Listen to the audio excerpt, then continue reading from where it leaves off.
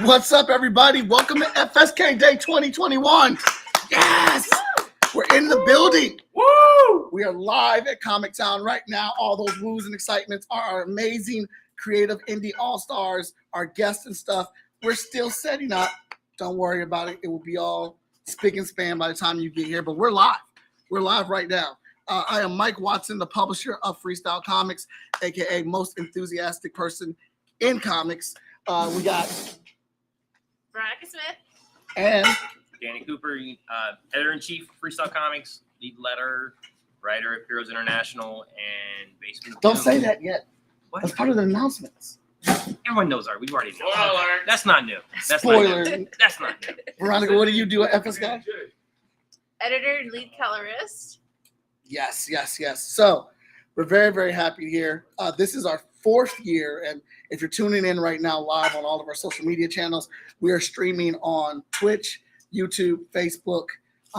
Once I set my phone up, Instagram, all our Facebook channels. I'll probably be doing some TikToks. Andy's here. Yay! What's up?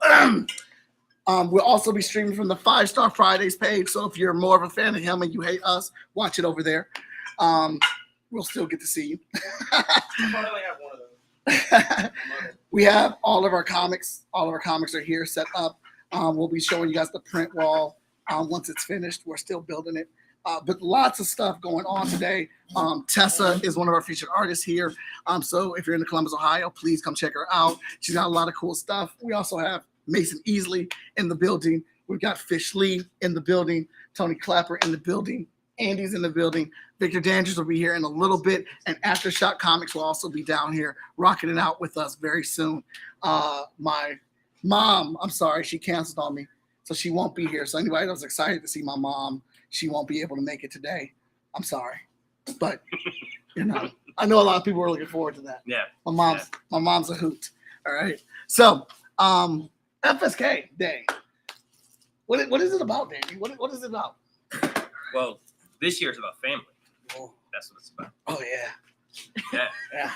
And the nice thing is that this is our 4th year, and our last event was entirely virtual. Mhm.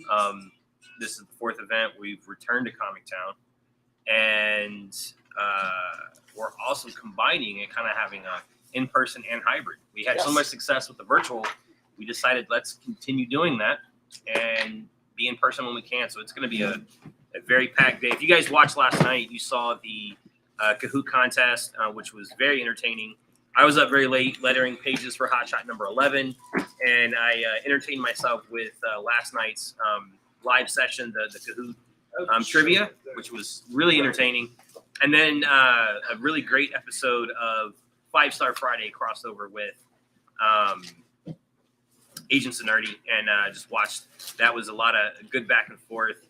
I've got some bones to pick with Brian Robinson because he needs to take that nonsense somewhere else. But yeah, FSK Day, I think it's always kind of been about family. If you look at the pictures from the first event we had here at Comic Town, large group that was here, and I think that was the theme, family. Yeah. Everybody was really happy. Our kids were here running around. Mhm. It was a great time.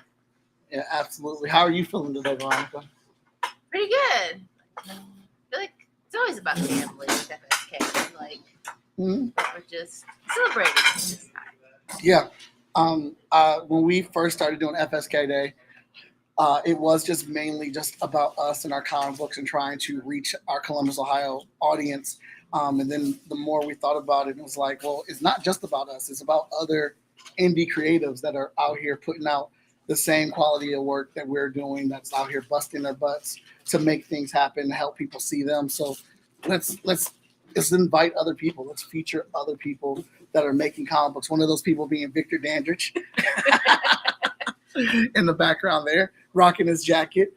And when the pandemic hit and we were like, dang, we can't do FSK Day. And all of a sudden we were like, no, we can do it virtual.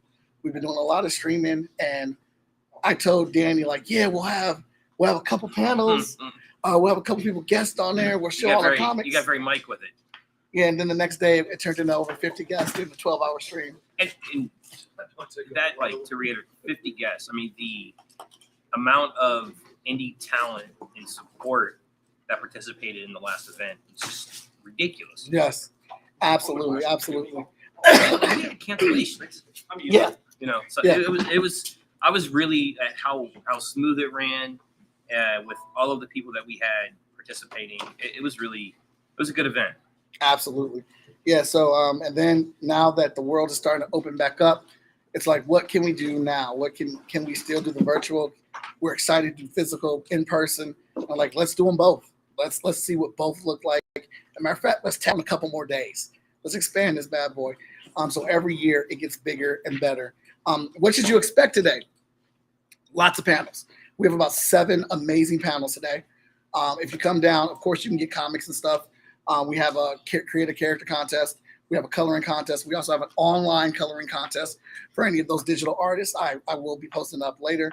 We'll obviously show you everything we have going on today. The stream is not going to stop. It's going to be going all day today. You'll be getting different angles. You can see it from 5 Star Fridays.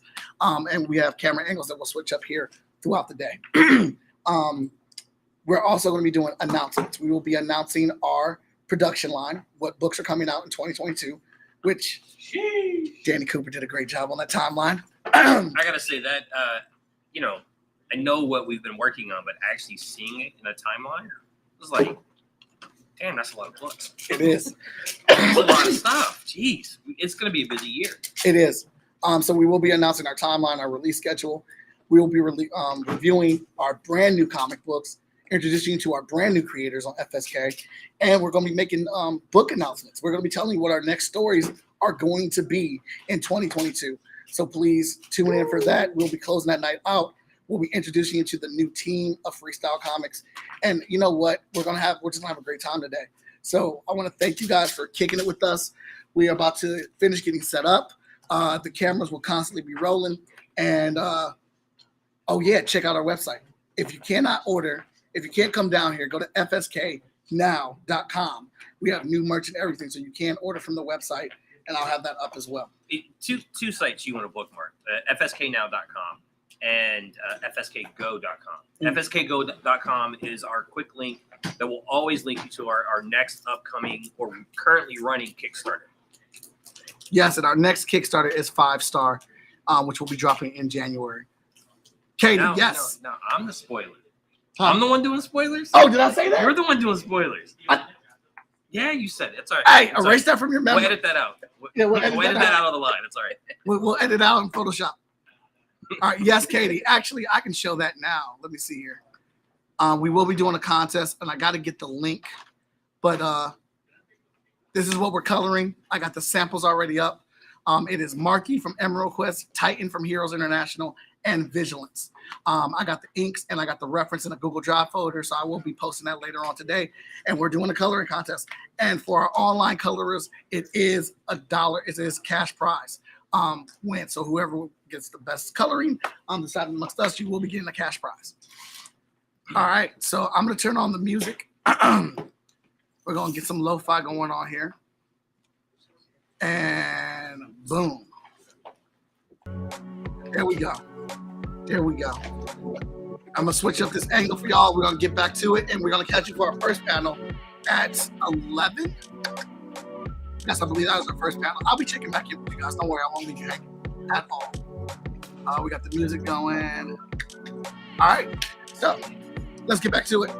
I'll probably bring people up and introduce you to them, do a little interview here and there with them as we get the day going. We got our chat coming in. All right, cool. We need to be like, No, yeah, we can't. Yeah, oh, I need to change the camera angle. They don't want to look at these chairs. Hey Vic, are these yours? Vic, That's how you love gummies. really do. Where's he at? You want a mouthful of these gummies?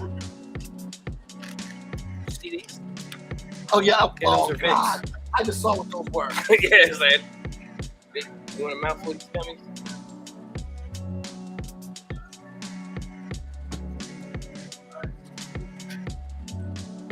Oh.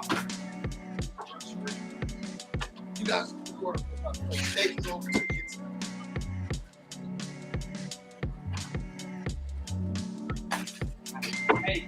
Gummies? Fit. You want some of these gummies?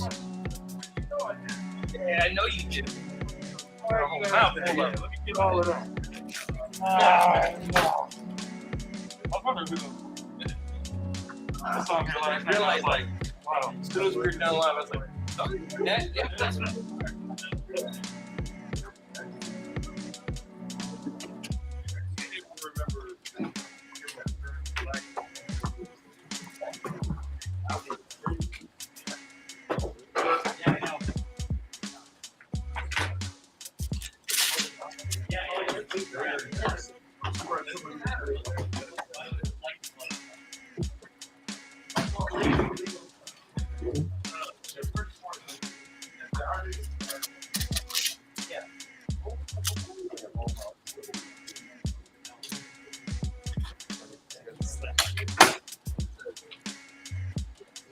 Oh, I'm sorry. No, you're good. You're good. You're good. How much are the hollow foil covers? You want to get those out? 30.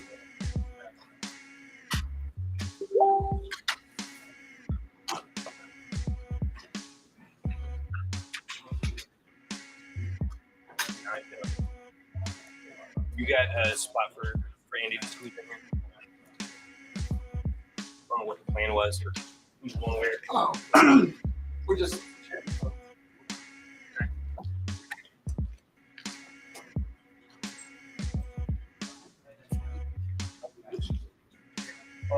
No. This is my second year. My first year was like fun. Okay. I'm ready to get that one. Oh, you're oh, wait.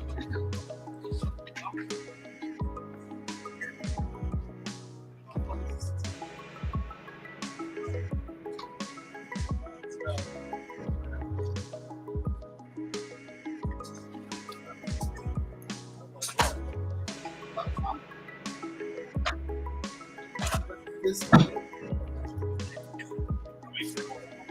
Yeah. Yeah, I'm just going back. That was good.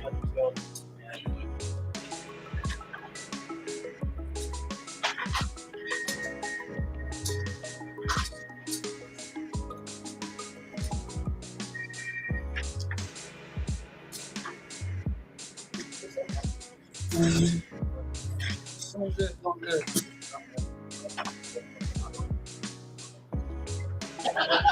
I don't mind helping fight.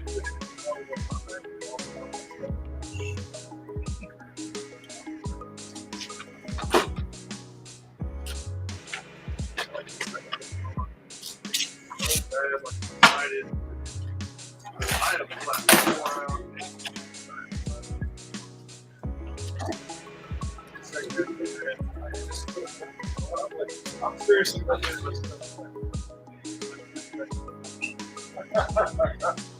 what Yeah. works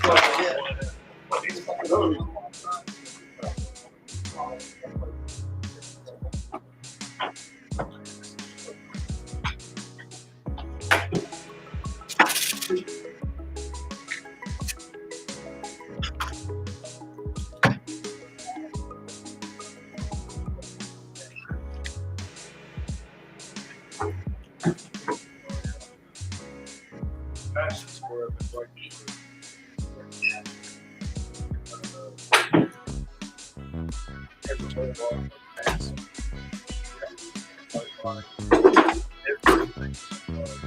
it's the entire reason that so I can think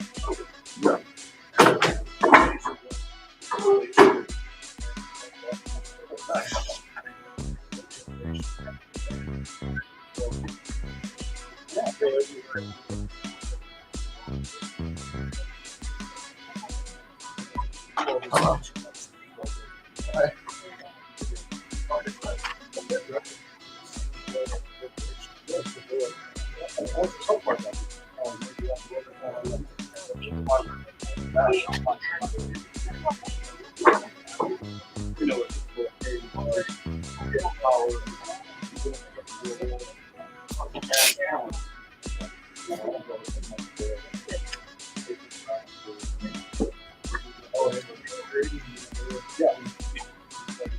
Front part. Okay, this is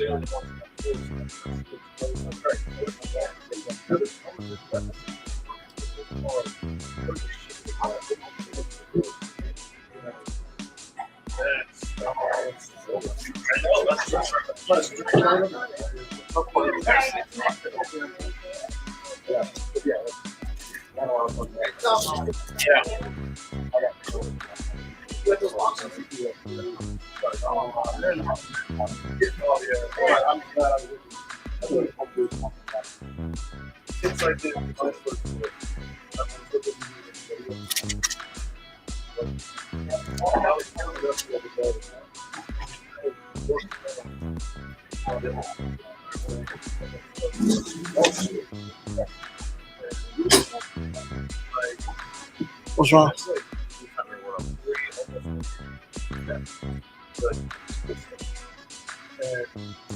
Andy, you said you're missing one.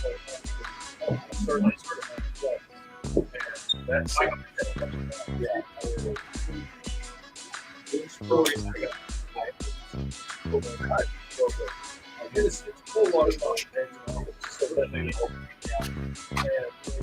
But and it's something like I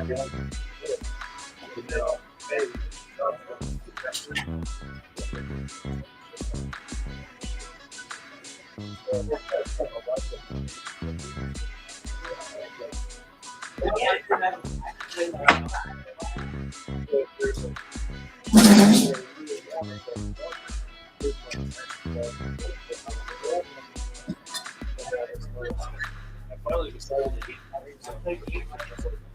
This one's good. I think it's going to be.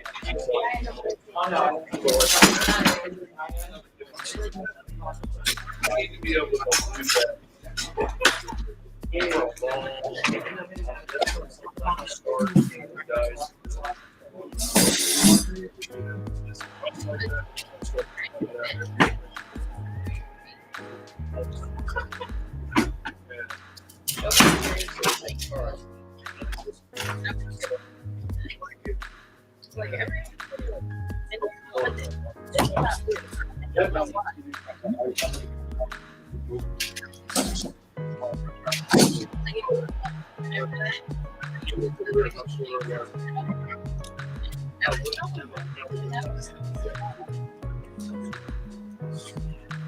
Say hi. I don't think you can see me. Okay, yes, no.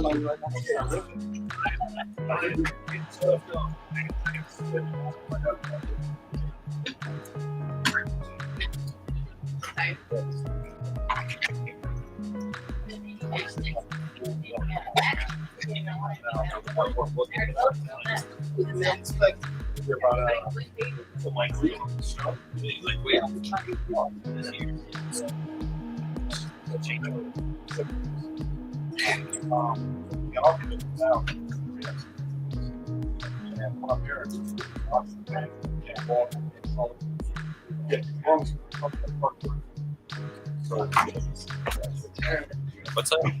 We tell about the person that was on COVID. So, okay. I am too.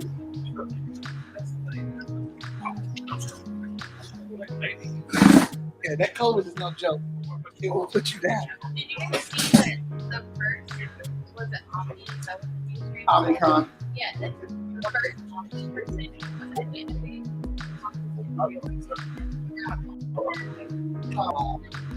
No, I did not see that.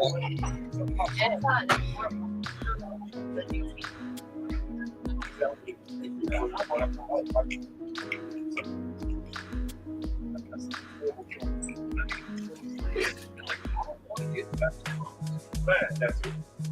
We all get contracts when we get out of it. Like, there's no way without it. That's what it is. Or potentially. Oh my goodness. These look amazing. It looks like somebody made these are mice or trowels.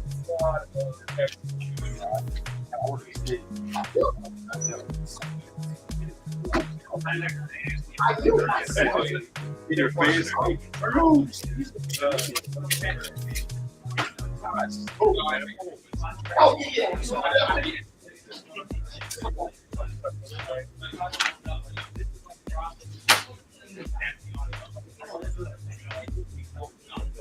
yeah. Hey, Veronica, you get the second plug? Ooh, those covers look hot.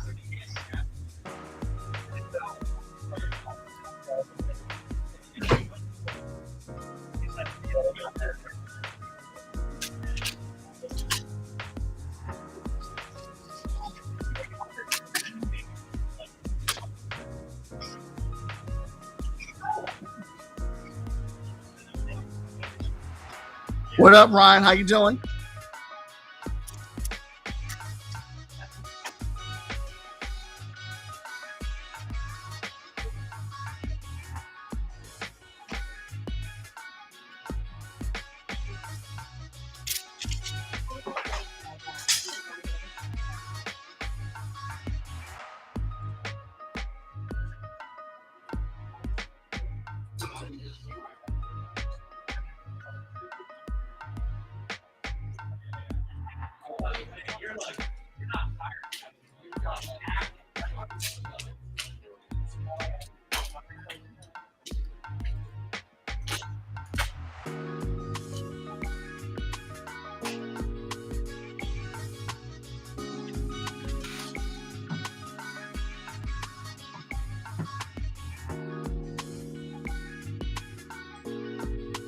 What's good? How you doing?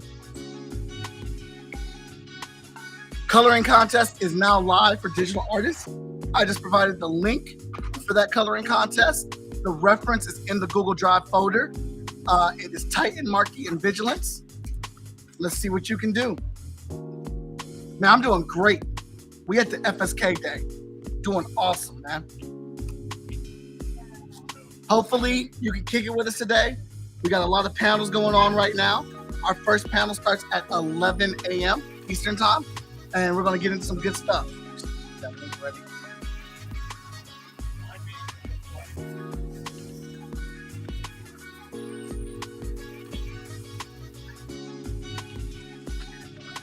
Let me get the schedule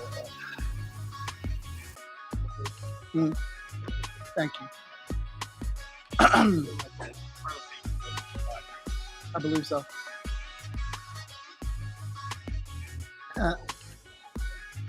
We pretty much have one. We did. Oh, man. The worst. Actually, bro, you better What? Carlos said day one. Okay. Actually, correction. The first panel's at 10:45.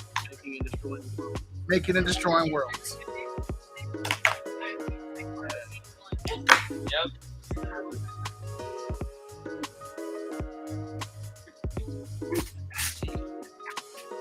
You in these bags. I want to tape. You jerk.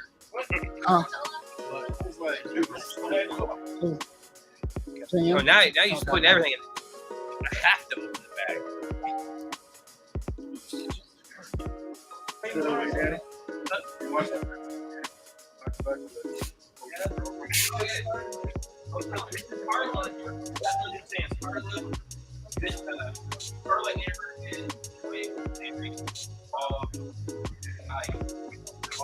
Man, that part where she like this she could like hold her clothes. Like, oh yeah, do the entire time. I was like, No. Oh. That's why I love her. Like, she's actually worse than her. Yeah. Because she knew the entire time. like when those All right. Who's the way to help people. She came back and she was like, so you knew he was responsible for taking her body. You're mad that he was protecting you. Okay, I gotta go set my computer. I'm not like anti her. Like that one, Jane? very Oh, yeah. best friend lost his like crush, and if she made it all about her, like he literally went through trauma. Yeah, I agree. She's definitely worse. That episode was also very sad. Yeah. Go past him. Travis Lee. Yeah. I didn't try with him. It's like by the time I found out about it was so deep in. I was like, Yeah, I didn't hear about it until the beginning. I'm not even gonna lie. yeah, see.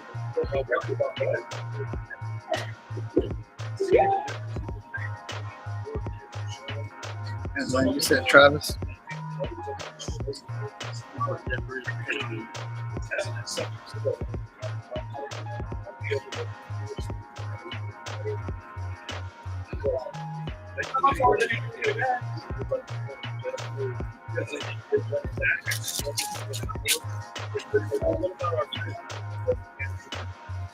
To the shot of the child like you're going to go up was a Robert Jeffrey. Are you crazy? What the heck? Oh,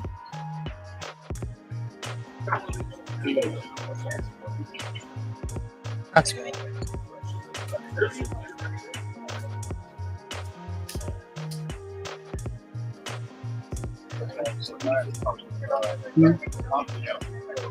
Sure. Let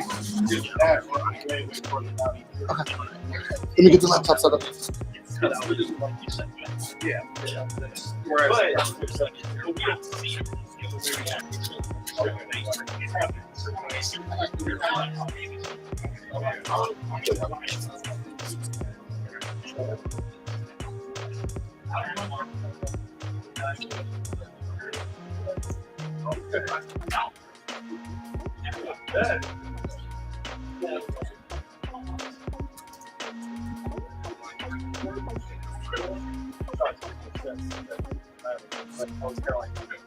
I got some stuff in there.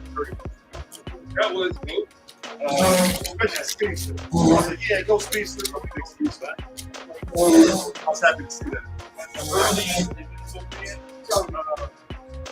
I definitely stayed. Adam. Like, what was that jumped off? Oh, I was sitting there. I saw it first. And I was like, hey, man, you gotta watch the show. It's really fun. He's like, okay, whatever. So we got to the end of the episode. She was like, what's the big deal? And then I said, just watch. And then that's where it happened. She was like, oh, listen. The moment where you see that punch come in, he stops. I was like looking around. It wasn't bad. Oh, it was just probably just. Listen. I'm not trying. I was excited. Big rush push. I was like, what is this about to be? Oh.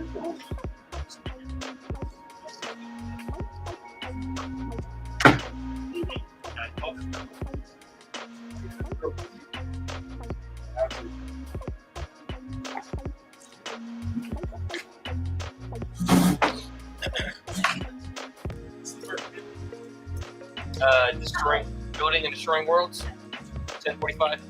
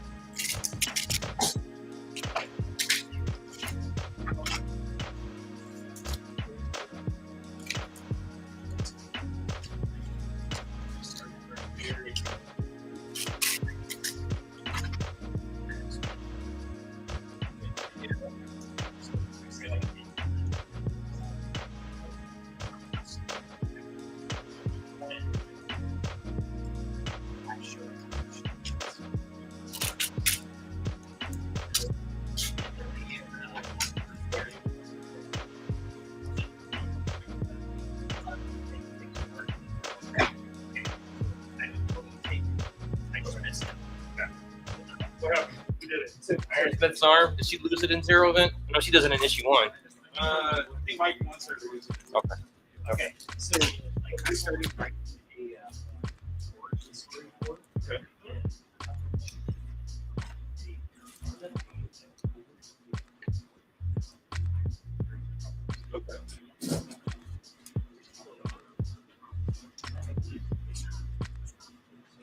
But okay.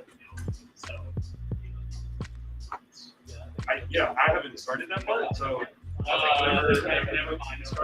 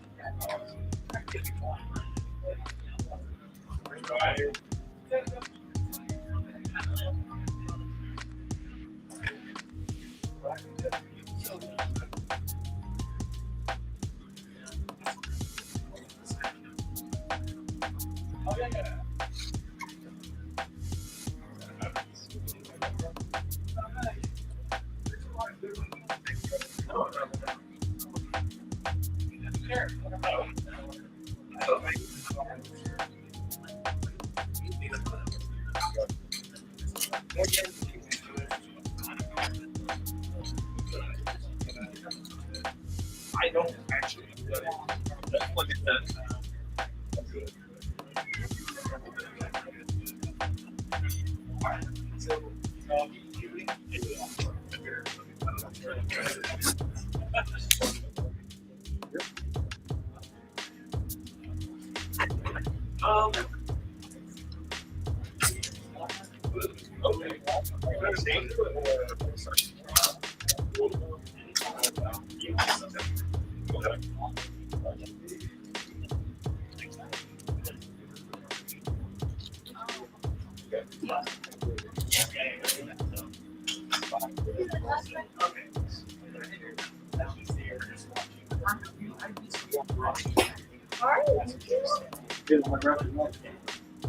Oh yeah, it matters. I think.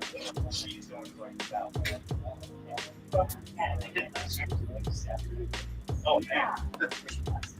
That's my favorite. Great.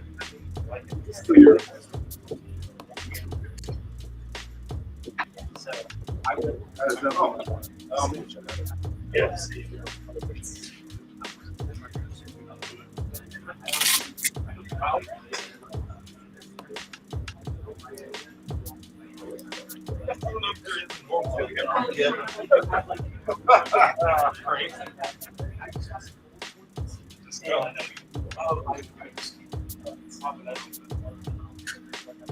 I've never done it.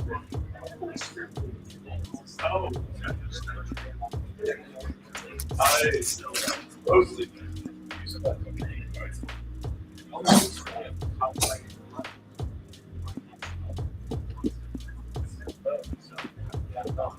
I mostly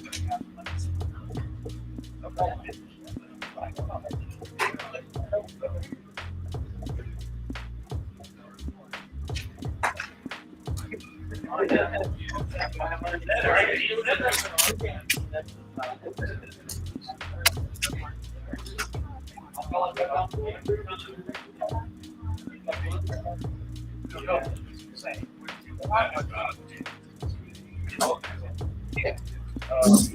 That's kind of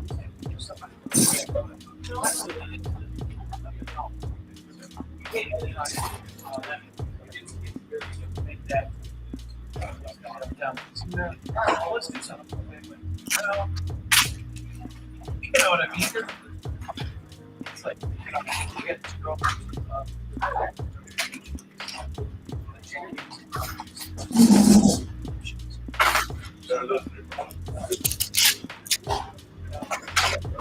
Because that'll force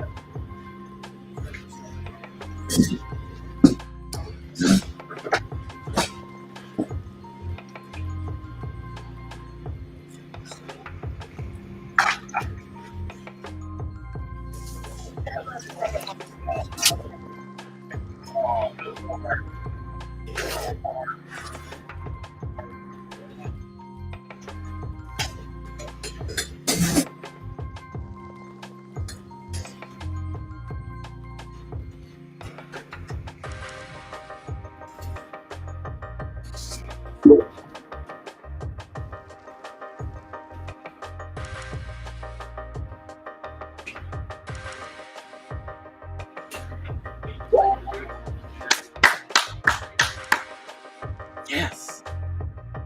Yes. I love it. Hey, is my cat back there? My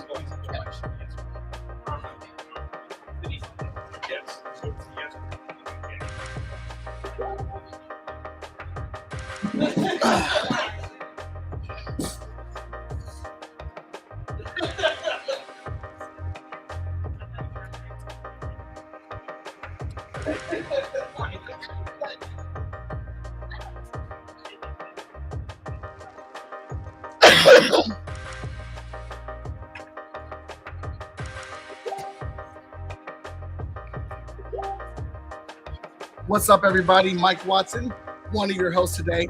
We're back. We're a little bit behind, but that's all right. We're about to do the very next panel. We had some switch around. We got 5 Star Fridays host Tony Clapper officially hosting this panel. So we're about to get ready to get it rolling. We got our guests coming into the back room. We mute the music. And we're about to get into it, making and destroying worlds. We're talking about building worlds in comic book stories and tearing those worlds down. How do we do it? I don't know. We're going to ask our panelists. So let's get ready. Hey, also, we put together some amazing graphics for this. So get ready. Chill. I think it's time for me to save the day. Grace. Y'all know what it is.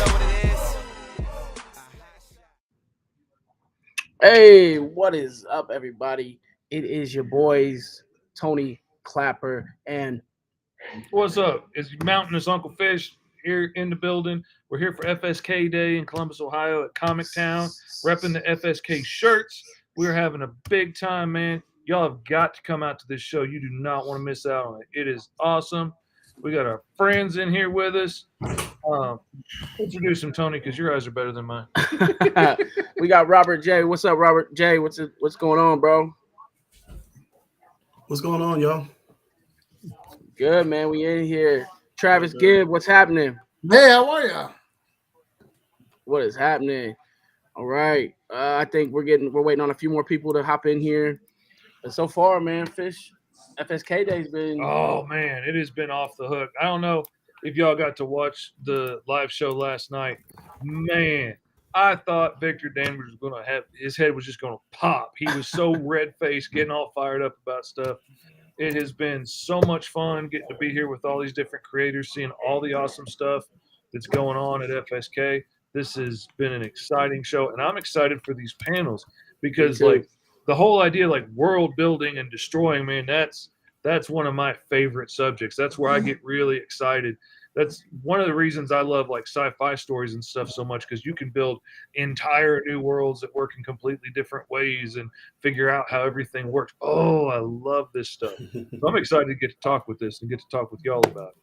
While we're waiting on our other guests to hop in, Robert, Jeffrey, why don't you go ahead and tell them a little bit about who you are and what it is that you do?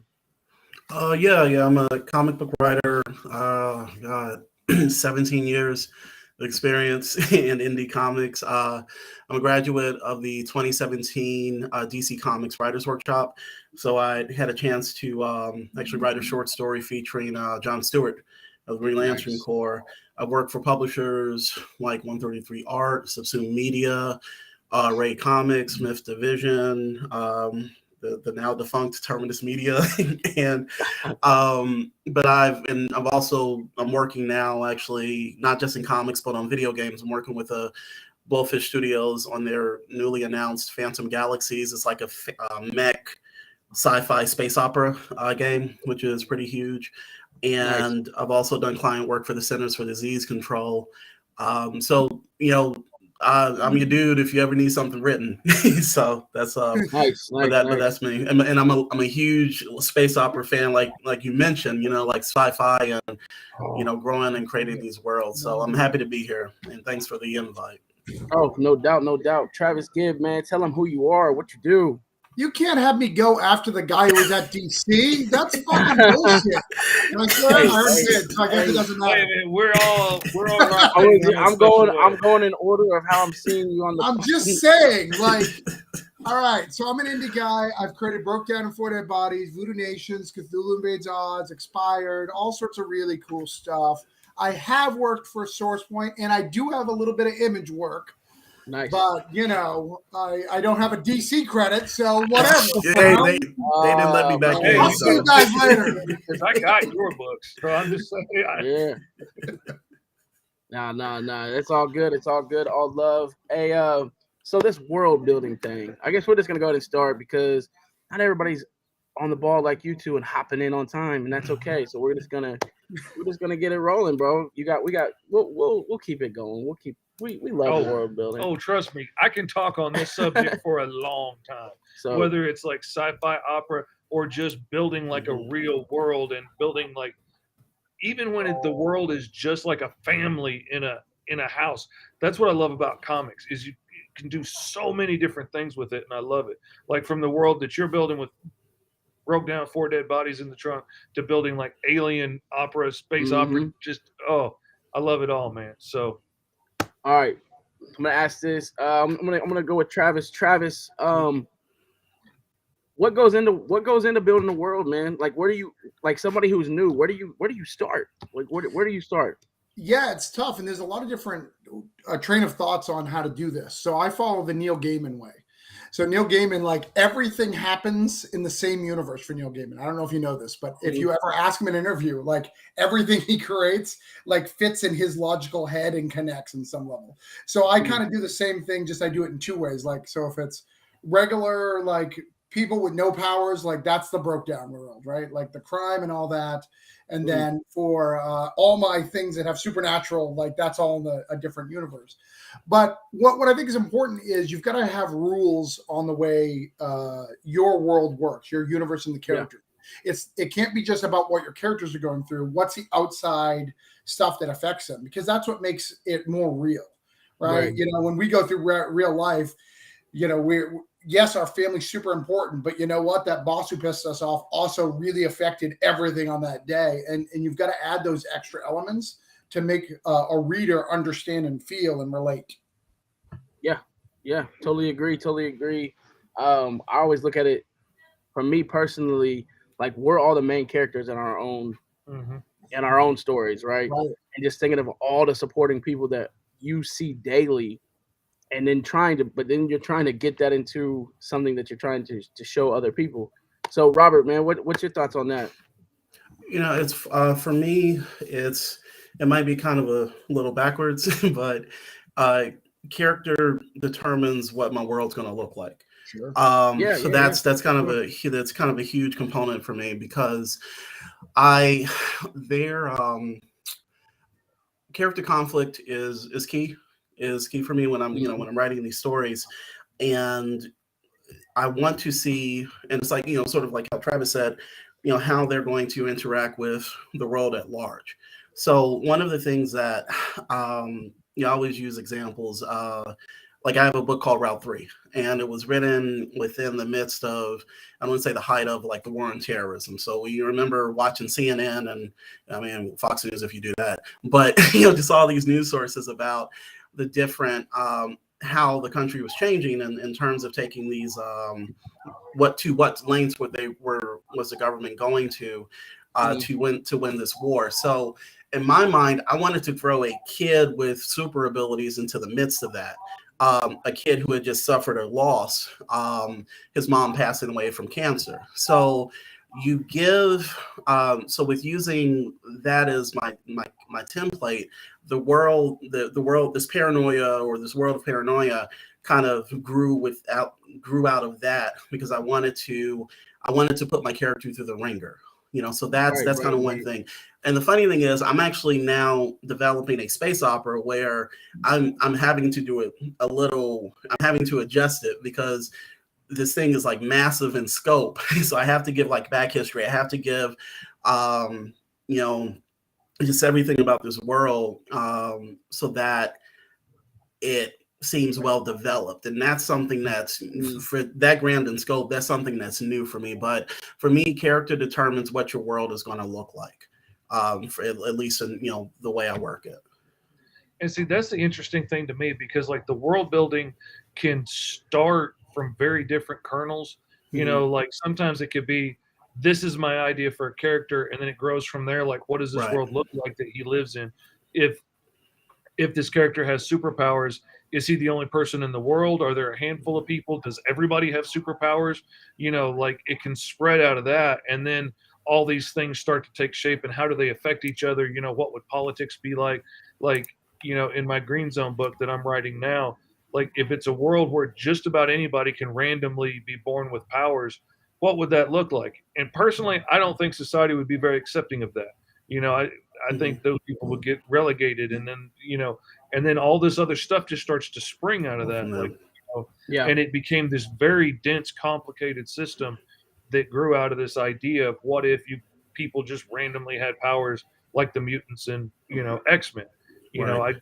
I think it would go worse than it did for the X-Men personally, because we see how divided our world is. But if you start, like, if it's starting in a regular world like this, like if I'm writing a story about Tony, then we already understand how gravity works, how the money works, how finances work. Yeah. If all he has to do is complain about his boss, just say like, man, my boss has been riding my butt, and we can all identify with that. Right. If he's a space priest, of a cult in outer space, and he refers to something that happens, I have to illustrate more clearly what that means, so that you understand the weight of it, because we're not all space priests of a cult in the middle of outer space. Like, so it's very different things. Like if we're setting it in the real world, a lot of that world building is already done. Like we understand how the money works, how the cars work. But then when you get into wider things, you got to start getting into that stuff.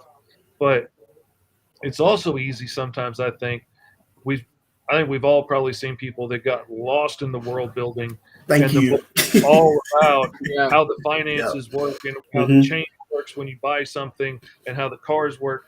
And there's not an actual story. Right. Well, and that's what I was going to say. Get out of my head, because that's my greatest fear. That was going to be my 2 cents kind of tossed in, is that I don't like getting lost in the weeds for the sake of getting lost in the weeds. We've spoken to many creators and many writers who are just like, I got this great idea. Stuff happens in space, and then stuff happens here, and stuff happens there, and it's just like, so what's happening at the core of your story? Did you tell? And then they say, did I tell you about the stuff though? And it's just like, I can't. I sometimes fear getting lost in the world building because ultimately for me, like I do a lot of client work. I can't afford to do that.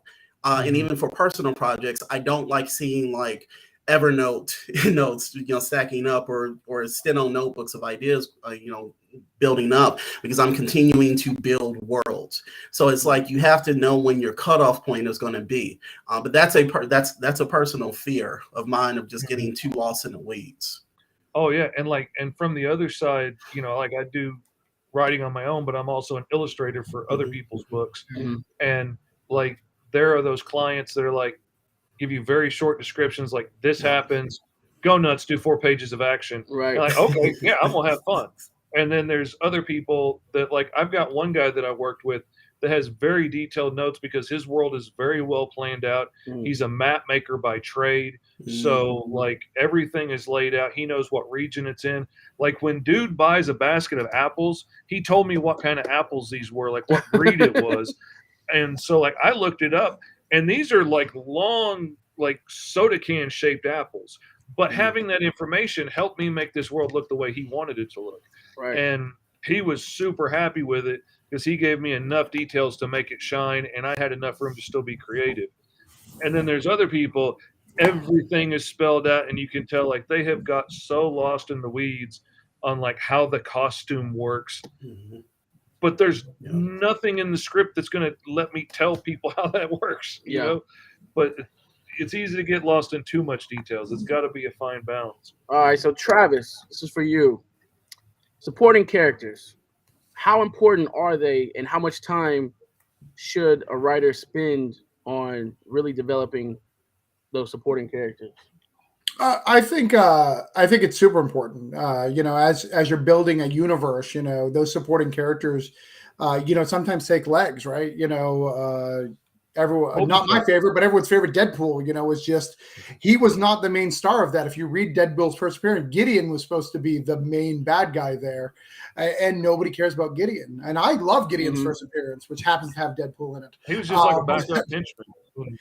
Right, exactly. And I think when you're building these worlds, especially when you, especially if you're doing something a little bit more street feet, like, we're getting a little bit of breaking up. We're breaking up just a little bit. All right, can you hear me now? My thing seems to be good now. Okay, yeah, I can hear you now. Yeah, sorry about that. All right. It's really important, especially, it doesn't matter if you're doing like a space opera or you're doing like a crime story, those supporting characters are really going to build that element. So like when I do a breakdown, every character, I have to figure out where they're aligned in the crime scenario, especially if I'm using detective, every person could be a suspect because you're trying to build this mystery. So even if you need a character to just get them from point A to point B, you have to add a little bit of texture and a little bit of those things make personality it to make that work. And I think that's really, really important when you're building these worlds and when you're building these genres and stuff like that, especially when you're doing work for hire stuff. The work for hire, they have their opus and their opus goes from here to A, and you have to basically fill those sub characters, those subplots, those things to get that going. I just finished Expired, which is a world where the guy, what he wanted was 7 islands, and the islands need to be connected to keys that connect to gods. That's not even in the first issue of the comic book, because when I got that, I was like, well, all right, so there's going to be limited oxygen because there's 7 islands. What does that look like?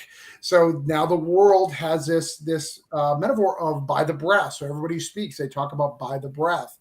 I need to know who these characters are. Like keys and all that are great, but that we need to know basically what the world is. So we need to set up these characters and figure out what the world is to make these keys matter. Like, because he's focused about those keys. And that's really hard, especially I'm sure Robert has the same problem when you're talking to a client and going, your idea is great, but we got to take a step back before we can get to your idea, because we've got to build that up. And I've got to build a presence. He had one character. I had to build another trend to make the world work, right? You have one guy who wants to go to A and B. Well, we need to build a world first to make this person matter, because he doesn't matter. You need time to care about a character. And, and all those little things that we add in give it so much texture and feel and makes those people feel real. Even like as the illustrator, little things like in one book I worked on, the girls in the background, like one of them's always messing with her necklace because it's her dad's dog tags and she misses him because he's overseas. It's just a little thing, but those little characteristics, Yeah. me knowing why she does that and remembering to always put that in, got me one of the best compliments of my life, where they're like, man, your background characters look so awesome and they feel so real. And that was the best compliment I've gotten so far. Yeah. I was so excited with it. Yeah, I agree. And so when we're thinking about supporting characters, it seems like it's just so much easier in cinema, obviously. So if you think about the Harry Potter movies, I know there were books also, and they developed them really well in the book. But you think, like, when you read a book, how much harder is it to get that into a book than it is to get that into a movie? Because I feel like in the Harry Potter series, you really start to care just as much about Ron or Hermione as you do for Harry. So is it harder when writing to do that compared to showing that in a movie, do you think? You say Jeff? Sorry, I No. was looking at your last. Okay, no, Sorry. sorry. My bad. No, you're fine. I was just making sure because I didn't want to double dutch into nobody's answer. No, you're good. That's my fault. I'm trying to think because I was actually going to use the example of something like Game of Thrones. Yeah, where, Game of Thrones. Yeah, like Game of Thrones. And that one of the best parts about that series are the supporting characters, are the the side quest or the side stories that in addition to learning, watching, can the Starks, will the Starks win the day and just all that. And I always say that's like a perfect example of a show that thrives on everybody. Like it's a true team experience. With Harry Potter, because it's been a while since I've read those books. And the movies, they show them like every freaking weekend on whatever cable channel. Yeah, that's probably why I mentioned Harry Potter, because it's like it's always playing somewhere. It's always on. They're like, you're gonna learn today about Harry Potter. Right. One of the things that prose I think does very well, rather than versus like movies sometimes or TV shows, probably movies more so, is that it gives the time it gives you a chance to see these characters like come to life or breathe, because you have to compress so much in like a 2-hour movie. So there's a lot that's cut out, especially like maybe even side tangents, side stories, and whatnot. I'm actually now adapting a this is weird. I'm adapting a story that was originally a novella or a novel into a comic book series called Changa and the Jade Obelisk.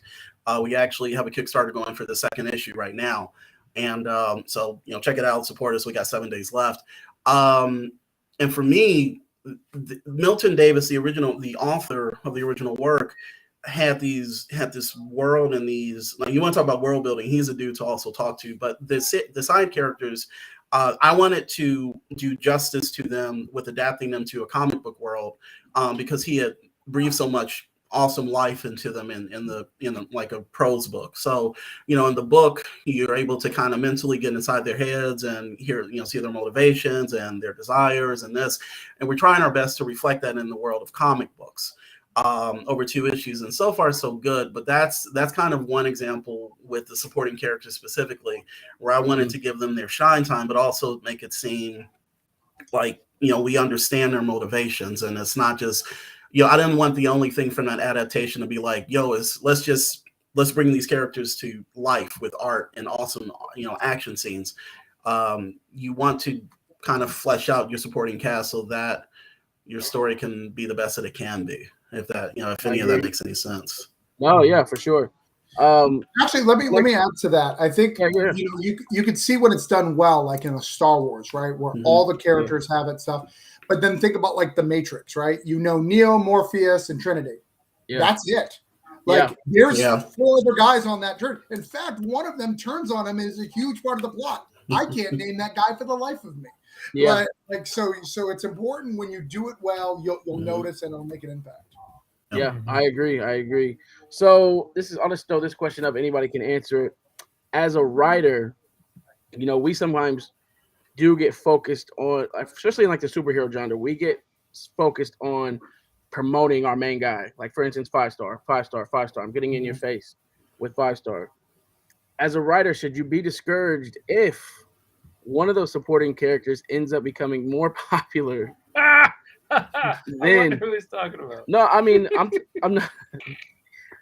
I'm not. Actually, I wasn't. Mhm. But for instance, okay, but we can bring that in We can bring it up. since Like, it is FSK Day. I'm not saying she's more popular, but so Hot Shot. We've all heard the Carla debates, right? People are passionate about this character. They love to argue about that character, Carla, right? I'm not saying she's more popular than the character. I'm saying, but she does get a lot of attention. yeah, I mean, So- but like, Mike obviously wants Hot Shot to be what you're paying attention to. He wants Hot Shot to be the guy that's selling the book. Hot Shot is his flagship character. But people will get red-faced screaming at each other on a podcast over his ex-girlfriend Carla and the way she reacted to things. Right. That to me, I think that's awesome because if as a creator, if I got people that passionate that they're arguing and spitting across the table about one of my characters, hey, that's awesome. Victory for me. But yeah, it's not the main character.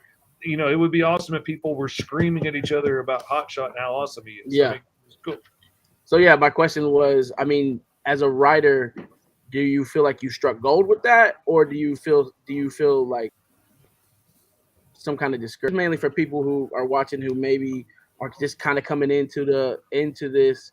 Either one of you guys can answer. So for me, I take it and run with it.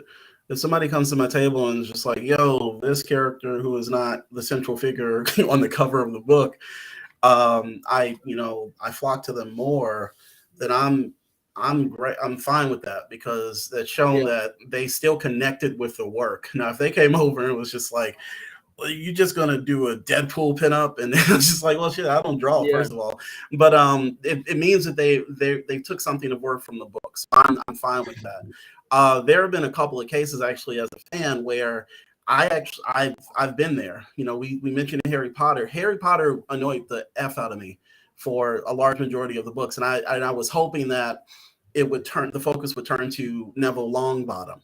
And then the second thing where I had another example, but yeah, that was a case where I was just like, I actually connected more with him than, actually the other one was going to be Lord of the Rings. I was more, and the Hobbits aren't secondary in that, but because you have these heroes, Aragorn and all of that, tall manly folks with the swords or whatever. I empathize more with the hobbits because they wanted to eat second lunch every few minutes. They got tired of walking through the woods. I mean, that's who my brethren was, and the same thing with the Hobbit. Like the fact that he complained all the way through the book, I was just like, this guy gets it. But but yeah, those are, I think if you take offense to the secondary, don't do that. Just be happy that somebody connected with your writing and work in a way. So right. Travis, anything you want to add? Yeah, I think it's super important to really just be realistic. So I'm sure Robert has been the same as me, where you're at a con, you're sitting next to a guy and someone keeps mentioning like another character that's not his main character. Mm-hmm. So then by the end of the con, he's telling you about this 9-issue arc that he's going to make of this sub character that he doesn't. Yeah. Because everyone talked about it, and now it's just this big thing. But I think you got to be very careful on that. Like, let's take probably the most influential character that's spinned off is Wolverine, right? Mm-hmm. Wolverine was a side character spin off. But if you take all Wolverine issues and like look them on Comixology, besides the first miniseries and Origins, none of that is more than really cover price, $5 or $6. Right. So though the character does resonate and the character sells, they still, even after all these years, have never got him his amazing things. Where if you look at like Spidey, there's arcs where, we need to buy this whole run. They're all $30, $40 a piece. True. And I'm not saying Wolverine doesn't have amazing characters, but there's a dichotomy there where you got to figure out what that looks like. Right. Yeah. No, that's good. Good stuff. Fish, you got any questions? Anything you want to add to that? One thing that's been on my mind a lot lately that I'd like to, since we're talking about world building in particular, is you know, I love going into designing all this stuff. I've been saying, for 2 days, like my favorite part, like when it comes to designing alien worlds in a sci-fi story is like, how does this alien walk around? How do they put their clothes on when they're shaped like this? How do their guns work? And how does, what's their ship going to look like inside? Like, I like getting into all those details, but sometimes when we leave stuff to the imagination of the reader, they enjoy that so much more. Like when we've laid some of the groundwork, Yeah. and now this guy that we don't know just walks in out of nowhere, and we have to fill in the blanks. Like particularly, I think of Boba Fett, because he said almost nothing. He had very few lines. He did very little, and he's mostly just in the background as this bounty hunter. And was like from the get go, he was everybody's most favorite dude. We all wanted the action figure long before they started making the action figure. Like, I was obsessed with Boba Fett, and he was just a dude in the background, but he let my imagination run wild with who is he, what does he look like, does he ever take the helmet off, all this stuff. I was fascinated with this dude, and to me that was super exciting. Like I was my first real understanding of Spider-Man was on the Electric Company, and he didn't talk. He never took his mask off. Like, who is this dude under the mask? And that was super cool. Like, I didn't even know he was Peter Parker yet because they didn't show us that on the Electric Company. And, that spurred my imagination. So do you guys ever use that? Do you guys ever let, the mystery, let the reader fill in the blanks to make this a cool character? Shout out first of all for the Electric Company. Big shout out. For the kids. Start, man. I mean, we all owe the Electric Company a debt of gratitude. Yeah. For the kids watching, to do a Google search. Go to the Googles and type it in. I think okay, so when it comes to prose, it's really that's going to be I think the medium where a reader is going to their imagination is going to fly free. So that we get that with comics, because it's such a visual medium. It's like you want to. I think there's a balance that there's a balance that you have to find, and I think sometimes a lot of this is on the artist, to not it's actually on the writers, because you don't want to over explain. Like I'm not at Bendis or Alan Moore level, so I don't have like 500 words in my text bubbles. Also don't like to personally over explain. So that could probably answer your question, because I don't want to give the sense that I'm speaking down to a person, but also want them to kind of have fun with the material and come to certain things themselves. But so that's a balance that I try to find when it comes to writing comic book scripts, where and if the story calls for like a certain sense of mystery, then I think that's that's definitely where that comes into play. But as somebody who hasn't written a mystery just yet, for comic books, I can't like I said, I'm just, that's as a fan looking at it. But I try not to over explain to my readers, because when it's done to me, I don't like having the feeling that the creator thinks I'm dumb. It's just it's a personal pet peeve for me. But that, like I said, might be different for other creators. Travis, so how do you find that balance? So here's the reality and the sad part about my part in the comic making process. 65% of the comic really relies on the art. Like it's more than the writing, unfortunately. Like the art brings you in and brings you exposure.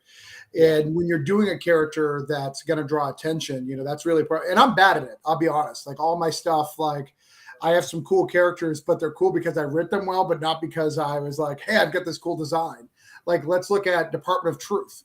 Starface woman has nothing to do with the book. She appeared in one thing, but she's on every cover because she's cool.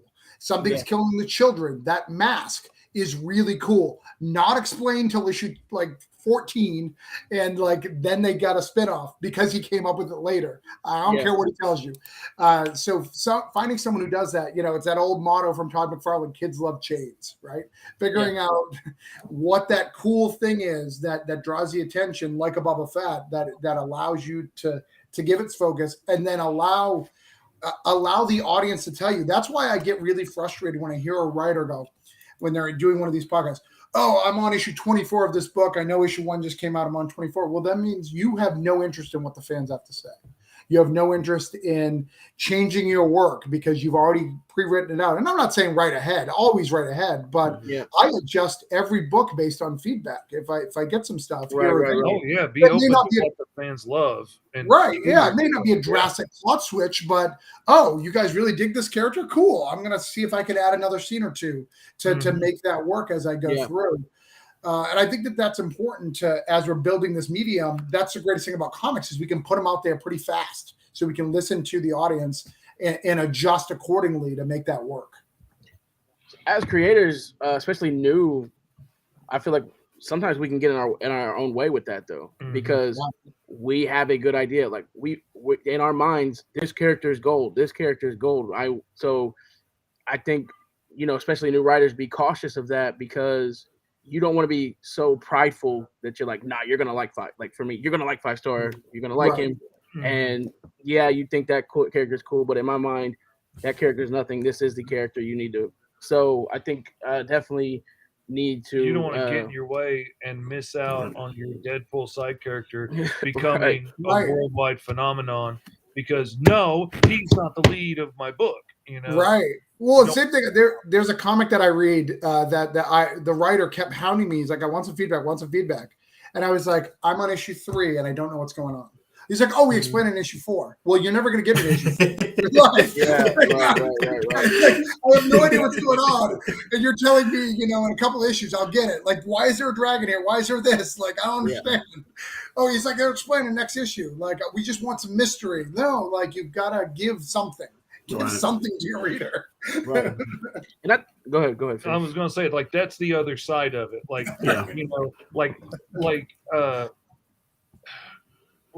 I'm trying to read his name. The screen's so small. Robert. I'm sorry, Robert. He created stuck in my head now. That's my fault. I got 3 first names. Like Robert was saying earlier, when I'm doing something, I like to give you enough crumbs that you can piece it together yourself. I don't want to explain to you, this is A, this is B, this is C. Like, I want to give you enough that you can figure it out. Yeah. But at the same time, like, I just got to connect with a writer that I love. He's a writer creator, Dean Haspiel, does the Red Hook series, all those Red Hook series on Webtoon. I've bought every trade paperback of it. I love his work. I got to talk with him about my book for a minute, and he hit me up with this one part, and he's like, I didn't get what they were saying in this panel. Now, to me, I was trying to give enough of a hint that you could figure it out for yourself. To me, it made sense. To my editor, it made sense. But if he read it and it didn't make sense to him, then, there's going to be 100 other people out there that are going to read it and have that same reaction. It doesn't matter if I think I'm right. Just like, if I think this character should be the lead, if he read it and it didn't make 100% sense to him, I need to make those breadcrumbs bigger. I need to adjust it and change it so that it does make sense.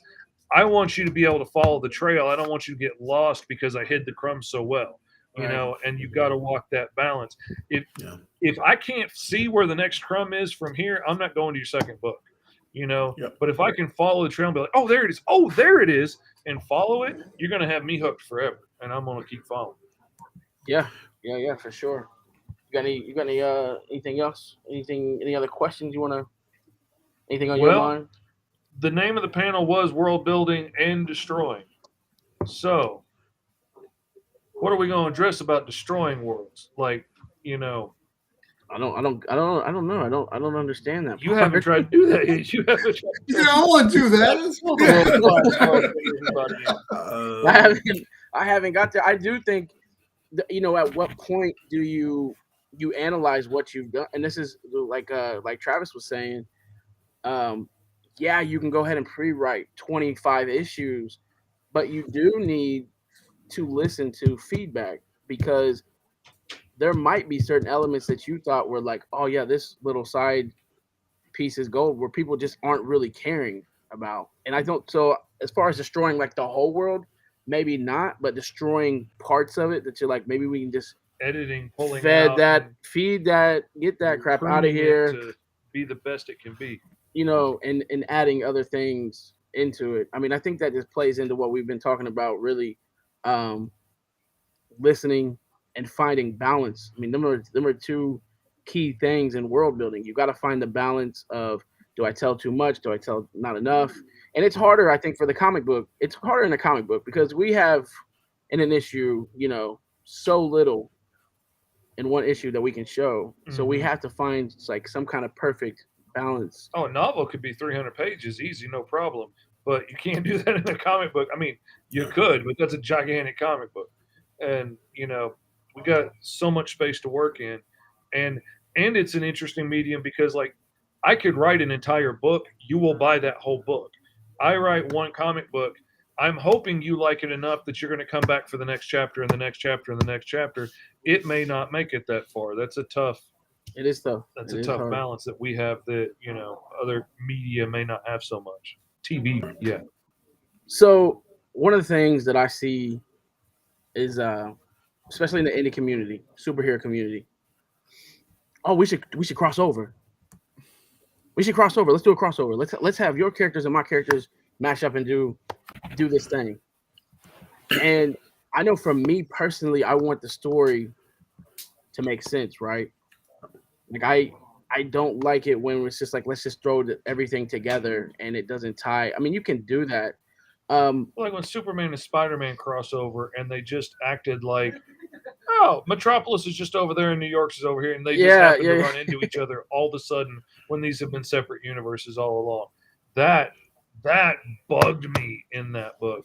So let's talk about your guys' own series when you're world building. If you were to add another title, I mean, how important is that to right off the jump maybe leave breadcrumbs to another issue, like another title? So let's say if you're writing Superman and you know that Green Lantern is going to be in the same world. I mean, how important that right off the get-go when you start that Green Lantern series is it to let people know that he does live in that same world as Superman? I mean, if you're well, Travis, did you want to answer first? I'm sorry, because I'm No. I got Okay. you go. Yeah, if that is kind of where I'm going, then yeah, I'll do that. Like if my plan is to, have a spinoff of, like you mentioned, Route 3, for a character that's in there. Uh, Actually, I have an example of this. Damn. Okay. Anyway, sorry. Excuse my language. Working on a series for Subsume Media called Soul Nebula, the Consulars, the Consulars, or whatever. And Soul Nebula is actually a larger interconnected space opera universe that was created by Dedran Sneed. Shout out, creator of Sorghum and Spear. And when we were discussing, I'm writing the core series for the series, and I'm writing the core series for that universe. But I also had an idea for a spinoff, for another character who is essentially like an intergalactic hunter, like a Nazi hunter. Like you remember after World War II when a bunch of the Nazis, like they escaped, they fled to Brazil, they fled all across the world. We have our version of that in the Soul Nebula world. So in that first issue for the core series that I'm writing, Soul Nebula, the Consulars, that character makes an appearance in that first issue. So literally, like I've never done that personally for my creator own work because I'm just not there yet. I'm not at the point of building a universe with other books. But for this one, we decided early on, like the first issue was going to be where we needed to see that breadcrumb, and in this case, it's a character. It's actually two characters from two different books interacting. So that was Dedran's plan from jump, and I was just like, okay, this is cool. I mean, this is the closest I'll get to like my Marvel or DC style crossover. So let's do it. But if that's your goal, then yeah. But my general thoughts on like crossing over with other creators, and I've been approached to do it. I hate to be so blunt. I'm having a difficult enough time getting my own books out. So Yeah. because we all work in indie comics, and definitely we've all have varying degrees of success, but we understand that it's a grind to put these books out. So for me, and this is the first time in a while that I'm personally taking on Route 3 myself, or any other projects I come up with. I gotta get multiple issues out of my stuff before I start thinking about, and also build up a fan base, for these projects before, because I don't want to do a crossover and then have nobody buy the stuff. Yeah. We're kind of beyond the days of like, yo, wouldn't it be cool to, have your character meet up my character, and it's just like the most awesomest affair ever. Financially, we got to make money from that. So it has to make sense. Money, it don't make sense. Right. It doesn't make sense. Otherwise, I could just write, this stuff for myself and say, hey, your wife, do you want to read this? So I've always been a little wary because I've just never been in that position with any other properties that I've written. And when creators, I appreciate creators reaching out to me about it. Shows that my work is resonating with some folks, but absolutely. But I'm just like, not right now. So yeah. Travis, you want to add to that? Well, that's a hard one, right? When you do these crossovers or you make them happen, is it worth telling? Is a story worth telling? Is there the other thing to do if we're talking about the indie scene? Do you have enough issues? Right? Have you finished a story arc? That's what I get mad. Like, issue 1, crossover, spin-off, side characters. Like, what are we doing? Like, give me an issue 2. Oh, and that's one of the things I was gonna bring up is, do people care enough about each one of these characters to even to get excited about this crossover? Like, when we have certain characters that we know, like if they were to cross over. And mainstream, if they were to cross over, people would be excited for it, right? We'd be like, yes, because we've seen. So just to be like, hey, I got this character that I don't have any solo books out yet, but people have seen pinups, or I got this character and I'm 2 books in. Let's do a crossover. I want to ride on your coattails and cross over with your character, and get some of your fans to look at my thing. And then sometimes, like, it just straight up doesn't make sense. Like if we're like, okay, we want to have 5-star come in and and into your book, broke down 4 dead bodies, and we're gonna have 5-star, catch them. Like, I've had people say that, and I've been just like, yeah, sure, have your guy beat up my guys, that's fine. Like, there's no story there, but my guys are just right. They have a gun. Like, what are they gonna do? But I think one of the things that I hate about indie comics, and one of the things that when you're real about indie superhero comics specifically. First issue of almost every indie character of superhero is you've got the character introduced, and then you'll show an alternate costume because you're so excited about an alternate costume. So there's some timeline, there's some whatever, because you're already ready for the reboot, right? Mm-hmm. Like, what are you doing? And those always like break my heart because I was like, care about your character to build it up, to build this thing. So I care about it. So when that reboot happens, because reboots, regardless of whether or not we like them, they're necessary. Like, look at Savage Dragon. He's written every issue, and that's gone through several reboots and restarts because not only does he get bored, he knows his fan base gets bored. Like, he understands there's a trend to that. I know we hate it, and I know we get frustrated, but with those reboots, that makes us appreciate the original again. It's done on purpose to extend the life. Yeah. Like people don't realize that. Like, we get so upset about it. Sometimes it's done knowing that it'll lose fans. Yeah. So it will have double fans when it comes back. And when you're Marvel and DC, you can afford to do that, right? You can afford to sink your character for a year. So when you bring it back at a year, and you'll notice it lines up to an 800 or 700 or 500. It lines up pretty good. Like, it's on purpose, guys. Like, stop thinking these guys are smart. They pay massive marketing companies. Yeah, right. Sometimes they make mistakes, sure. But like, I think that when we're doing indie comics, riding each other's coattails is not great. Sharing fan base is great, but you can share that same fan base with a print. You don't have to go all out. Exactly. Right? You could do the same thing, see if it resonates, build that stuff. But everybody's in comics. Before you start going to somebody else, doing spin-offs, doing crossovers, finish a story. Yes. Story. Thank you. Woo! Preach. I cannot preach that loud enough. Preach. I want to see somebody tell me a story from beginning to end, not here's the first issue of this, and here's the first issue of this, and here's the first issue of this, and I'm going to build me a Marvel Cinematic Universe of my own. That took decades and lots of people working together to make that work. That did not just happen with one person working in their basement all day. Tell me one story. If you tell me 4 issues of one story that really gets me intrigued, you'll have a fan for life, and I will buy all your books. But if you give me 4 separate first issues and never give me a second, I'm out. I ain't interested. I don't want to read them. Yeah. Go ahead. No. Finish what you're gonna say, man.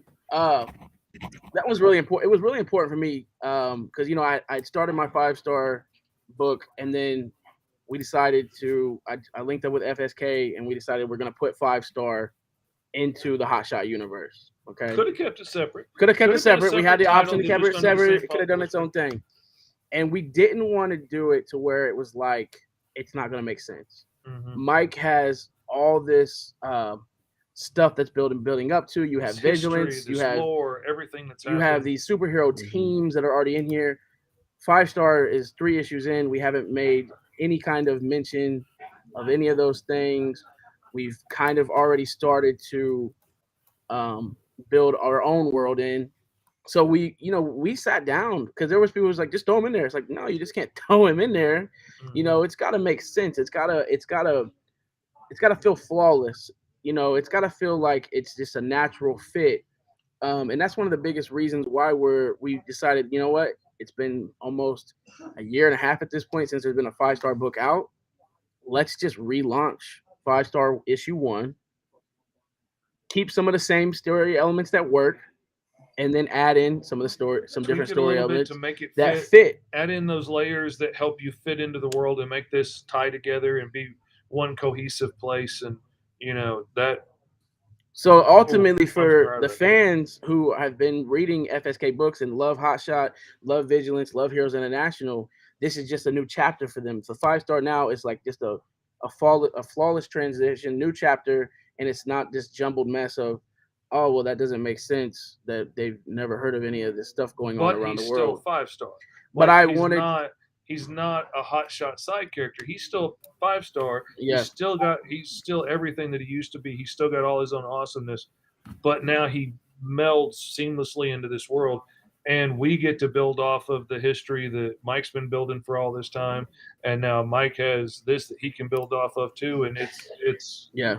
And one of the, it was very, right off the jump, and Mike was definitely cool with it, is I said, I'm cool with him crossing over with other characters when it gets to that point, but let me tell a 5-star story first. Let me get some 5-star story arcs in there, because you think about the Justice League, the Justice League is cool, but it's cool because we like the individual story arcs from these other characters, right? Like, we care more about Green Lantern and the Justice League because of some of maybe his story arcs, or Aquaman because of his story arcs, or Batman.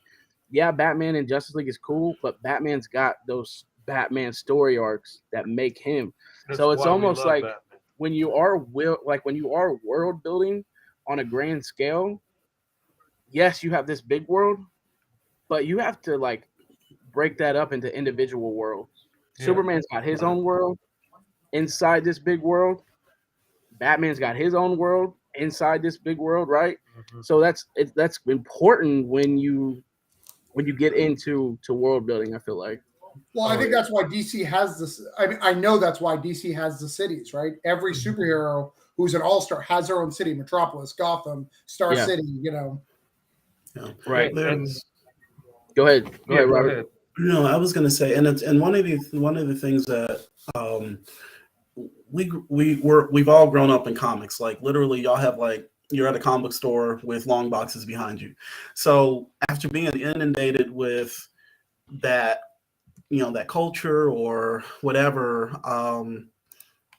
that's all we know, like the crossovers and this and that. And I think a lot of fanboys turn comic book creators, we keep that in the back of our minds. Now, the thing is, you got to break from that, because it's 10 times, it's 100 times 1,000 times harder for us to get in front of people and to keep people interested if we're doing like superhero comics specifically. Now, if we're talking about that because at the end of the day, those fans are probably going to flock to Marvel and DC, so don't just regurgitate what's come before. And that's one thing that I see when the indie companies like I said, Freestyle Comics. I think about folks like 133 Art, and I'm kind of biased with 133 Art. I've worked with them, but seeing what like specifically Jason Reeves and his team have done with like the One Nation universe, that's what I love to see. What I've seen, what Mike has done with Freestyle Comics and everything under the umbrella, it just continues to grow. And I know that that's because y'all have a fan base and you're doing something that just, once again, that doesn't regurgitate what's before. So the other thing is sometimes think about doing something outside of just superhero comic books. One of the ways that you make yourself marketable as this is my advice to writers and artists coming up in this industry: draw something else outside of just superheroes. If you do superheroes, do it well, and do it well enough to the point where people will just throw money at you to do the stuff. But I can't survive on just doing one thing. And that's why I've done my best to jump between genres as much as possible. And also that makes me marketable, but also I have fun doing different things. I learn as I go along. So that's one thing. Is just like, you don't have to just keep doing superhero comics, try something different, but also if you're doing a superhero comic, don't just, once again, regurgitate what's come before. So it's very important. And go that's ahead. One of the reasons why I did like Cthulhu Invades Oz and Wonderland is I was thinking about us as creators. Odds of us touching iconic characters. We can't all be Robert and touch Green Lantern. Man, you better stop with that. No, they have not. No, that I did that one. I'll say this right quick. I did that story, and that door has been closed since that book was published. Try my best to get back in, but that's that one credit. You will. I believe you. But I have another friend of mine, same scenario. Like, he got one shot. It was in Justice League, the Unlimited, the old cartoon. He got one shot. He did and he threw a shot. But because he knew it was his one shot, he's like, I'm going to put Guy Gardner in this. Guy Gardner's never going to make it on the show. But I'm going to put Guy Gardner because he's my favorite Lantern. But anyways, so one of the reasons why I created Cthulhu Invades Oz and Cthulhu Invades Wonderlands is these are also iconic characters. They're not Spider-Man and Batman, but the Tin Man, these are iconic characters.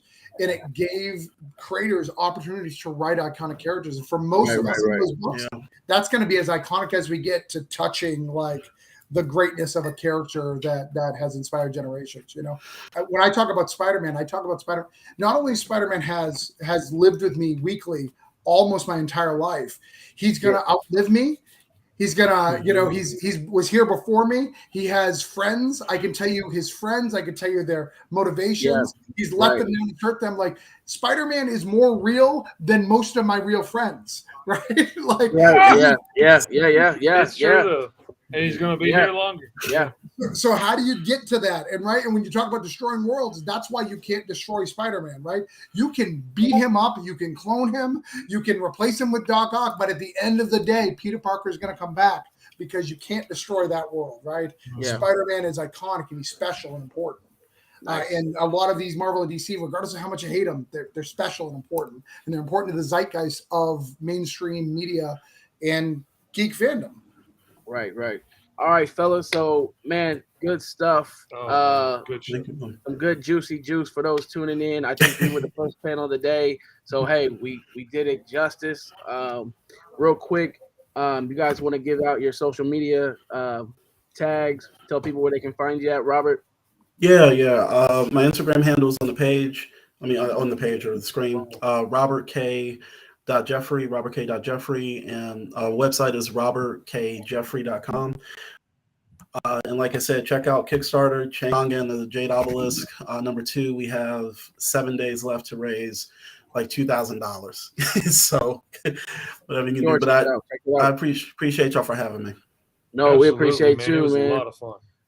Travis, what you got? Yeah, you can find me at Jester Lou for Instagram and Facebook. It's JesterLou, and I will eventually make the character to explain why I do that one day. And Travis Gibb on Facebook. You can go to any of my properties. They all have websites. So Cthulhu Invades, Broke Down and 4 Dead Bodies, Voodoo Nations, Expired, all of those. They have their own websites where you can buy your own stuff.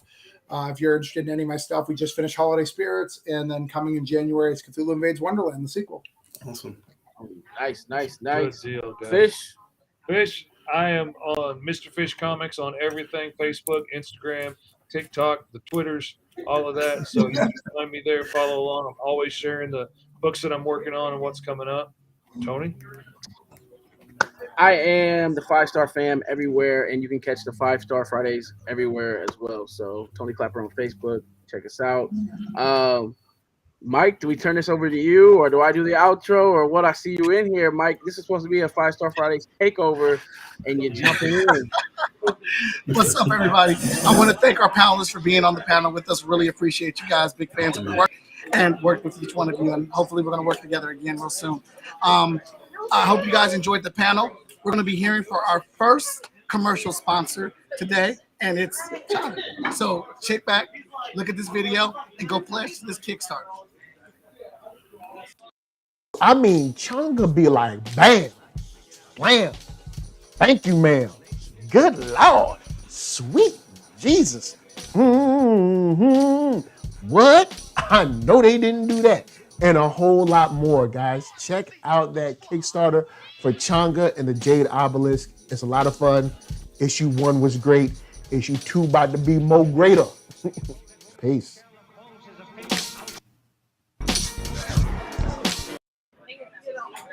Yeah, so please go check out that Kickstarter. Link your support over there. I'll be jumping on. I think I already pledged. If I haven't, I will. There's a lot of Kickstarters I pledged to. It's hard to keep up with all of them. But thank you, Travis. Thank you, Robert. I'm pretty sure we got you guys on a couple more panels, so we'll see you again. Thank you. All right, everybody. FSK Day is going on. Full steam, full tilt. We're in the building. We're at Comic Town. Everybody's here. We have a lot of amazing talent out here right now. All the FSK books are up and available. Chat and Draw books are up and available. Our next panel will be at 1 p.m. That's going to be our And Then panel. That's going to be hosted by Haley Dennis. We'll be using the You Create cards for that as well as our plug. Is my hat correct? There it goes. All right. So I hope you guys have been enjoying it. Stick around with us. I know Moana and Ryan have been in the chat. So glad to have you guys there. All right, and we will be showcasing more of our sponsors. Actually, we got a little bit of time. I'm going to give you another one of our sponsors, so we're going to be playing it throughout the night. So let's go ahead and hear from Moana.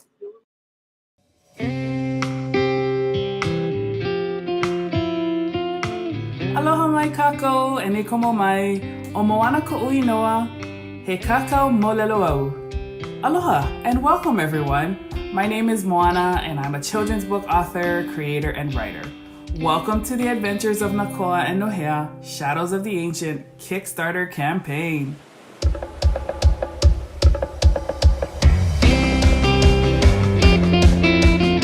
Shadows of the Ancient is a story about friendship, courage, and discovery that uncovers the secret, shape-shifting legends of Hawaii.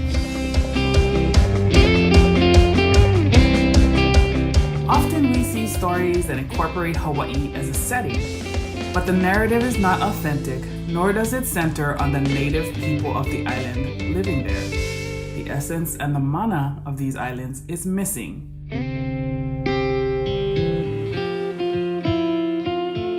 So, I decided to create the Adventures of Nakoa and Nohea to solve this problem and authentically share the mo'olelo, myths, and legends of Hawaii.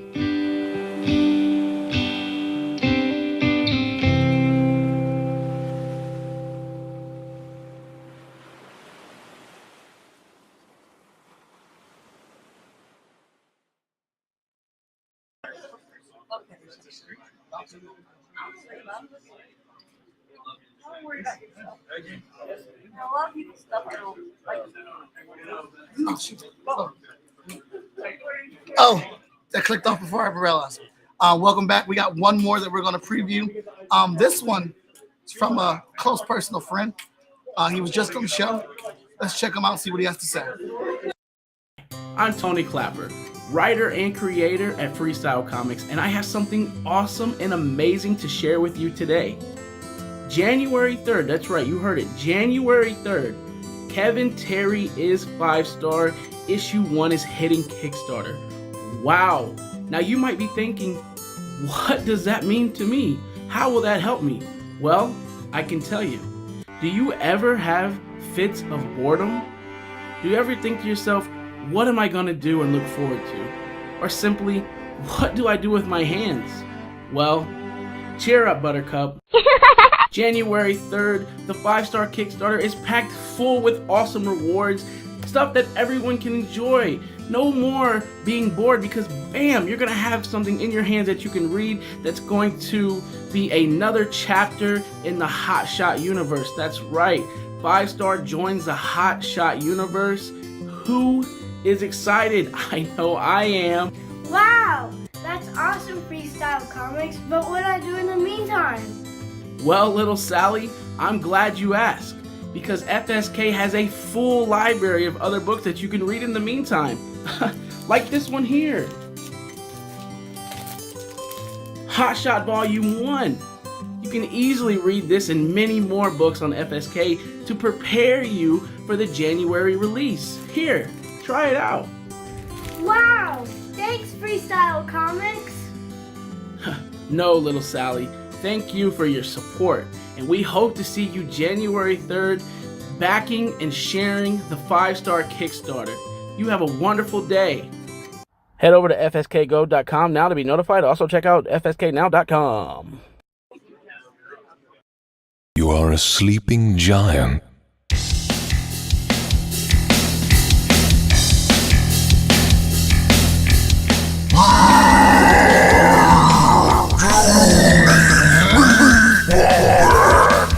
Your genome is a powder keg of raw potential.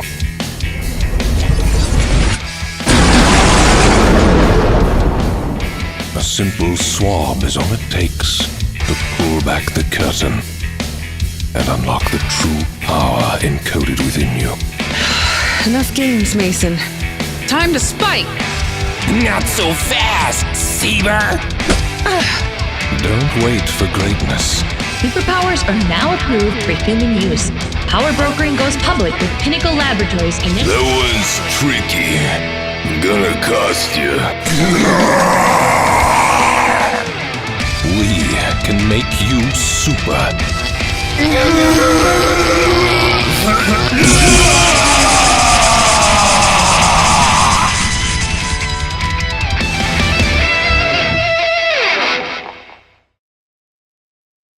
Lullaby and go bright. Now it's time to refuse them. Now you're tougher, make them suffer.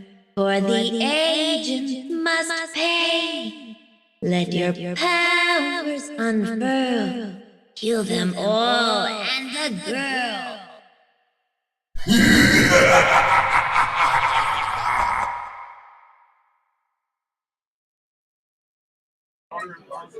And we're back.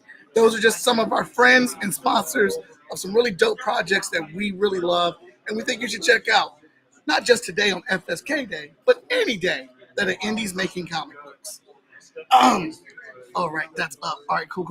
I want to let people know I put the link in the chat. The coloring contest is live for our digital comic book artists. There is a cash prize for the winner of that.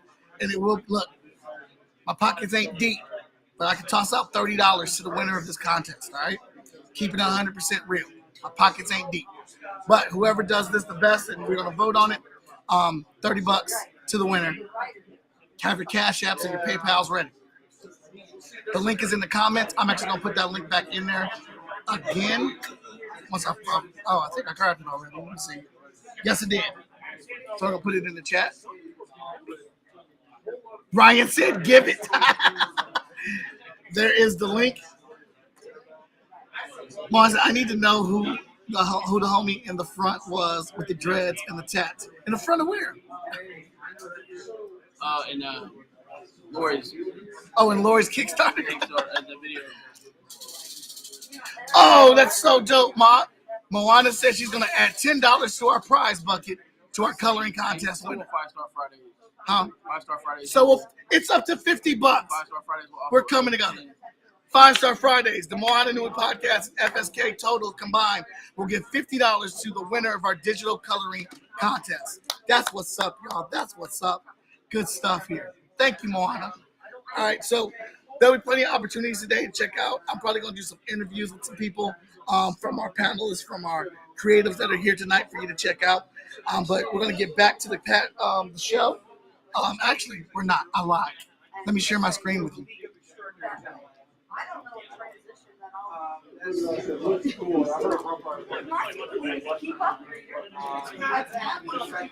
Here is our scheduled day of amazement. Right now, we got the kiddos over here coloring, and they're looking at comic books. We just did our Making and Destroying Worlds panel, which was excellent.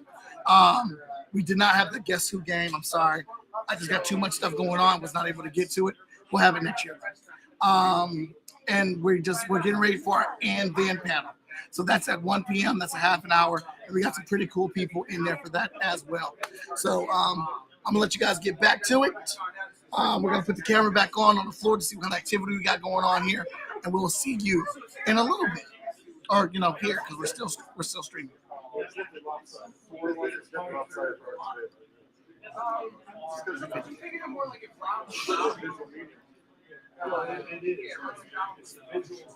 That's why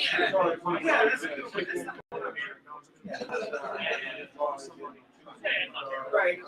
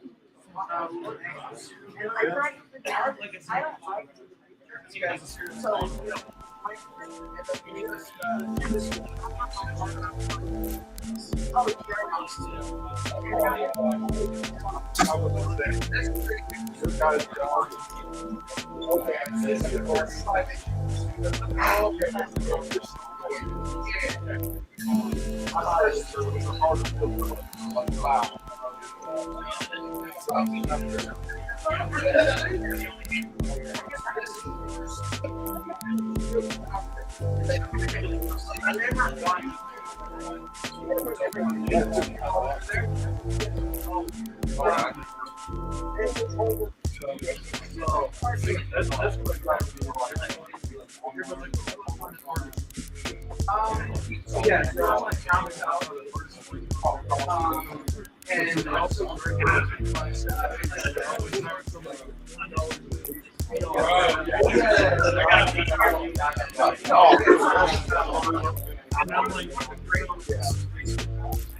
if they hire somebody that's never done live work, they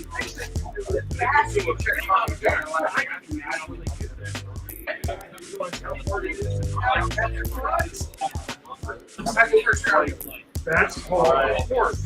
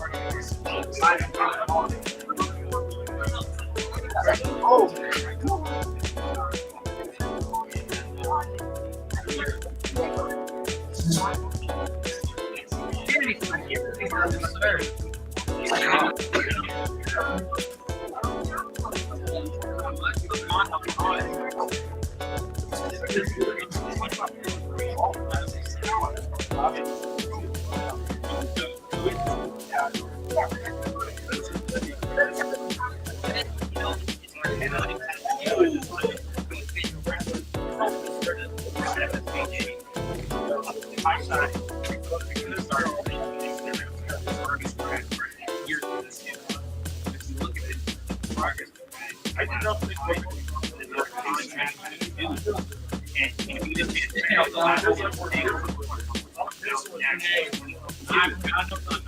so much work. Like I talked about, we were looking to go big. It's like, you know, slow down. Do it right there. And then go through. That's something that this year we we're a little bit using this by I realized a lot of stuff back and then help.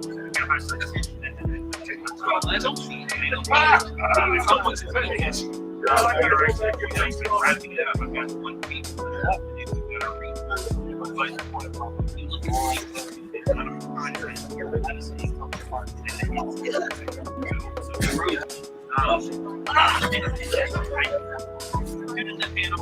you're going to be really surprised at this stuff.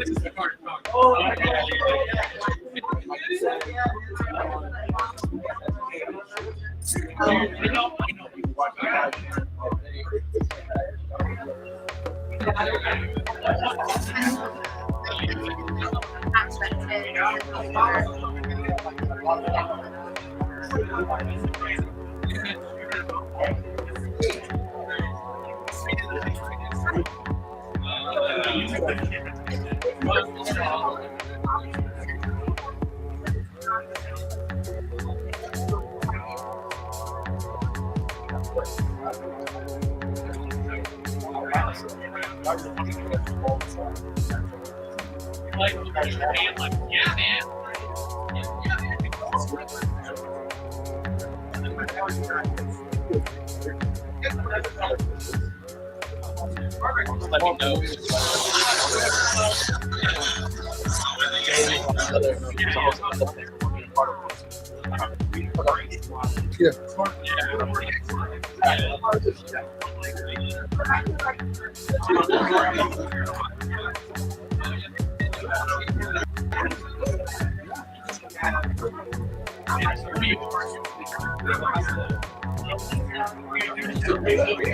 Let me know.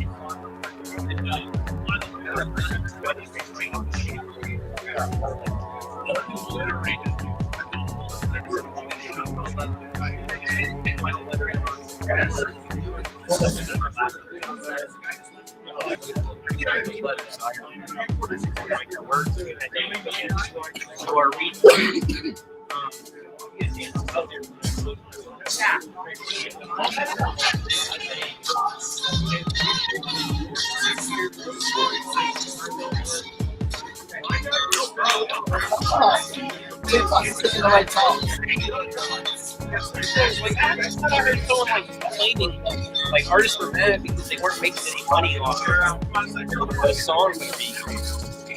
Oh, they're not? I could be wrong.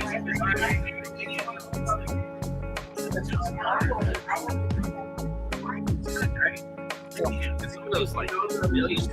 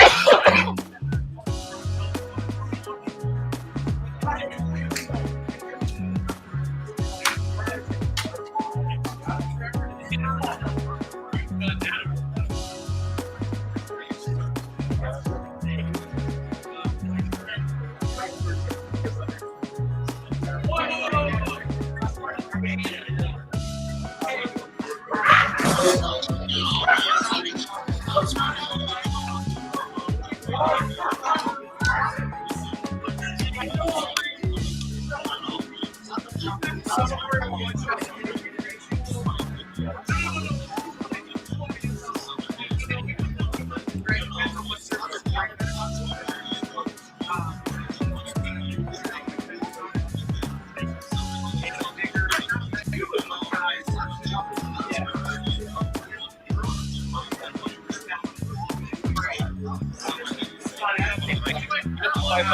that approved yet?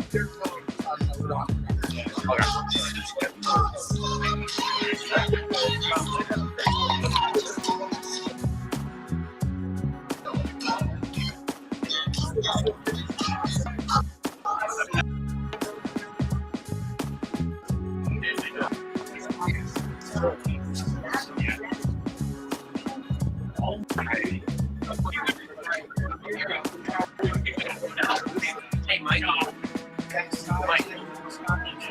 Mike.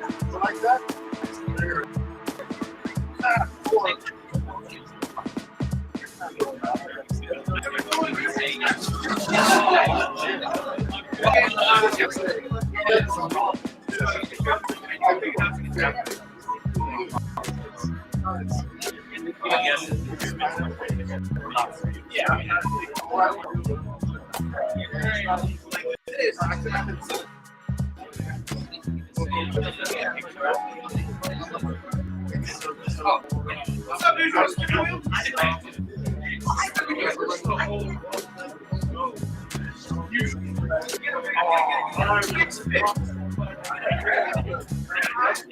Go hard.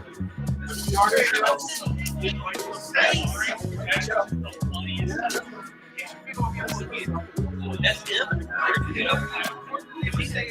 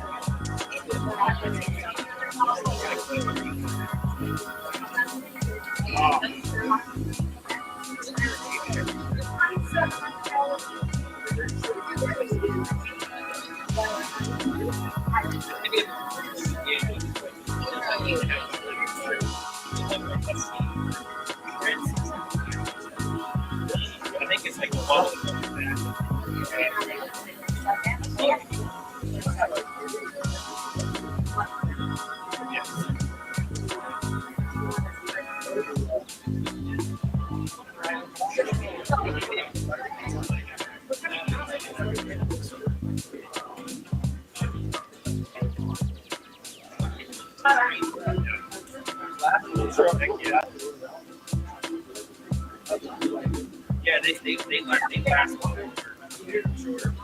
I've got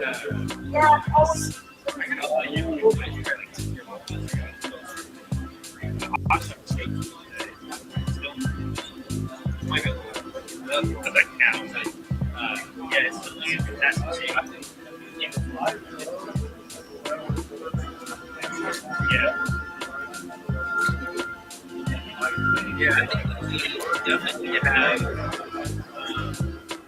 those are. Still on 5. All the prints in there are 4 for $10. They're on sale. So whatever you find in there, you can grab. We have a large library of brand new comic books from Freestyle Comics. I heard they're a really good comic company. And all these amazing, talented other all-stars out here as well that you can go and check out.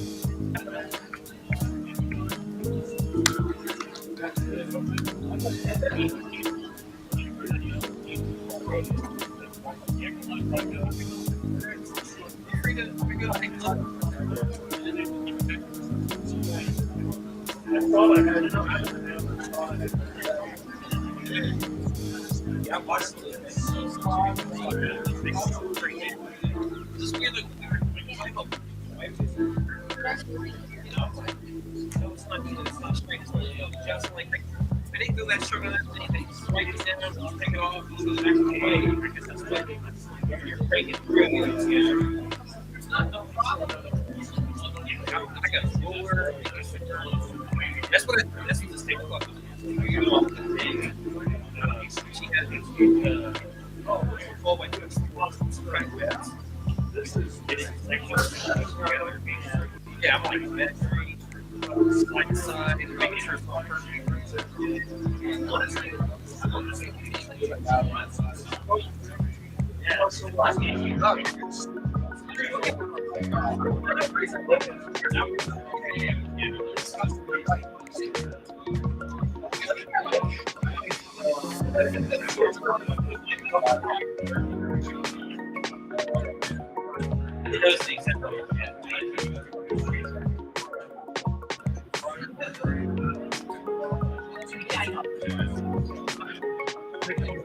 I think it's the thing you get to wear your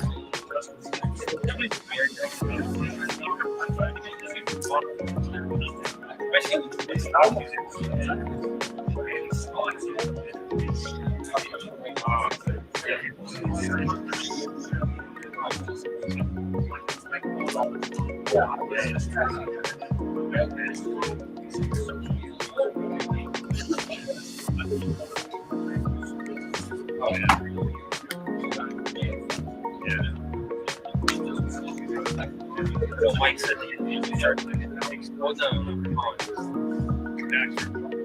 Might be a good time. So I know we talked about this but this I see something else.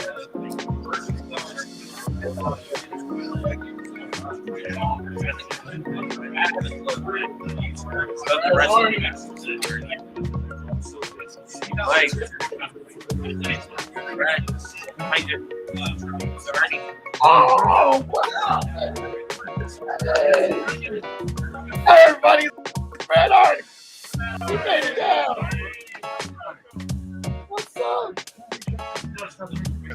Awesome, man. I'm so happy. You got a bunch of stuff. You find a good one? I didn't. How long is it? I get a room tonight. Well, let's do it like this. If you can't find somewhere, but you're too tired to drive home, you got some home. I appreciate it.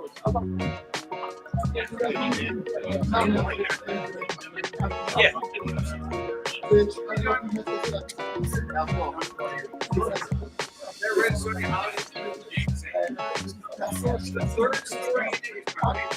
She's like my unofficial version.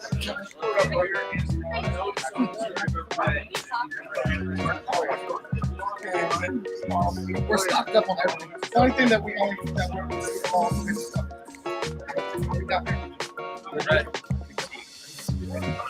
yeah. Oh, I don't have to know the book. All right, that's good.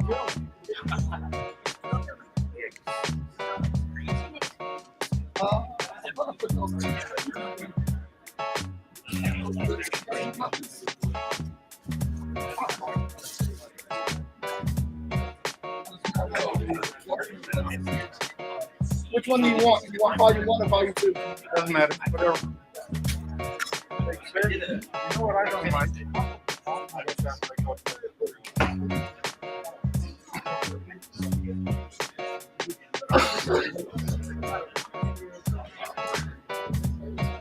We're making it so good every time I'm like.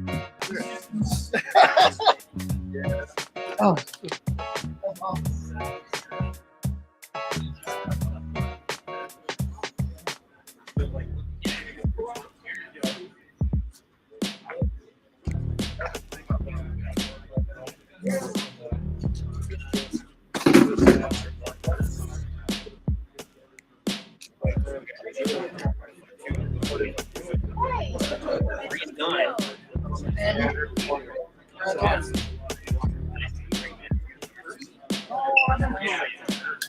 Gem City. That's right.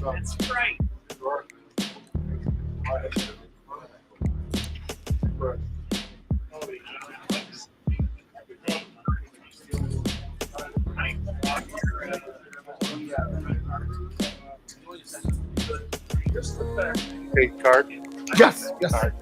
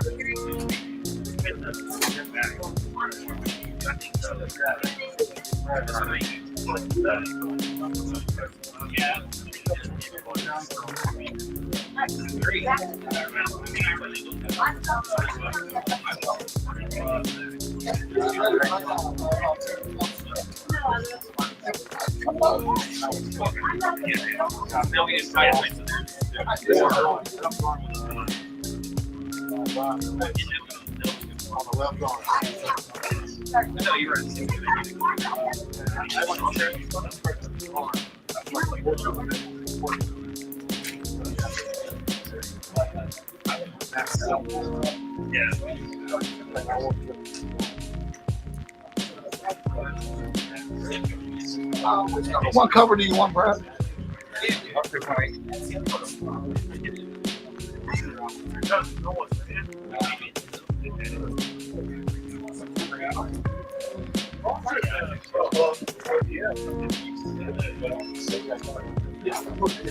I need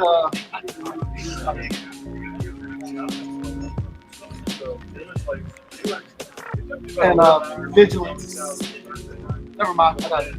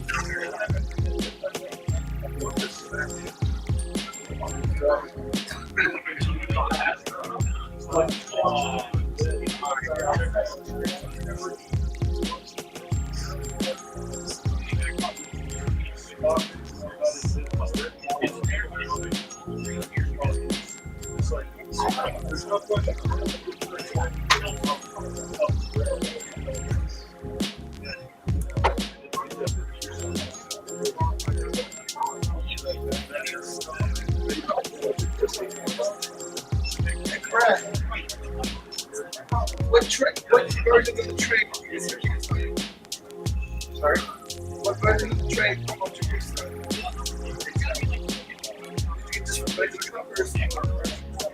I got right. I'll buy you one and two.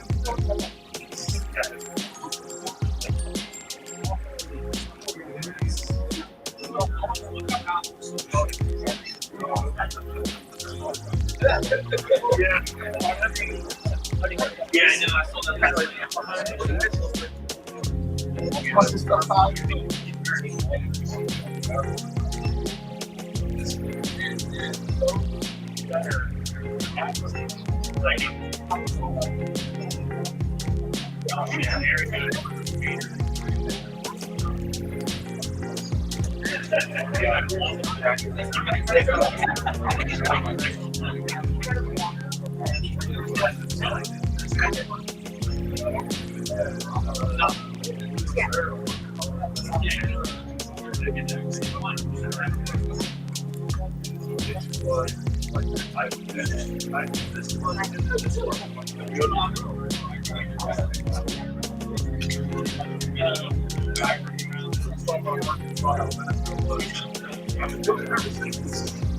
Feel bad because I like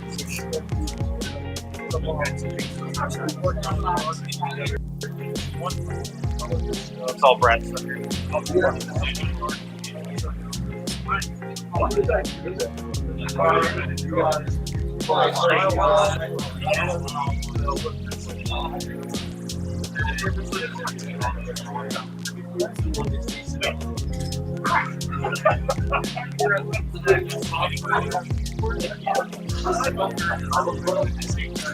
I'm gonna look up there.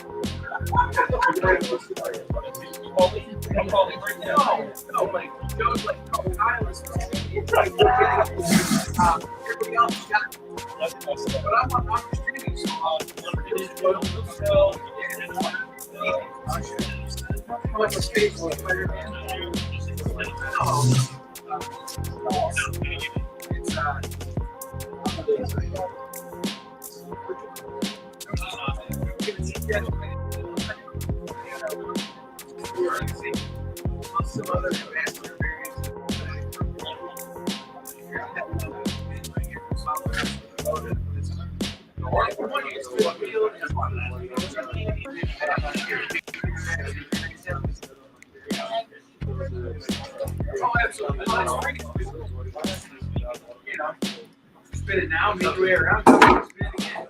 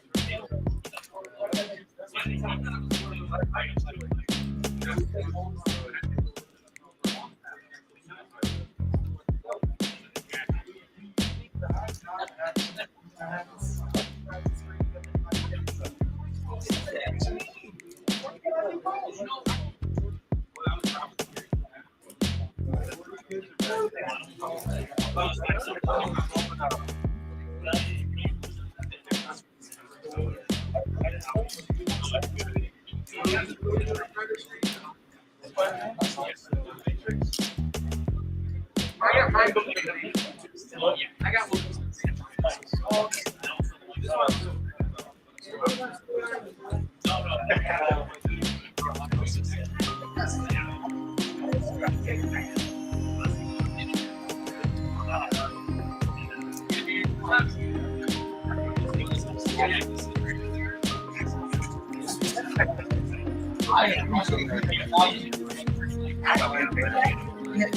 I love that.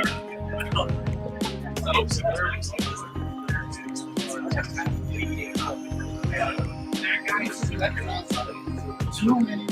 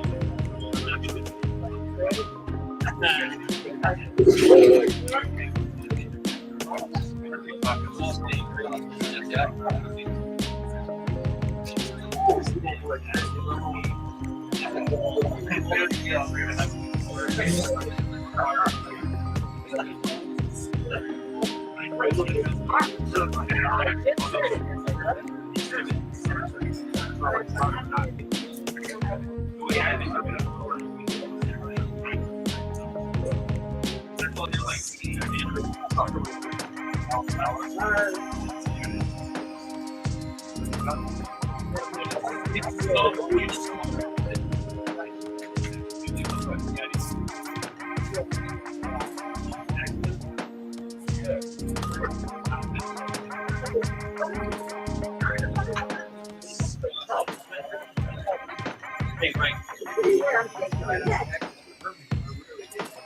You missed some.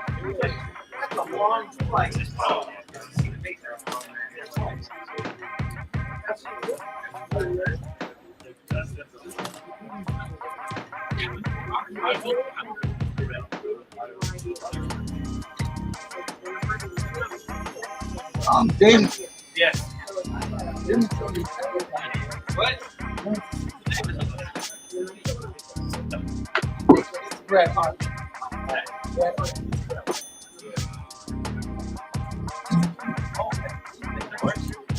It was right by me. It was right by me. Whatever you look.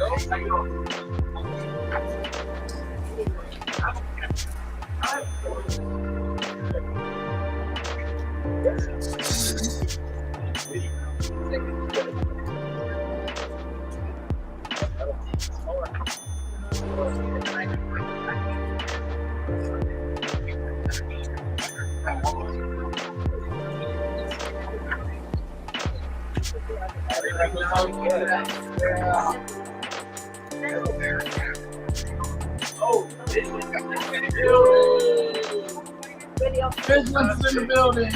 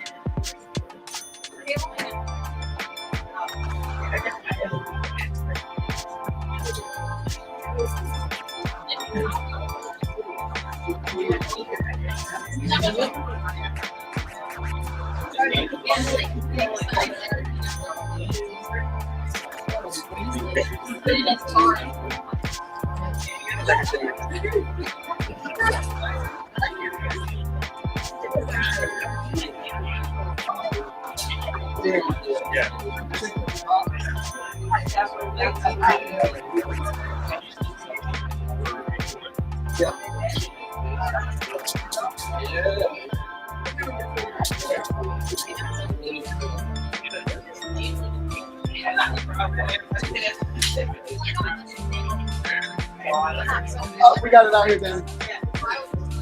There.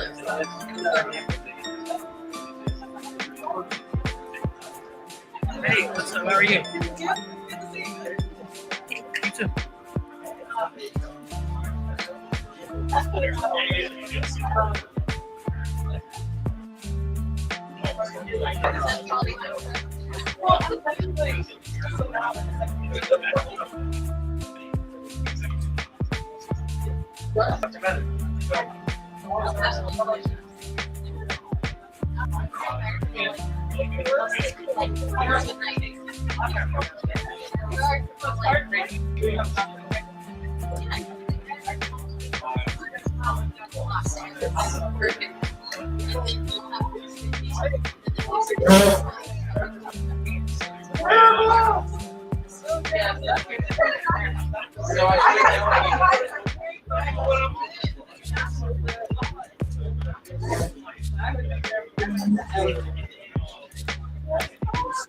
I put the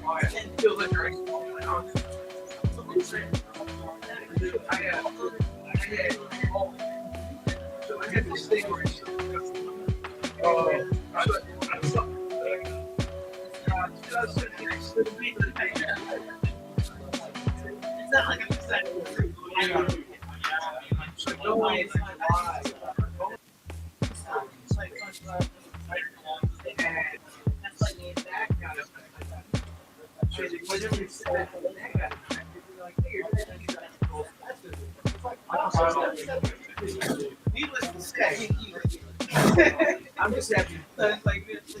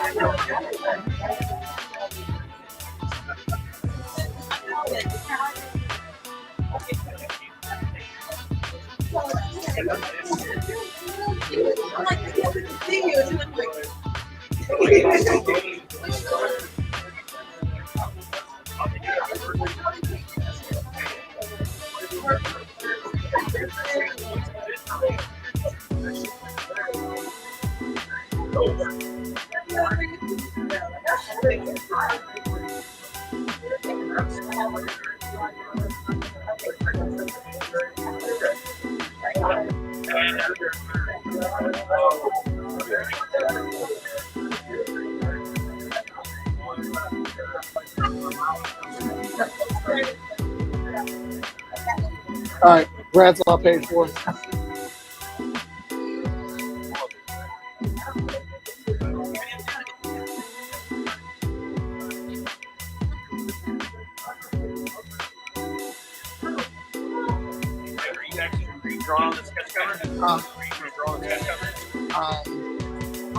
I have to borrow some stuff. Yeah.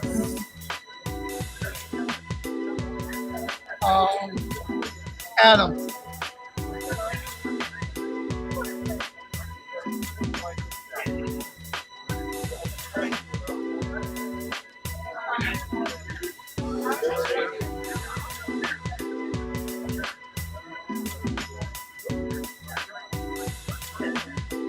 Just sitting right here, Danny.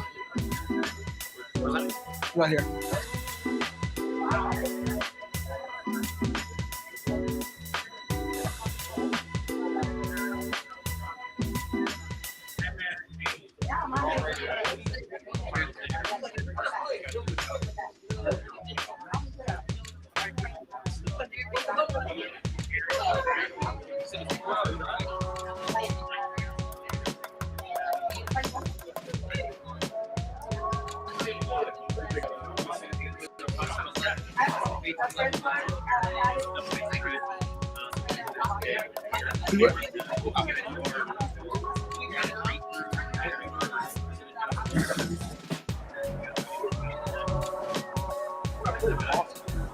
I really like it.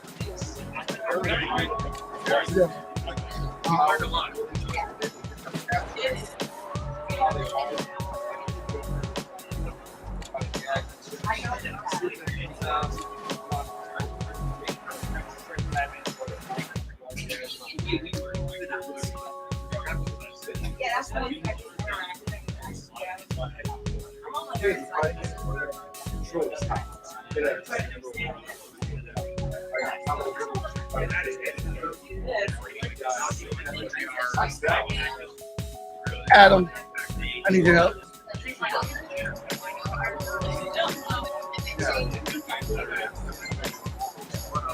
All right, right here. Okay, so shit, I put that in the back. Can you grab my book back in the back?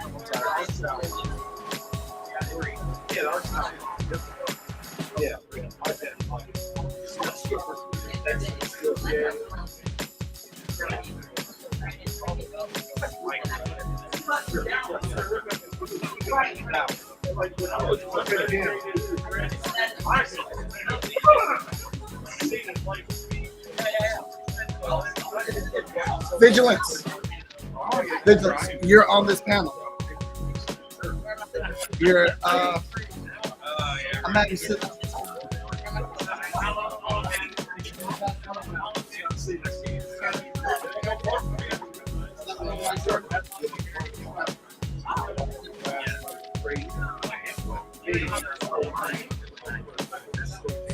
My honor leg.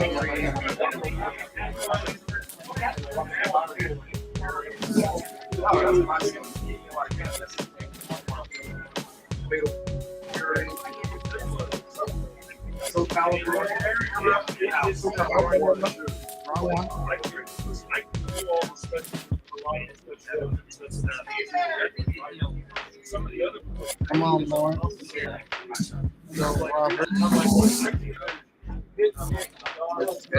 Yep.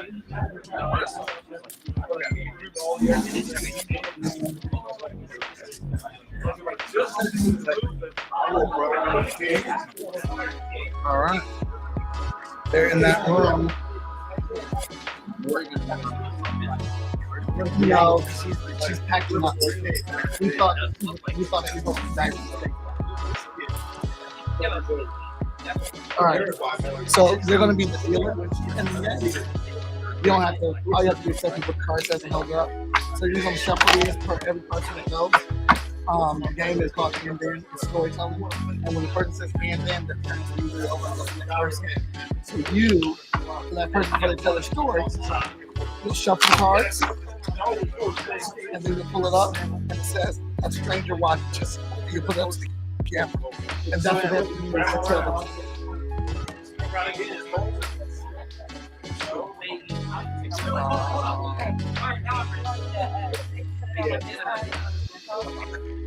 Oh, you can do it if you want. Of course. Or you can go in the back room. Back home, that's where I got the adults that are here. Back there. Camera. Oh, we're doing good on time.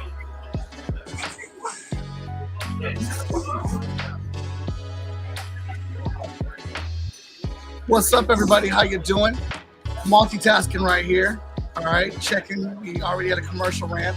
All right, I'm Mike Watson. We're back with FSK Day 2021. Still happening, still popping, still live. Vigilance has walked in full costume. Brad Arnie, one of the biggest supporters of FSK. He's hiding. But he's here in person, everybody. Kids coloring tables here. Aftershock table is popping. Dandridge is in the building. Tess is here. We're all here, and we're getting ready for the infamous and then panel. That's what's coming up next. Yeah, it's on.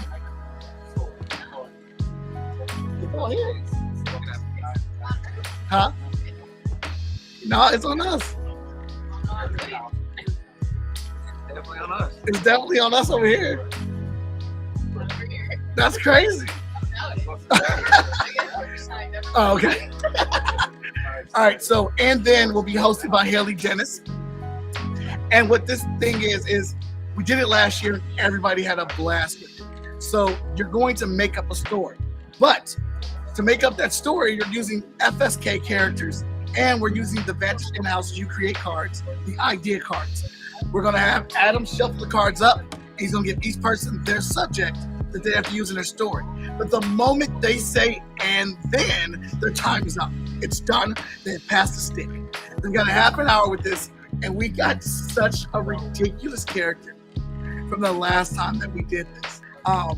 We didn't get to put them in the books this year, but hopefully with production level that we're doing this year, coming in 2022, we'll be able to use whatever character we make up for this, the standout character or whatnot. So we're going to go into our next panel, and the only way that I know how, because we worked on these and they should be seen. Here goes the intro one more time for everybody, because I think everybody's up in their weight and they need to see this.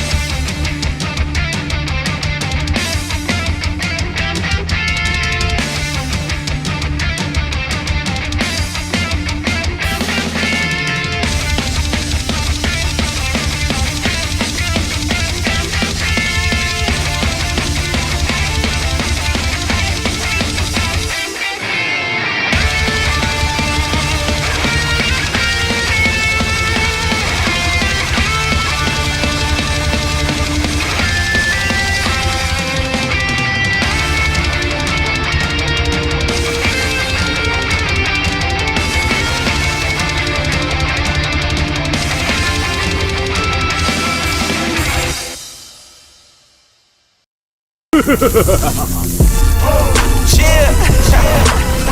think it's time for me to save the day. Grace. Y'all know what it is.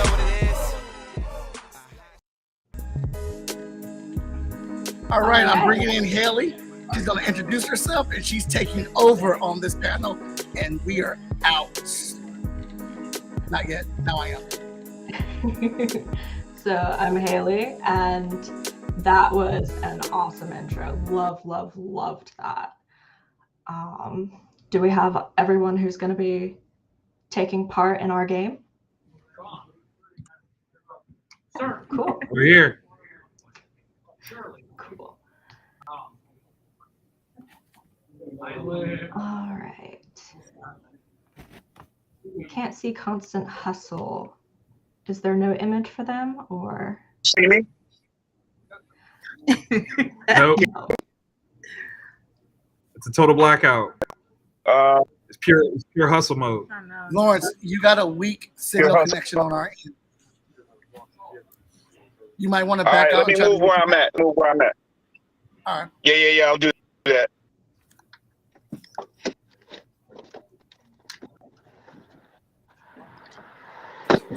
I would say, Haley, introduce yourself. Tell everybody what you do at FSK, and then everybody else can introduce themselves. And then you guys start playing. All right. So, as Mike said, I'm Haley. I'm an editor with FSK, which has been a ride. I can't believe everything that has happened. I met Mike 1 or 2 years ago. Like, quarantine's kind of made everything run together, but it's been an awesome ride, and having that awesome intro, I'd like for everyone else to introduce themselves. And I wasn't saying my intro, I was saying the video intro. Okay. How about we go on with people under most epic? I see Victor. I see Vigilance. Come on, y'all. And I'm Ma'ana Lay. I'm OG Vigilance, and I got my FSK shirt on today, repping for FSK Day 2021. And I've been around since like 2009. Absolutely love Vigilance. I do voiceovers and cosplay. And so I'm just so grateful to be here. So thank you guys for having me. Ma'ana Lay all day. Hey. I am Vigilance, but I also go by Fee or Fskday, which is also one of the names. I've met Mike and everybody in the whole crew, I think about 2.5 years ago. Only 2.5? I know. I feel like it's longer than that. I don't really seem longer, but it's been an amazing ride. I've absolutely loved everything about it. And again, it's an honor to put on the Big G. It's been a great journey. So I'm so great to be here. Thank you guys for having me. I'm Victor Dandridge, the hardest working man in comics. I am the architect of so many things under the Freestyle Comics universe. You can blame me; it's all my fault. I'll take it. Like, I probably did it. Carla's trash, and it's my fault. I said what I said. But I'm very glad to be here representing Freestyle Comics, to come back to the home base the place where I started my writing career, and to help out, have fun, and rep the OG like 2018 shirt is what I'm repping. So yeah, that's right. That's right. Vintage, baby. Wow. Well, vintage describes you quite well, Victor. Thank you. Thank you. And how about Robert?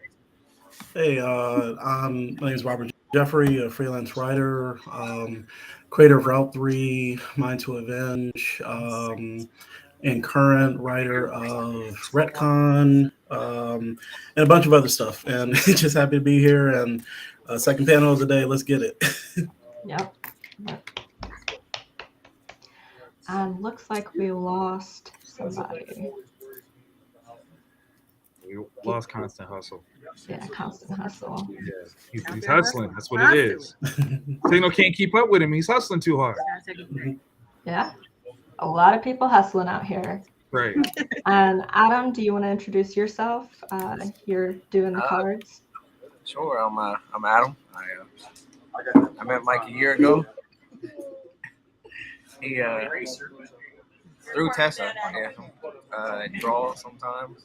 Part of that accents. I Twitch stream. That's about it. He's gonna be dealing your cards tonight. Yeah, I'm gonna do your cards. Go. Mike, you want us to just go ahead, and if Constant Hustle is able to get in, work with it? He walked away. Mike. You want to wait on the other guy, or? Oh no! When Lawrence gets a signal and comes back in, he can just pick up. He'll just jump in when he gets in. Sounds good. All right, then deal that first card, Adam. The light. Right. First card is the Stranger Watches. Okay, so who goes first? Let's go left to right. So Mahanale first. All right. Name is pronounced Ma'anale, but it's Mahanale. Sorry about that. So give me the card one more time. Stranger Watches. Stranger Watches. And they have to use an FSK character. You have to use SS or FSK character. Okay, so a stranger watches vigilance at night as she begins to pay attention to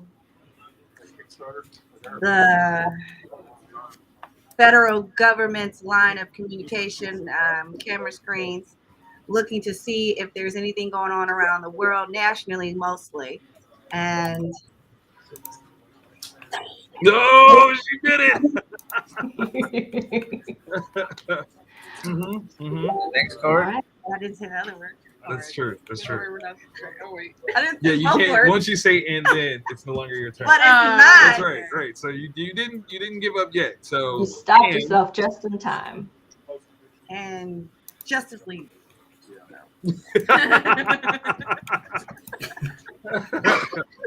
I'm horrible at this, but I'm working on it. Now where I'm at's where I'm going. Okay. That's the same for me. Yeah, I have amnesia. What am I supposed to do? Vigilance doesn't know. Well, Vigilance. I mean, you can pick up the thread. What are you looking Oh, at? did you say Justice? Oh, you said Justice League. All right. It's a multiversal story right now. So I was flying and I ran into the Green Lantern. So we're soaring through the sky, looking through, trying to see where Hotshot was at. We wanted to make sure he was good. So we decided to find the void because he was after me for some reason. I can't even remember that. It was crazy, right? So we said, let's just get after him because I said, the government's hiding stuff from me. And then, Yep. All right. So when we say "and then," are we getting new cards? Or are we still sticking with New cards. New card. You didn't get a new card. Yeah. So every time you say "and then," we get a new card, But I right? didn't say and then. That's true.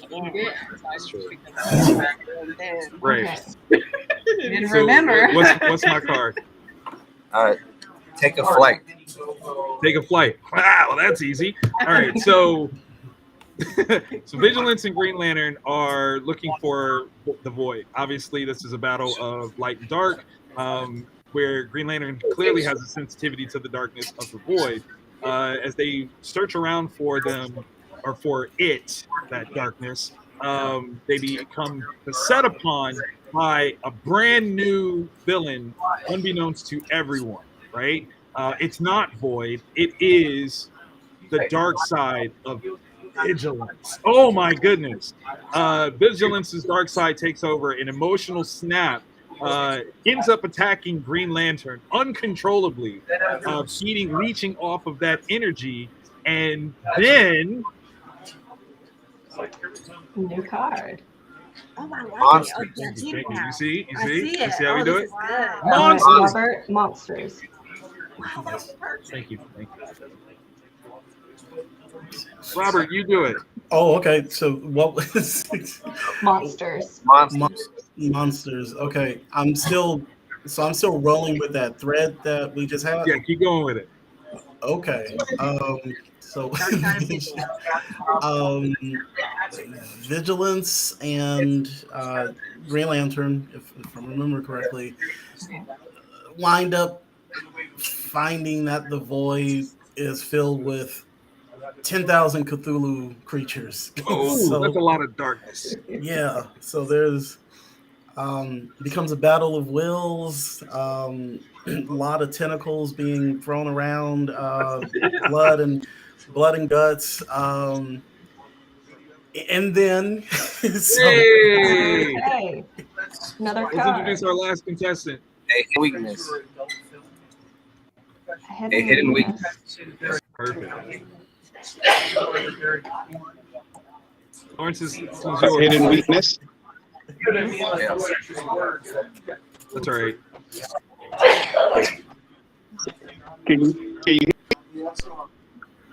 You're a little broken up, but we can see you.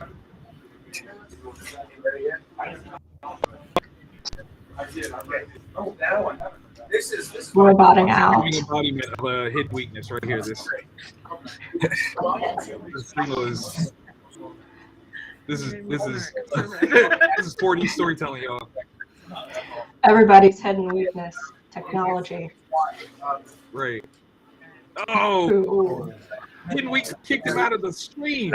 What is this? Some Deadpool action.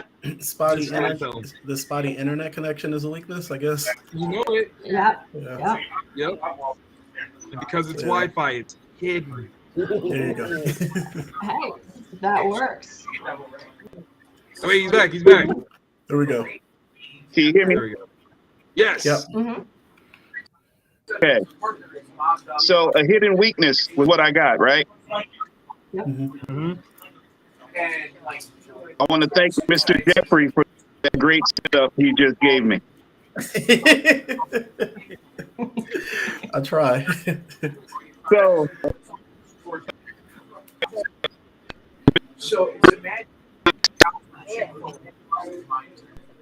up against the 10,000 like right? So make sure you follow social media. So at that strike one of the biggest monsters.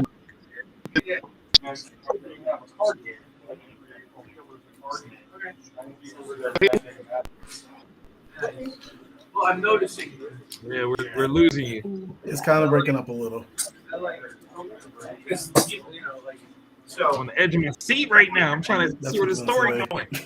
I'm actually, oh man, I want to hear it. Right, the hidden weakness That's the thing. That's is the gig. goodness. It's goodness. That's the gig.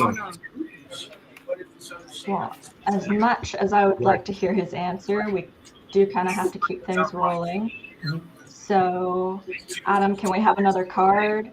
Ma'anale. Cherish. Cherish. All right, thank you for The whole that. Bible in this one. All right, cherish. All right, so Vigilance dark side begins to cherish and revel in the amazing moment to just destroy everything. And as they're in this abyss of Cthulhu. the Cthulhu, Yeah. she begins to rip through them and create a complete chaos.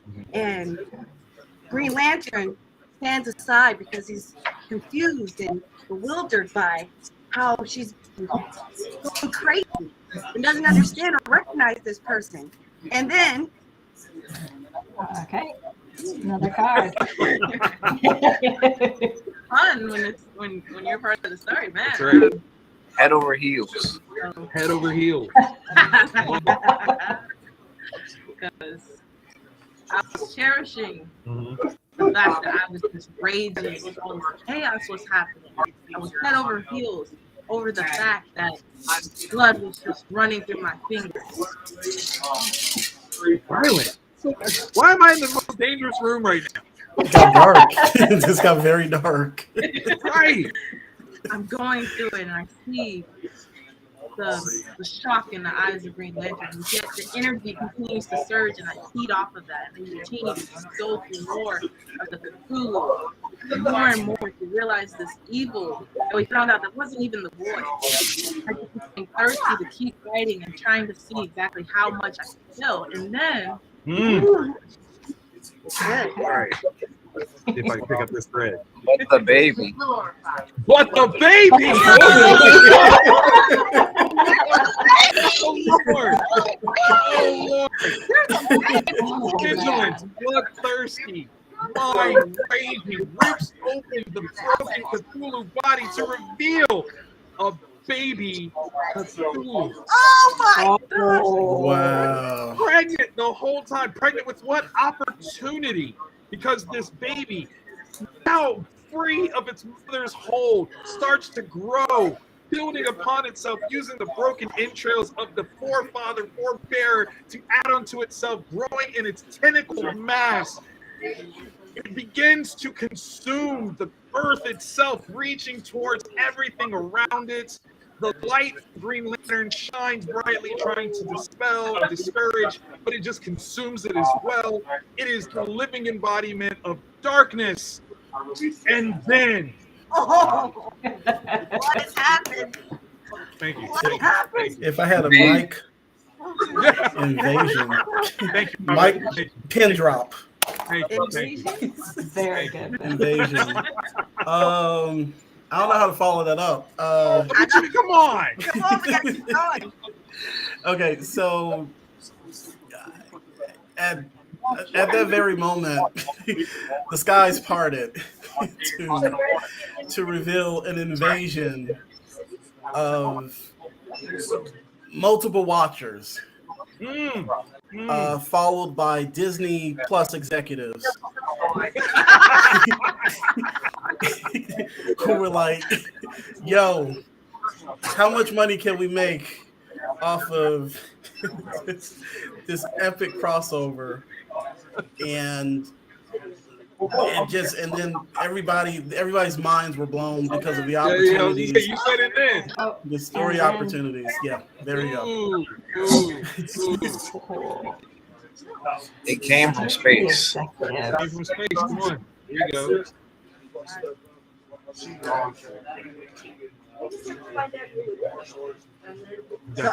So as the space and time continuum open, it came from space.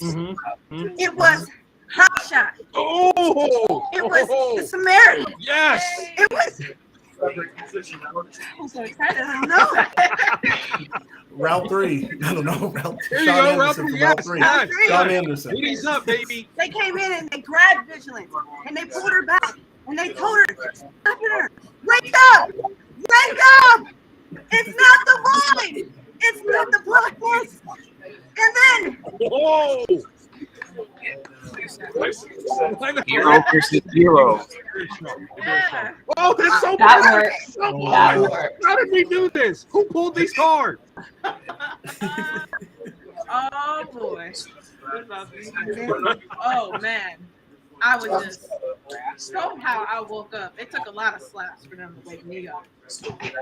I was mad that they were slapping me. And anyway, I started these hot dogs and I said, wait, I was looking for you. Where were you while I was breaking out? So I was a little upset. But again, he's my friend. I'm not gonna do that.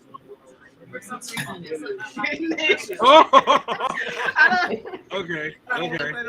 It's an emotional hero versus hero. Sidekick. Okay, sidekick. Okay. Hero versus hero. So, Vigilance is now back under control, having tempered her rage and this momentary sense of betrayal that Hotshot would dare put his hands upon her, has turned the attention back to this baby Cthulhu monster that is consuming everything in its path, and says, Hotshot, to my side. We will conquer this. I will lead the way. You back me up. Hotshot looks like, excuse me, I'm not your sidekick. He goes, today, you are. Let's go. Her cape flies in the wind as she zips forward, leaving Hotshot behind to catch up. Her fists are extended out. The energy is palpable. And then Team up. Come on, let's go. Okay. So Green Lantern is sitting off to the side wondering, yo, where was I left at in the story? Catch up, bro. Catch up. He flies up and is actually very happy to see fellow heroes of color, representing in this great space. Team up was the word, right? Was it team up? Okay, team up. So they all turn to the hordes of Cthulhu carrot creatures and look into the maw of darkness. And Green Lantern says, I think it's time for a team up. And then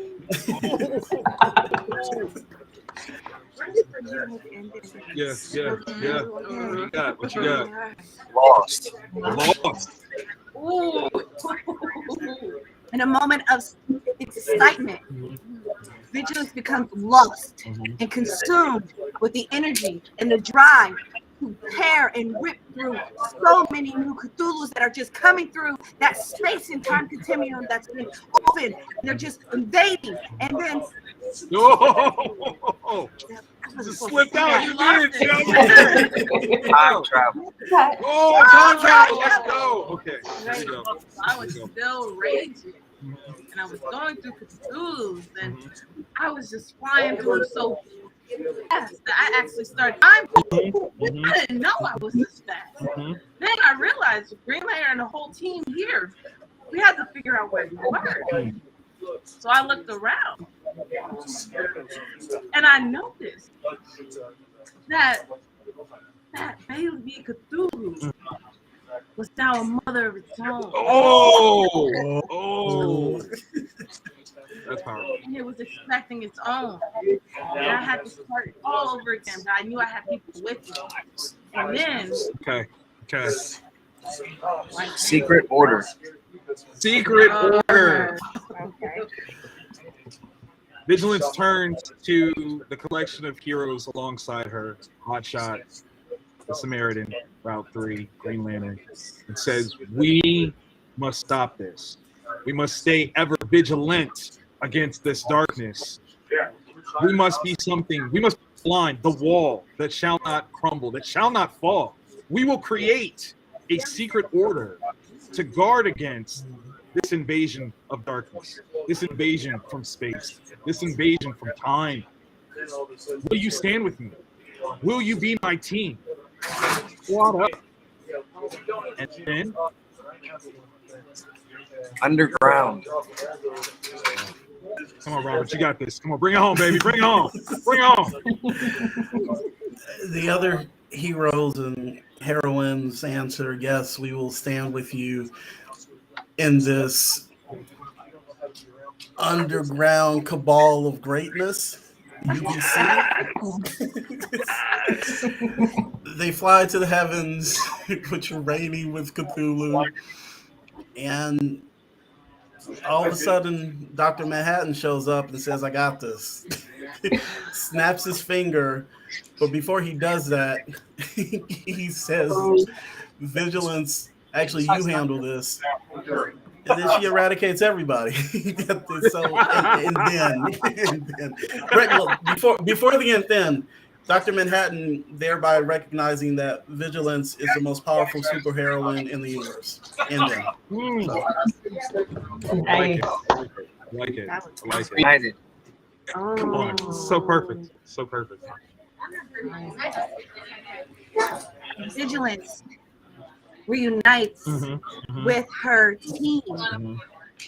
They have a last hurrah at finding themselves back on Earth after defeating the Cthulhu and realizing that being reunited brings so much more power and so much more magic to the Earth if we would just combine all of our powers with our secret order. That's right. That's right. That we can protect not only the humans and mankind, but we can protect the future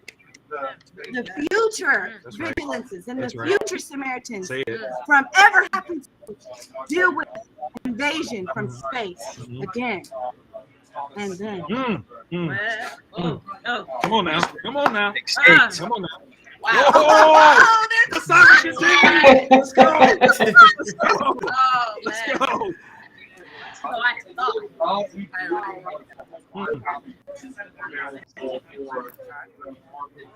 I'll let one. It takes us one. Of course.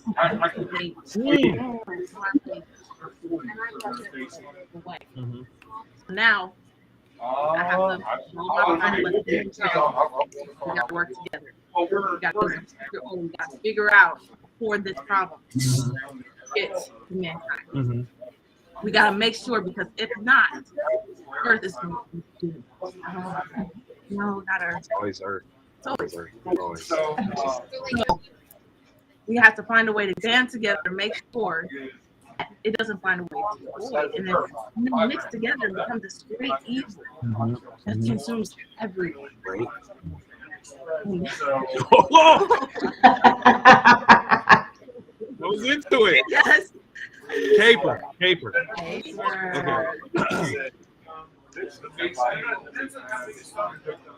Route 3 steps up, says we need a plan.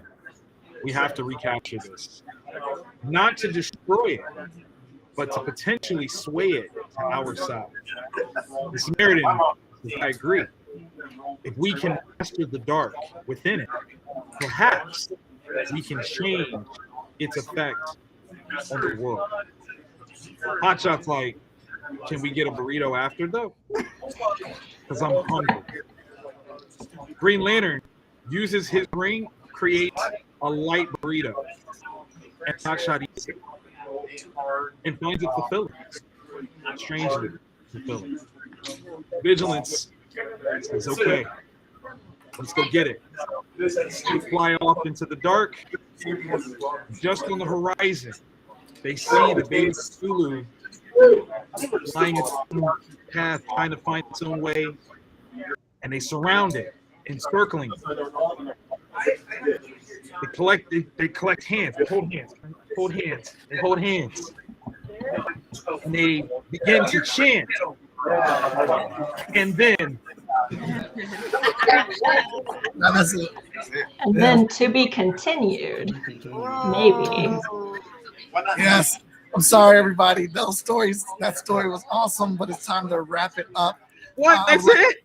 That's Yo, give us our answer right now. We killed this story. Before we end, though, Yo, Mike, bring how your did you feel about Hotshot being Vigilant's sidekick? That's some old Tony Clamper that's carrying it over. That needs to stop. What? When me and Tony had that comic war, he said that nonsense. We need to stop spreading this Let me ask you a question. Mike. What? How did Robin get his costume? Who did he get it from? How did Robin get his costume? Yeah, how did Robin get his costume? He stayed up one night. He got it from Batman, right? Nah, right? He didn't. Because he's Batman's sidekick, right? Not in my story. Who gave Hotshot his costume? His mama. Who did? Tammy. That's what you. So Vigilance is his mama now? Vigilance is his Tammy mom. gave him the costume. In Vigilance Cleveland. is his mama. I On do believe. Lakeshore You know Drive. what? You might got who got hot shot number 0? Who wants to read that right quick, fast? Oh, we sold out of those. We sold Oh, out. you sold out? Brad brought the last copy. I got a copy. I go get it. I go get it. I sold your copy because that was the last copy. I'll be right back. I'll be right back. I sold yours. I got one right here. And Well, look, all good times, but I want everybody to go to their social media real quick before we hear from our sponsors and get ready for our next panel. Oh, okay. Starting with me, you can find me on Instagram at __ Clean Waters. Facebook is Ma'anale Altar. And yeah, thanks. You can find me at Ethan Soleil on Instagram, Snap, Twitch, all those, and Peace Soleil for Facebook. Love it, love it. You can find me at Vantage In-House on all forms of social media. If you love the idea cards, definitely check out You Create Comics, the letter U, CRE, the number 8comics.com, and grab a pack for yourself and tell some stories. Hey, thanks for giving me the opportunity to be a part of the greatest fan fiction ever written. You can find me on Instagram, robertk.jeffrey, and just a shout out, we got a Kickstarter going on for Changa and the Jade Obelisk. If you love Black people kicking butt in ancient Africa, this is a story for you. So go and check us out. We got 7 more days. Yeah, we're going to definitely play that clip next after Haley tells people where they can find her. Through Mike. I don't. All right, we're gonna actually hear from our sponsors right now, which are a few Kickstarters we think are pretty phenomenal, and Changa being one of those. So check out these clips, check out those Kickstarters, and we will be right back after we hear a word from the sponsors. I'm loving it. You are a sleeping giant.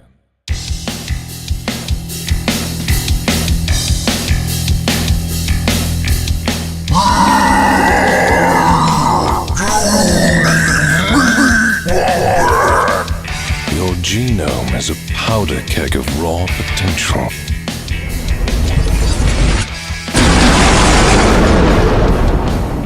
A simple swab is all it takes to pull back the curtain and unlock the true power encoded within you. Enough games, Mason. Time to spike! Not so fast, Seaver! Don't wait for greatness. Superpowers are now approved for human use. Power brokering goes public with Pinnacle Laboratories and That was tricky. Gonna cost you. We can make you super.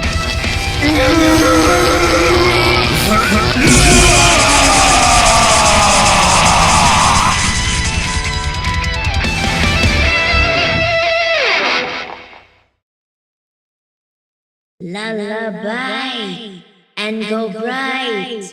Now it's time to refuse them. Now you're tougher, make them suffer.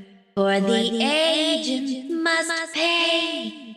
Let your powers unfurl. Kill them all and the girl.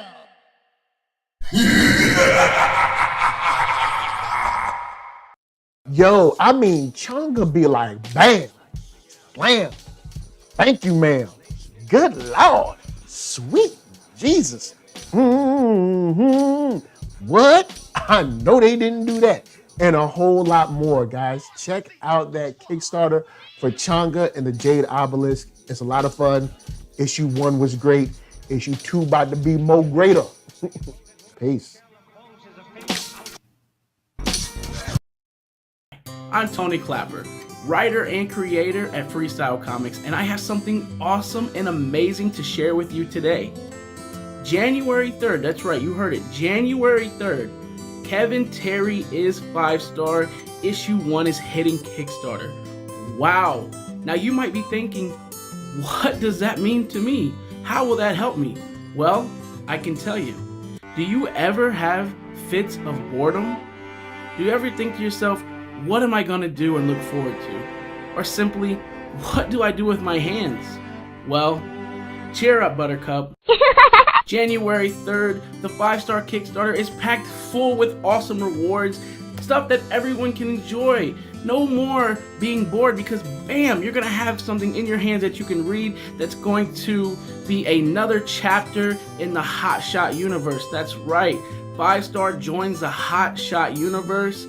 Who is excited? I know I am. Wow, that's awesome, Freestyle Comics, but what do I do in the meantime? Well, little Sally, I'm glad you asked, because FSK has a full library of other books that you can read in the meantime. Like this one here. Hot Shot Volume 1. You can easily read this and many more books on FSK to prepare you for the January release. Here, try it out. Wow, thanks, Freestyle Comics. No, little Sally. Thank you for your support, and we hope to see you January 3rd backing and sharing the 5-star Kickstarter. You have a wonderful day. Head over to fskgo.com now to be notified. Also check out fsknow.com.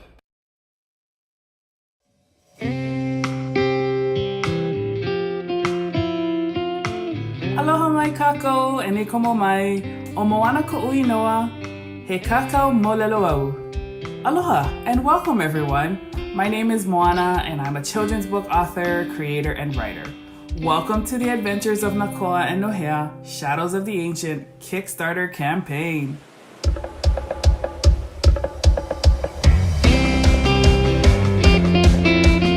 Shadows of the Ancient is a story about friendship, courage, and discovery that uncovers the secret, shape-shifting legends of Hawaii. Often we see stories that incorporate Hawaii as a setting, but the narrative is not authentic, nor does it center on the native people of the island living there. The essence and the mana of these islands is missing.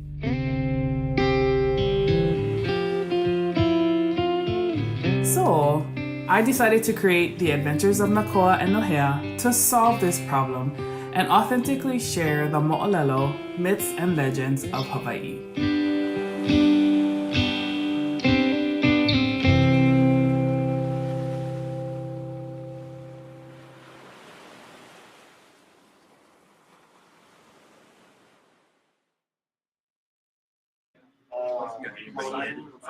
We're about to get ready to start our next panel in a few minutes. That will be hosted by Dan Cooper, and it's probably the most popular panel that we do every year. But this one's called Carla Vindicated. Okay? What? I like how you have me on that panel. I know you like it. I do too. So the story is really going to be told for real this time. We got some excellent panelists on here. Even though where is he? Even though Danny Cooper is against the truth at FSK, which I don't understand, the truth will be told. Especially if you read the new issue of Carla, Hot Shot number 0. I did not approve the name of this panel. We need to edit that. We need to edit that title. But yeah, at 1:45, that will be coming up here very soon. We're getting our guests together and everything. So stay tuned. We got a few more minutes before that pops off. And we're going to play that music again while you wait. There we go.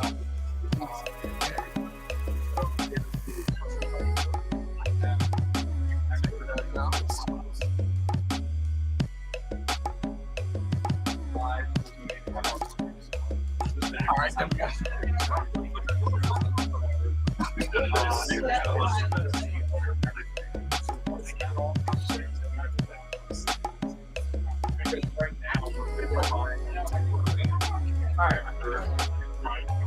Oh, no, sorry. Oh, you're good, bro.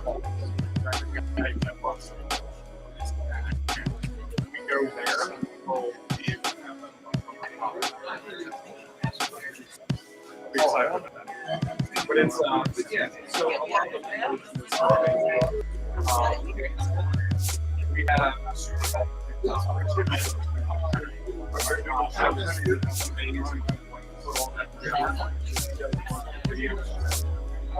and so she got on there. literally had like 600 followers. And everybody was doing about 600. So we've got videos that are well over 100,000 videos.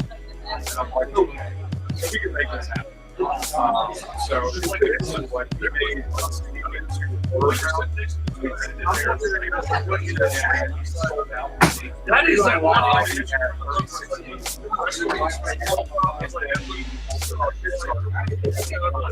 So we had to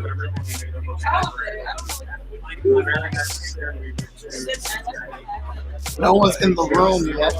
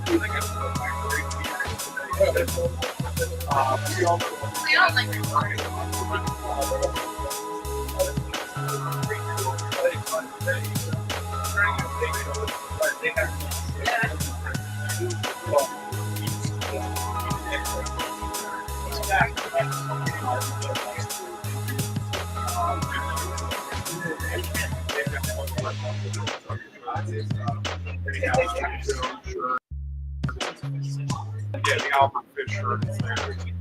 But they also have a shirt you just put it out. It says, I'm starting to you know that I'm buying that one.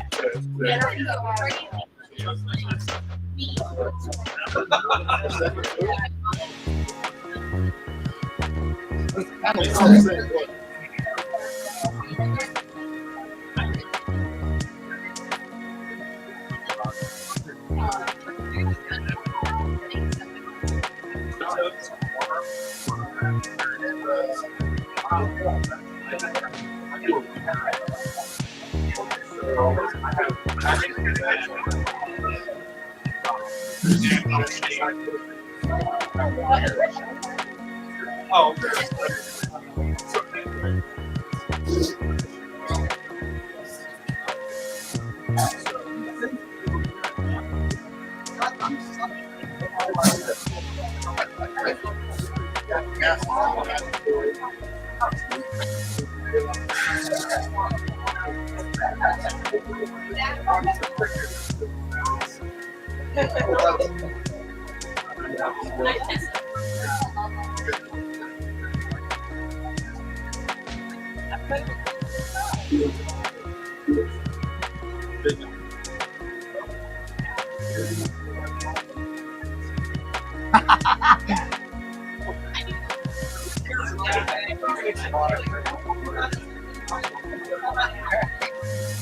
So,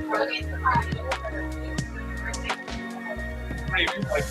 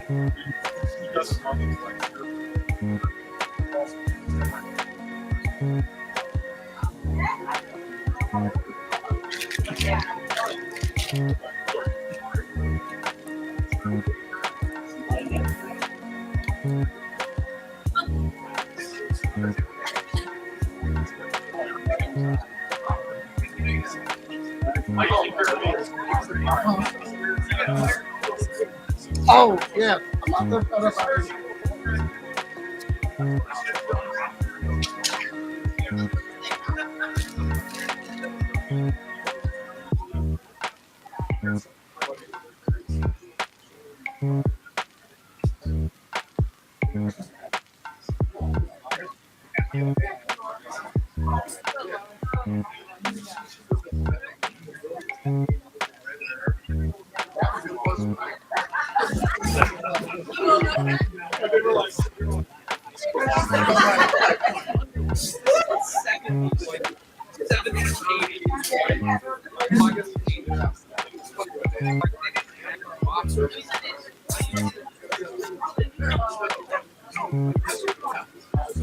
What's up, everybody? Hey, I'm gonna tell you right now. My sister is not playing games right now. Moana McAdams is in here letting it be told and letting it be known. All right? Fight night. Carl, vindicated. This panel's about to get ready to start right now. Those of you that are late, that was doing lip service, jump in when you get in. All right? That's how I'm gonna leave that right now. But let's get this panel started, everybody. Chill.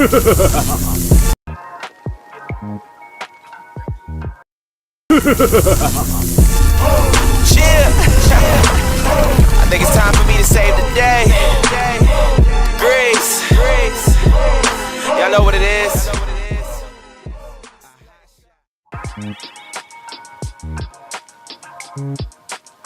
Oh, are we live? Am I on? I'm on. Mike, you just dropped me. You just left me. All right. Well, I am Danny Cooper, editor-in-chief of Freestyle Comics, and I'd like to thank you guys for joining one of the most popular panels we have on FSK Day, and it's all about Carla. Mike insists on calling this Carla Vindicated, which I don't agree with, but we're going to get into that, and we're going to debate that. I've got, before we get to our guests that are joining us today, I do want to point out, for those that are watching, if you don't know who Carla is, you can get to know Carla by picking up Hot Shot. Go to fsknow.com, go to our store, and you can pick up either single issues or you can pick up Hot Shot Volume 2, Volume 1, our store, as well as the new Hot Shot Zero, which is apparently Mike's ace in the hole for why Carla is not an a-hole. So we'll get into that. First, let's bring in Moana Adams. Hey, Moana, welcome. Thanks for joining us. Thanks go for ahead and having me. let you introduce yourself, as well as let's talk about your Kickstarter there. Give us a plug on that as well. Oh, okay, cool. Hey, everybody, Moana McAdams here, editor at Burning Spirit Comics for the Wildcard Chronicles comic book series, and also a children's book author for the Adventures of Nakoa and Nohea series, which is currently on Kickstarter. Shadows of the Ancient is our second book up there now. We have a little less than 2 weeks to raise, I think, about $4,500 more. So definitely check that out if you can. And thanks to Mike and the FSK crew for giving me a chance to come in and, defend our girl Carla today. So I'm looking forward to it. All right. Next joining us is Amani Latif. Bring him on here. There we go. Hey, Monty, how's it going? Thanks for joining us. What's up, you guys? I'm in the house. go ahead and give us an intro to you and all that you bring to this conversation. I'm a Carla hater, but I'm looking at shooting some bell, a little bit of bell today. I'm Imani Latif. I'm the host of Black Comics Universe that streams every Tuesday at 6 p.m. You can check me out. I'm also the creator of Peep Game Comics, and that's about it. I've been trolling Michael for quite a while now. I finally got issue 10, which I love, and that's about it. All right. Well, and I've also got Mr. Tony Clapper here with me here in the backstage studio here. Hey, you're right. There we go. Oh, Right here we there, are. right there. All right. So we're gonna dive into this. So, Mike, I don't know if you want to jump in here with this because I know that you, I don't even you're not on this because you're so adamant. You're gonna be in and out, I'm sure, of this conversation. All right, great. He's gonna stay out of it. All right, we'll see you. There we are. I see you there. You're muted. Yeah, you're muted. Mike. Even your computer knows you're on some nonsense. I won't be popping in because I know the truth is unbiased. I got my girl Moana up in here, and I got some secret videos for y'all today too. That'll randomly pop in when Imani want to get out of line. Well, I got some secrets surprises too. So do you want to start off with your propaganda? Propaganda? Propaganda. I'll get it in there on the first opening. Be ready. First opening. All right. Well, first off, again, so this debate is whether Carla is in the right for her anger and frustration with Mike over the fact that he kept the fact that he's a superhero a secret from her, versus whether or not she is completely out of line. She is his ex, and she is selfish and self-centered and a terrible person. We'll compare those differences of opinion. So, Moana, we'll let you state your case first, and we'll turn things over to you. I don't know why it's so funny. Why I gotta go first though? I don't think Carla is trash. I think Carla is someone, who, if you are in a relationship with someone, they actually have to be in the relationship. They have to be there. And if you can't spend time with that person, then of course someone's gonna be upset. Put yourself in her shoes, you would be upset too. You'd be throwing your own tantrums, just like y'all. That's why y'all hating on her, because if the shoe was on the other foot. The shoe was on the other foot? Yeah. The shoe was on the other foot, you would be just as upset. So I'm gonna start with that. To make sure that I'm understanding, you're saying that because they're in a relationship, he needs to be open and honest with her. Correct. Yes, open and honest, and also present. Like if you're always late, then it's a problem. It's not like it's a one-time thing. It's a pattern, right? So what is someone supposed to think if you're not willing to defend and give a reason of why this is happening? That's fair. And I have I think our surprise guest that I'll bring out in a minute would have something to say. Oh, you ready to jump in? You jump in. I'm jumping in right now. Come on, big yo. The original Carla writer is here to set the record straight. Victor Dandridge, hardest working man in comics. I don't even know what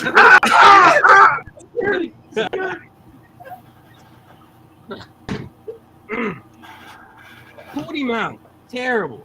See, one-sided conversations. So I think where Victor was going with that as a response was that I think he would agree that if they are in this relationship together, that he should be open and honest. But let's not forget that in issue 1 has already broken up with Mike. True. They're not a couple. Yeah, so her expectations may be a little unfair because they aren't together anymore. Am I speaking Hold up, on your though. point here? I think what the other This problem seems like a at perfect hand time for a video. is simply this. I didn't even get to share my point. Here go Imani. To Moana's point, right? Not spending time with the other person is bad. Mike is not getting to spend time with Carla, but he doesn't break up with her, right? She's busy too. She's doing her own thing. He doesn't accuse her of nothing. But we That's don't all see I'm that saying. though.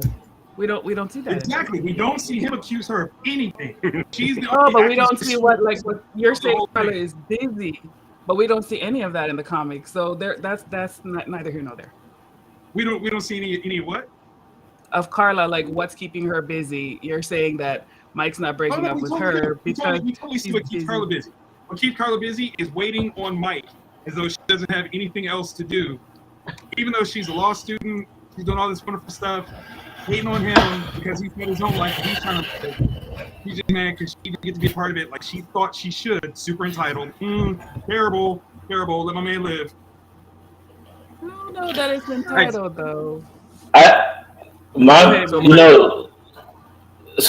point was like, it's interesting the way y'all wrote her. It's like you can empathize with her to a point, right? It's sort of like when he shows up late, when he's keeping secrets, all that kind of stuff. I guess that's sort of part of the course. If somebody in a relationship, we all get upset about stuff like that. For me, it's when he literally saves her life. He does a whole bunch of superhero stuff and reveals that he wasn't just late. He was actually trying to save half of the city, or he was like, he literally saves her from dying. You know what I mean? And the fact that doesn't earn him any points in any of this is sort of what makes her such a complicated character for me. You know what I mean? Because that's when she becomes a villain. Like, okay, he literally saves your life. You see him literally having cold sweats. He's in a bathtub. It's like, he's going through all this epic stuff, pun intended, of course. And he doesn't get the benefit of the doubt. That's where I guess she gets to be, problematic for me. But I will be. Yeah, go ahead. So you're saying he saved her life as Hotshot. At the time, she didn't know he was Mike yet. Once she figured that out, she broke into his apartment after knowing, because Mike even asked her, "How'd you get in here?" She breaks into his apartment, and she has a key. It's not breaking how bad he was breaking. When he passes out, what's her instinct? And I like how you drown blocking him my in the videos. bathtub. I like how you blocking my videos. The video is coming on.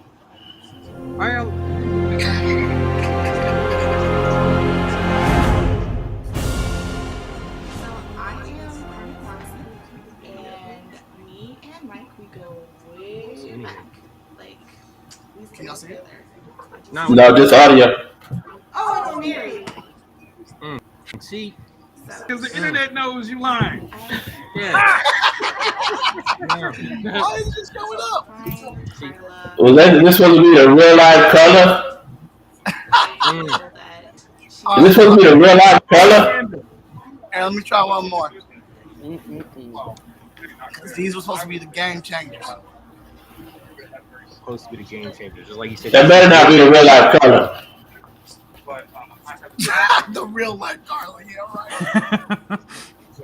They're not. That's what I. Didn't have the That's what I think. You know what? To be honest, that's what's so interesting about this whole conversation that we've had for over 5 years is that I think this is awfully personal. Like, this must be a real person. Like, this must have really happened to some degree. It's like, because y'all, either Victor had gone through this with a real person.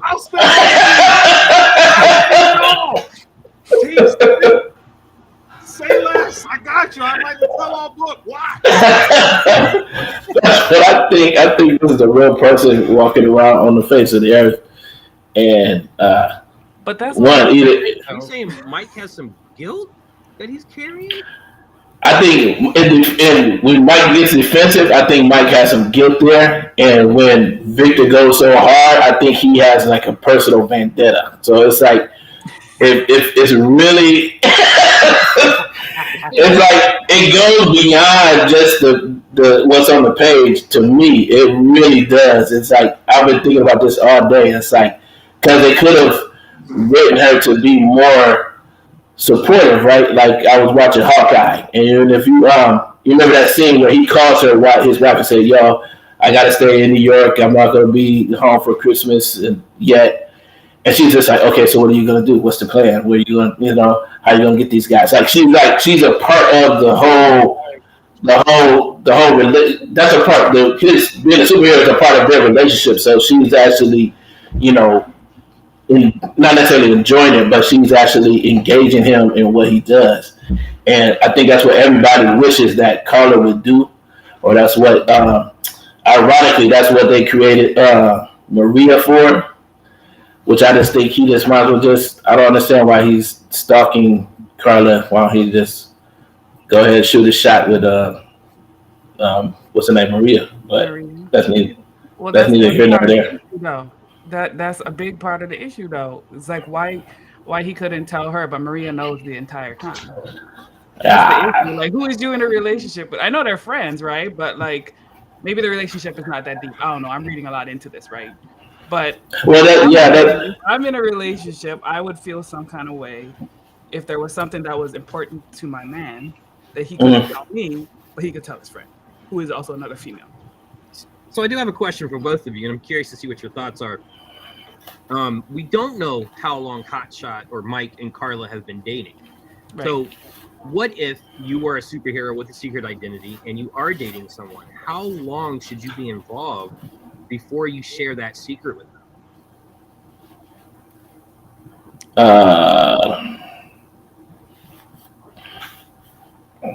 That's a good question, because there's all kinds of variables. Exactly. It also depends on the type of relationship that you have. Plot thickens. Right? So, and the type of person that you are too, right? Like, so maybe, yeah, I mean, I know y'all talked about like, kind of her coming off desperate, like she doesn't have her own shit to do, right? Like that she's worried so much about him not being there. Why doesn't she just focus on her stuff? And I do know some females who are like that. So I get that, but I guess I don't have enough background on the true type of stuff outside of this relationship with Hotshot about Carla to make further assessments. I'm only going off of what you're telling me in comment. You know what's interesting is how comfortable. I think a lot of writers are writing these relationships where the hero is comfortable with telling someone close that they are a superhero, like they're writing it into the next Spider-Man. It's sort of like Mary Jane knows, you know what I'm saying? Ned knows. And even in this case, he got two people that know, right? And he's very comfortable with Maria, who knows. And she caught on early on, and he didn't necessarily try to hide it. Once she figured it out, it was just sort of like, it was supposedly like a big relief for him. Now he could just fly into her bedroom window whenever he, what you know what I'm saying? It's just, but anyway, so to that point, it's like, I don't know, it really, I don't think it's so much about how long you were in a relationship with someone of the opposite sex as much as it is how close are you to that person in general, I guess. It just so happens his best friend happens to be a female, so he confides in her a lot, but that could just easily have been one of his boys, and that could have worked out just as well. But I think that's what makes the whole thing complicated. Like, okay, if it was one of his boys that he told, I bet you Carter wouldn't have been as angry but because it was supposedly like this female that he was close to, that's what would have sent any woman over the edge. Like, that's how that goes. So, right. I mean, so yeah. If you look at that in the conversation they have in I believe it's issue 3, where they're actually, after she tries to drown Mike in the bathtub when he wakes up, they have a really good conversation, but it's that moment when she realizes that Maria knew. That is the moment that she can't, even though he didn't tell Maria, as Dana G. Quick points out, Maria figured it out on her own. Still, the fact that she knew was a big issue for her. And I think you bring up a good point. What was their relationship? Was their relationship strong enough for him to share the secret with Carla? Maybe there's a reason beyond just I have to protect you that he didn't tell her. Yeah, there's so many different aspects of their relationship that just seem problematic in general. It's sort of like, aside from him being a superhero, I think superhero just makes it even worse. But I just think that it was going to be messy regardless. Toxic. Yeah. Right. Yeah, good point. Toxic, definitely, I think a good point. So, I don't know if you both had a chance to read Hot Shot Zero, but we did release this through the Kickstarter with that beautiful Ryan cover. Ryan Reynolds Shout cover out is to just Ryan. fantastic. Shout out to Ryan. Oh wow. We did go back and actually originally when we released Hot Shot Zero, it was intended to be a silent issue kind of in tribute at the time to Marvel's Nuff Said series the short series they did of books. So we went back, we lettered this. Victor also wrote for the second half of this story, but the first half really deals with Mike and Carla. So I'm curious if you're familiar with this story, what your thoughts are as Mike feels this helps vindicate Carla's position, and it really helps illustrate just how bad things were with Mike, between Mike and Carla, and how much he has responsibility. So I'm curious, what are your thoughts in this situation? Does it really vindicate Carla, or do you feel it's just more of a scenario of where she's just more so demanding and not considerate of what could be going on with Mike? Like again, I think it all comes down to when she is. It's not so much that I don't have a problem with her being upset the way he's acting before she finds out. It's for me. It becomes problematic once she knows, and she doesn't sort of like have any type of empathy or understanding about the whole situation. It's like reading issue 0. All that this shows is that Mike is just a trash boyfriend.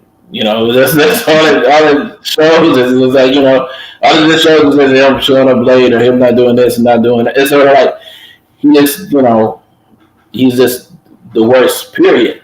So him being a superhero just makes that even more complicated. But you would think these sort of like heroic moments would somehow redeem him in that respect, and like it doesn't. That's the thing that's so frustrating. It's sort of like, what does it have to do? Like literally save you from a flaming car or whatever, and you got nothing. So it's like, if that's the case, then it was going to be a wrap regardless. There's nothing you could possibly do to save. It's like, I literally saved your life. If that doesn't save the relationship, I don't know what would. So let me ask you this. So you have a date with your significant other, and you're going to go to the movies, and you're responsible for buying those tickets. And while you're there at the theater, because whatever, it's Spider-Man and the app crashed for AMC. I don't know if you guys had that. I couldn't buy my tickets for Spider-Man through AMC. So you got to go to the theater. You're going to buy those tickets, and a part of that building explodes while you're there. And it's forever for you to actually make it back home. Should your significant other, who knows you're there buying tickets, be angry you weren't there on time, or be concerned that you were at the location of an explosion? Objection, Your Honor.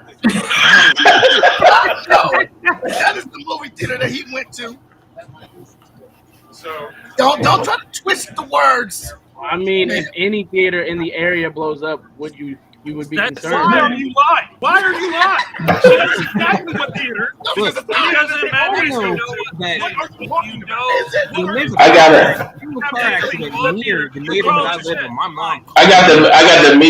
got to meet this person for real.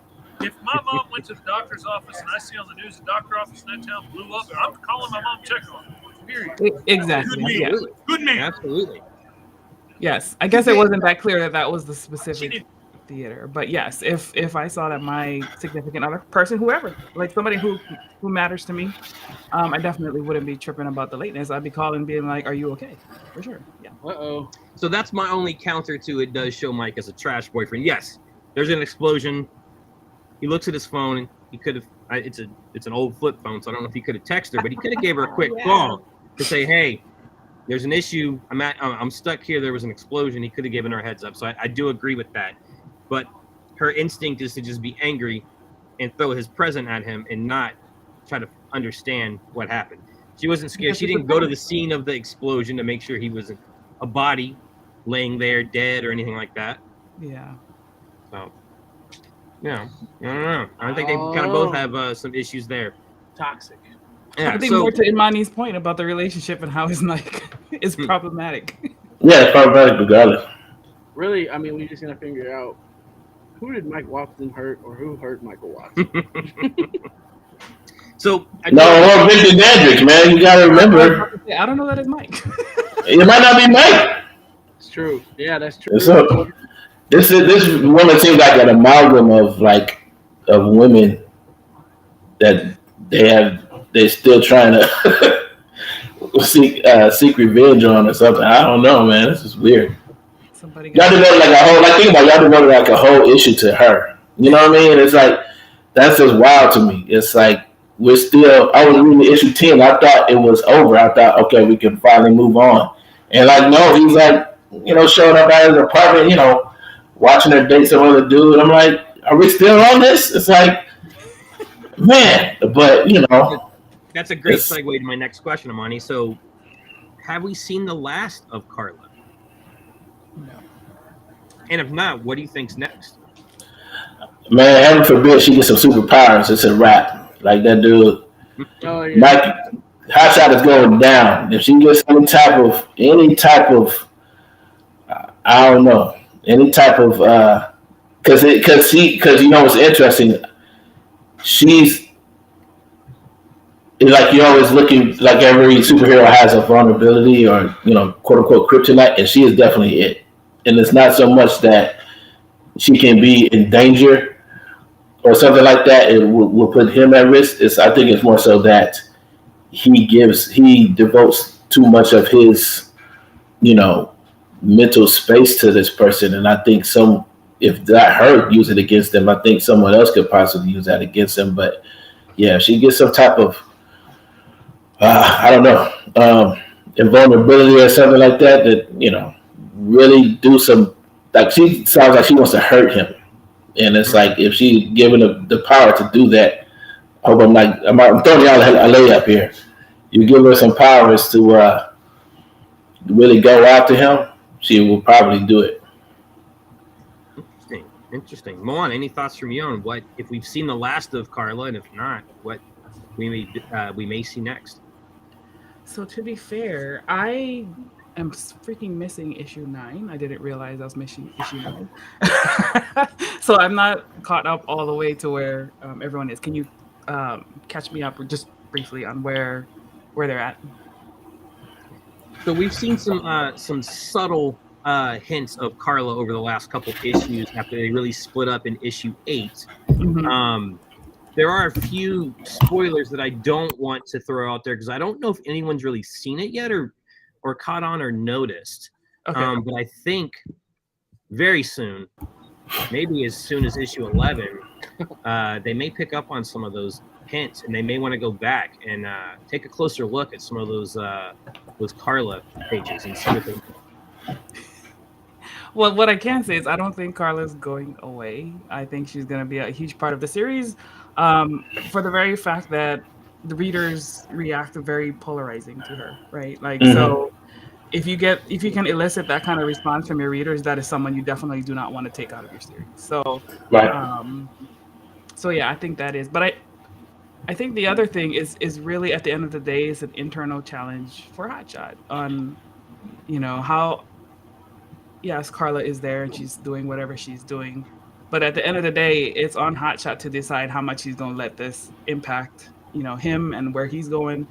And that's like the internal struggle that he's going to have to deal with, along with all the other shit he's dealing with, right? So. Right. Yeah, absolutely. So Mike, I'm curious if you're willing for us to maybe share on your side there. I know you got controls there. Yeah, let's show a page from issue 11, or we can save it. We don't want to be spoilers with it. Well, Team Spoiler Alert is not here, so. He's lurking. He's lurking. Let's see here. He's lurking in the comments. All right, he's going to show it. All right, so I think we're going to give a special sneak peek of Hotshot issue 11, and maybe a little something with Carla.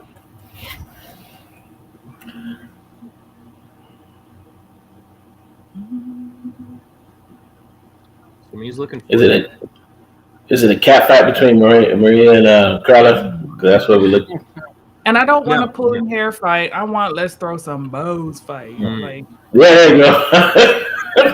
I'm saying, like, if they get some powers, man, it's gonna be. Gonna be ugly. What I Now, need the one to thing I know do is, think is have we interesting talked about is- like why Carla doesn't like Maria? Because I got the hint that there was animosity even before the relationship. I think it's a very fair question. We haven't actually That's shown or seen absolutely a that. fair question. It's the right question, Moana. saying. She wasn't initially bothered by Maria. She accepted that was Mike's best friend. But it was the fact that it's always Maria when he's gone or when he's missing or when he's late. Then you put that on top of she knew he was hotshot and she didn't. What does that look like? It's not him and Carla in a relationship, and Maria's in there too. And that's a problem. And the big problem is we're only seeing a piece of their relationship. Like we're not seeing what happened before. We're not seeing what got Carla to this point. Like, you know, you don't get to that end point by accident. Like things happen to get her that self-conscious and that insecure and that hung up about Maria. I gotta have sympathy for her. I mean, yeah, she makes mistakes, but I got sympathy. Yeah, I mean that's what makes her a good character. You're sitting too close to Michael Watson now. It's rubbing off on you. So, as you can see here, here's a special sneak page of Hot Shot number 11. And I'll let you take a look there and see if you have any thoughts. Now, Is that him being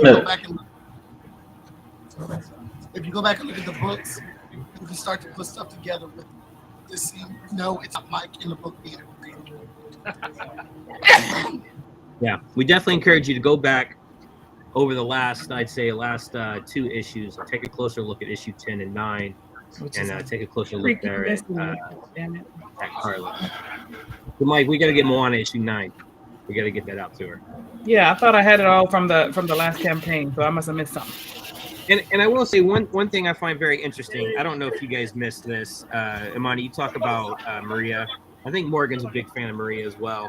But I just want to show this one panel from issue 8 of Hot Shot.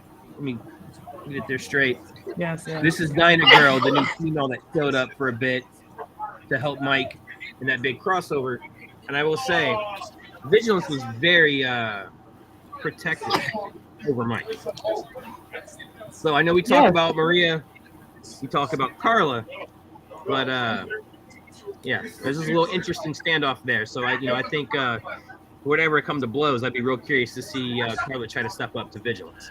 I think it's all the writers doing. Like they've written like this little harem around Mike Watson. So it's like, so you got Vigilance, you got Maria, you got Carla, and you got Dinah Girl. You got Dinah Girl because they were supposed to. There was a little heat there for a minute. I'm like, it's like, what are they? It's like, would it be land somewhere, you know? But it's like, it's interesting. Like I've barely seen any male heroes in this book. Everything is about, you know, even some of the most of the, with the exception of the first villain, even the second villain is a female. So it's just like he just constantly have, you know, women trouble. But this is what I like about the writing, because it's very relatable, right? Like most of the time, like you can see a dude who's like broke up with a girl, right? Mm-hmm. A lot of times, you know, we project out that like, oh, it's like a player and like whatever, I'm going to the next one. But really, like if you're a dude and like you care about this person, you're conflicted. And so like you're upset that it's not working, but at the same time you have these other females who are around and who are being supportive of you. It can get you conflicted in the head because that's what you need. You need somebody to be supportive, especially someone like Mike, who's like juggling all of this stuff about being a superhero and trying to manage everything in his life. He's failing at not just being a boyfriend, but also in school, his group that he's leading, like he's failing everywhere. So if there is one part of a person's life where they're getting support and they're not feeling great about it, they're going to navigate there. So I like this in the writing because it gives more dynamics to the story. It's interesting too. It's like somewhere in there eventually it's sort of like how Stan Lee would have did it. It's sort of like eventually Maria is sort of like some type of temptress that's sort of been just lurking all the time, and she turns into like this villain that's been trying to, you know, some type of weird succubus that's been like lurking around all the time. That's where it's like, you know what I'm saying. There's opportunities for those moments to to write in character development like that, where it's sort of like the story that takes a left. Oh, we got. This guy. He flipping through the book. He flipping through the book. Flag on the play. You're late. DJ Quick has joined us. What's up, everybody? What's going on? Amani, Moana. What's up? What's up? Danny, everybody. What's up? How's everybody doing? I'm sorry I'm late. What's up? That's what's up. Danny, get a chance to look at that page we put up. 211. I see that. I like seeing stuff like that. Carla being left all alone at night. I like seeing stuff. I like seeing stuff like no. I want to bring up one thing though that nobody said. I was watching. I wasn't driving and texting, but I was driving and texting. So I want to bring up one thing. All right. So to set up the scene, every superhero in the world has disappeared, right? That's what's going on in the Hot Shot verse. Every superhero in the world has disappeared. There's a guy who has powers to save people, and people need help, right? Now Carla finds out that this guy, the one guy, who's kind of out here with vigilance and all these people trying to make up for all of this vacuum of superheroes. That's my boyfriend who's been disappearing, every now and then he's been disappearing and flaking on me. You know what? Screw this guy. He's not doing anything important. I didn't walk in on him in his bathroom bleeding half to death, talking about make way for the void. Make way for the darkness. Right, that's what I was saying. Yeah, exactly. Yeah. I'm like, how can you? All right, I understand that Mike has been a garbage boyfriend, yes, but to me, Carla's just too selfish. Like, there's other things in the world going on. There's bigger things in the world going on right now, and you got to be a little bit patient. You got to be patient in a relationship. She just ain't got it for me. But it's also, admittedly, I agree. She's a little bit selfish, but it's also like it's just a nerd fantasy that we can do whatever we want if we got a costume on, and people are just going to forgive us, and everything's going to be okay because I was trying to do the right thing. But like, if you're a trash boyfriend, then you're a trash boyfriend. Like, and we're not seeing everything else in a relationship. We're only seeing this little piece of it, so it's easy to jump to conclusions. But yeah, she's a little bit selfish. Yeah, she's obviously got some self-esteem issues. The way she got so mad about Maria, like, there's some other stuff going on. I don't know. Maybe your daddy hurt. I don't know. But I'm just saying. That's right. We can do anything. If we put anything else in there, like if I had a secret second job I didn't tell you about, it doesn't matter if I'm giving the money to the poor. I'm dipping out on our dates and stuff. It doesn't matter. I'm still being rude to you. I'm still hurting your feelings. We just like to fantasize. And if I was Peter Parker, because I'm gonna pull off my mask and say, "Me, baby," that's fantasy. I mean, he did literally save her life, but I ain't gonna bring that up. See, that's what I said. I said that earlier. I was like, that's the thing. That's the kicker for me. It's not so much that he's a trash boyfriend. We can all agree on that. It's the fact that this is all happening at the most tumultuous time in this person's life, right? And he's trying to, and he's making the biggest sacrifice when she truly needed him most. Right. And that earns him nothing. That gives him nothing. That's the thing. What more can he possibly have done? Like, Thank you, Robert. For this dissatisfied person in a superhero relationship being put on. They were both dissatisfied. I mean, like Michael even said it that it just sometimes stuff just don't work out. Sometimes relationships just don't work out. My thing is though, is if another human being is laying in a pool of their own blood in their bathtub, you kind of have to like you got. That's when you break up. That's when you break up with him, right? When he's in a pool of his own blood. You can give him a little bit more patient. That's when you send him the text. That's when you send him the text when he lay there. He's hallucinating, right? Yeah. You break into the Let's house and you connect some say, dots here. Let's connect some dots. Since Danny G Quick wants to paint a picture, let me tell you the truth. We're not looking at the situation all the way from Carla's perspective. That's what issue 0 is about. And we have this one story. Where would it been? And we have this one story where it's showing you from Carla's side that things are completely awry. We don't know how many times this has happened on that end. When we see the story, Mike is getting his butt kicked by Void. He's buried under rubble. How many times has this happened? And then Carla's seeing this on the news. So she's seeing that Hotshot is in these situations. When she puts all that together, you've lied to me this entire time about who you are. His life. Hold on. He's risking his life. But you cut me out of that. I'm your girlfriend.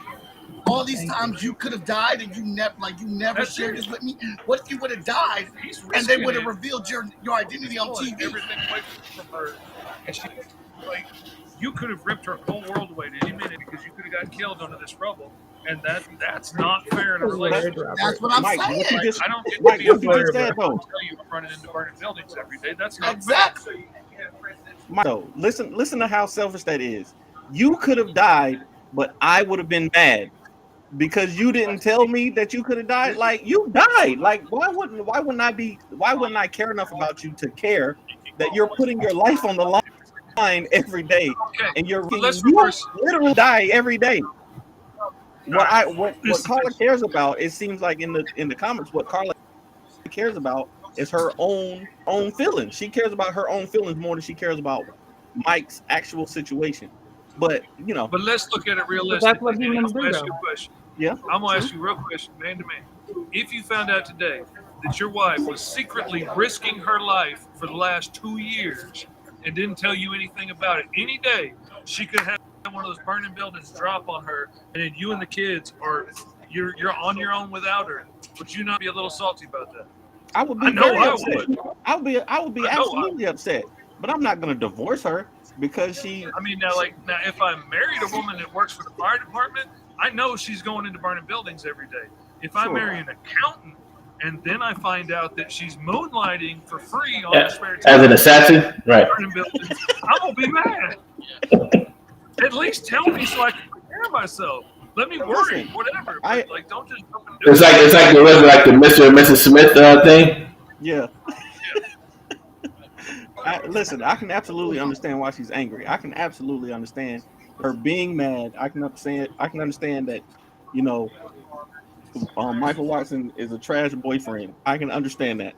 At the same time, they're in a war zone, right? Like this neighborhood has been terrorized for over 5-6 issues. It's like this dude doesn't get a break, and he's still trying to make date. That's the thing that's wild to me. It's like y'all didn't there was no slow build or slow burn on this book at all. He fights a Thanos level character from the very first issue, and he, you know what I'm saying? He by the end of that story, he's in this tub having hallucinations, and his girlfriend breaks up with him. It's Jesus, I don't know why y'all did this to him, number one. Number two,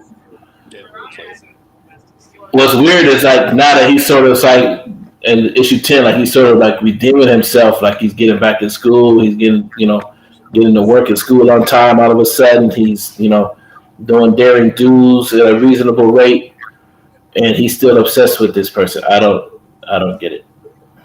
He has a support system in Maria that's far more understanding, ride or die, and yet he's still why? I don't understand why. What is that about?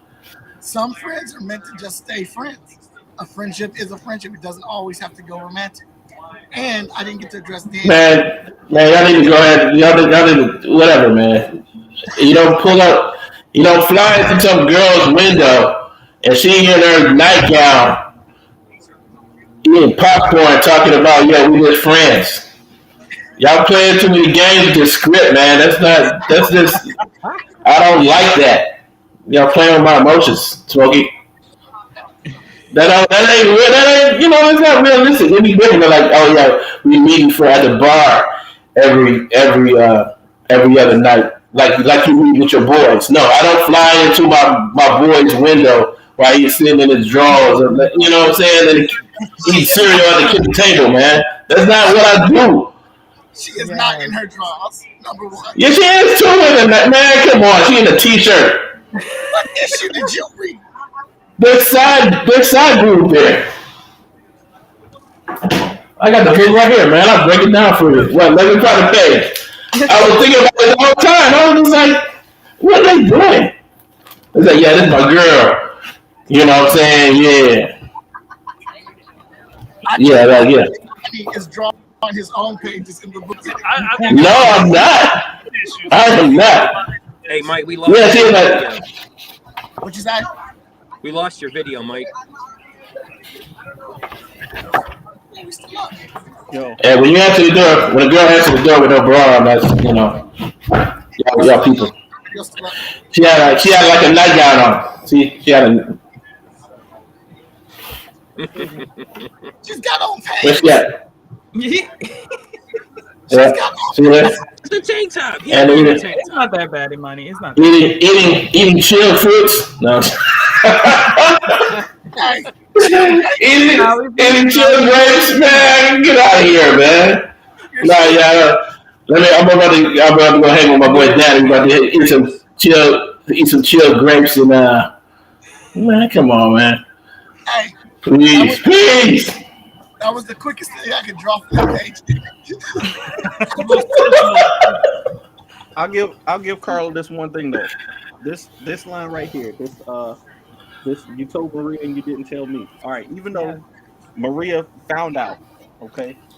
I know my wife. I know my personal wife well enough to know that the one thing she hates more than anything is being surprised by information, especially concerning me. Yep. Right. So I know Tiana well enough to know that if I got a situation going on, she needs to be the first one to know. Okay. Especially if it's something that's taboo or something that looks, a little shady. If somebody comes to her and she's like, I saw your husband with such and such at Walmart. It's not gonna work. it's not gonna matter. It's not gonna matter if we just happen to be there at the same time. It's not gonna matter. It's not gonna matter. I need to call her on the phone and say, hey, guess who I saw at Walmart? I saw such and such and such. And yeah. I wish I would call my wife and say, yeah, I'm at my girl's house. We just eating grapes. Right. 3 o'clock in the morning. I'll be there in about an hour. Yeah. That'll go over well. So, I appreciate what Danny's sharing, and I'm gonna pull this here Hot Shot number 8, and I think I'm gonna give some context to the type of person Carla is. Hot Shot, or Mike in this instance, his face looks like ground beef. He's beat up. This is Afro Boy. He just tells her that he was pulled into an interdimensional rift, that he almost died twice the week before, and tells her that basically, I can't give you what you need. The people I can help and save is bigger than you and it's bigger than me. And he essentially breaks things off and tells her, like, look, I'm letting you go. I can't give you what you need. Her response, and you tell me what kind of person this sounds like. Fine, go play superhero. I should have known I was never going to be able to measure up to you living out your stupid fantasies. Right, Mike. Michael Watson. Draw your little comic books. Go ahead. See, that's why some of this conversation, this is not about Carl and Mike in the comics.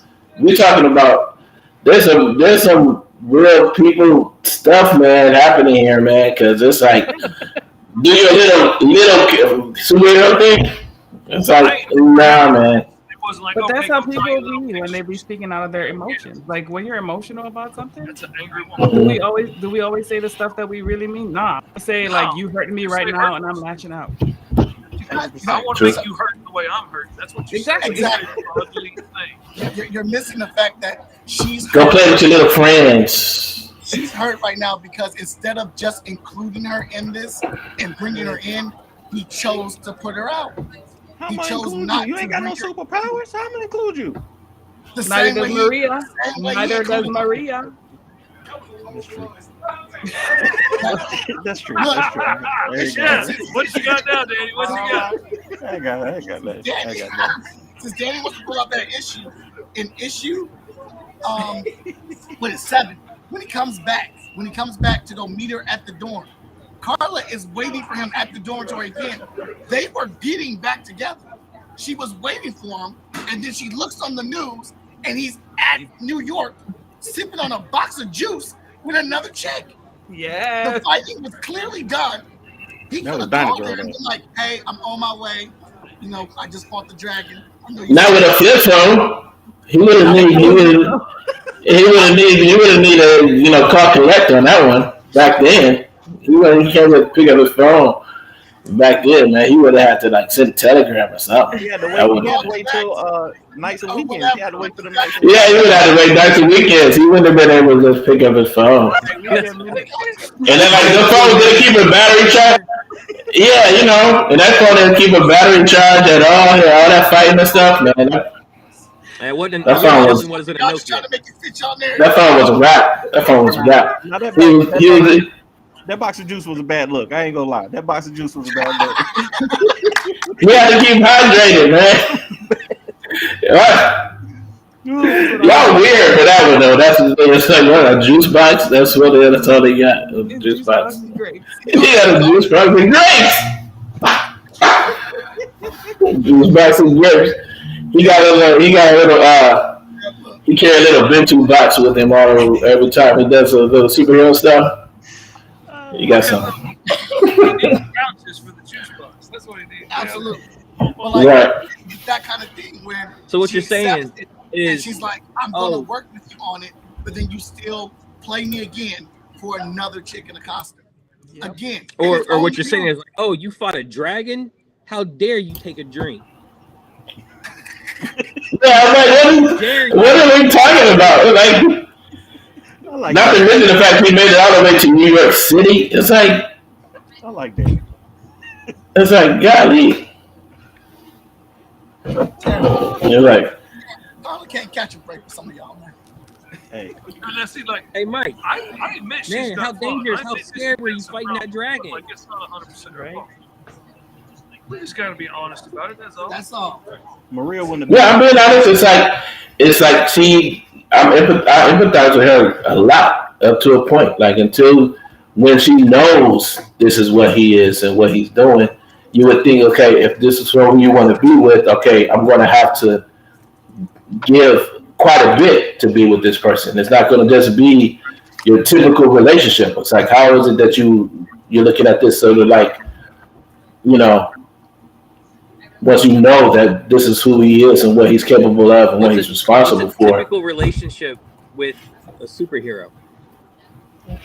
I don't know. Is that you think somebody brought up like being a fireman or a policeman? I don't even know if that's even comparable.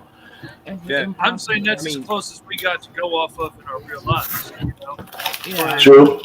But admittedly, like if we talk about this just from a relationship standpoint, like okay, they broke up at this point, they're fixing to get back together. Carla's willing to make the effort and try and get past this, try and move on, try and figure out how to incorporate this new truth into their relationship. She's coming her direction. She's trying to meet halfway, and then she sees him on the news sipping a juice box with another superhero lady, and it doesn't feel to her like he's doing anything to come from his side. Like she caught him in this mess, and like, okay, let's work our way together. She's come here to try, and he's still out here in his mess playing around. And I Dinah girl understand ain't her no being Dinah girl ain't no string bean. She's stacked. They call her Dinah. That has nothing to do with it. He's a superhero Oh, yes, fighting it does. a Oh, dragon. yes, it does. it Trust does me. the Carla. In her insecurities, it does. This got something to do with the girl. That's on her, not on Mike, not on Hotshot. That's on her. She sees him with this female superhero, and her instinct is, let's see, how does she word it? Of course, he wasn't cheating with Maria. He's got all these super bimbos around him. First vigilance, now this new chick, insecurity. Doesn't mean he's cheating. On Daisy Dukes. Yeah, that's the thing. It's like it's interesting. Like she mentions this idea of playing out fantasies because, ironically, it does feel like. I think we all do this to a degree, and sort of like, especially when we create comics, like you're writing out your own fantasies. It's sort of like, I can see how someone is creating a fantasy for this character. It's like he's like surrounded by women all the time. It's like his best friend is a woman. It's like, I can sort of get the idea that it's not just about the superheroics, right? It's sort of like, I can imagine like for Carla, it's about not just being a hero, but being a hero for these people or to these people compared to being a hero for her. So that's funny because you would think that you would just move on. Yeah. So that's he funny stood her up honestly, again. I never looked at it like that. I literally put more women in my comics because there's not a lot of women in comics. There's always men. That's literally the reason why. And then I started noticing, like, oh shit, I got a lot of women in these books. I gotta get some males in here too. Right. It's like if you're not paying attention, you look up and it's like, yeah, his face beat the snap. Right, looking like ground beef. So, you talk about him being honest. He doesn't make it. She sees him on the news because he fought a fire-breathing dragon. But when he shows up with Dinah Girl to introduce her. So he is including her in that part of his life. But because it's a female, she's insecure, she freaks out, speeds up. The man doing the best he somehow can. it's his fault. I mean, I don't see what he did wrong. Like, is there a page missing? Did we miss a page in this print? Because I don't see what he did. You wrong. did miss a page. It's called your soul. You're missing I your don't soul. see it here. I mean, it's called your soul. But I think that goes to like how, as people, we can think that we're doing what we want the other person to do, but it doesn't get interpreted that way, right? Like I think Mike was trying to include her, but from her perspective, whether she's insecure or whatever it is, oh, so you bring another female up here after you did all that? Like you couldn't just come see me and then we have a conversation about like what you're thinking and like, oh, well, what do you want me? Like, how can I make you happy, right? Like those kinds of things. Like you're not giving her the permission to like, I guess, I don't know. Maybe it's just the writing, but I'm just saying I didn't see anything where he was really having like the one-on-one conversation about like these other females and however she's feeling about it. So I agree. But, maybe that's not gonna happen. I mean, it seems like a character trait, and maybe she should have already known that when they started dating. It could be. I will agree. No, I think that. Go ahead. I'm sorry. No, go ahead, man. No, you go ahead. I was just gonna. No, I was just saying that. All right, Amani, go. No, go. All right, I know if I would have showed up to my wife with Dinah Girl, that ain't it ain't good. That's all I know. Is that him? You have a whole lot of explaining it. I can be sitting here hanging out with Mike or Tony all day. My wife's gonna be fine with that. If I'm sitting over here with the Vigilance cosplayer all day on a screen, I'm gonna be getting text all day about, hey, what are you up to? What are you doing? What's going on? How close you sitting? Like, it's a whole different angle. Like, absolutely. Nah, yeah, you can't show up with Dinah Girl. That's a bad look. Yeah, it's not good. I see growth in Danny J. Quick. I see Imani is still stuck in his ways, and as always, my sis Moana wins. So, Fish coming in here very open-minded, can objectively look at both sides. Right. Danny Cooper, I thought he could be fair. That's why, I want him to be editor-in-chief. And this guy back here who wrote the damn book is just out here crazy. All I know is I got to meet this person in real life, man, because this person is obviously an amalgam of like whatever y'all went through in your college years. I can only imagine because it's like because I think a lot of this is the fact that you're like the main character here. Like you put your face on this. This is your name, and I think it makes these characters a little bit more three dimensional than usual. Yeah. So I'm looking at this person like, she really did this. Like, she really said this, or like this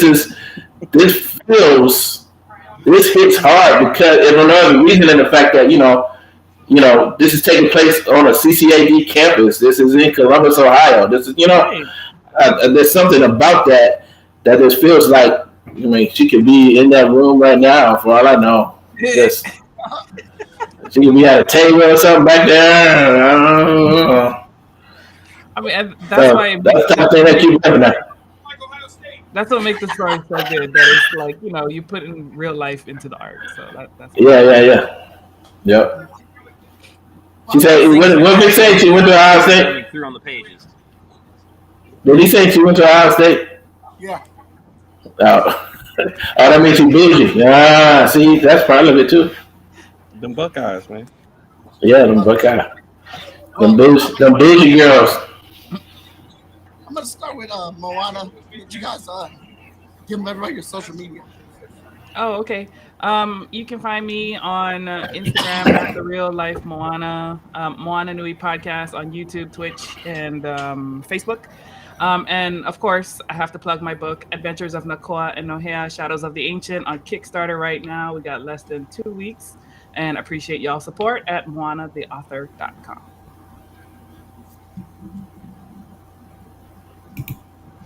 You can check me out at Iman Latif on all social media platforms. You can check me out at Black Comics Universe on our social, on Facebook and Instagram, and the website Black Comics Universe with the X.com and PeepGameComics.com.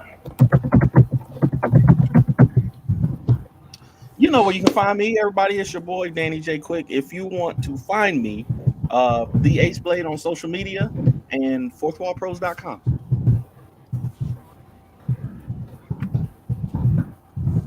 So just to close out, I want to say that as we know in Hot Shot issue 11, you have not seen the last of Carla. I cannot wait for you guys to see what we've got planned.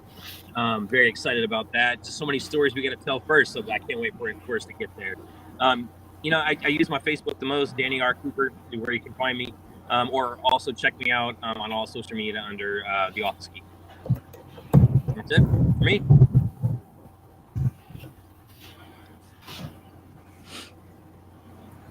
Can't hear you, Mike. You're on mic. Mute. We're about to get ready to play our commercial sponsors, and this time we're going to start with Moana. We'll see you guys at the next panel that starts at 4 o'clock. Streamers and all live communities. We will catch you then. Thank you to our panelists, but stay tuned and check out these words from our sponsors.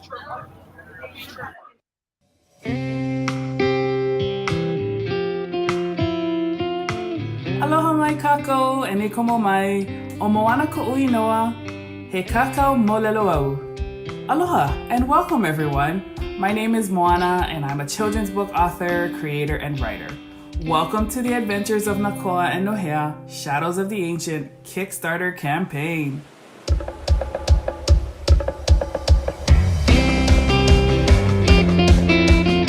Shadows of the Ancient is a story about friendship, courage, and discovery that uncovers the secret, shape-shifting legends of Hawaii.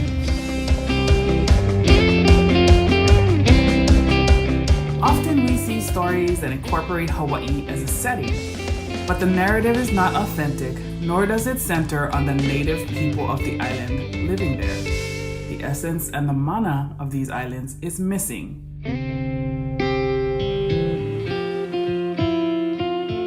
So, I decided to create The Adventures of Nakoa and Nohea to solve this problem and authentically share the mo'olelo, myths, and legends of Hawaii.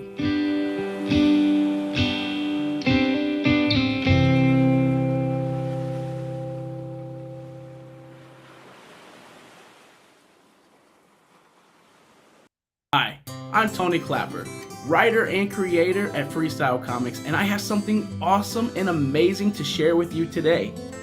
January 3rd, that's right, you heard it, January 3rd, Kevin Terry is 5-star, issue 1 is hitting Kickstarter. Wow! Now you might be thinking, what does that mean to me? How will that help me? Well, I can tell you. Do you ever have fits of boredom? Do you ever think to yourself, what am I going to do and look forward to? Or simply, what do I do with my hands? Well, cheer up, Buttercup.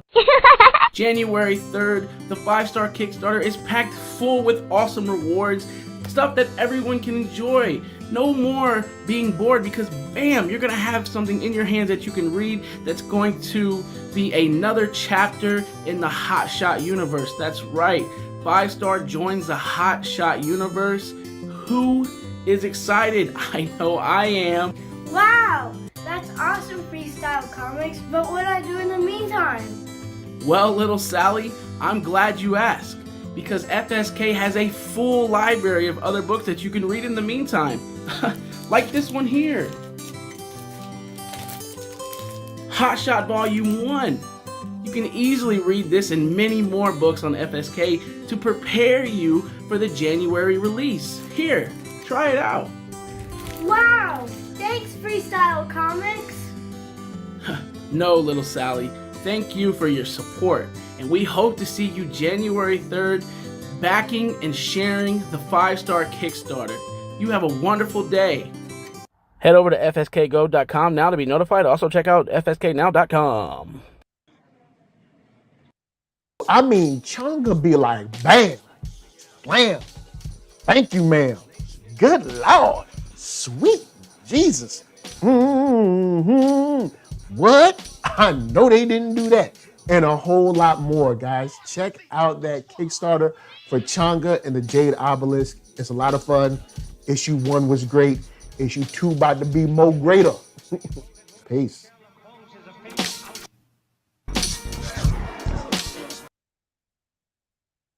You are a sleeping giant.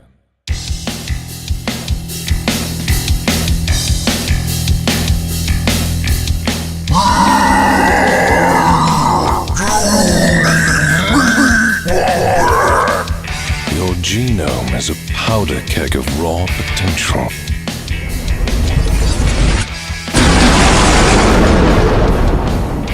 A simple swab is all it takes to pull back the curtain and unlock the true power encoded within you.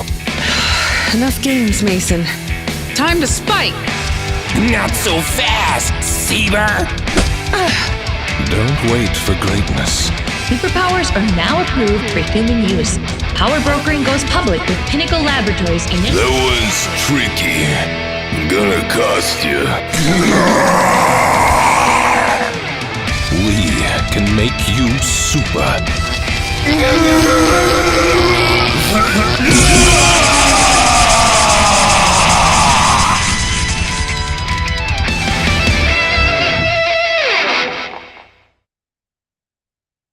Lullaby and go bright. Now it's time to refuse them. Now you're tougher, make them suffer. For the agent must pay. Let your powers unfurl. Kill them all and the girl.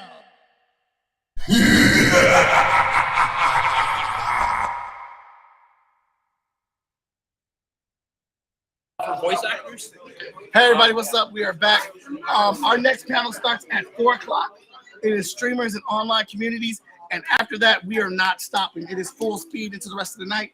5 o'clock is the business of comics. And then 6 o'clock, it is the VIPs of self-publishing with Victor Dandridge hosting that one. And the thing that we have all been waiting for, the Freestyle Comics announcements, FSK now and all the way into 2022. What we have, what we're bringing, our new creators, our new books, our new storylines, all that coming up next. We're taking a break right now from the panels. We will still be streaming from the event today. So stay with us, hang out with us, or Come back at 4 o'clock for the show. Share us out. Let some people know.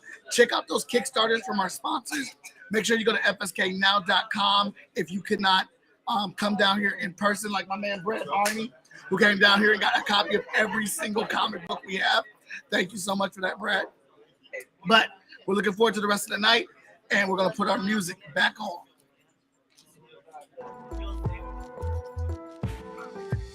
Okay, awesome. I see you, Amani. I appreciate that. We probably will do that.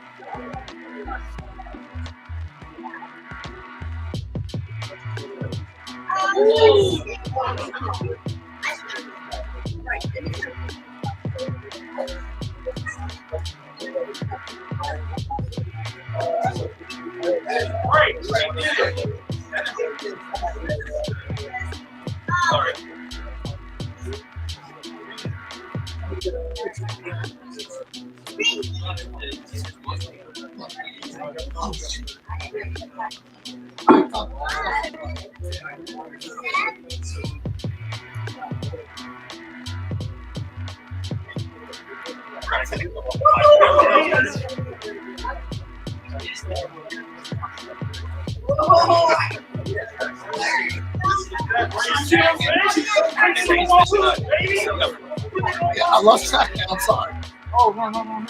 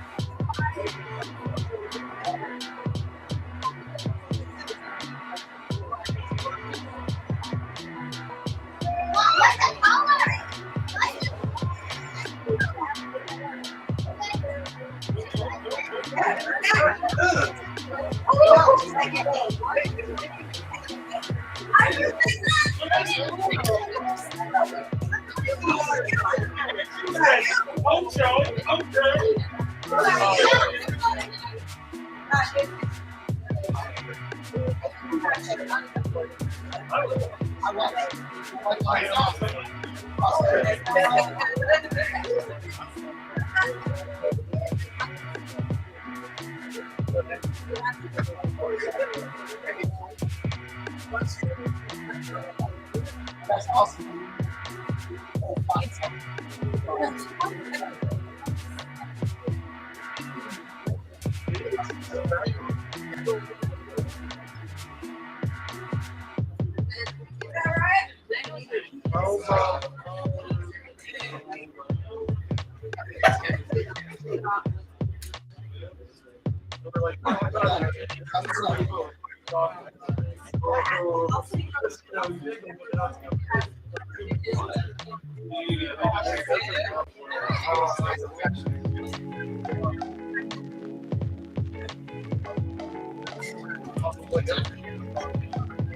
I need it. Take care of it.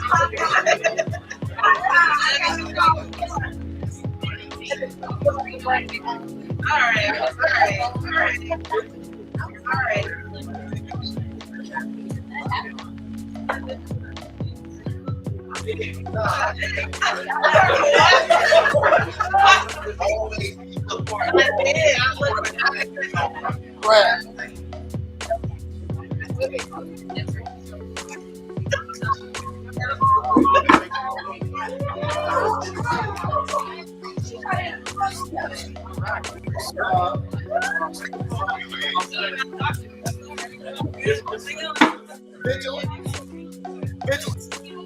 Suited up vigilance. Not street vigilance. Not civilian vigilance. Oh, okay. Right. Can you take this picture, please? Want to get a picture with us? Come on, Dan. Next to Brad. Sure. Hello, Brad. Hello. Yes.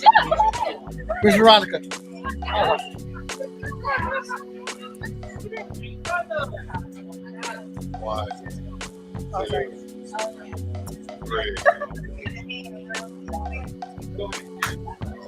Awesome. Thank you very much.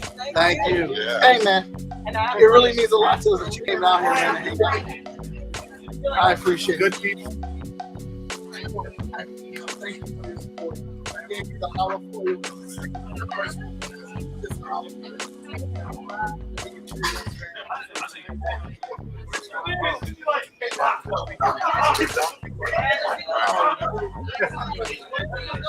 Accept everything.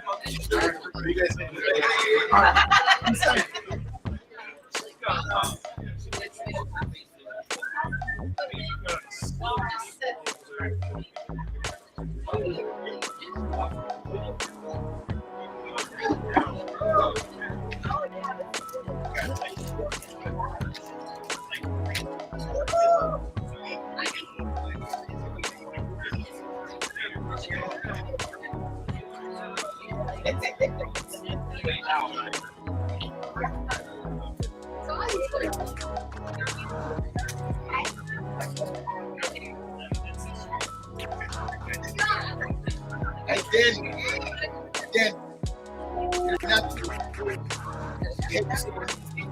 just the next.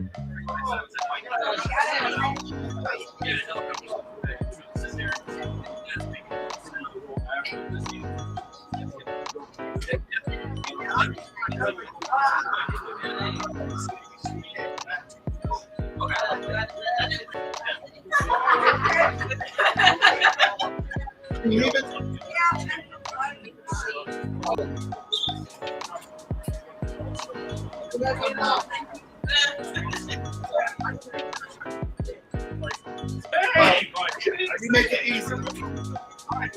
Thank you for coming out. It was so good to see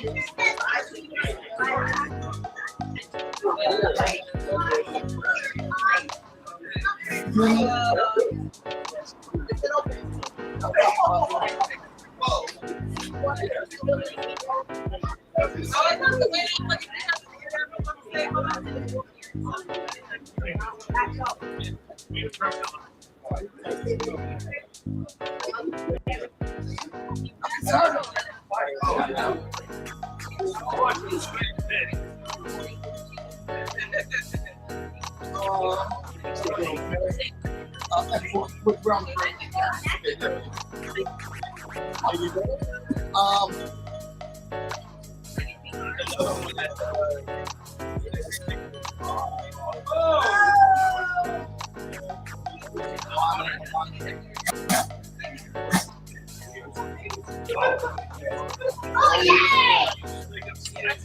was so mad that you did it.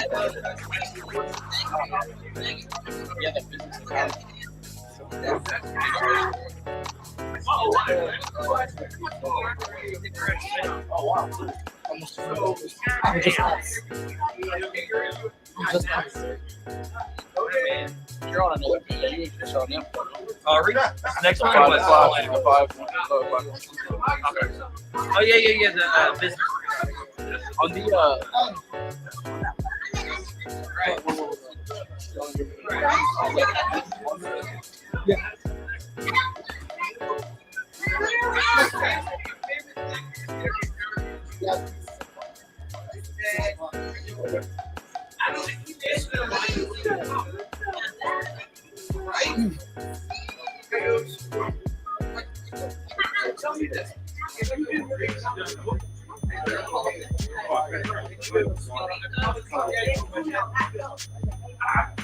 all right.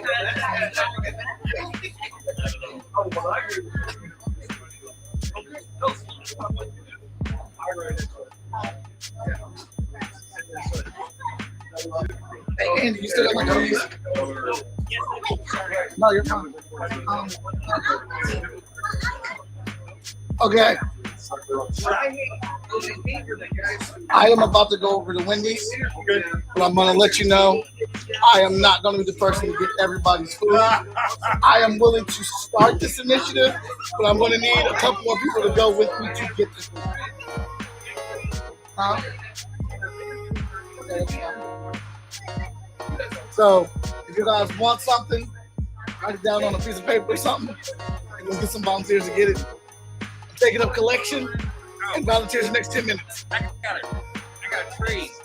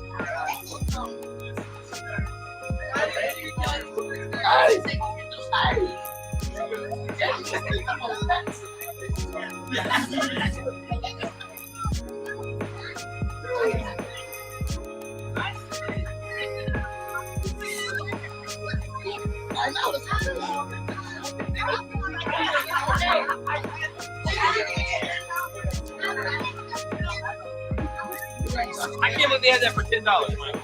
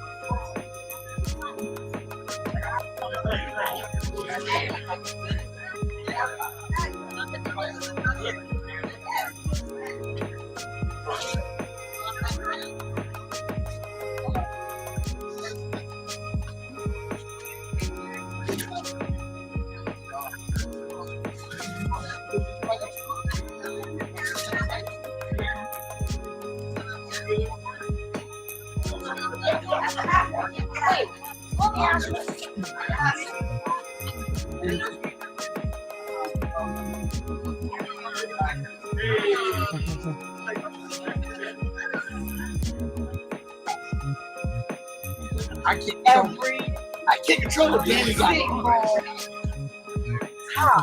I can't control it. I can tell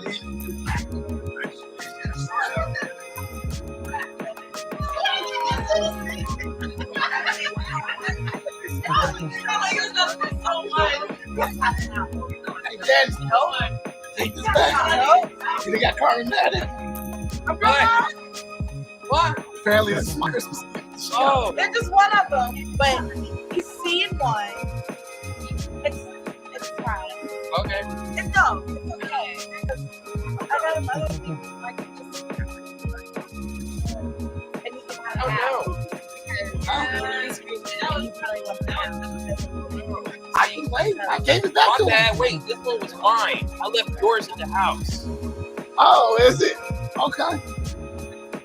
There we go.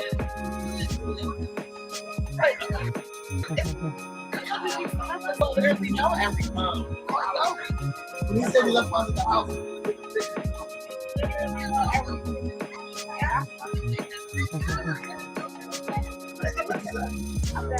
I don't remember.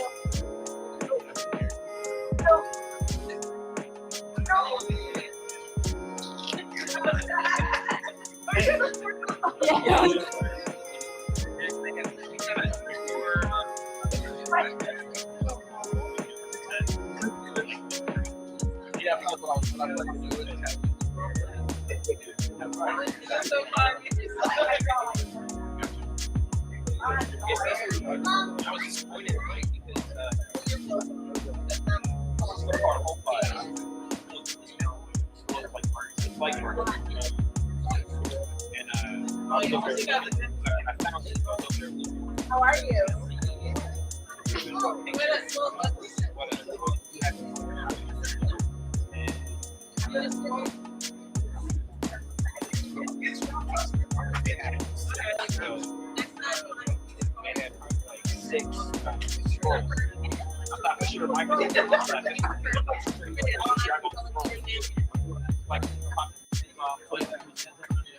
He was like, I want to wait.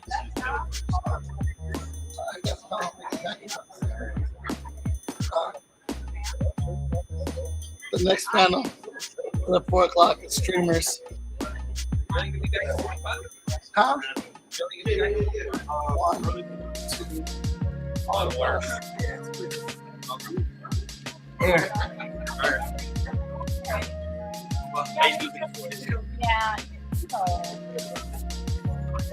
I thought he had more time, but it was going All his boys. He was telling me like when we first got here that like every time he gets past the wall, he writes the next one. And right now he's telling what it is.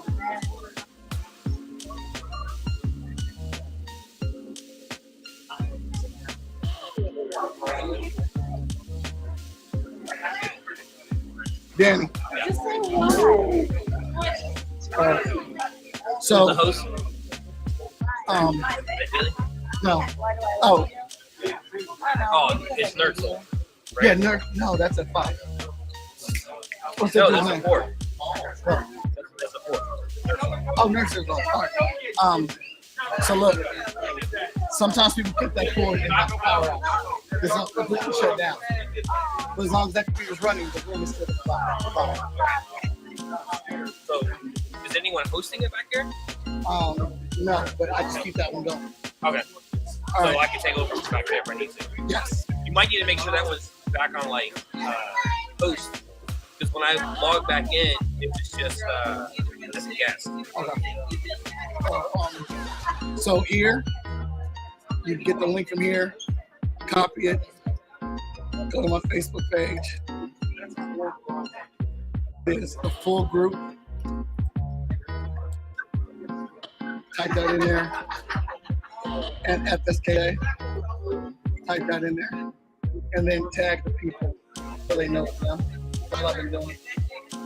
She's not here. She's not going to make it. Tessa's in person, so she goes to the back room. Dory is not here. She's in Korea still. Moana's here. I'm ready to go to the back room. And Amani is just sitting there. So he'll go in there. He'll be live. So instead of ID? Yeah. Do you want anyone extra? I can jump in there. You're really short on. No, that's fine. This is streaming. I got you on. Oh, streaming. So we're going to go to the bathroom. That's why I came over here, but he told me I was on here. I was like, I don't remember. Oh, yeah. I was going to ask if you want someone to add a social. No, I think we're good because Amani's going to come in. How much they got, So I got you, I got Moana, Mala, and Amani. And then Nerd Soul can host it. That's good. Nice. So just bring them in and hand it over to Nerd Soul. It's all good from there. Yeah, the same way I Just did with you. Cut the camera off at that point. Mute it. You don't have to cut the camera off. Or just turn the. Yeah, hit the little blue bar for it to go back. You guys have questions for this? Nerd Soul's hosting. That's all. He's got a lot. Yeah, I don't know what He's he's got it under control. Which one's this? streamers and online communities. All right. Let me know when any of you like it. Okay, Amani's ready.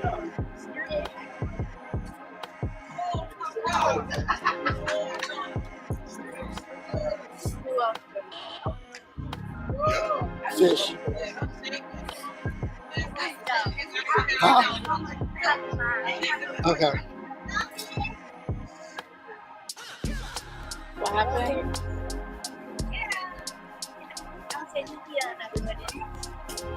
Who doesn't know what it is? He was saying it's not that's because I say all these things.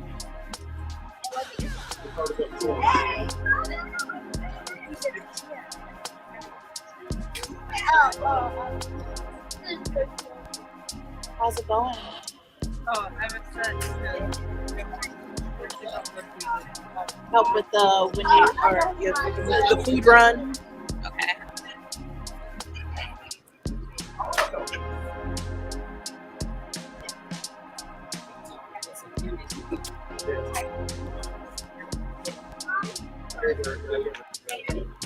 That's really good, Mila. Wow. So I am officially the only one in the house that cannot do it.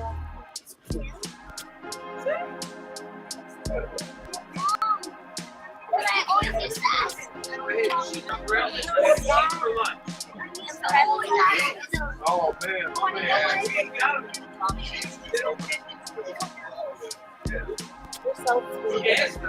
I love it.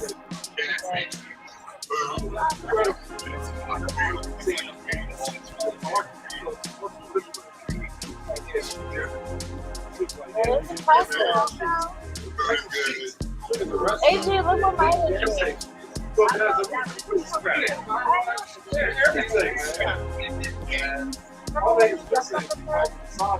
In a hotel.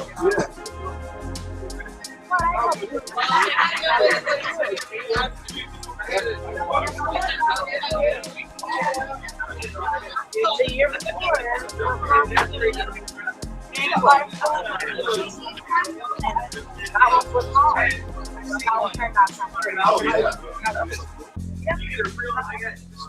yeah, somewhere. I'm sorry. I have to get a boat.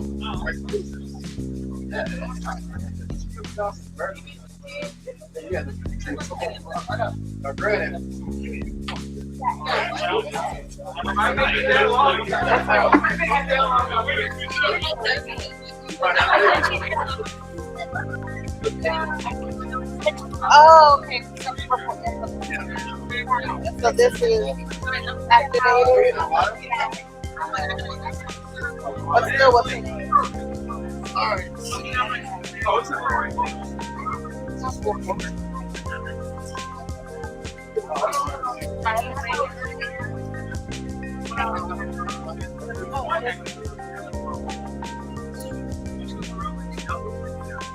Oh yeah, where are you looking for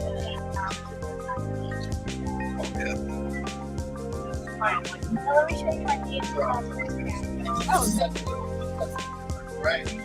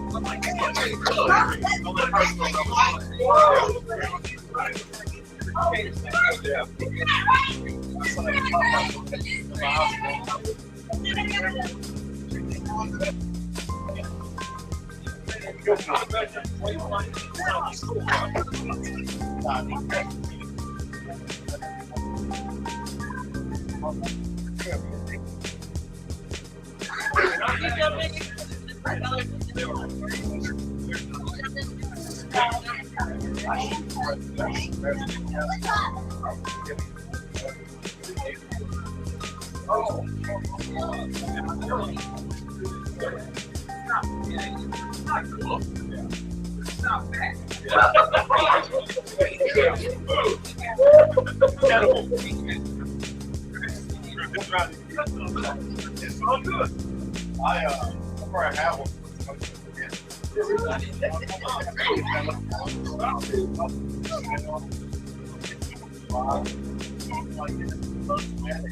Well, they just redid it, and now there's progress. Oh, let's pop by. We're trying to do pop by.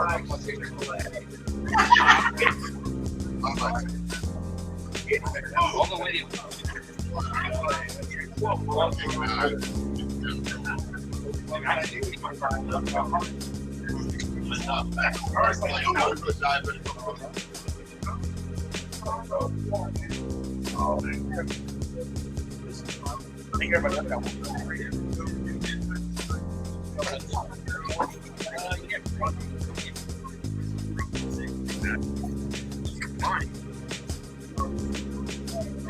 where's it at?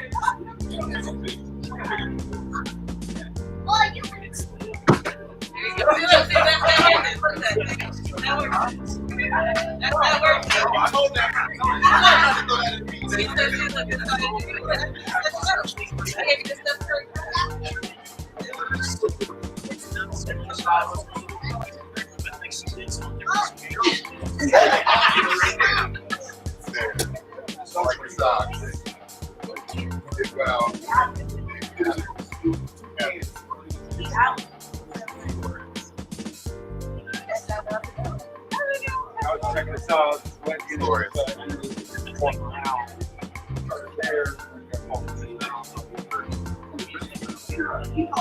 Oh, thank you.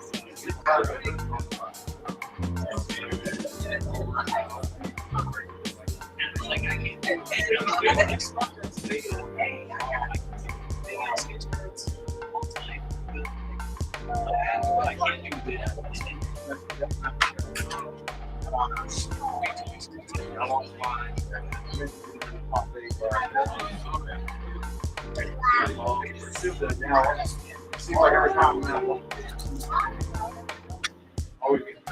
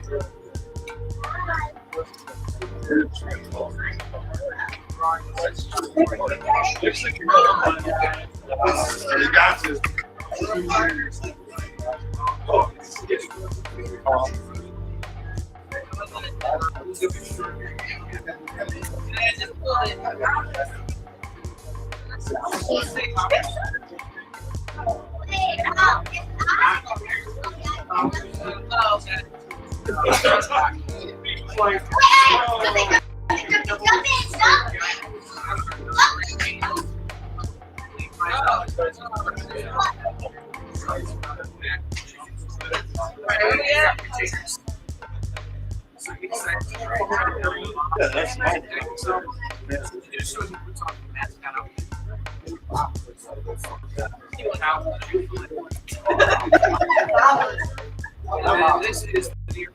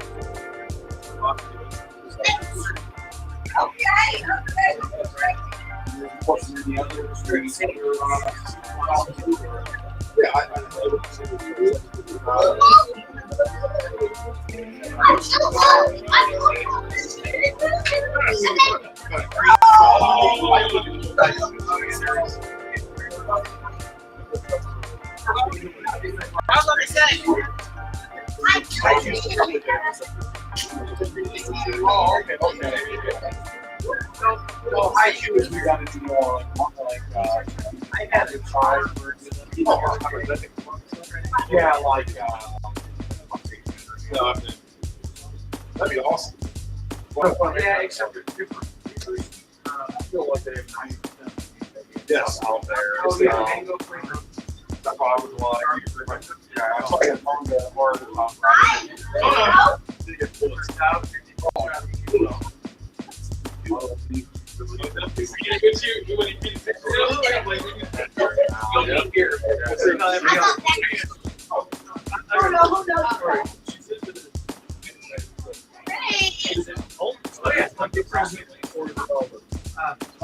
right now, it's really like a team player. Yep. But like my girl,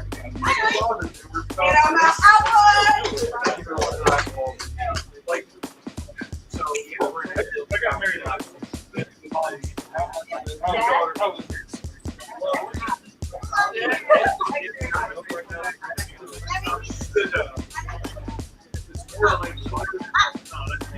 Well, do I hear? So people are making a mistake that they on either side, play against each other. You know, it's that that goes sitting under the table. Kind of makes it on the civilian. Man, what's on it?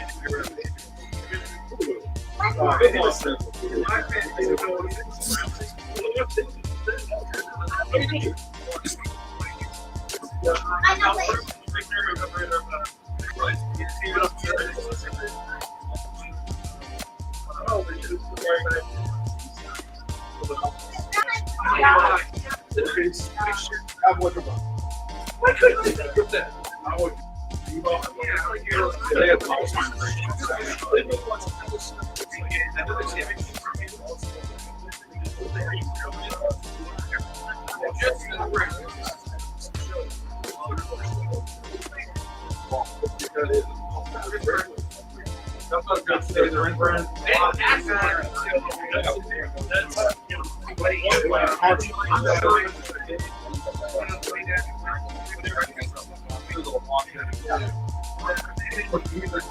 Stitch it together. Oh, okay. What time was dinner, Val?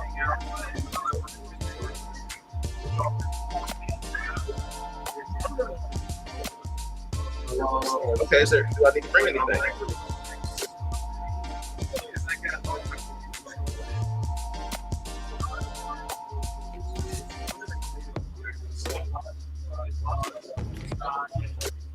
These are scripts for, so we're here for the original.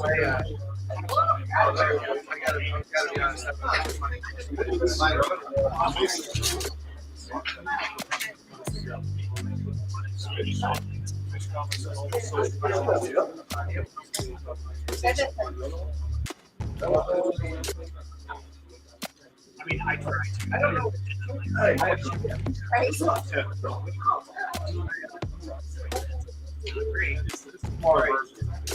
Yeah, that's like a function as well.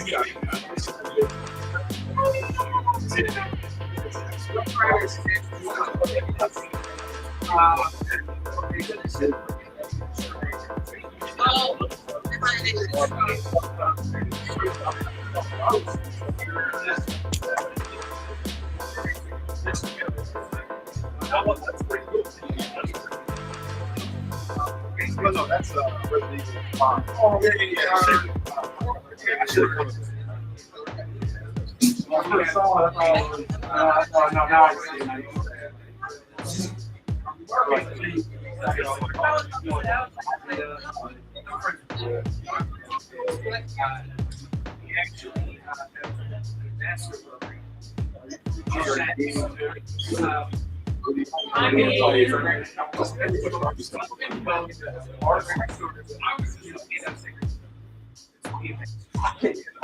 I know it's acquired taste.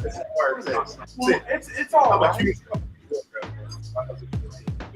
My issue is knowing the right. Yeah. Something I don't like. I don't like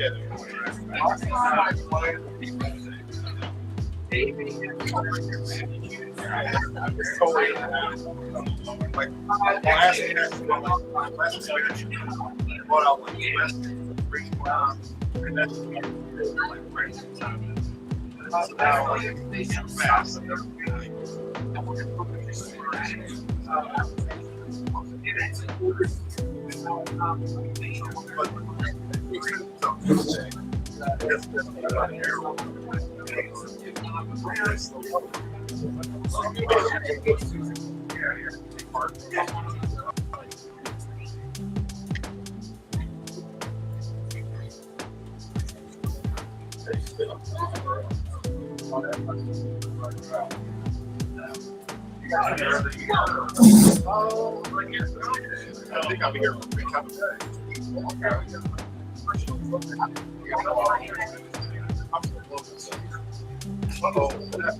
Sorry, Johnson. Please.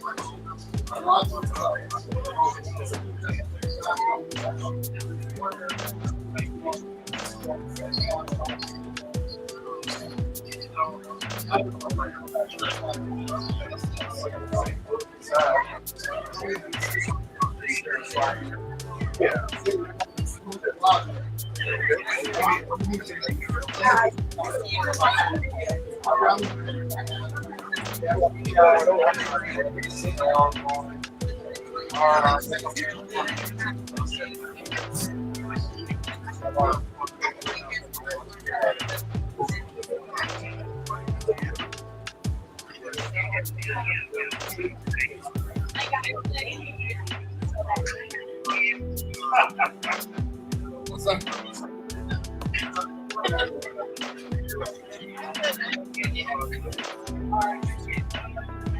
It's good, man. Are you guys like pasta or on what?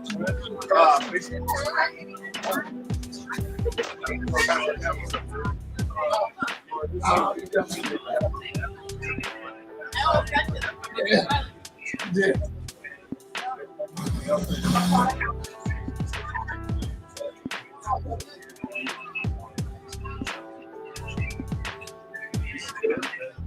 Get my card ready.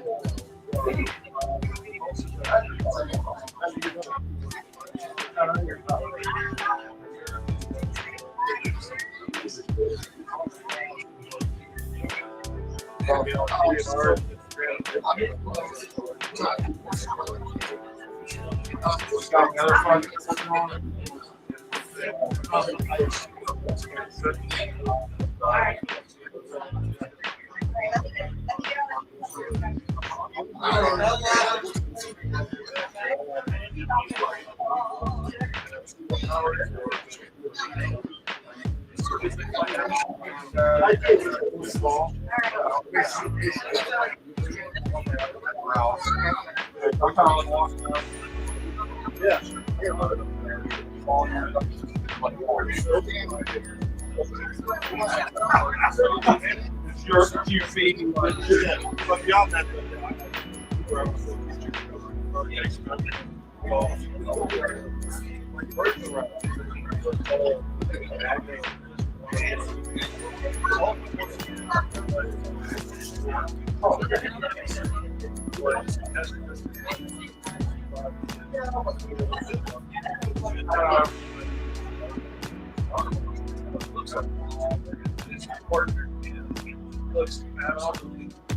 Well, I know you're on that warlock.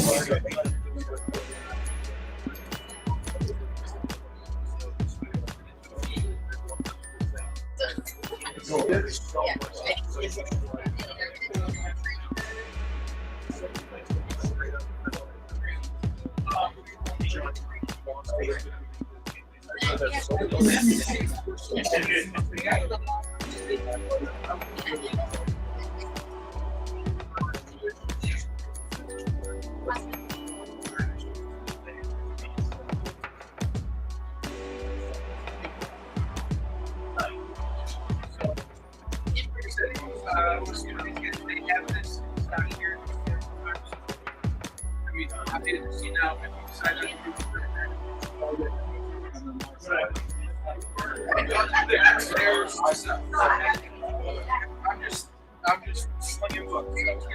Make sure you record everybody you love. I want to.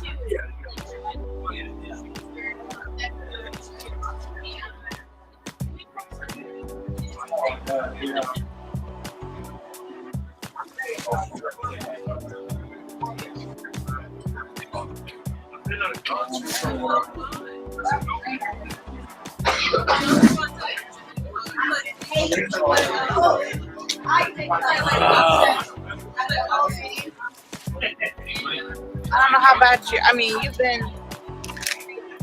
It might be worth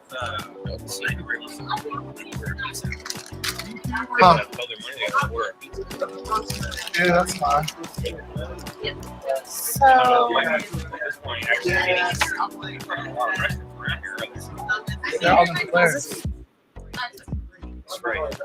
Oh, it's dead.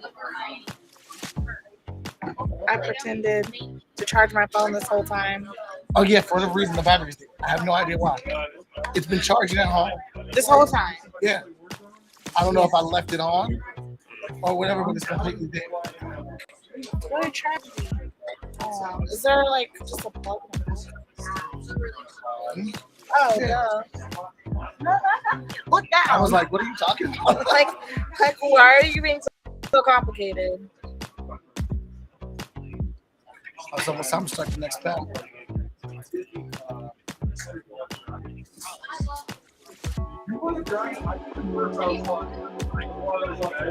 Hey, do you have me on anything?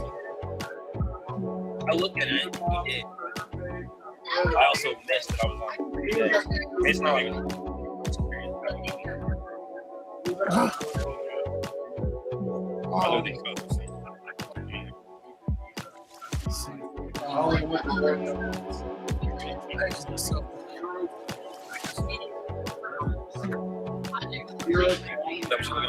So I had up. I'm trying to. I got it here. Oh, you got it Sunday? Yes. I was trying to find it. Okay, yeah, it's on making a story. I thought Ted was coming. Ted had it.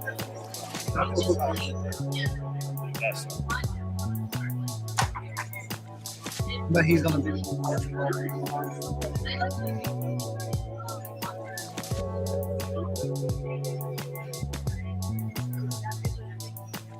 I thought Lori was. She had stuff come up. She's not coming on her panels. Okay.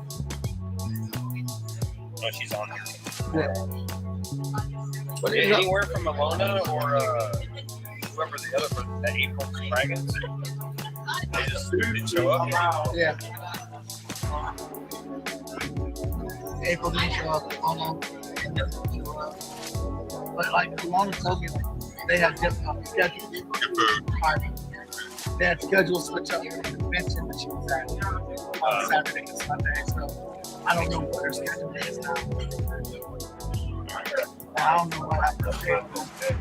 Well, keep me on call if you need me for anything other than to make a story. You can jump in. Because my guess.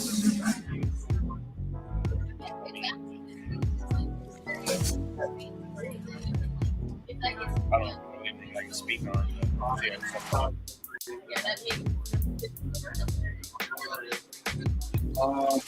Remember, get your characters done. We will be doing the creative character contest.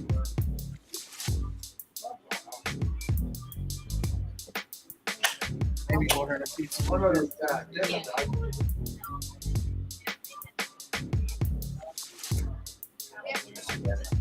The hound dog was good last night. I'm mad I missed that.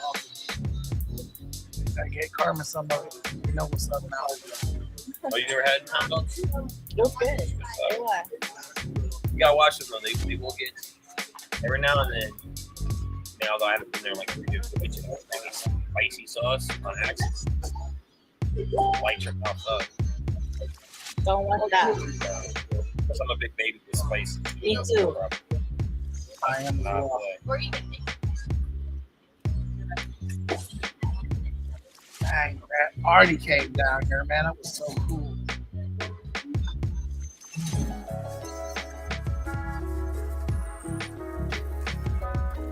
Our kids should just be able to like see you, right? Online, like you're doing. Is it? Yes, hold on. I can see your arm. Huh? I can see your arm. You can see my right now. Oh, You don't have to. You don't have to get out of the screen. There says in the building.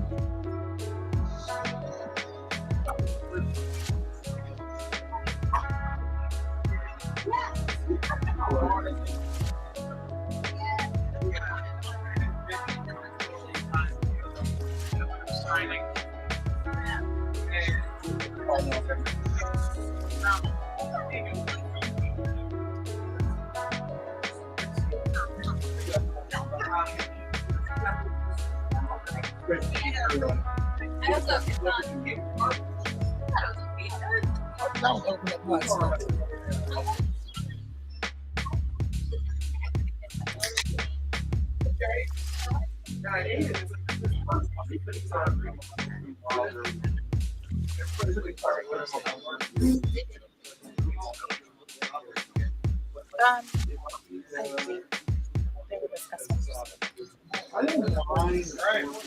As far as I know, I think that's the current plan.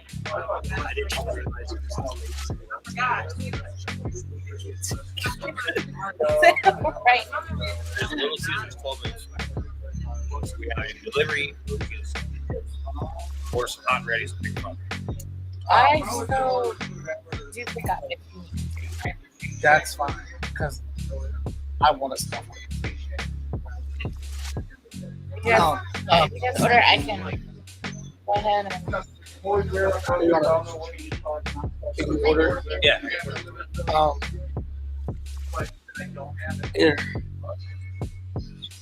Do they let you pay when you pick up, or do you have to pay when you place I don't know.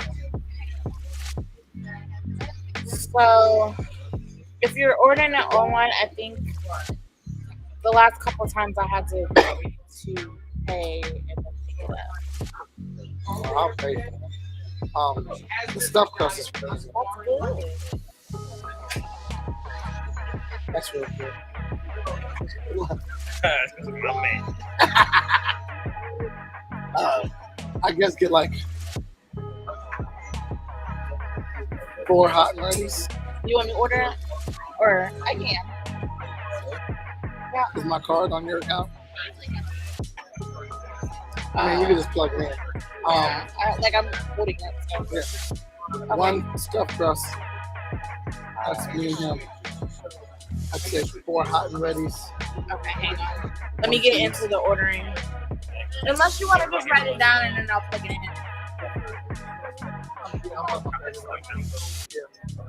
You think that's enough? Yes.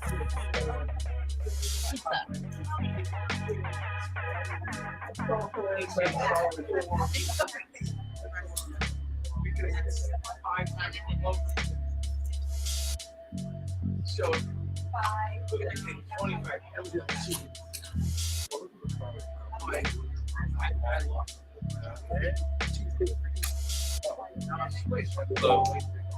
5 hot and ready, 4 pet, 1 cheese,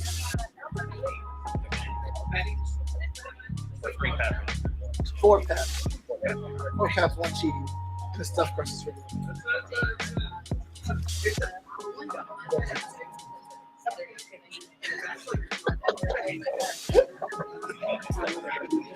Hey, Amani been watching my play, and he put in the comments, and his spades are Uno make less. Thanks, I got it. Something's wrong with this area.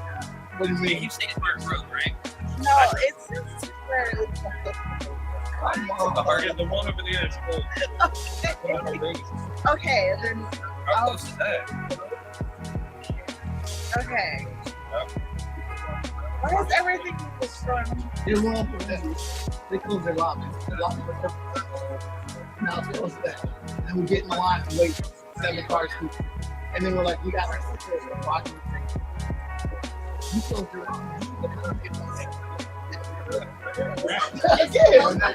the line is already done. And, oh shoot, in a few minutes. Do you want? Just write down what you want, and I'll take care of the rest. You got a pin. I got a fade on that. That's nice. The way he does, he's got a blur in there. So you focus me on it. Yeah, I didn't even see that. I did it. Am I in the way? Oh, okay. Yeah, it looks pretty good.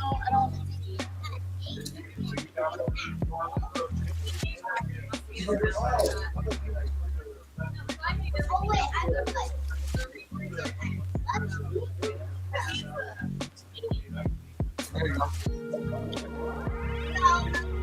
We're gonna get some little Caesars. I mean, not just around here. I'm just gonna. Oh no. Oh, Andy already told us. Oh. Okay. I'm just gonna go right there. The online is being so I'll be back. I was trying to just do something. I was just spoiler alert.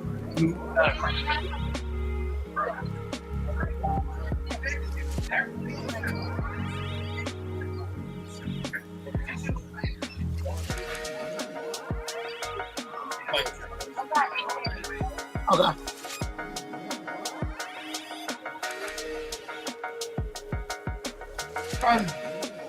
Make it 5 hot and ready.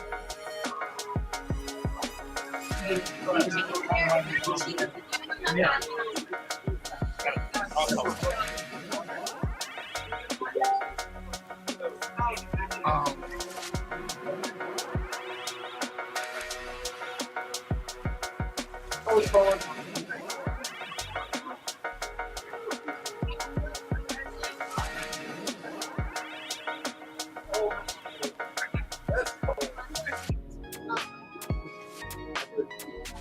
Transparent, you think? He said, "Why the black behind the unforgiving type? It'd be dope transparent." Oh, over here. So like the whole thing transparent?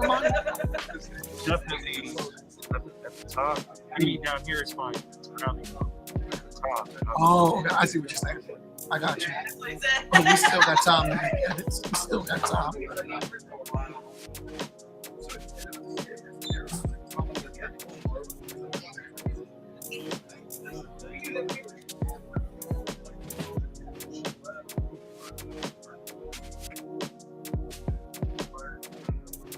How you doing, man? Hey, sorry, I was just checking out. No, you're supposed to check it out. You're fine. We're getting ready for another panel right now. Oh, okay. Mm-hmm. Yes. Yep.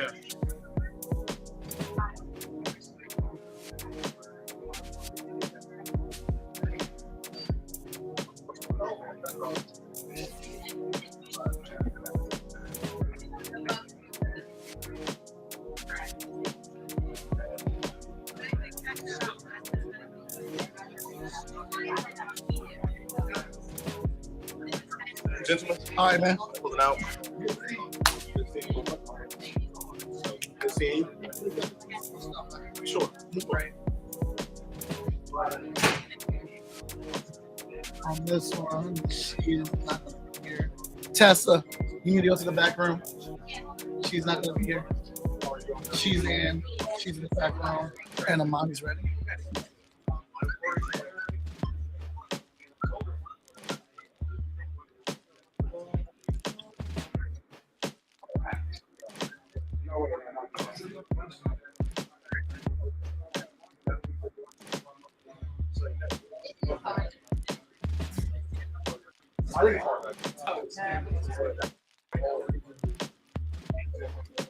What's up, everybody? We are back, getting ready for another panel. I am Mike Watson. I got Victor Dandridge over here to the side. Popping in. Our next panel is streamers and online communities. We're going to be talking about the business of online streaming. A lot of artists have converted to that. Twitch has really boomed with a lot of gaming and a lot of versatile content that people are watching on Twitch. So we're going to be talking about all that. Our host is one of our sponsors, Nerd Soul, in the building. He's going to be holding it down for us. We got some awesome streamers. We got a mix between experienced, rookie, and in between for our online streaming community. And in case you didn't know, Vigilance is here protecting us the whole time. All right, we're about to roll into it. And you know what? It's been a minute since we saw the intro. So I'm about to roll it again.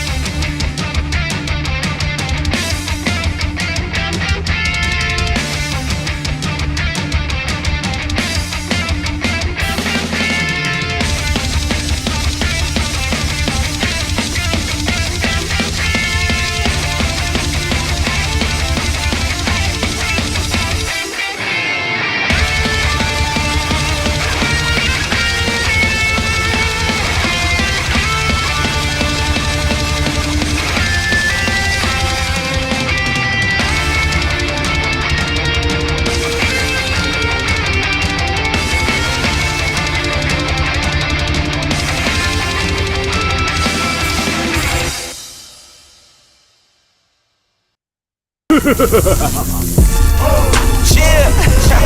I think it's time for me to save the day. Grace. Y'all know what it is.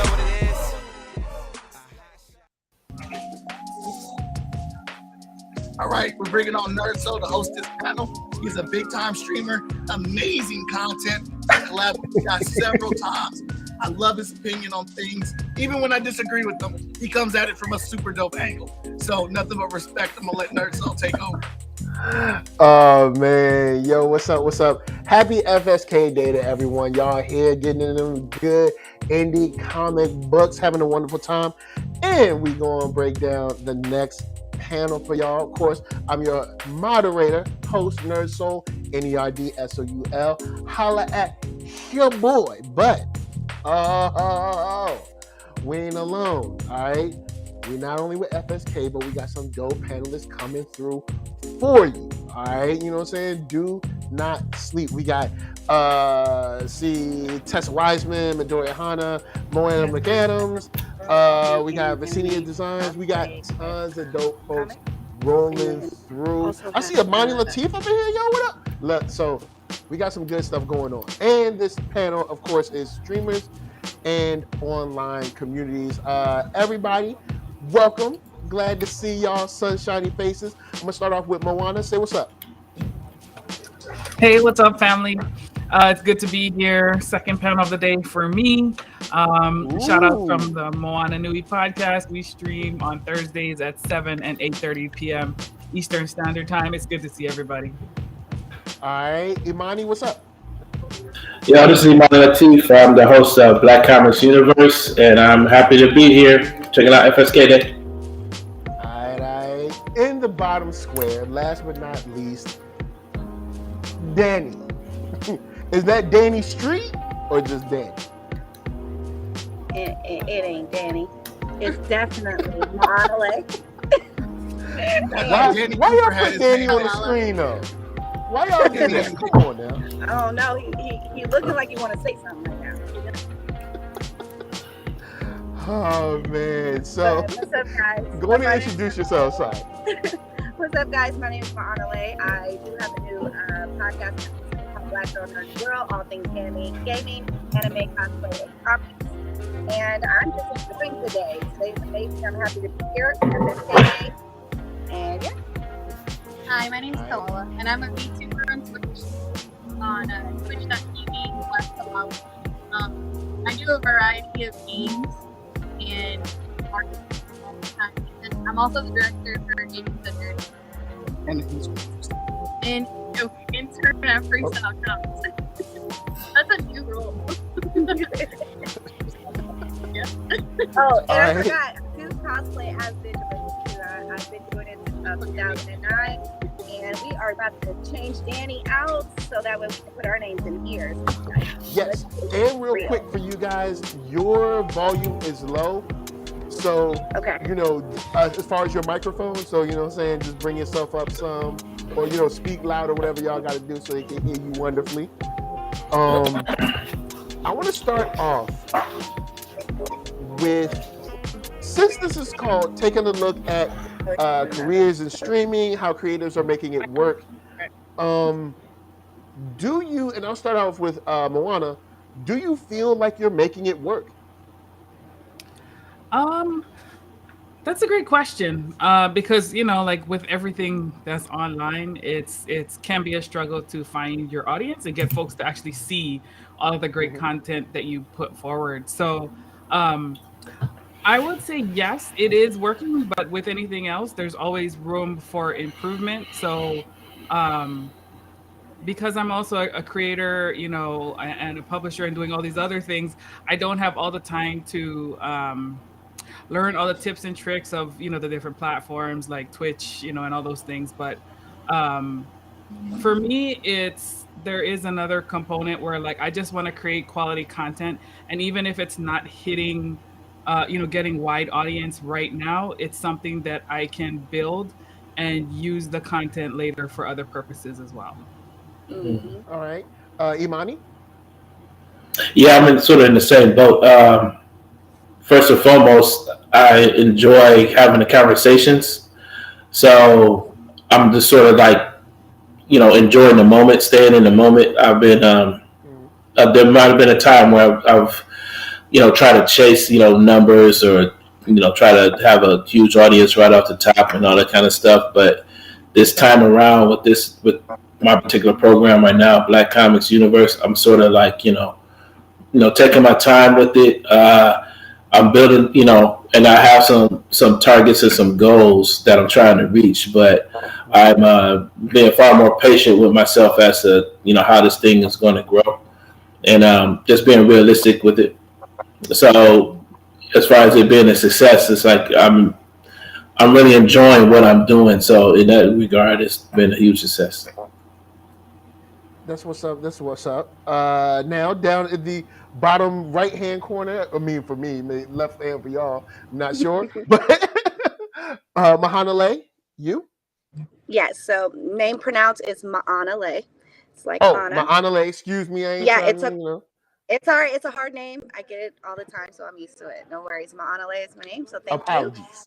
For me, I have been doing a lot of streaming with other people's platforms, and I'm learning so much with you know, interacting with other people's audiences, and you know, finding out, you know, my niche with the Black Girl Nerdy World. It's pretty broad, so I feel like, you know, being able to connect with other people's audiences is really a way to be able to build your audience, you know, and also engaging with you know, the audiences and asking questions and doing trivia seems to kind of bring them back because they feel like they're invested, and I feel like they get a sense of, I feel like I'm a part of the show. Okay. Wait. And Kalala? Perfect. Cool. Yeah, you said that right. So I actually started streaming to use it as a hobby because I'm a full-time artist and I was getting stressed out by chasing numbers for art. And then I was just like, streaming looks like fun after I saw Mike and ID do it. And I started streaming, and then, like many of us, I started taking it more seriously. So I just started adding like more additions and like just working harder for like the way it looked and then the way it ran and everything. And then people just come, like, it's slow, like I'm a small community, but like people come for you and then they stay for you, and then you make a community in the larger like time frame. So I agree with All right. And I guess to throw out to anyone in the panel, we brought up building communities and just speaking about community in general.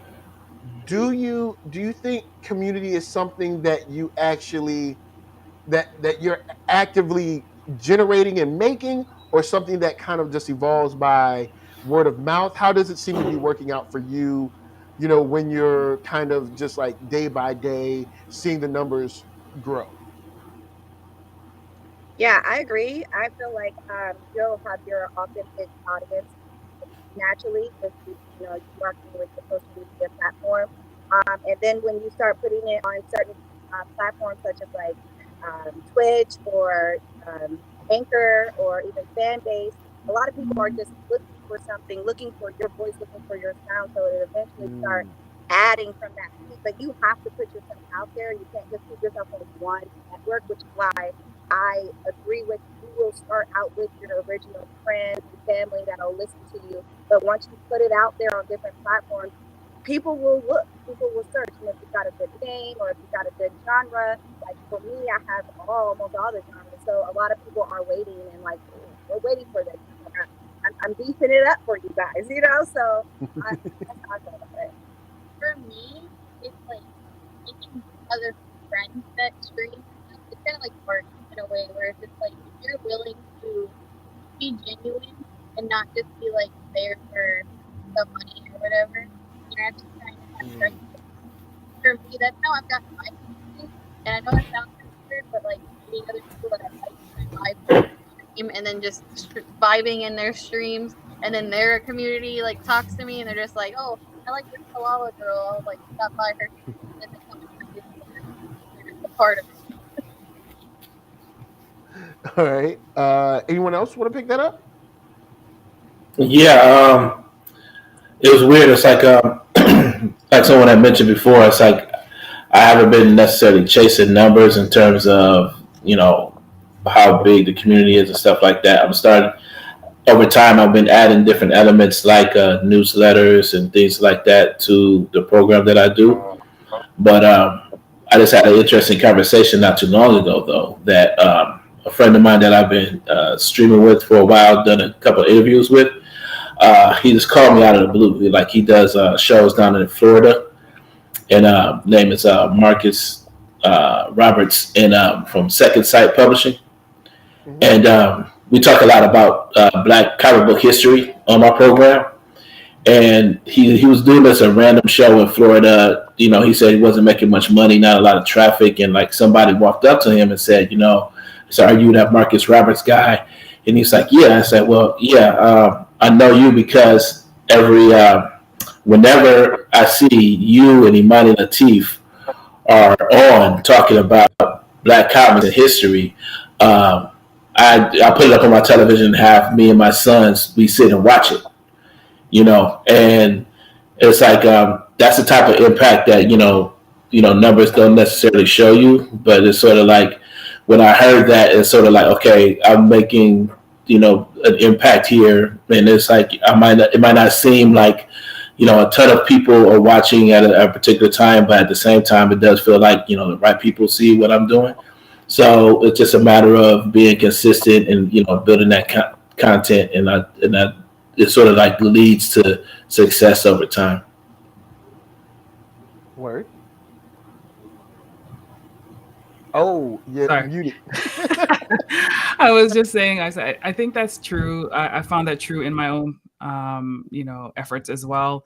I built mine more so like I started mine during, the pandemic, right? So for me, it was like really the community driven one because I really wanted to kind of reconnect, right? Because we weren't able to see both our, people who follow our properties, our fans, or the fellow creators, that are active in this community, which is a big part of, especially the independent community.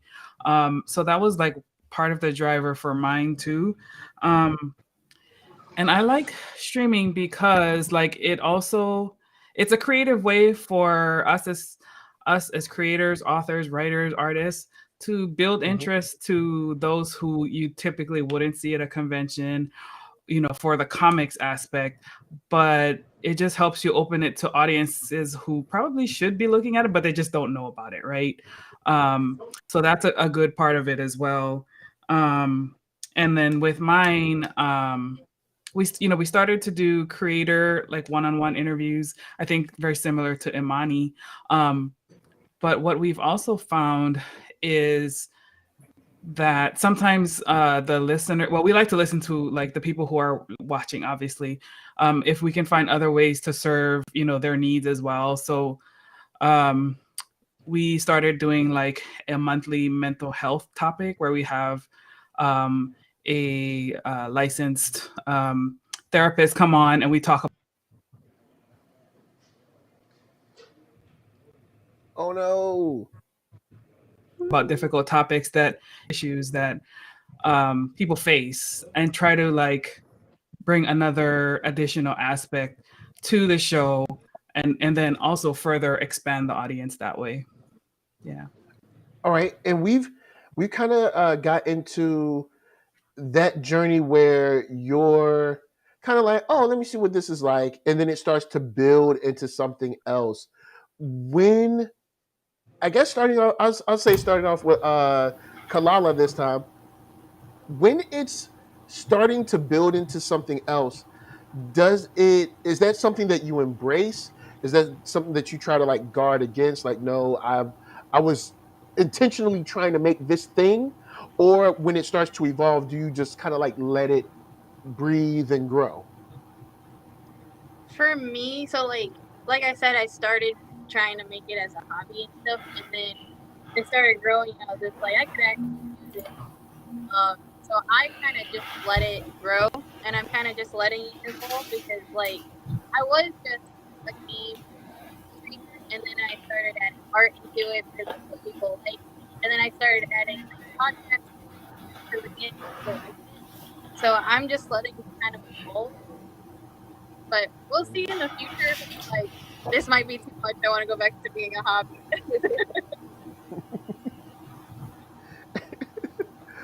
Anyone else about that transition period?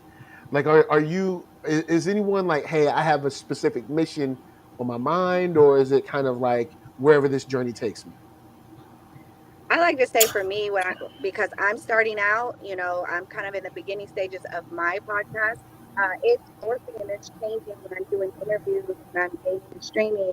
And naturally, I want to keep it in a certain bubble of things. But as you learn, people are like coming from the pandemic. They've been, looking for something to get into. And so you're starting to hear different people's perspectives, and it definitely morphs and changes as you're talking to your audience, as you're engaging with your audience. And for me, I'm kind of a control freak with that. I'm like, I don't want it to change, but I feel like it's starting to morph into something different than what I initially wanted it to be. So for me, it's kind of hard for change starting out, and I'm hoping that I can grow with the flow. Okay. Like, if it's changing and you're running the like podcaster, your stream, as long as you're having fun, then let it roll. Like the moment you start getting comfortable, that's when you have to like go back and just like, because you don't want to burn yourself out. That's a good point. All right, Imani. Yeah, it's weird. Like what I'm doing now, the program that I'm doing now is sort of actually in the evolution of what I was doing. I'm still doing as far as Peep Game Comics, where I sell, black comic, independent black comics. So this program was sort of a way to serve that community. And so what I'm starting to see is sort of like the next evolution of this will be a continuation of serving that community and being an advocate for that community. So what I'm enjoying is that this is definitely leading me to a product or to a platform that can actually, serve that community better. So I'm actually excited about, the program changing or evolving in that fashion. That's what it seems like it's been doing all along. So that's what I actually look forward to.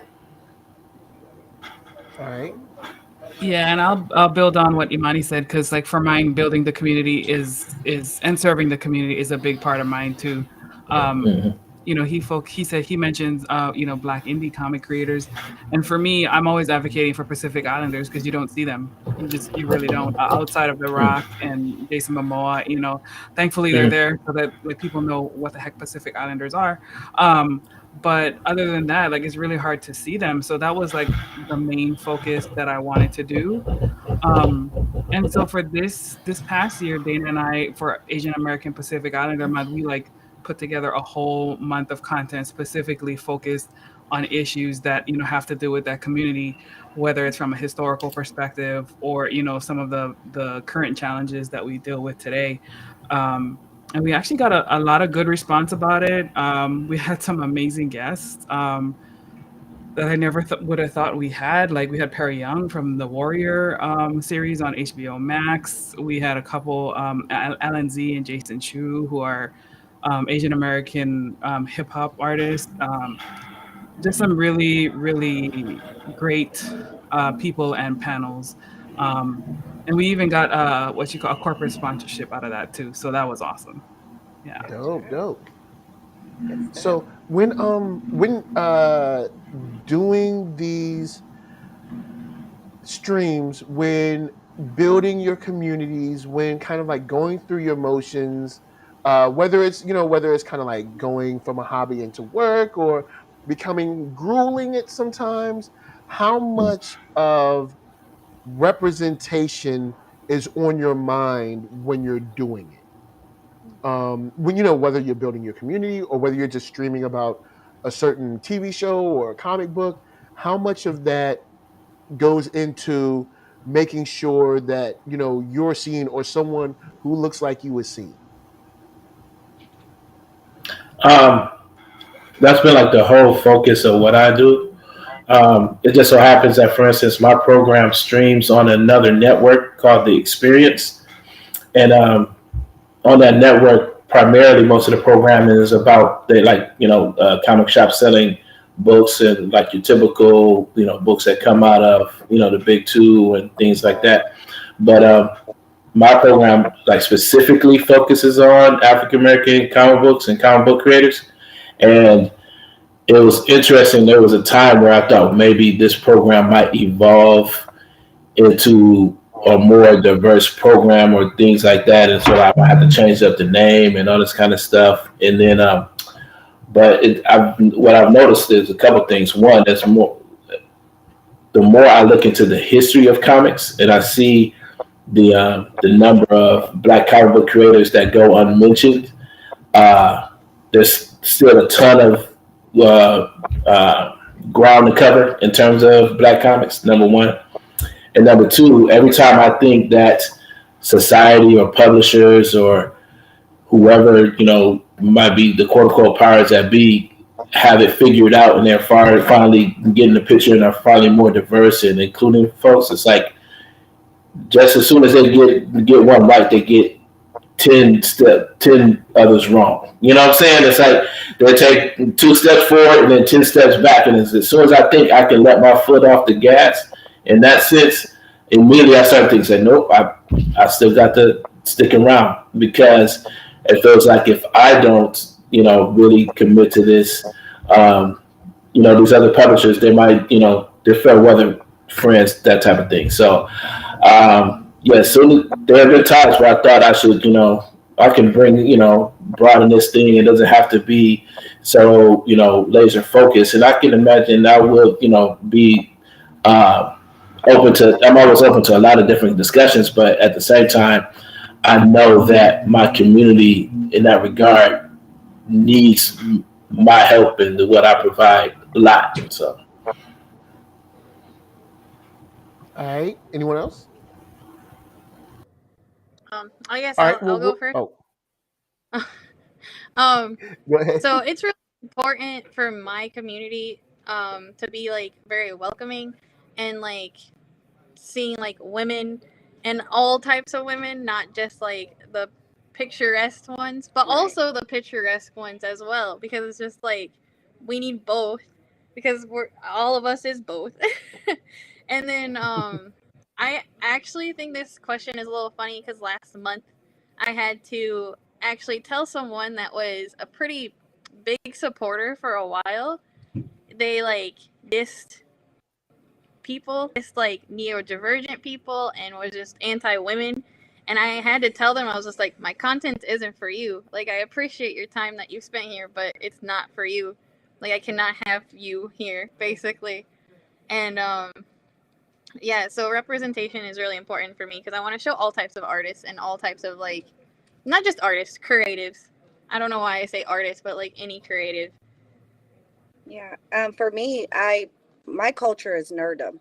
Period. You know, I have experts that are either like tech gurus or comic creators. So it doesn't just encompass being Black. I want to experience getting back into the journey of nerddom, and you going with me. I'm getting back into it from being a child, and it's people follow journey in this, and you learning so much. So it's not just open to just Black women, even in comics or in anime.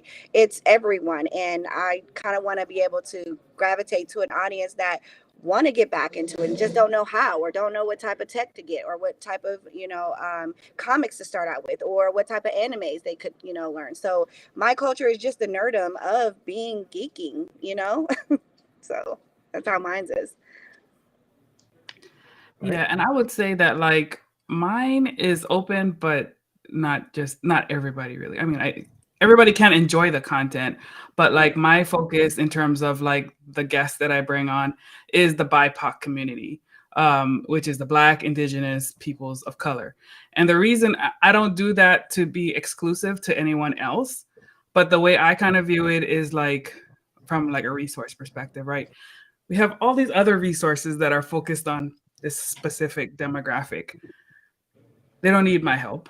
Like the people who need my help, they don't have resources. So if I'm going to be expending the limited resources that I have, I want to impact my people and the people that need it. That's kind of my take on it. So it's focused, but it's not in coming from a bad place at all. It's just really trying to help those who don't have. Mm-hmm. I totally agree. Mm-hmm. All right, and going off of a point Kalala made with the subscriber or the follower that you had, when it comes to our communities, we generally, due to either what the community we're trying to serve or represent, or just who we represent when you see us at face value, there could be feathers ruffled, if you will, at times when people see you, kind of like in your space. For instance, I remember when I first started sharing my content, when I I might have been doing it for a month at that time. And someone that I know said when they first saw my video, they thought out loud, who does he think he is? And that kind of stuff kind of comes up to you, or people might be, you think that they're down with your content. You're like, hey, well, if you're like this and you're not even open to a discussion about this really isn't for you. I don't even know how you got here. When it comes to our communities, are we on this panel kind of keeping an eye on them? Are we actively policing them? Are we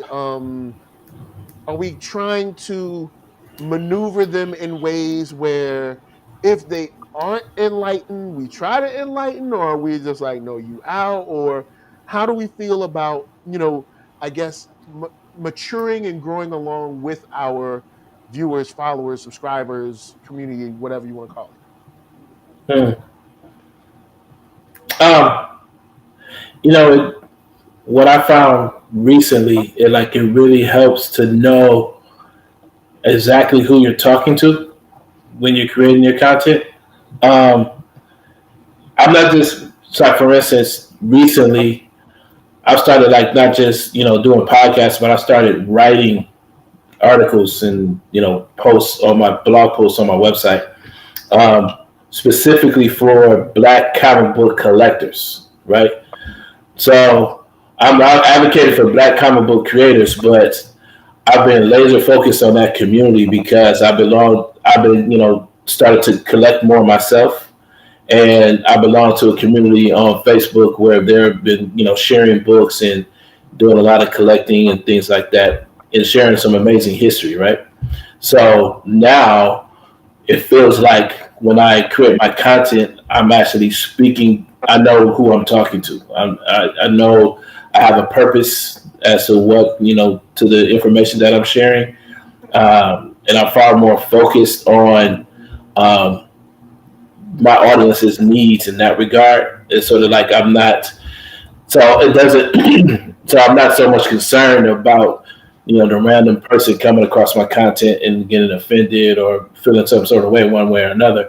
It's sort of like, as long as the people that I'm actually really trying to impress, this group of people, it's like, as long as I'm impressing and impacting on them, I'm good. I think what happens is sometimes we get into this space and, we cast such a wide net that we end up catching some fools that, we didn't know we were targeting with our information. It was just like, because we're so broad, it's sort of like, it's like, it's sort of like if I'm talking about, because my audience is so niche, there's some times where I get to avoid some of the, bloodier, conversations if I'm just talking about a general X-Men title that I would, I'm going to get a ton of fans that's going to have any number of different opinions. But if I'm talking about, something as obscure as Midnight Tales #1 or something like that, I'm a very narrow audience and I'm laser focused on them and what their interests are. Yeah, and I think I would say that, like, I mean, to a degree, you kind of pay attention to it, but like, if the concern is like having to deal with someone who doesn't align with, your perspective or whatever that is, then the internet is probably not even the place for you to be, because there's always going to be someone who has something to say. And for me, the way I look at it is like, yes, it used to bother me more before. I'm not saying that this doesn't happen, but the way I kind of look at it now is that, like, I only have so much time in a day. My time is better spent focusing on like what I'm trying to accomplish than arguing with those who are not aligned to me. Because there's always going to be someone, and you know what? Sometimes it's cool because if you don't like what I'm talking about and you're upset about it, you're talking about what I'm talking about. And thank you for helping me to build the audience. That's kind of how I look at it. I agree. I was going to say that exactly. If you're not ready to have the world look at you and scrutinize you or even praise you, don't put it online, because right now everyone's online, TikTok, everything. People want to have their opinion. And in today's age, everyone is sensitive about everything you talk about. So, being prepared to, like you said, if you like it and it's going in the way that you want and you're having fun, do that. But I feel like you should be able to control your page. If someone's on there disrespecting someone, disrespecting your crew that's on there, your guests, your audience, you want to make sure your audience know that you care about them and you're checking them, even if it's just in a chat privately, or if it's, hey, we're not going to disrespect anyone. We're going to be here to respect everyone. It's all love. It's all art. It's all unity. Everyone has their niches. For me, mine's is pretty broad, and I feel like it's definitely going to tailor along the way. But I'm open to it. I'm ready. I'm like, hey, I got my Venom hat on. We can go. With me, it's like I get really shy when it comes to like, because I want everyone happy. So I get a little nervous when people, like, I have to put my foot down, but I know it's important to, because with like the community I'm trying to like build is like, and I know people hate this word, but I'm trying to make like a safe space in a way where it's just like I want debates and stuff. Like I want to like have actual conversations. But if you're just here to be mad that someone is being successful that you don't like, or one of my friends that you don't like how they're built or something, then I don't want you here. Like, if you're not an ally in the grand scheme of things, like, I'm gonna have to put my foot down, because if you're gonna basically be like the rotten apple that makes the whole barrel rotten. Pretty much. Yeah, and you can kind of see well, maybe not initially, but after a couple of exchanges, you can figure out, is this a genuine debate? Is this someone who genuinely has a difference of opinion? Or is this someone who's trying to get a rise out of you, that's trying to just start a fight for the sake of starting it? And I will say, in my live streams, because I live stream like every weekend, I am a quiet banner. I will be I won't even reference your comment. I'll see it come up, ban, and I'll keep on because people will come in and say like something about this community or that community, or they're glad that the police did this or whatever, and I'll just be like, ban, and I'll just keep on rolling. I won't even like ban, still talking. So that's kind of how I roll with it. I won't even acknowledge it Like unless what you're saying. it's like crazy egregious and people have already started responding to it because I didn't see it.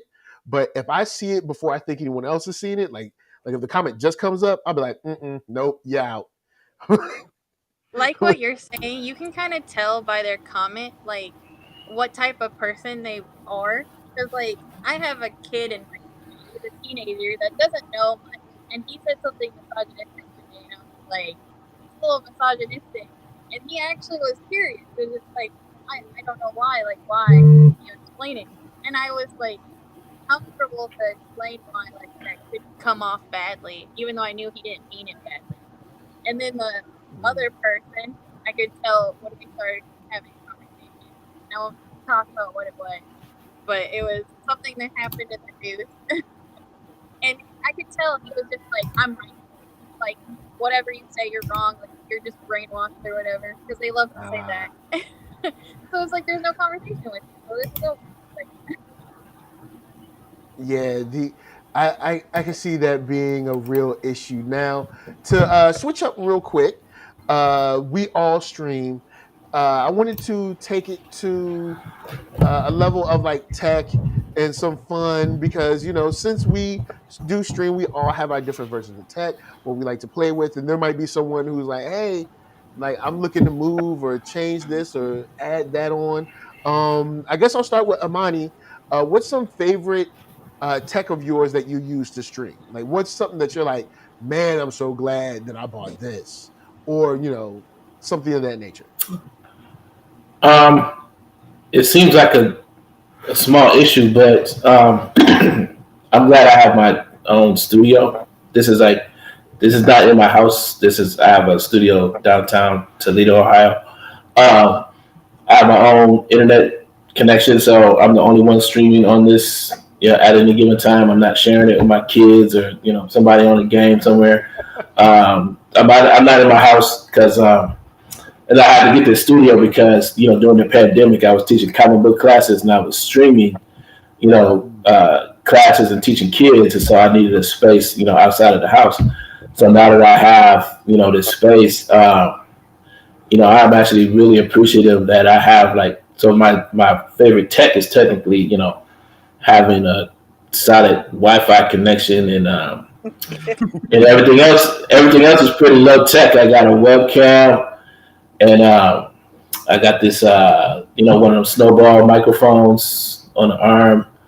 I mean, that's what's so great about technology now. Everything else is pretty cheap and pretty straightforward. So, but being able to do cool stuff with my background and everything. So I'm probably that's been the biggest investment of mine. It's been my actual studio.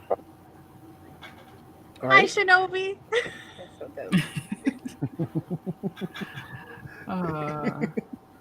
Oh man, this dope. So, Moana? I would say, you don't need a ton to stream, right? Like, I have seen some people like, oh, I gotta have all the best gear before I can stream. Like, no, like Imani said, like solid internet connection, a good mic, which you can get. There's a lot of different options out there.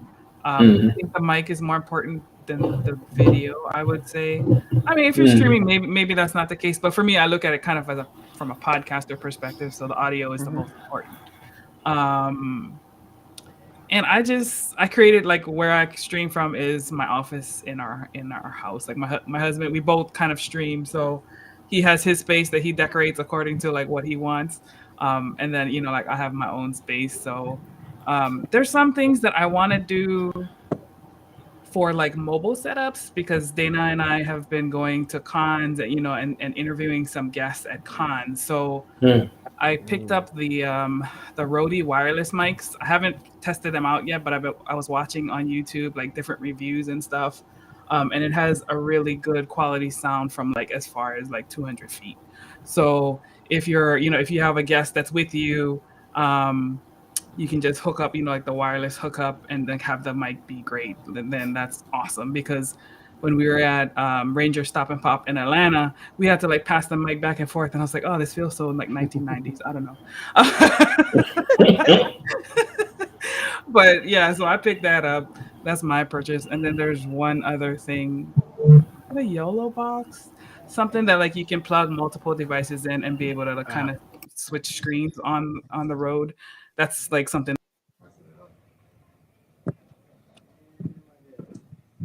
Uh-oh. Oh no. She'll be back. Come back. I'm looking to invest into. Cool. You're back. We missed a little bit, but we good. Okay. we good. We back. The dang We internet. connected. Exactly. All right. My What I tell you, that internet boy, that's up. That's it. For me, I love tech. Oh my goodness. So She does.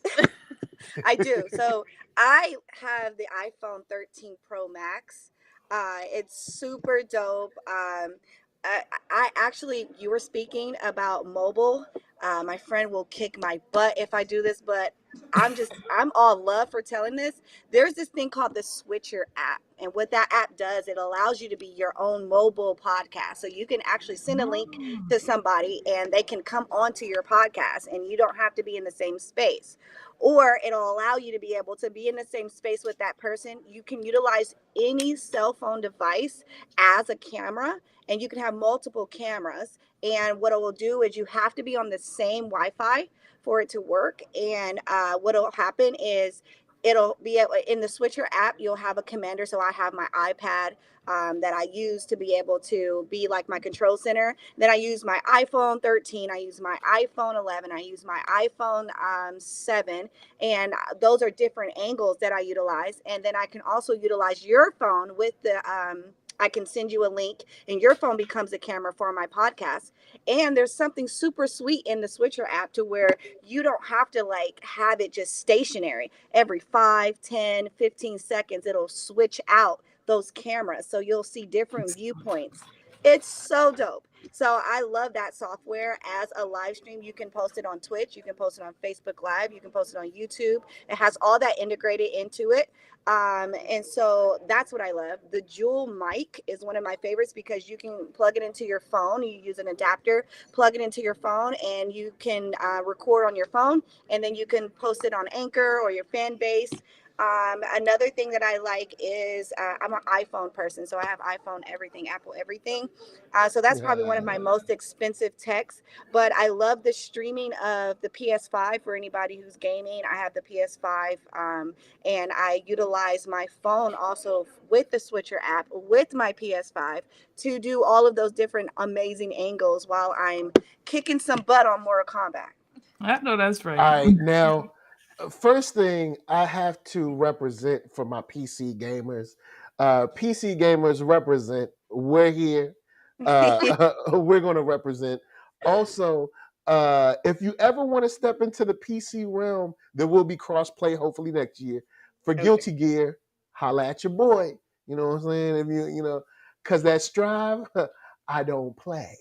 But for me, it'd have to be probably my laptop because I needed to be mobile, but I wanted to have a beast. So I had to, I dug deep, but I got a beast. And now I handle things a lot quicker and easier. It kind of hit me deep, but that's probably my favorite thing because now I can connect everything to it. It's super crazy fast, and I don't have to worry about anything else. So that's my thing. But that app, yo, look, you gotta because that app, $40 a month. It gets you. I'm not gonna sleep on that.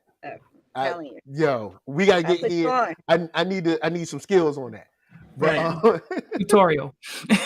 yes, like, And I'm like, you can take it anywhere. I'm It's like, called it goes through Twister. all the different cameras. Oh, this is Yeah. sweet. You're And right. your guest camera too. They become a camera on your podcast as well. Yeah. So it's not just Nice. yours. So if you got only one camera and your guest is their camera can become an extra camera for you, and you can take it anywhere as long as you have. I have a hotspot, so I use that when I'm going to sit down and go play games like Magic the Gathering. And so I use the hotspot, and they're all connected. I have my iPad. It's the best app out there. My friend was going to kill me because low key that's like a slip info for podcasters that want to do it mobily. Right. Yo, that sounds like the hotness. So real quick, I know where He's got hers. coming, coming. Oh, sorry. I thought you went. My bad. It's okay. Well, first off, I just wanted to say that you don't need much to stream. So if you're wanting to stream, just stream, because I know a girl, shout out to Libra, she got 600 followers and she used a crappy MacBook that had terrible audio for 3 months. And she's finally upgrading now. So, You ain't had to put her out there like that. Shout out to Libra. No, she'll say it. She knows. She just now got a computer and it's way better. But she made her streams really entertaining with what she had. But the stuff that I use that I would recommend is 2 monitors, preferably a curved one, at least one, because it helps with your eyes, especially if you're going to be working on your computer all the time like we do. And then an Elgato Stream Deck, especially if you're a VTuber, and I know none of us is, but if anyone's watching that wants to be a VTuber, it helps. Stream Deck's basically you can make it a soundboard, you can make it to open your apps, so you don't have to search your computer all the time, or you can do a bunch of commands in it. It's really cool. So that, and then this is kind of tech, Nightbot for Twitch users. Yeah. Nightbot saved my life so many times because you don't have to worry as much about modding. It helps. Okay. That's different. That's new. Get on it. Yeah, that counts. It's software. It counts. Mm-hmm. Free, and you get unlimited stuff for Nightbot. Word.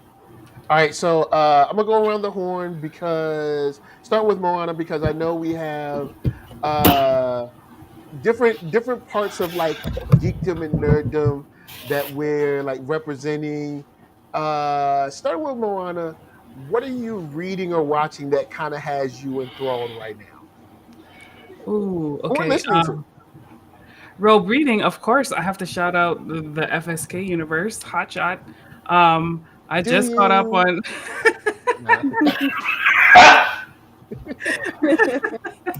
No, but seriously, I mean, I have so many indie books that are stacking up that I need to read. So I can't really say that I'm reading everything, but seriously, that's the last book I read was Hotshot. Series. Oh, let's see. What am I watching right now? Well, I'm not currently watching anything right now, but I'm excited for Boba Fett. So let bring on the Bobas. Yes. That's Star Wars right there. That's Star Wars. Yes. All right, Imani. It's been interesting lately. I've started collecting a lot more, and I've started looking into the history of comics. And so, oddly enough, a lot of what I've been reading actually has been, the 80s, coming out of the 80s, the 70s. I've been picking up books, published, early 70s, late 60s and stuff like that. So just really just the history of comics has been one of the most fascinating things lately. Um, learning about different, key figures, in comic book history and stuff like that. So that's what I've been on lately. Okay, moving on, Kalala. So the thing that I've been kind of obsessed with is this comic on webtoon. It's called Lore Olympus, and I don't know if anyone knows that, but it's written by a woman, which I absolutely love when things like actually take off by women. Like Full Metal Alchemist, my favorite anime, it was written by a woman, and people don't know that. But Lore Olympus, she draws everyone since birth, and it's about Greek mythology and stuff, like but she kind of twists on it in her own way. And like the way she draws women is like there's Hera, which is like she's considered to be beautiful and everything, and she's like more typical, like picturesque type of woman. But then there's Persephone, who is like short and kind of like thicker, and she's also called gorgeous all the time, like just as pretty as Hera. Like no one is like put above other women in this, and it's just so nice. Because I like that's something that media used to do and still kind of does, put us against each other, and it's just like not enemies. And I like that that's being shown Yeah. different things. Cool. Oh, that was the book. Yeah. All right. For me, I know you didn't even want to try it, did you? I look. I've been down that road. I know better. Moana. Honestly, I'll Moana, practice in the off time, but I ain't nah. Yeah, I get a lot that they think my name's Hawaiian, so you gotta take Yes, it with I a can see that. but right now, what I'm reading is Miss Marvel, and I'm getting into her because I know Marvel's coming out with her soon on for a series. Yeah. And then what I am watching, currently re-watching Hawkeye. I watched that this week that came out, and I find a lot of little gold nuggets in rewatching shows. So I'm really excited about this saga coming out with Hawkeye, and can't wait to see where it goes. So that's I'm watching. Okay. I'm rewatching sort of Voltron randomly every now and then. I guess the newer version, because I know there's been a couple attempts at it, and then the original version. So the newest version on Netflix, Star Trek Discovery, Star Trek Prodigy. What else do we got? We got Hawkeye, so I'm watching that. But yes, Boba Fett should be fun. Should be a lot of fun. And that might be it. That might be it. Besides just reading like Bitterroot, they just dropped volume 3. So I copped Nice. that. Amazon was wrong how y'all sent it to me. You know what I'm saying? It was bent. But I mean, hey, I'm gonna read it. I'm just saying, why y'all hating on the books? I think That's sacrilege right there. I'm like, I think it y'all was the bent the book. deliverers. but I like to hear that. We got a well-rounded, a diverse array of of items that we are influenced by, which is cool. I know that we coming to a close, so Mr. Watson doesn't get Randy Watson does not like. You know what I'm saying? You know, Randy Watson. he don't like it when you mess up his time. But so I'll start with Ma'anole. Perfect. You saw how strong and confident that was? So we're gonna start with you. Where can people find you? Your links, I don't know, your email, your blogs, all that. Absolutely. So for me, it's Black Girl Nerdy World fan page on Facebook, Black Girl Nerdy World on Instagram, and of course my page, me personally, with all of my crazy important stuff, underscore Queen Waters on Instagram. So thank you so much for having me. Check it out. So yes, go. Word. Kalala. So Instagram, Facebook, and Twitter, I am T Kalala. So just add a T at the beginning. Kalala is a camp in a different country that took my name. On Discord, I'm Kalala6079 if you want to add me. I have a Discord server. And then on Twitch, it's twitch.tv/Kalala. Not too hard to remember, but that's it. Cool. All right, Imani. You can find me at Black Comics Universe on Facebook and Instagram, and on my website, blackcomicsuniverse.com. All right. Last but not least, Moana. Awesome. You can check the Moana Nui podcast and live stream on Thursdays at 7 and 8:30 p.m. Eastern Time. And also check out our Kickstarter right now at moanatheauthor.com for the second book in our children's book series, The Adventures of Nakoa and Nohea. It's a story about the shape-shifting legends of Hawaii. Word. And of course, NERD, SOUL, Facebook, Instagram, Twitter, all those places, you know what I'm saying? Holler at these people, either buy something or subscribe to something or follow something or look, there's so many different, you either following, you subscribing, but make sure to share it. Go to them, find that little button, use your thumb and say share, all right? You know what I'm saying? Share all these people. You know, share it to your mama. Share it to your brother that ain't doing nothing. He just sitting at home. He ain't doing nothing. Why don't he get up and watch some streams? You know what I'm saying? But with that said, shout out to Fskday Iv. Glad that y'all had us. Big shout out to, you know what, Mike, I need one of those hats. I'm saying. Right? Mike, you know, Anyway. you know, see, Mike, I know what it is. He's discriminating against bald-headed brothers. That's what it is. See? I'm the director of Agents of Nerdy, and I don't even have an Agents of Nerdy shirt. Oh. They got pizza. We got They're eating without us. He should be ashamed of himself. Can't even bring us none. That's why his mic is muted. Yeah, that's right. Yeah. Because I'm not out there. Those are at-home conversations. We are live on the show. Hey, but thank you guys for coming out, doing on this panel, Nerd Soul. Thank you so much for being a moderator, hosting. We'll get you out a hat. Send me your address. We got you. Thank you. You know what I'm saying? I will gladly wrap the hat. We're about to get ready to roll into our next panel, which is the business of making comics. We're getting everybody pinned up for that one. I want to thank my panelists so much. That was a great panel. We'll catch you guys, at the next one. Thanks, guys. Nice to meet y'all. Peace.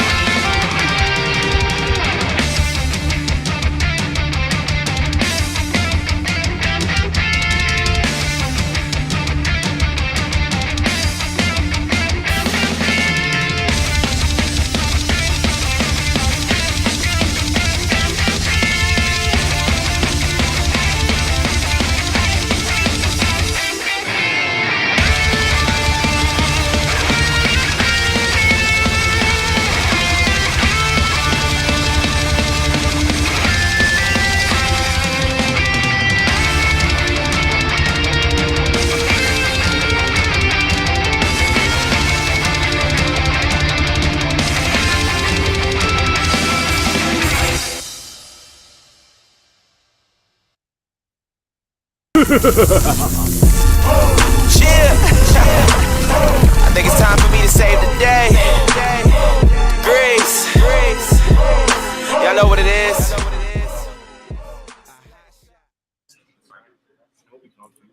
I know. What's up? We're about to get into this next panel. It's the business of making comics. We're going to be talking about making money, not making money, planning, thinking big, thinking small. How do you do it? All that great stuff. As Fskday Iv continues. Yes, I am chewing food. This is the first time I've gotten to eat. I'm hungry. We're working hard out here. We got pizza for everybody. That's what we do on Fskday Iv. You know what I'm saying? We're going to bring up our panelists. You've seen a couple of them already today. Here we go. Mhm. Yeah. As soon as they get back there, we got some more people going to the back room. Everybody, we've been waiting on food, y'all. So everybody here is trying to get their food before they get on the panel. But what I'm going to do is let you guys introduce yourselves. And we are going to start with Chris. Introduce yourself to everybody. Where you from? Hey, I'm Chris. I'm head of Fskday Comics. Can you guys hear me okay? Okay. Yeah, you're on the next one. Okay. Okay, so I'm head of comics. I do Base Force, Clay Girl, and a few other titles.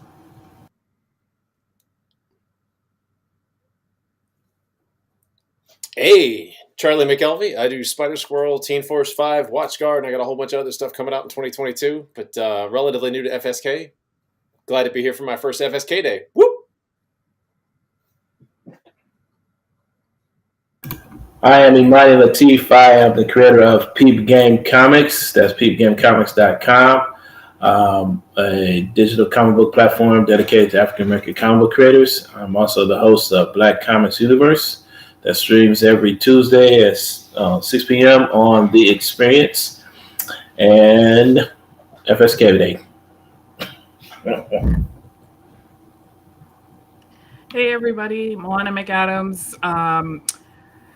editor at Burning Spear Comics, burningspearcomics.com for the Wildcard Chronicles series, author for the Adventures of Nakoa and Nohea children's book series, host and founder of the Moana Nui podcast, and champion and advocate and lover of our wonderful independent community.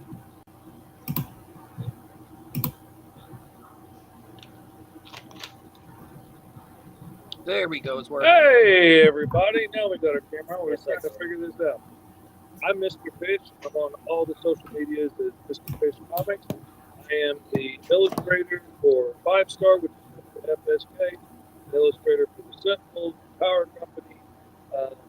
No, I'm forgetting something else, a number of other books. And I got my own book coming to FSK soon, Green Zone, which is going to be awesome. Vancouver editor-in-chief of Freestyle Comics, lead letterer, and writer for Heroes of National. I'm Mick Dandridge, the artist working man in comics, founder of Vantage House Productions, co-host of Black, White, Red All Over, finds his glorious home at Comic Town, the greatest comic shop in the universe. I said what I said. It is. It is.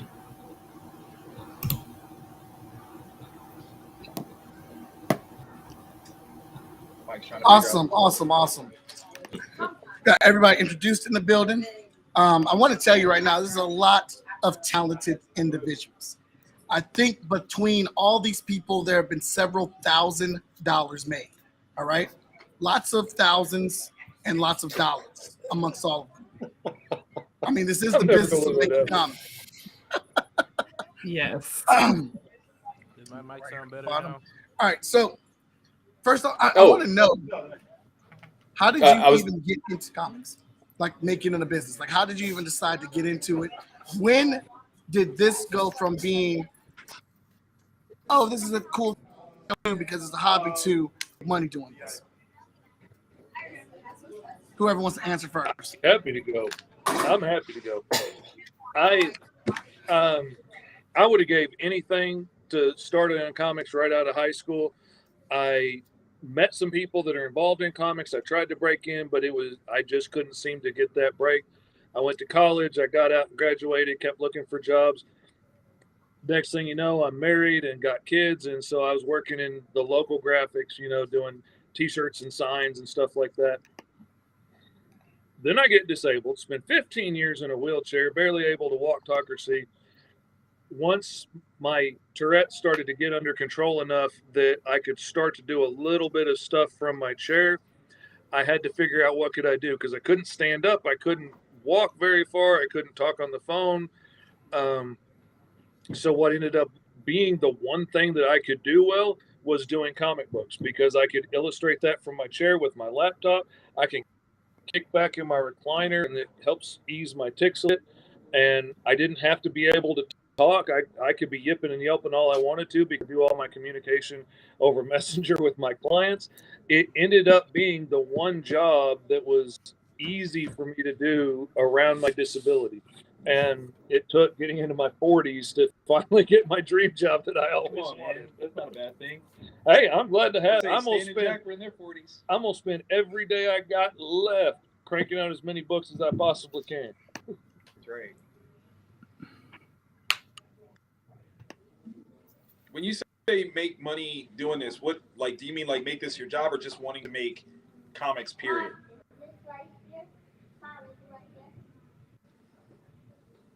Womp, womp, womp. Yeah, I think you're on mute, Mike. Right. Okay. Maybe I'm sorry. I probably had food in my mouth when I said it, but I want each one of y'all to answer that question. Y'all can just popcorn it around. But Victor's asking. But Vic asked a question. Yeah. Actually making a profit or just getting into doing comics? Yeah. Oh, making a profit. Oh. All right. Well, I'll jump in on that one. So I started off with the idea that you could be profitable in comics immediately. That was actually something that I had as a Fish is about to lose his mind. There was a panel back in 2009 that there were some creators that were talking about how impossible that was. And I was like, nah, you're just not doing it right. And of course, me being the arrogant person I am, I wrote this out, put it in an article. Shout out to Comic Related, one of our online homes, our first online home. And had some feedback from some of the participants of said panel that were like, all right, fine then, Mr. Big Mouth, prove it. And I did. I did my first book called Omnibus, which is one of the worst books in existence. It's absolutely trash. I wrote, drew, everything. Oh, I need one of those. Oh, no, you don't. Oh, no, yes, you don't. I Don't do that to your need collection. one of those. Do not do that to your collection. But upon the setup that I had for this was to do sketches for people at movie premieres, right? I actually want to say that it was like G.I. Joe Retaliation or whatever. And I drew for 6 hours, made $60, used that money to invest in the production of this book. I did it through Kablam, actually. And because it didn't cost me a dime, the first sale that I made virtually was immediately profitable. So I proved my point. So there's like aspects of it where it was just a matter of more of a thought experiment that I was like, nah, you can do this. It's just a matter of scale and having an understanding of what it is that you're actively trying to do. Wait, who's I talking? absolutely cheated on the making money aspect. I absolutely cheated. No such thing. Because I am just the illustrator, and there are so many people out there that have had the dream idea that they've had their whole lives, a story they want to tell. They're older now. They've got some money in their back pocket. Digital printing is easy with places like Kablam. Right. We can work through Facebook and talk to people all over the world. You don't have to just work with somebody that has this skill set. You don't have to know somebody from down the street. So I realized as I was looking for something I can do from my chair, I was like, there's a lot of people that would like to tell a story. There's lots of people got a little money in their back pocket. I will draw that book for you. I don't care if it sells 20 copies. Like, that's a you problem. You know, I want to work with the best writers. I want to do the best stories, and I will make it the absolute best I can. But if you also just want to pay me to see your passion project done and make 5 copies, fine, I'll take the money. I don't have to worry about it actually making money on the tail end. Now that I'm doing my own book, I kind of got to worry about that. Hey, Fish, do me a favor. I gotta comment on something you just said. So lean to your left a little bit, just like lean towards Vic a little more. Respect me. Man, don't ever say I'm just the artist. Because comics is a visual media, so. It absolutely is. No, having a little fun. I'm just picking on Fish. Look, I'll jump in, man. I did it. Unlike Vic, I did it a little bit more. I guess you call it traditional, but and I agree. There's no such thing as cheating unless you absolutely like break a law or you lie to somebody. Those are 2 things that I'll never forgive. But I decided when I was going to create comics, I said, well, I want to do this smart. And how do you build an audience for somebody who's never heard of your character, right? So I spent a little time trying to figure that out. And what I did was I actually went a very non-traditional route, even though it's a traditional structure, which is building an audience first and then providing a product. a lot of people try to build a product and then try to find their audience afterwards. So I kind of flipped that piece. Neither one of those is right or wrong. I'm just saying what I did. And a lot of times you have to do your product and then the audience. But anyway, so I started working on online forums and social media. We'll talk more about that in one of the other panels on the social media side of things. Quick plug. So I actually got into creating my characters like everybody else. We all have these universes, all have this vision, all these things we want to do. And what I ended up doing is I found a gaming platform and I started studying it. And it was called Mutants and Masterminds. And it's a role-playing game, couple of dice, and you rock and roll. Right? You guys have all heard of that. So what I did was back when version 2, they're on version 3E now. But when version 2 had just come out, I grabbed one of their books and I said, you know what I could do? I could actually create my characters as gaming constructs or NPCs, non-playable characters, and then throw them out there as something for sale. So at first they were digital, one at a time, and then I compiled them together. And so as I was paying for art, I was immediately starting to see positive cash flow coming from that. I was running in the red because obviously I'm paying more than I'm getting back in, but I was running positive cash flow. Money was still coming in even though I was putting money out. And eventually what I did was I compiled it into a book and put it up on Amazon, sold my own book, and they started going. It won an award. It got nominated for another award. They got me more recognition, started doing more podcasts. So I built the audience. And then as that's all happening and as I'm building this momentum for something that is now created, produced, and it's fully in the black, it's paid for, it paid for itself, and now it's making money. I took that and I went in and I started producing my first comic book, which, like Vic, my first comic book was shit. Can I say that? It was junk, man. It was the worst thing I put out. But thank you, Mike. You can say that if you say it. Don't let nobody else say that, though. Hey, I got a little too much Irish in me. I'll throw blows, but I'm not afraid. But anyway, so I put it out there, and then I get the book out there. I still went to Kickstarter to get the book going because my mentality was, even though my original book paid for the new book, the comic book work, I still wanted to pay for printing and also start building momentum for the next thing, whatever the next thing was. So now all of my projects pay forward. So for those of you who don't know, Spider Squirrel was mostly funded over the last 2 years through really my WatchGuard book and then the sales from that and all the individual digital stuff that I've been doing. And then that book was paid for all the way done. So when I go to Kickstarter, I'm actually paying for issues 2 and issues 3. And I actually have a spreadsheet. We could talk more about that in detail if you guys care later. But I actually have a spreadsheet. I call it my Pay It Forward Kickstarter spreadsheet, where every time a Kickstarter closes, every time I'm done paying out for all my rewards and buying everything and shipping everything, whatever's left over, which is a separate bank account, that's the volume that gets tagged over to the next project. And it might even cascade into multiple projects depending on how much we overproduce. So that was just my way of doing it, man. Mm-hmm. That's a smart way. It's a way.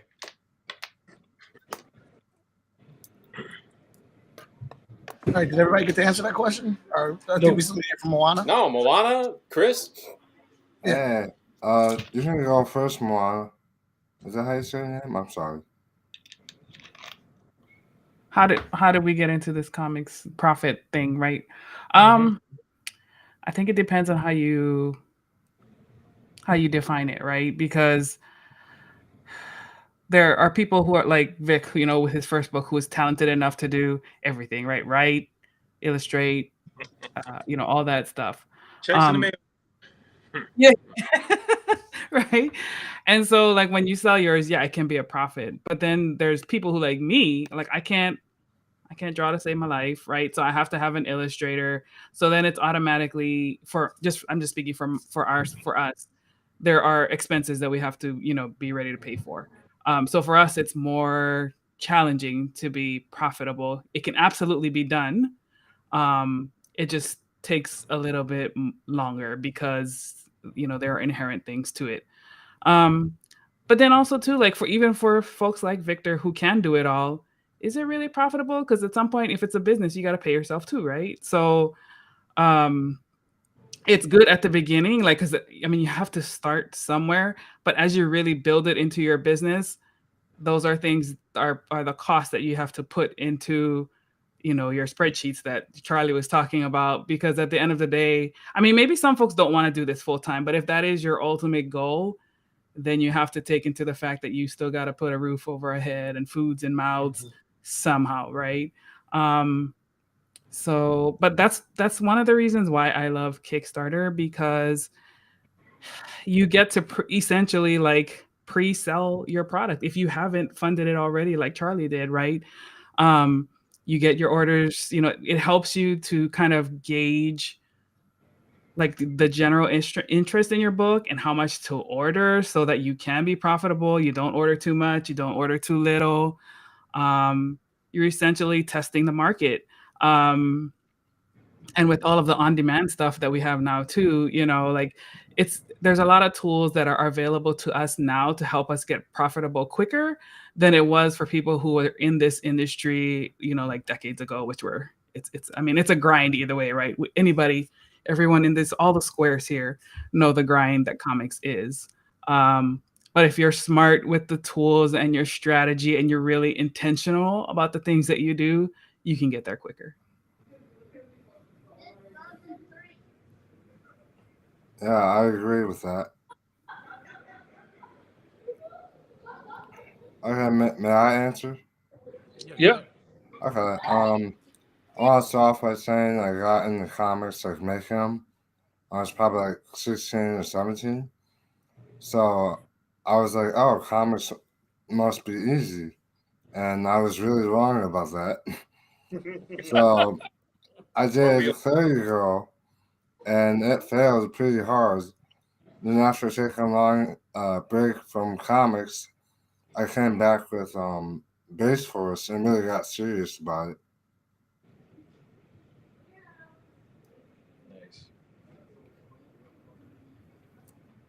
Awesome. I love hearing all the different perspectives and who Am I we're missing. I didn't say anything. Money. Oh, Money. I didn't say anything. Don't cut me off, Randy Watson. All right. No. Every time you say that, all I can hear is Randy Watson. Go ahead, Randy man. Watson. How you supposed to hear it?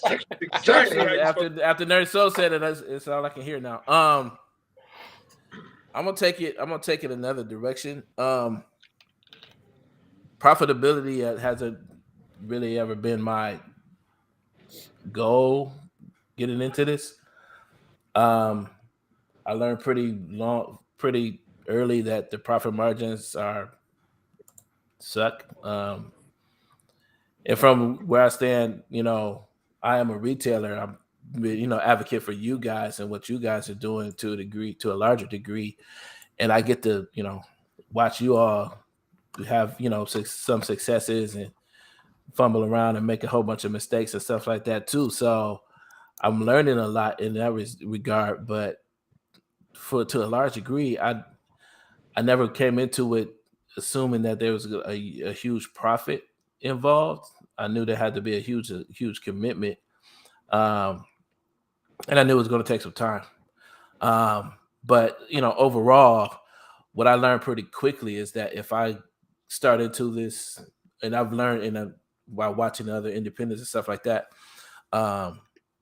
if profitability in the beginning is your goal, then I think what tends to happen is that you miss out on a lot of other opportunities that you could have down the road if like profitability is your priority now in the beginning.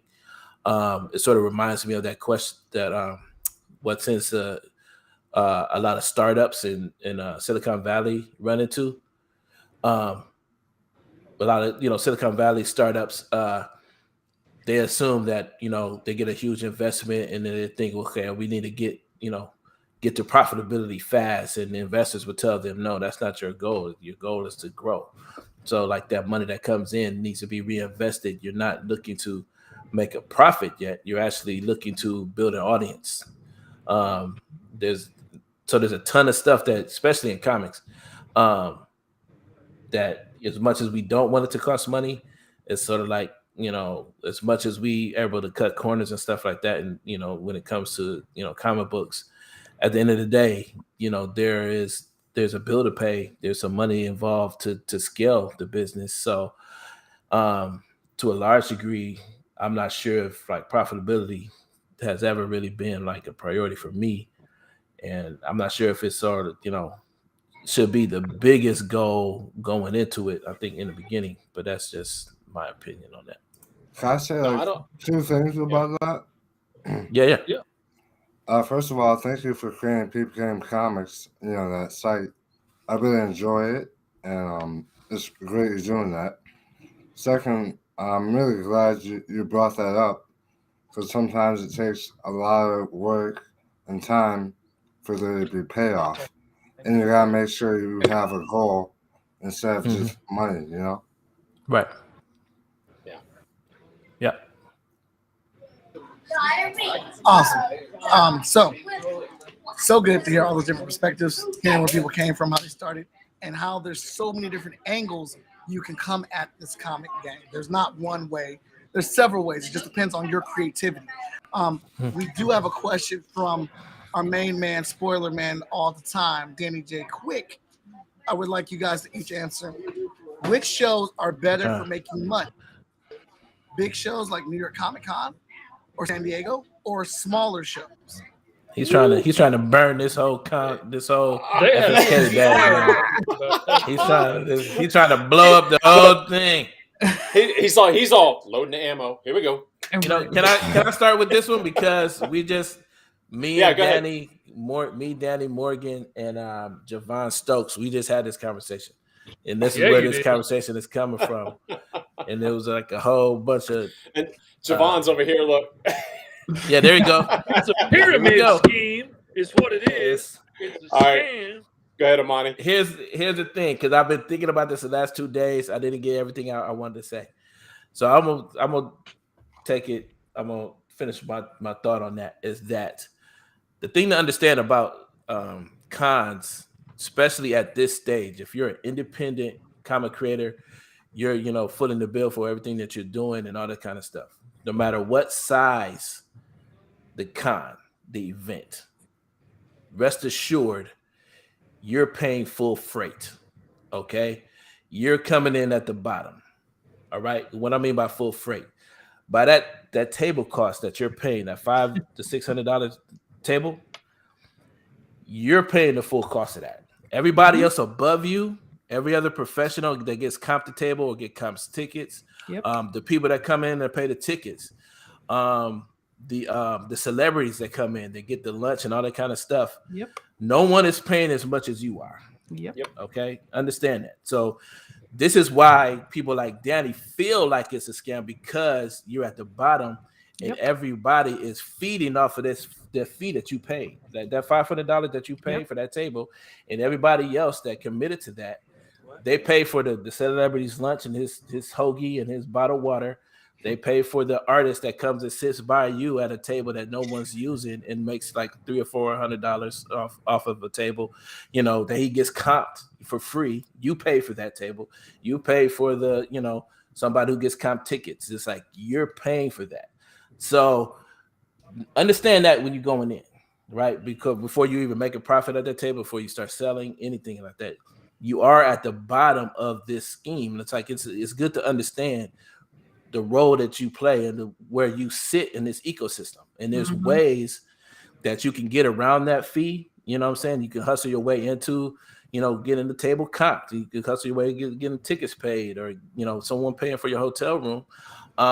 That all happens over time as you have a name for yourself and stuff like that. You'll notice that everybody above you, the professionals that have been in it for a minute, the celebrities that have a name for themselves, whether they're artists or actors or whatever the case might be, you'll notice that every single one of those folks have hustled their way out of that table fee.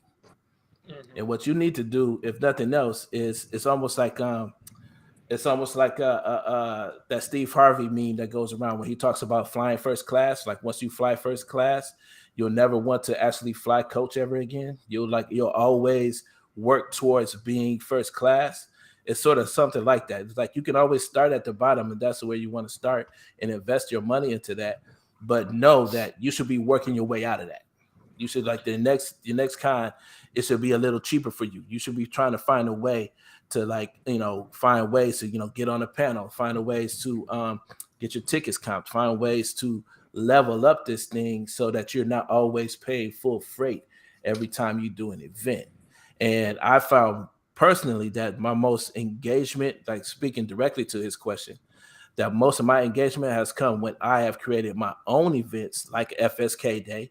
But like here in Toledo, Ohio, I had 2 events, Black Comics, I had Black Comics events here, that co-sponsored by the Toledo Library. I brought Victor Ed, Mike Watson, to Toledo.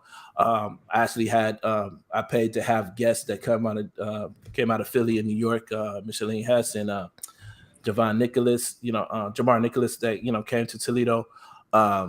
I created environments where they didn't have to worry about a table, and they were able to engage, and they got paid to come and all this kind of stuff. So I tend to lean towards smaller engagements that are more personal, where so the 300 people that came to my show, they came to see me. They came to talk to me. And I didn't have to necessarily go to a larger show, invest in that show, and then have to hustle to find people that are going to pay attention to me and build a community around that. So I probably won't talk any more for this table. I got everything out I wanted to say. Also depends if it's on fan art. Yeah. The one thing that I think gets lost by some people, and I understand how Danny might feel bad about it, is you can't go into it thinking that this event is for us. I mean, really, the con is for the con to make money. The con is going to make money on any of it, whether it's selling tickets for you to come there, selling me a table. They don't care if I'm profitable. They made money on me making a table. Even the guys that get comped a table, or the guys that they're paying to fly in to be there, they're paying that money because they know they're going to make more money on the tickets they're going to sell when you come in here. So it's a business, just like this is a business, just like Moana's running her own business. Like, she's hiring an artist hoping that this money is going to get invested to make a good book, and it's going to make her money. She's doing that for a reason, and the cons are too. You can't get mad that they want to make a profit off of it. You just, like you said, if we hustle and we do things right, like at some of my local cons, I'll teach classes and stuff. I'll help the kids learn how to design characters, and we'll draw stuff and have a big time. That gets my table comped, but I'm willing to put the hustle and put that in there. I've gotten to know more people in the cons as we table together. I've been offered free tables at places because they know, hey, Fish is a cool guy to have here. He's good at pitching stuff. He's good on panels. So it's, you got to do that hustle and work your way up. Yeah, I mean, I think no matter what you do, whether it's comics or any kind of business, one thing you should think about is always how you can add value to whatever it is that you're doing. So, like Fish was saying, you'll do a class. The con's like, great, that helps us get the kids in, which brings the parents in, and it's more creative content that they don't have to come up with. They don't have to bust their brains to come up with ideas on how to create activities and value that attendees can have. So if you're kind of thinking from that mindset, while it may not be in your first or second show or whatever, every single time you show up there, you should be learning something, right? You're there to get your book seen and sold. But that's kind of how my husband and I did it. Like, before we even started our work on the Wildcard Chronicles, we spent money, we invested, because we knew that if this is something we're going to do, we need to understand, as Imani was saying, the entire ecosystem, understand what it looks like from a fan's perspective, what it looks like as a vendor. And that you don't really know until you're actually sitting on the floor and your butt is on the line, essentially. What it's like, for people, for the volunteers, like, what are they doing? Because every single aspect of this show, you can find a way to make it work for your advantage. Like, for us, we go to San Diego Comic-Con, we don't even get a table, but it takes a lot of money. It's a couple $1,000 trip for us, right? Because you got to pay for your airfare, your hotel, car, whatever, transportation. And that's San Diego. If you're going there, it's an investment, regardless of how you're going. But for us, we look at it as like the creme de la creme of the comics community is here. The media people are here, it is a networking opportunity. Like, you're going there to learn, you're going there to make contacts. who can I talk to collaborate with on my projects? Who can I talk to help get my projects in front of other people? You know, like all of that is the relationship building.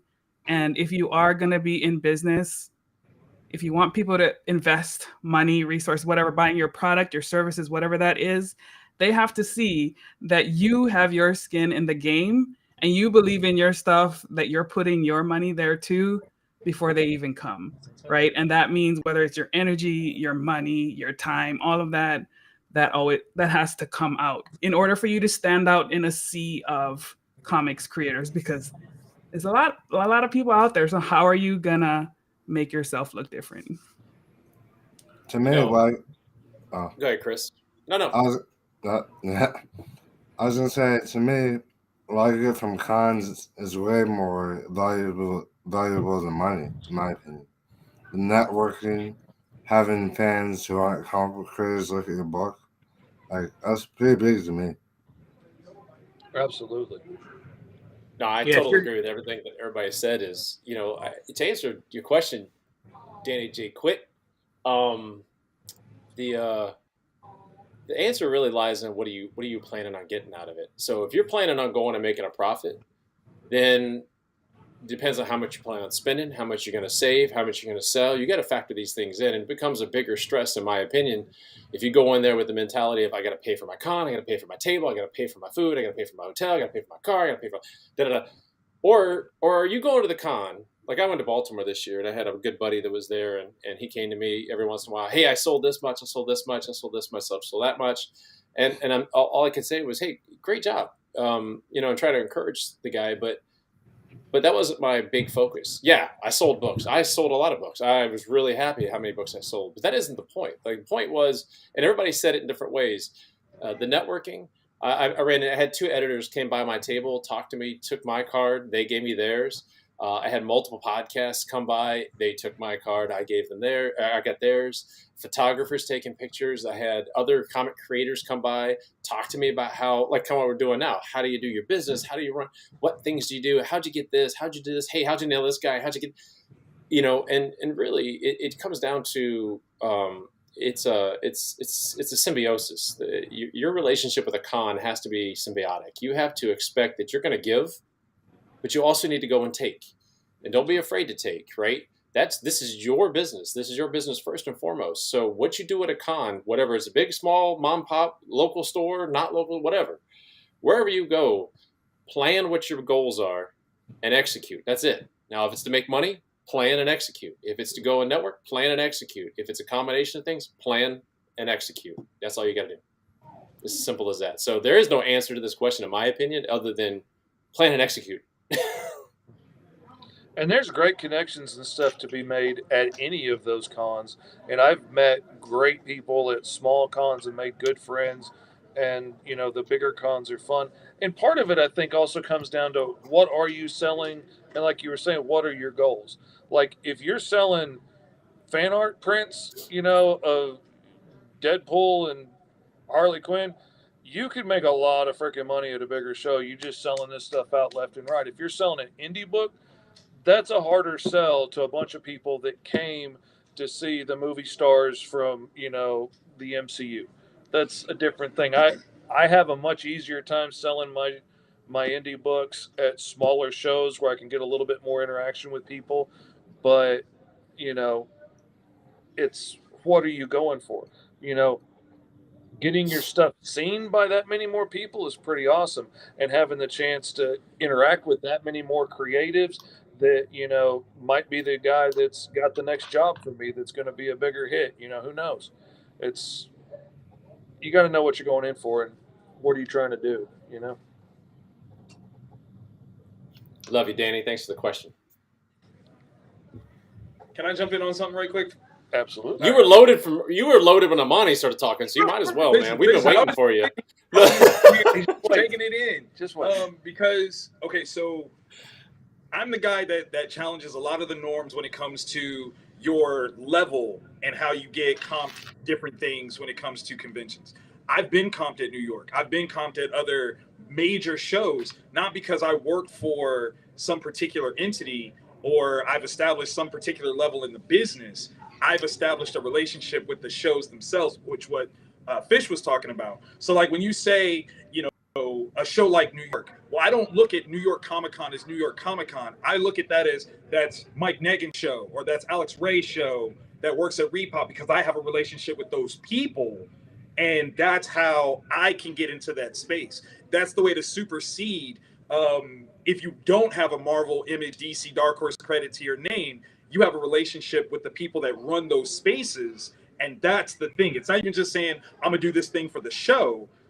Have a relationship with the people behind the scenes. So that way they look beyond the fact that your resume might be lacking. They look beyond the fact that you're brand new. How you've approached it says, I'm ready for this level of whatever. And that's really what the question ultimately is what are you ready for? It's not a matter of which one is better, because any show that I walk into is going to be a great show because I'm there. That's my level. That's how I approach everything. Doesn't matter how big or small it is. If you come in with that same intensity, the framework of the show is irrelevant. It's almost the same idea of no matter where I am on the show floor, I'm going to do my job because it is my job. So if you can come in and say, you know, this is my assessment of self. I'm here to do this thing. Nothing gets in the way of me doing it. Type of show doesn't matter. Mm-hmm. You can literally be outside on a bathroom break, sell some comics. Mm-hmm. My first time in New York, I didn't have a table. I squatted. Made some money though. Made some money. I kid you not. So you gotta find ways to, you know, look at where you are. That was, and when I say my very first show, that was the first weekend that I had quit my full-time job and decided I was going to make comics full-time. I went to New York and squatted at a table.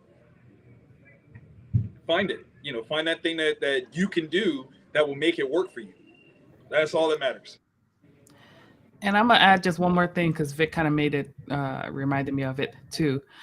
As you're, you know, if you're still early on in the game, another way for you to get into these shows is partner with another creator, like to defray some of those costs, you know, like work together, because I mean, if you're just starting, you probably don't have enough books for an entire table. So get some friends together and work together. Yeah, it's not just also, you know, partner at the table. You know, I mean, I've slept on the floor at plenty of hotel rooms, you know, to bring down that cost, and sleep in your car. Plenty of long drives. You just put in what, 7 hours to get here? Oh, 11 hours. 11 hours. You know, it's 11 hours to get to Tony's, hour and a half to get here. Yeah. Right. So there's ways you can bring down that cost, and you know, we've had 13 people in a hotel room. 15 people in a hotel room, so that we could, you know, we could split that cost of being there for 3 days in Chicago, and it'd be far less damaging to our pockets. Pour one out for Wizard World Chicago. That's again the wealth of knowledge and experience in this panel right now is incredible. I do like how Danny J. Quick threw that grenade in the room and left and just came back. I think that's really cool because they was definitely fighting on the panel before. I'm not Javon, look, Javon just said, y'all handled this conversation better than we did. Way better. I do want to answer the question. My answer is very short and sweet. Which cons are the cons to make money at, whether it's the bigger shows or the smaller shows? I make money at all shows. Wherever show I walk into, I'm making money. That's how we do it.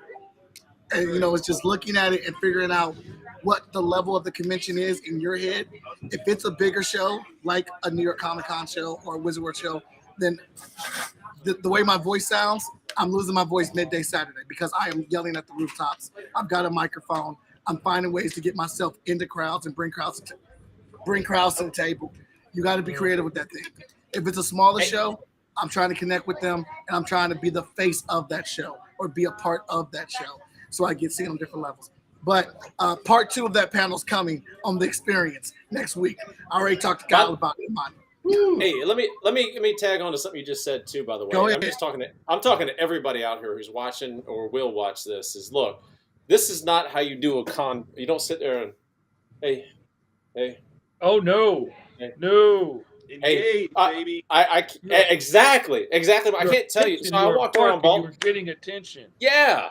like Mike said, you should be losing your voice by the time that second day is almost over. Mhm. Definitely by the end of the third day. I mean, if you go home from your convention and you haven't lost your voice, you didn't talk enough. That's my opinion. Oh. You need, and I drank so much water. I swear I ran to the bathroom 13 times an hour. But I kept talking, I kept selling, I kept pimping, I kept promoting. Look, man, I had a fool of Richardson right next to me at Baltimore, and I used all the traffic she was pulling. I was like, hey, how y'all doing? I'd jump over there, I'd take pictures for people, I'd laugh, I'd joke with them, I'd jump in their pictures for them and photobomb. Do anything you can to draw attention to yourself and then get people over to your booth. You gotta drive. Good at. No amazing patch. Yes. Find those ways that you can do stuff, because like if you can get out there and like freestyle rap with people and get attention coming that way, do that. If you can cosplay, do that. If whatever. Y'all don't want me rapping. I can draw on the spot. I made so many sales just doing caricatures and stuff, just by cracking jokes with people as they're going by and being like, hey, Charlie, you know what? You look like somebody needs to get a caricature. There's a study that was just published. You're 95% more likely to score tonight if you get one for your girlfriend. Guarantee I will give you a $20 right. You would not believe how many I sell for that. Just what works with you. Everybody's different, but you got to find something you can do to get attention over there. Totally. Absolutely valid points. What Charlie was saying about the crossed arms. What Charlie was saying about the crossed arms, I hate it. If you're sitting down, the comic convention is about the experience. It is about the experience and meeting people. That is the point of it. I walked past the CCAD table. I walked past that table 11 times. No one picked their head up. No one said hi. No one tried to sell me a book. And that day, I started my internship with CCAD and taking their students and taking them to comic conventions and showing them how they should be at a con. So, yes, do your commissions. Make your money. Do your commissions. But guess what? You can take that commission to your hotel room. You can take that to your hotel room and do it. But at the show, you need to be alive, awoke, and there. I got one warning for everybody that's watching, because ain't nobody watching this that's not interested in comics or trying to make it, trying to go to cons, trying to make some money. The last show I went to, the Little Rock Comic Con, was the last big local show that I went to, and I went out there with the intention of buying every single indie comic I could find. And there were more indie comic artists there than I've ever seen at that show before. I walked out of there with a big, giant stack of books. I spent about 3 times the money I expected to spend when I went there. But by God, I bought one book of everybody's book that was there, except for one dude. And I wanted to buy his book, and his book looked good. It looked better than most of the other ones. But he was just sitting there. And I stood there at his table for like 5 minutes. He was not busy talking to other people. He was not busy working on a commission. I sat there looking at his books. I tried 3 times in that 5 minutes to start a conversation and talk to this dude. Nothing. So I was like, okay, if you don't want to sell your book, then all right. There's other people out here dying to sell. I'm going to go get theirs. That's a warning, people. Don't be like that. But by the way, on that note, not everybody's as obnoxious as me anyway, or as arrogant as Vic. So, I mean, you gotta, you get it? So, right. So it's natural to me to do this kind of stuff, right? I joke with people all the time, like you're talking about Fish, right? I had a dude this last time at Baltimore. He walked by and he says, do you do sketches? And I was like, I can. And he said, how much? And I said, well, if I'm going to do a sketch for you, I might have to charge, you might have to charge me because I'm terrible. And we started laughing, and then we started talking, and then I started explaining the book. Dude walked away with $50 in purchases. That's the kind of thing you got to do. But if that's not you, if that's not your style, right? I'm that person. I'm going to go out and get in front of people. I'm going to talk to anybody. I'll talk to anybody's mother. I don't care. I will talk to your dog to try to get you to come to my table. But if that's not you, bring a friend who is that, right? Bring somebody along. Promise them a free hotel room. Bring them with you. Do something. Have a good time together. But bring a buddy. But work on a good pitch and practice it. Like anybody can learn a pitch. I agree. And at least get that part down. If you can't freestyle stuff in your head and come up with clever new things and and customize it, that's okay. But you can get down a good elevator pitch for your book and do that. If you're I've got a friend of mine who has a real speech problem. He legit has trouble putting the words together. Take somebody with you, like you said.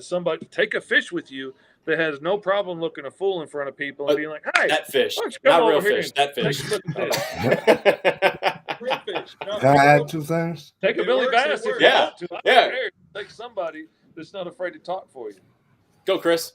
Yeah, I wanted to add on to what Charlie and Fish was saying, but really be yourself too. Because like, if I try to act like Charlie, it's gonna turn people off. I gotta act like me, but still I already be do enough of person. that. Yeah. And also, you can't think of the Comic Con as like a crutch for having a sucky book. You gotta make sure you have a good book too. Absolutely. Yes. And I'd say the other things that that have been mentioned, that's where if you're starting out going to the Comic Con with the intent of I want to make the table costs this much, my product costs this much, I need to at least make this much to make a profit, and you've never done a show before. Everything that you guys are talking about, that's from the experience of going to the shows and learning. This doesn't work. That doesn't work. I can't set my table up this way. I have to do it this way. You know what? This I need a backdrop because I'm lost amongst everybody else here. I need something else, whether it's a retractable banner. I need to find what's going to work for me to stand out, to be able to connect with customers with the way you're talking to them, no sitting down with the arms crossed, all of these things that you're going to have to learn through the investment of going to shows and maybe not making a profit, but that knowledge and that experience is invaluable, as well as the connections that you're making while you're there, the editors coming by and taking your card and leaving their card, things like that. None of that's going to happen if you're not there. Just making your book does not mean they will buy it. Yes, it is. Yeah. Thank you very much for recognizing it. Amen. Excellent. One of my favorite things to say at a convention when people are walking past my table and they kind of catch them peeking or something like that, I'm like, hey, the looking's absolutely free. Come on over here and look at this. It's all free today. All looks are free. And you've got to have fun at the show. I like the idea. Absolutely, I like the idea that if you're a quiet person, bring somebody that's loud. Danny J. Quick said that's why he keeps Morgan around. Hey, I'm for rent, just so y'all know. Oh yeah, you give me a burger and let me come hang out. I will come talk for you, guaranteed, all day long. Amazing. Go ahead, Mr. Stokes, take it away, man. I want everybody selling comics at conventions, man. Yes, Amen. this is why Mike is going to be my person for Baltimore next year. Yes, we are going to start planning for Baltimore now so we can make that happen next year. Hey, and it's over put him in Halloween weekend. Bring your outfits. Woo! Yeah, put him in a skimpy outfit. Yeah. Calling hot spots. Yeah. Hot spots. Wow. Sexual chocolate. Video of Mike Ladies and gentlemen, sexual chocolate. Money. Yeah, come on, Devon. Magic Mike. Me and Vic be out there barking, getting the buckets out to take tips. I can shed a couple pounds, try to get back into my comic book figure. I'll help you out, Mike. Come on, man. Do it in the fall where it's cuffing season. You good? Oh, Lord. Magic Mike. All right, so we only have a few minutes left. So I wanted to use that time for you guys to plug your socials, plug anything you have going on, because there's actually a lot of people on here right now. So I want you guys to plug where people can find you, any Kickstarters, anything you have like that. Money. And if you can, put your link in the private chat, and I'll post the link in the big chat.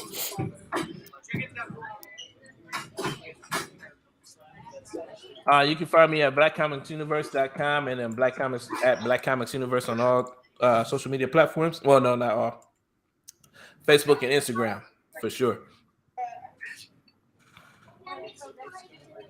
Boom. That's it. Oh, and Peep Game Comics. That's it. Oh, yeah. What'd you say? Boom, that's it. PeepGameComics.com. Hey, just wrapped up Spider Squirrel #2, so you can actually still pre-order it. Kickstarter.spider-squirrel.com. You can also go to my website, which is in the links over here, over there. And what else? Oh, and you can hit me up at Charlie McElvey on pretty much anything. So CHARL. Well, that's right there. Y'all can read. Hey guys, you can find me at moanamcadams.com and on the Moana Nui podcast on Thursday evenings at 7 and 8:30 p.m. Eastern Standard Time. And we also have a Kickstarter going right now for our children's book, picture book, all ages book, The Adventures of Nakoa and Nohea. The link is right there with my name, and it's also in the comments. Hey, give me like 1 second. I'm gonna get my links. Okay. I'm give me just 1 second. Sorry. Did y'all freeze up back there? Oh, No, there you no, go. they're moving. I saw fish breathe. Waiting to Chris talk. You want to go first? Yeah, you can find me on Facebook under Danny R. Cooper, the Freestyle Comics, through Facebook, or look me up through The Office Geek on all social media. And I am Mr. Fish. I'm Mr. Fish Comics across everything. I'm on the Facebooks, the Instagrams, the Twitters, the TikToks. I'm on 5 Star Fridays. And that's it. That's me. Love it. I'm at Vantage In-House on all forms of social media. If you guys are interested in making comics themselves, definitely check out You Create Comics. That's the letter U, CRE, the number 8 comics.com. We've got all kinds of supplies for you at inexpensive prices so that you can afford to make as many books as possible. Absolutely. Awesome. Hey, I'm Chris Thomasma. I'm the head of Freeform Comics, and I have a site, Freeform Comics, where you can buy Base Force Volume 1, The Journey Diamond, One Shot, and a couple other things. And then I have a coming soon Kickstarter page for 2 new one-shots that are going to be really awesome. Base Force versus Trouble Fury, and Forward to that. Crazy Girl. Huh? Oh, sorry. I'm looking forward to that. Thank you. And then Crazy Girl, Princess of White Corp versus Mother of the Boss, which I already have a trailer for one of them, but yeah. Awesome. Thank you. So awesome. And so kind of like the theme of Fskday Day, besides family, is that there's so much talent out here. There's so many creatives that are making books that are on par or better than the book that you have in your pool list.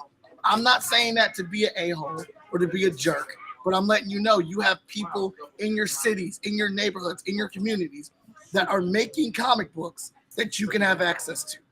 I can count, if I had enough fingers, I'd be rich. You know what I'm saying? I can count on all these fingers how many times I've seen people complain about Marvel or DC on Facebook, on Twitter, Instagram, and the things they're complaining about are the things that we do not do. We make the stories that we wanted to make, telling the stories about the people we want to showcase. And I think we're the only group that can literally say it is not a cash grab. We are genuinely doing this because this is a passion. We love Whatever. it. I want the money. Give me the money. Give me the money. I want Give me the money. Wow. Give me the money right now. Right in your pocket. You messing me up, Victor. I'm saying that to get the money. My bad. But no problem. I want to thank all of our panelists for being on here tonight. We're actually going to hear from our sponsors again. Some of those sponsors are represented in this panel. Their Kickstarters are going live, so we'll see that again. And then we're going to go into our next panel, which is the VIPs of self-publishing and mastering promotions. One of those things that we learned how to master is bring a cosplayer dressed as your character. This is vigilance, everybody. Absolutely. Yeah. All right, so we're going to get this rolling. She's even prettier in person. Mm-hmm. Hey now. Hey. Oh no, I'm married. I'm good. She's beautiful. It's just the way it is. Y'all are tripping. Here we go. You are a sleeping giant.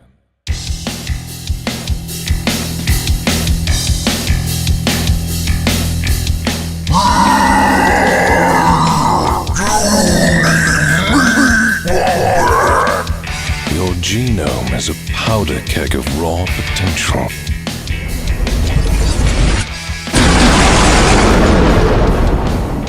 A simple swab is all it takes to pull back the curtain and unlock the true power encoded within you. Enough games, Mason. Time to spike! Not so fast, Seaver! Don't wait for greatness. Superpowers are now approved for human use. Power brokering goes public with Pinnacle Laboratories and That one's tricky. Gonna cost you. We can make you super.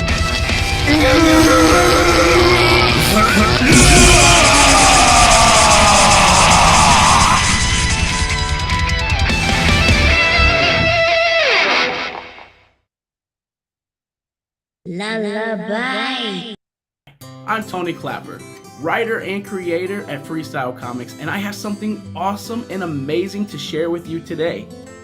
January 3rd, that's right, you heard it, January 3rd, Kevin Terry is 5-star, issue 1 is hitting Kickstarter. Wow.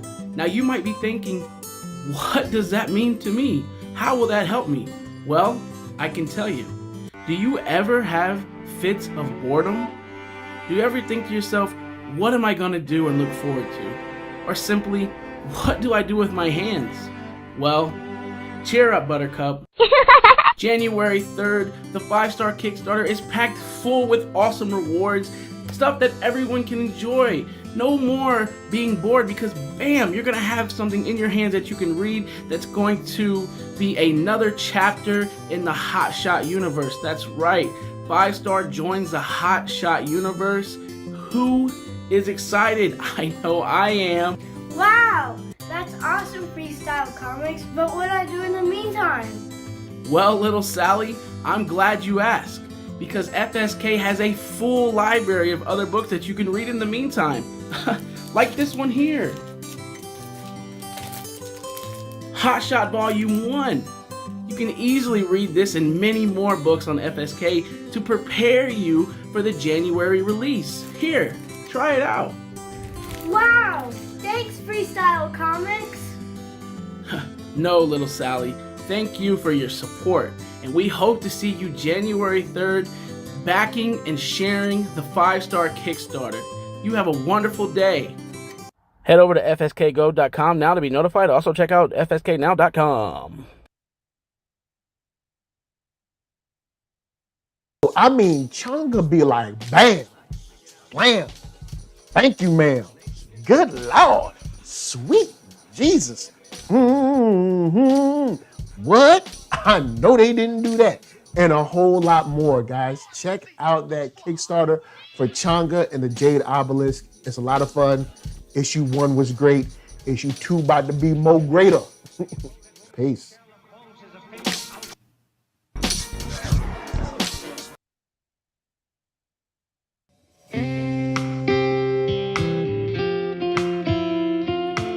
Aloha mai kako e ne komo mai o moana ko'ui noa he kakao molelo au.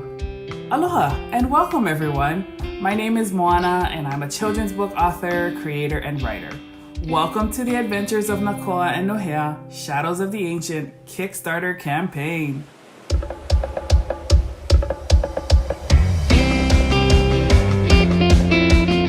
Shadows of the Ancient is a story about friendship, courage, and discovery that uncovers the secret, shape-shifting legends of Hawaii.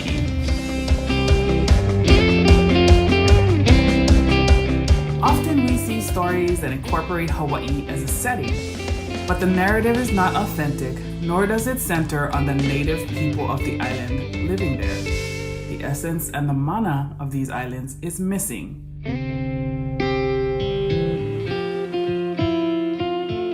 So, I decided to create The Adventures of Nakoa and Nohea to solve this problem and authentically share the mo'olelo, myths, and legends of Hawaii.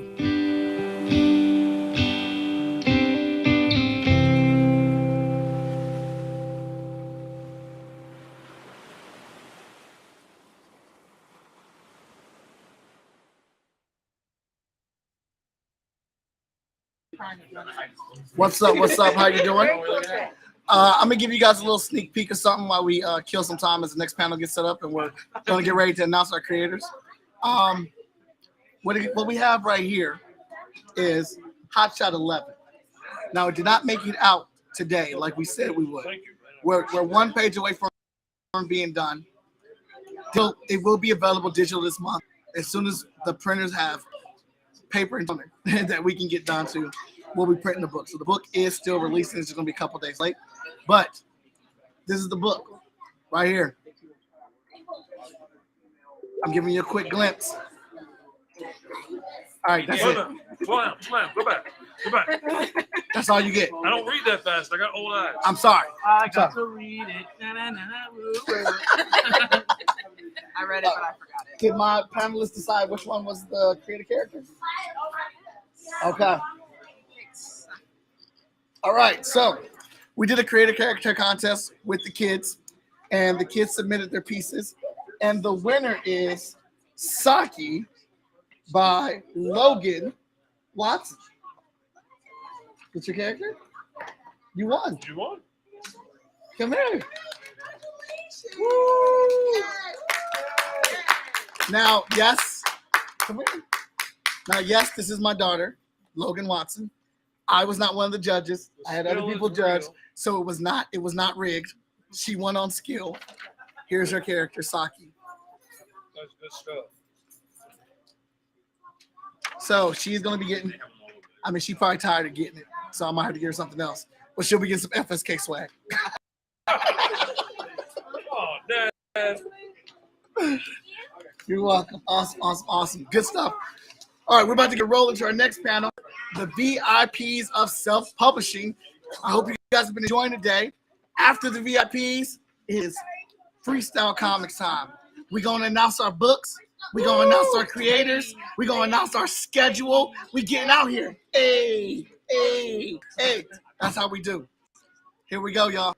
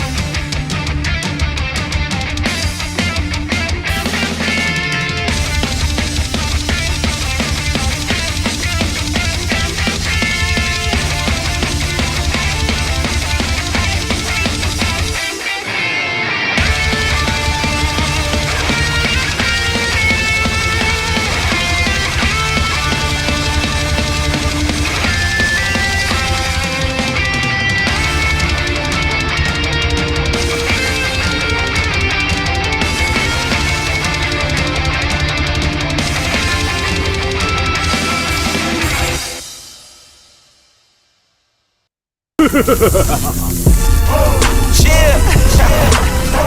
think it's time for me to save the day. Grace. Y'all know what it is.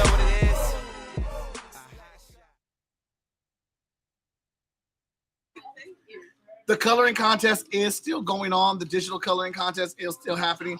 We are looking for people, colorists, to color this.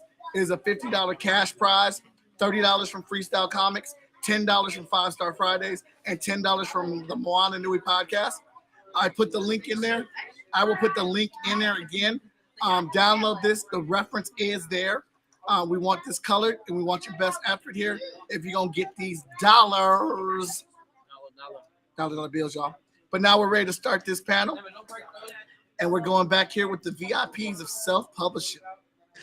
Hosted by Victor Dandridge. Yo. We got Mason Easley back there with him. You like how they put the light-skinned people in the back room?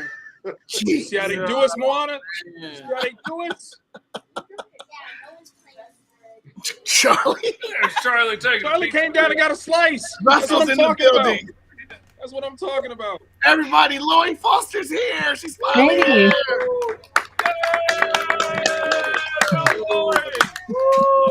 We've missed you today, Lori.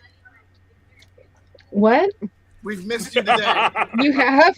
I'm sorry. I just got my COVID booster and I've been like just asleep. Like it's been shitty.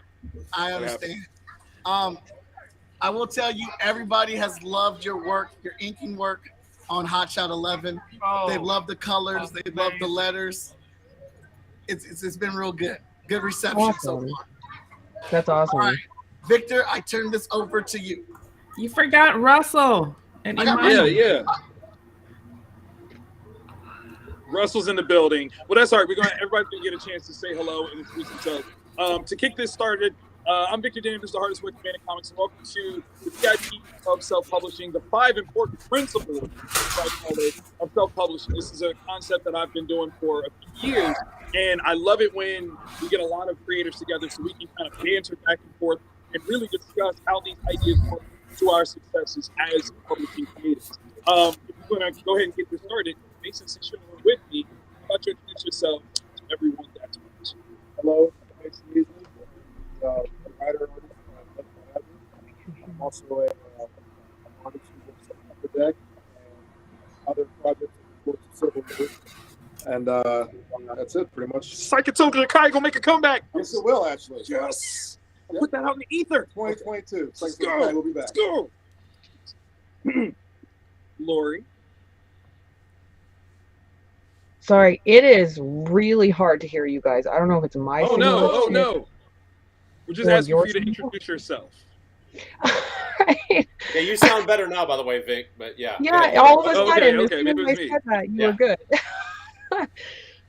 My name is Lori Foster. I'm the owner of Unlikely Hero Studios, an indie comic publishing company. Love it, love it. Charlie. Charlie McKelvey, creator of Spider Squirrel, Trash Panda, and a whole bunch of other stuff from Zion Studios. Nice. Moana. Moana McAdams, here at Burning Spear Comics. We do the Wildcard Chronicles comic series and the adventures of Nakoa and Nohea. Also do our Moana Nui podcast. And thanks again for having me here. Absolute pleasure. Russell. I'm Russell Nolte, publisher of Wannabe Press, USA Today bestselling author, and I forgot to leave the door open for my wife, so I will be right back. Oh, you're in trouble, Russell. Terrible. Imani. I am Imani Latif. I am the creator of Peep Game Comics and host of Black Comics Universe. And I'm very happy to be here. That's excellent. That's excellent. Again. As if you never left. I didn't realize I was on the panel. I was like, oh. He came back around. Like, I'm trying to go to the bathroom, I come was- right back. That's it. Dude, All right, so when it comes to the 5 important principles of self-publishing, these are kind of, like I said, the benchmarks that I kind of look at to help people get over the hump. And obviously you guys have done so. So let's break this down. The first one that I talk about is ideas versus stories. And how many people are like, oh, I want to make a comic and I've got this great idea, but they don't have a story. How do you guys define the difference and how do you get there from idea to story? Whoever wants to jump in, no pressure, Mason, although you're right here. Well, I just swallowed my pie, so how about I go ahead before I take another bite? There we go. Go for it. I think it's the difference between plot and script, right? It's about being nebulous and generic down to specific. And I think a story is specific. Having an idea is generic. Having an idea is ephemeral. Having an idea is it's constantly adapting and moving and evolving. And yes, stories do too, but they usually do so with a linear pace of some sort, right? So I think the difference is an idea is, I'll be honest, an idea is easy. The story, right, fleshing out the idea into, it's not unlike having kids. Sex is easy, but raising a child is not. Right, and so Right. I know that's probably not what you guys wanted to hear, but I got 7 Keep kids. it colorful, baby. Yeah, This is Yeah. FSK Day After Dark. Let's go. But I mean, seriously though, you think about it. Everybody comes with ideas. We all did when we were kids. You could probably go find your little books or your baby book or whatever your mom kept or your grandma kept, and you drew pictures and you created characters. You did all these things. We all hopefully have an inner child still, even at my old age, to come up with ideas, but to flesh out a story, that takes a little more discipline, practice, and focus. It takes like I said, it's linear, or in some instances, it needs to at least read linearly, even if the story itself is not in your head. So that's a little more that's detail. That's I'll shut up. But that's my that's my difference. I like it. Anyone else? What was the question again? What is Sorry. the difference between idea and story? How do you define that? And how do you move from just having an idea to telling a story? Well, I think Charlie did the first part of it pretty good. I will say that for me, moving from an idea to a story is, do I want to spend the next 10 years hawking this thing around and talking about it? So like it really comes down to that. Like, first of all, I agree that it's easy to come up with an idea when you first get started, but if you want every story to top the one before it, like it becomes very, very hard at the end, like after you've been doing this for a decade, to find a story that is interesting enough and as good or better than like your best stories. So first I ask, like, is this better than anything I'm working on now or anything I've put out in the past? Usually, always, 99% of the time, it's a no. And then if I say yes to that, my next, there's a couple other questions I ask, but it basically just comes down to, am I willing to think about this project and talk about it for 10 years? And if the answer is no, then like, honestly, I don't think that it's worth working on. And frankly, when I started my career, I wish I understood that like when you make something, you will be selling it for the rest of your life, because I would have made different choices when I was younger. Like, I love Ichabod and Katrina, but like if I knew that in 2010 I'd still be selling Ichabod in 2022, like I may have made some different choices for me back then. So I think that like the difference between idea and story is like, an idea is great, but like a story is something you have to live with. Like you have to get people to buy it. You have to get yourself to buy in. If you're doing comics, you have to get artists to buy in and editors to buy in and like a whole team to buy in. And it means hyping this thing up. And people think that like, oh, I'm not a marketing machine, but like in order to make a project good, like you have to market it to the other people involved in the project. Like I have to market it to my wife first to say, I think this idea is worth like spending money on because she's my CFO.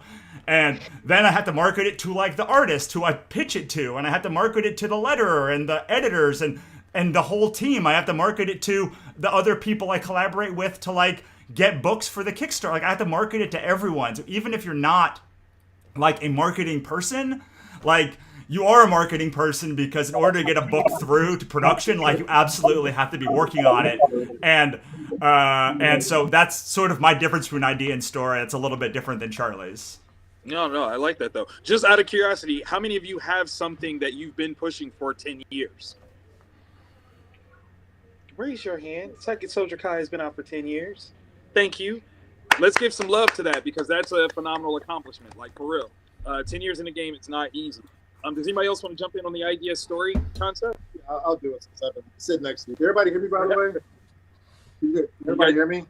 Okay, just making sure. Maybe if you pull up closer to the computer. Oh, he wants you Is close. it just Amani though, or is everybody else? Everybody else like, nah, we fine. Yeah. Monty wants you to make sweet love to the microphone. So for me, from the art side of things, for me, it's very similar to when I'm drawing a picture. I have an idea of how I want the picture to look, and then I sketch it out, then I ink it out. For me, that's very similar to the story. You know, the idea is there. You have an ideal version of what you want to create, but when you actually make the story, or when you make the picture, you know, you make mistakes, you make changes, and basically that's when the work comes into play. And it's much more, like someone said, a much more real, physical thing. So like once it's there, it's there. Whereas, you know, I wouldn't say the idea is the easy part. I would say the idea is the fun part. You know, it's, you know, the idea portion for me is the most enjoyable part of actual creation, besides finishing something. And but like when you start drawing or when you start writing, that's when the real work begins. We got another guest. If you don't mind introducing yourself, please, so that everyone knows who you are. Hello, can anybody hear me? Making sure the mic works. My name is Elisa. I am a new creator in Freestyle Comics. I'm working on Taijutsu Gates. That's going to be released hopefully soon. So, yeah. Yay! Thank you for joining us. We just did our first question of idea versus story in terms of the value, the setup of those things. Does anybody else have anything they want to throw in on that before we move on to the next one? Go ahead, Imani. No, I was just thinking about how when I teach comics to kids, what I noticed is that all this information that I had about as far as how to make comics and you know the hard work of making comics is sort of like it's very hard to teach that to young people because you know you don't want them to get bogged down like some of us as grown folks get bogged down in the whole process. So it's very interesting that we start with ideas with them as far as like story prompts and stuff like that. And then but immediately I'm pushing them into like making a story, right? It's sort of like and so of course the two, are you can't have one without the other. But it's very interesting to see how it doesn't you don't necessarily have to think a ton about it. It's sort of like you can, easily flow into making a story. I'm actually amazed at how, especially young folks, it's sort of like they're really fearless about creating stories around certain ideas, without being so bogged down with whether or not that's going to look good or just going to, and I understand as far as from a business perspective, making sure that story sells or that story, connects with folks. But at the same time, as far as the art form, as far as creating, creating stories visually, I've enjoyed watching and also creating stories, with them that I don't necessarily have to think a lot about. You know what I mean? I give them a story prompt and I take that prompt and we make a 4-page, 4-panel, 1-page story. We make a, 8-panel or 8-panel, 1-page story. And they get to leave with a finished story, And so I work a lot with those two aspects of as far as creating comics. A lot. Yeah, and I think that's a great distinction between craft artisanship of comics and storytelling and learning the difference between ideas versus story to even, self-publishing stories, which is now I have to think about this from that business standpoint. And having that difference is huge. You're absolutely right. Young creators won't enjoy thinking about it in that bigger way because it is daunting. It's a lot, and that's a really important thing. I think moving on to the next one, indie versus indie, which is one of my favorite conversation pieces. Indie, I-N-D-I-E versus I-N-D-Y. It's really a question about style, right? So when it comes down to it, there are some books that are very much so alternative, underground style, little loose in their interpretation. Some are a little bit, more mainstream oriented. And I think knowing the difference helps you understand how you're going to market your book, who your audience is, and exactly how you're going to execute this. So when it comes to you guys determining what kind of book you're going to make, how do you approach that conversation internally of what style of project am I going to make? I'm not going to front, Russell. I really want to hear about yours because you marry between or bounce between comics and novelization. So I really want to know how you come up with that determination for how you're going to tell this particular story. How much money do I need to raise to make it?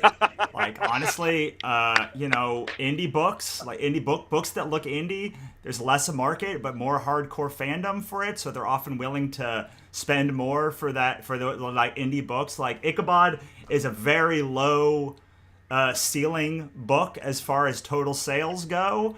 But the people that love it, like, absolutely flip for it, as opposed to a book like Katrina that, like, I could literally sell to just about anyone forever. So if you don't, my book Katrina Hates the Dead is like a very Marvel-esque book. The artist now works for Marvel compared to my book Ichabod Jones Monster Hunter, which like is very like indie, like Jonah Vasquez style. And like they both sell really, really well. But like one of them is much more mass market than the other. And when somebody loves Ichabod, like they will buy all 4 books, but like a lot of people, way more people will like be attracted to Katrina because it just has a much more fluid style. So I just did a book, Black Market Heroin, this year that I really, really wanted to do.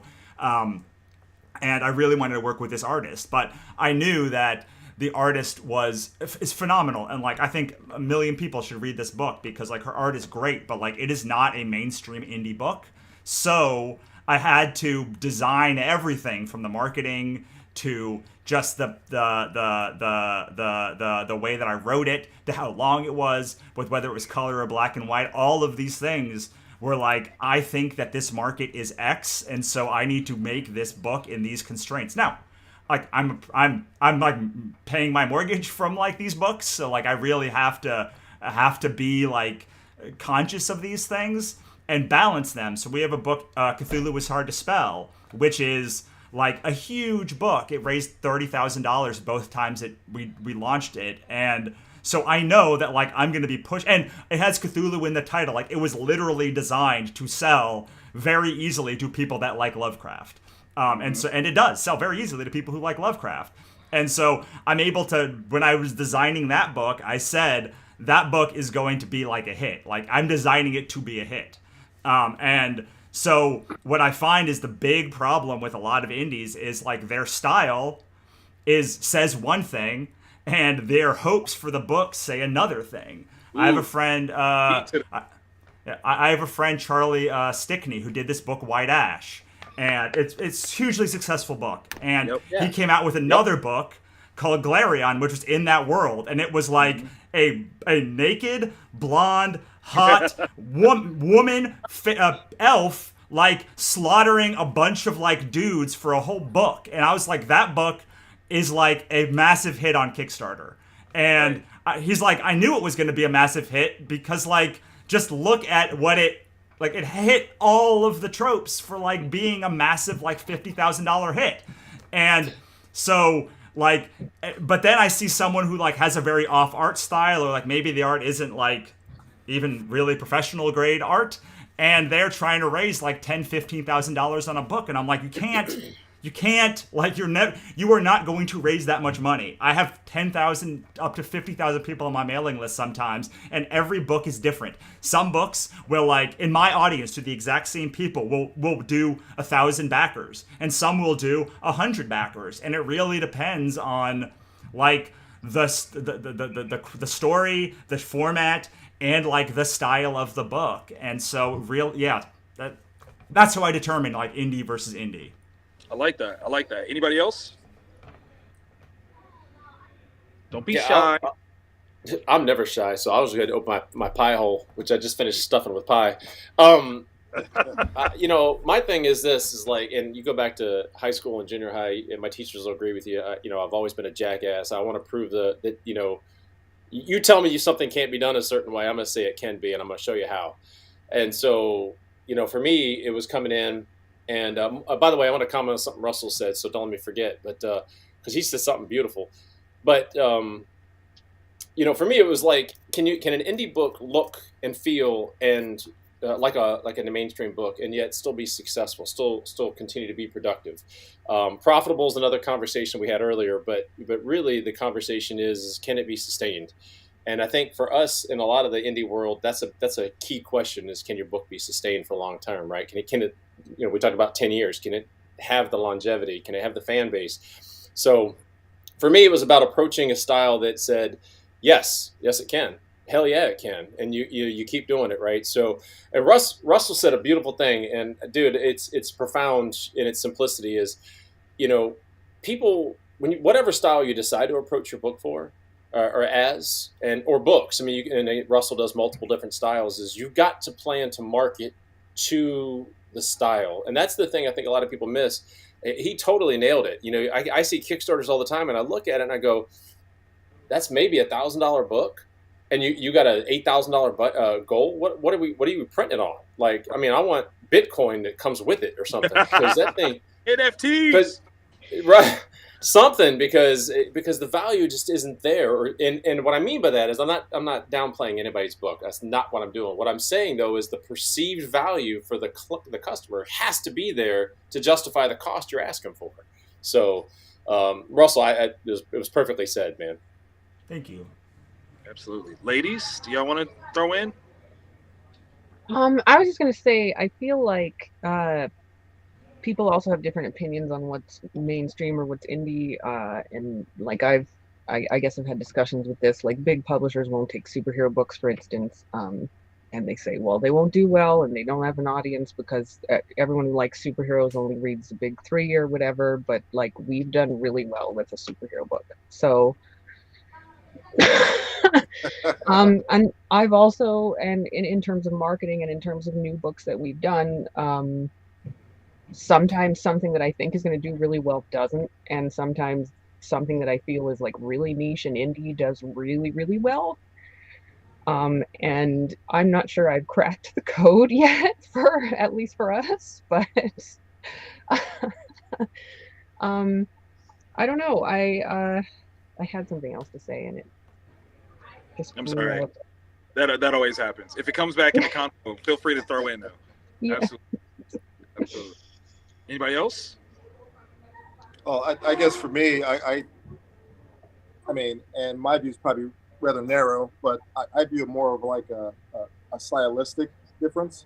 Like again, with the mainstream versus like the more like cartoony cartoon style.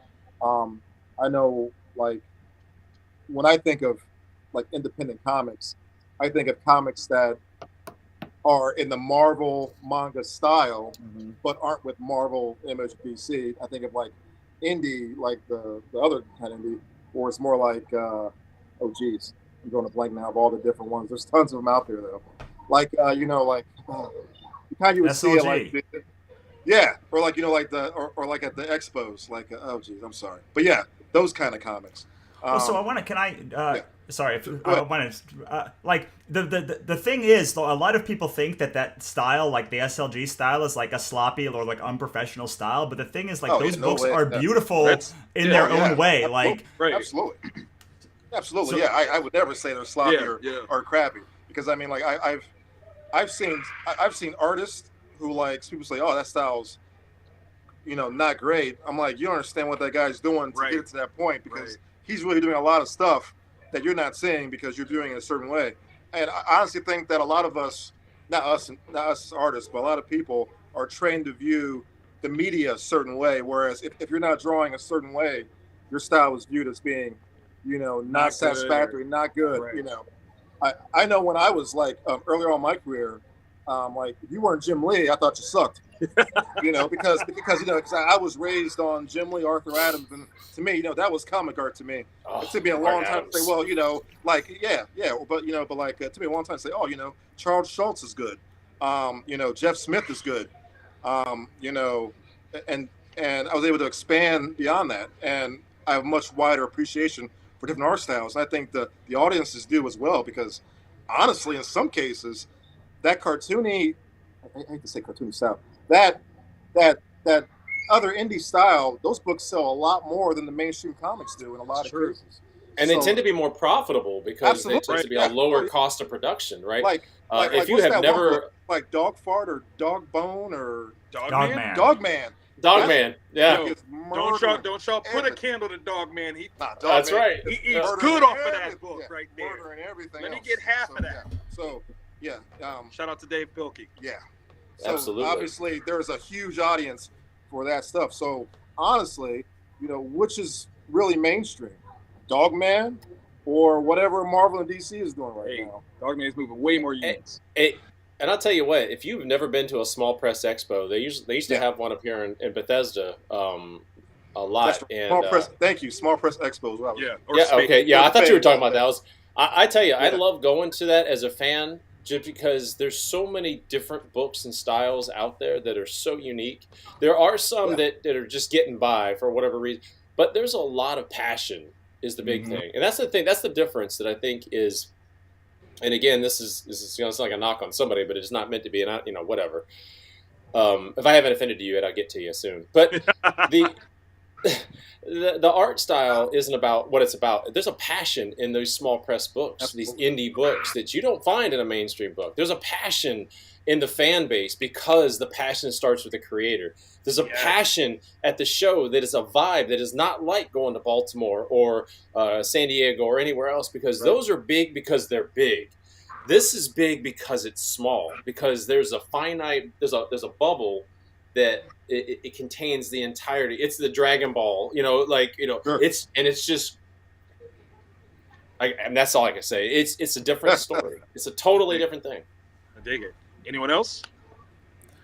Yeah, I was gonna piggyback on that small press idea.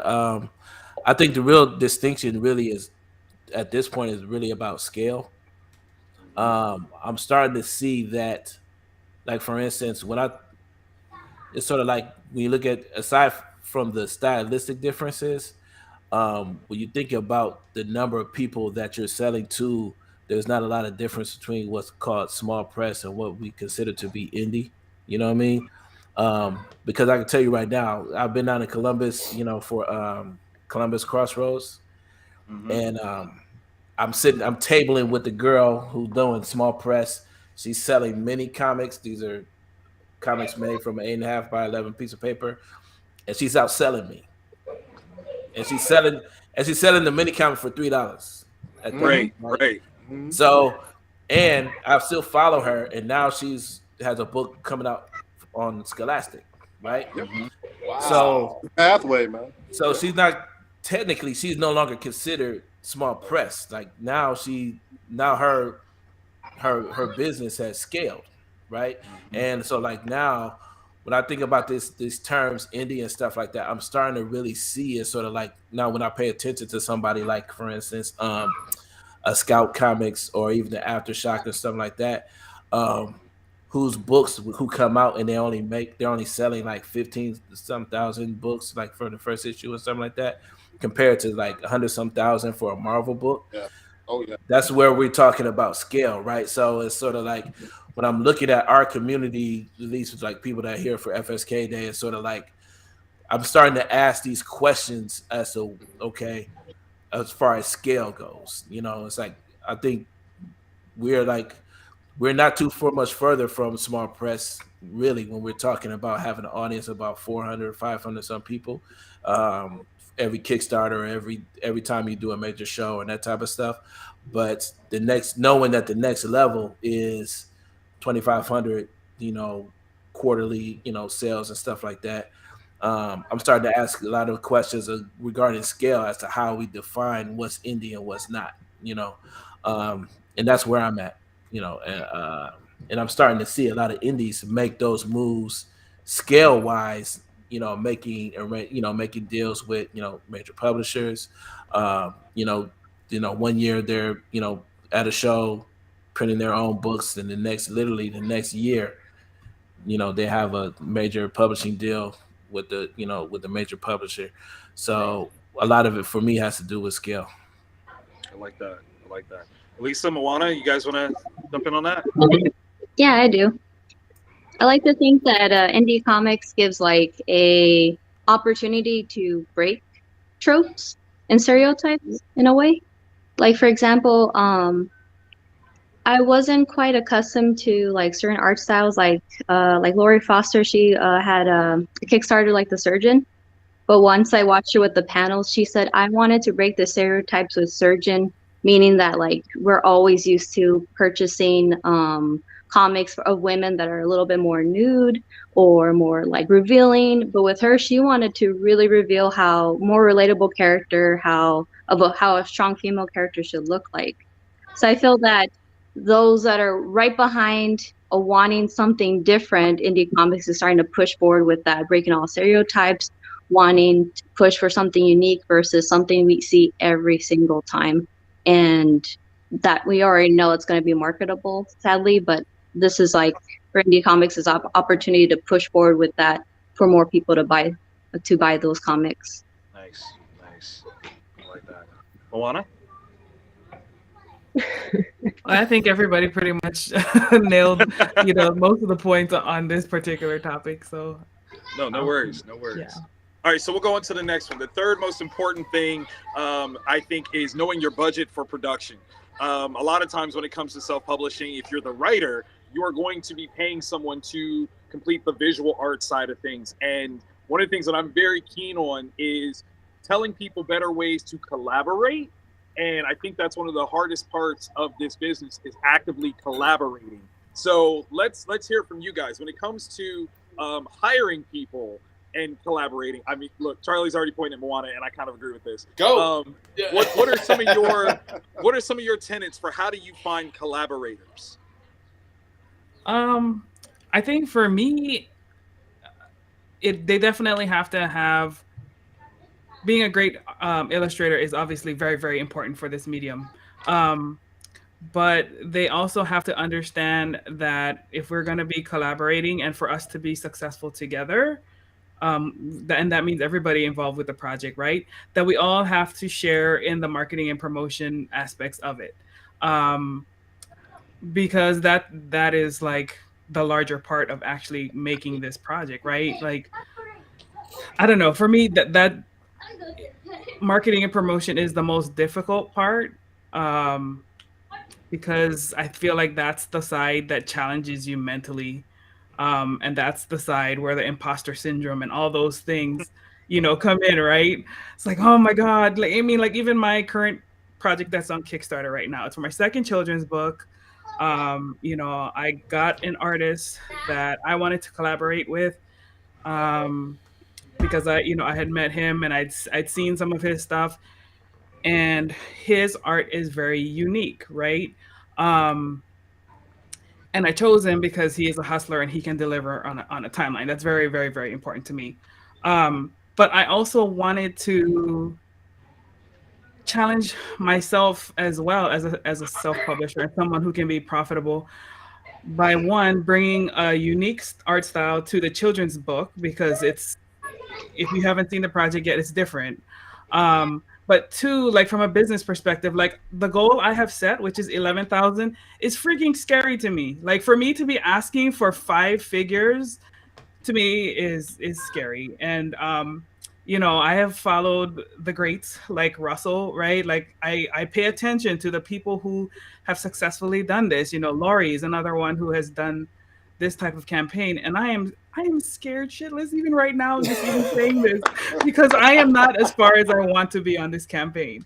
But like Ryan and I are just having so much fun together in collaboration that it's actually like, it's something that I didn't think about. But because we're having fun, yes, I'm scared about whether or not we're going to meet this goal, but like it's kind of distracting me away from like me getting down on myself. I'm like, what are you doing? Are you crazy? You don't have an audience for this. And I'm like, the audience is out there. I just have to get in front of the right one. Do you know what I mean? So collaborating can also mean outside of your creative team too, right? Like with the others in the independent community, like everybody has to promote, So like, how can we cross promote? How can we share some of our resources for the people who fit, with what we're trying to do, and get it in front of those folks, other people who would want to champion and advocate for it. So there's so many ways to collaborate as a creator. I love that. I love that. Anyone else want to jump in? I guess I was going to add, to piggyback off of that, because what Luana said is awesome, of course. Generally when I'm looking for artists, I want people who aren't just kind of hired mercenaries. Like, we are paying people, but like I really want people who are into the project and they like it. And like, for example, I'll just give an example for like the surgeon, the writer John Pence. He likes to do, like, he's done stunt martial arts, so he likes to kind of do videos where he maps out scenes in the videos and then he talks back and forth with the artist about the scene. And like, if the artist is just drawing and they're not into that, like, it doesn't work for ours. It's not going to work. We're not going to make the best scenes that we can. We're not going to make that combat really flow. We're not going to work together. And it's basically like that for all of our projects. Like, we need people who are really into what they're doing and they really want to do it. And it's not just like a page rate, because it won't work. Yeah, and if I can, let me clarify something too, because I saw a comment come through it. I don't think they understood what Lori is saying, or maybe they did, and I just don't understand the comment because I'm an idiot, and that happens. But Lori, when she says, not just paid mercenaries, she's not saying they're not paid. What she's talking about is just a guy or gal who's taken a page rate because it's a page rate. It's a gig. It's a job. It's a thing. It's like, let me use a different analogy. So I'm big on finding a mechanic who I could trust, right?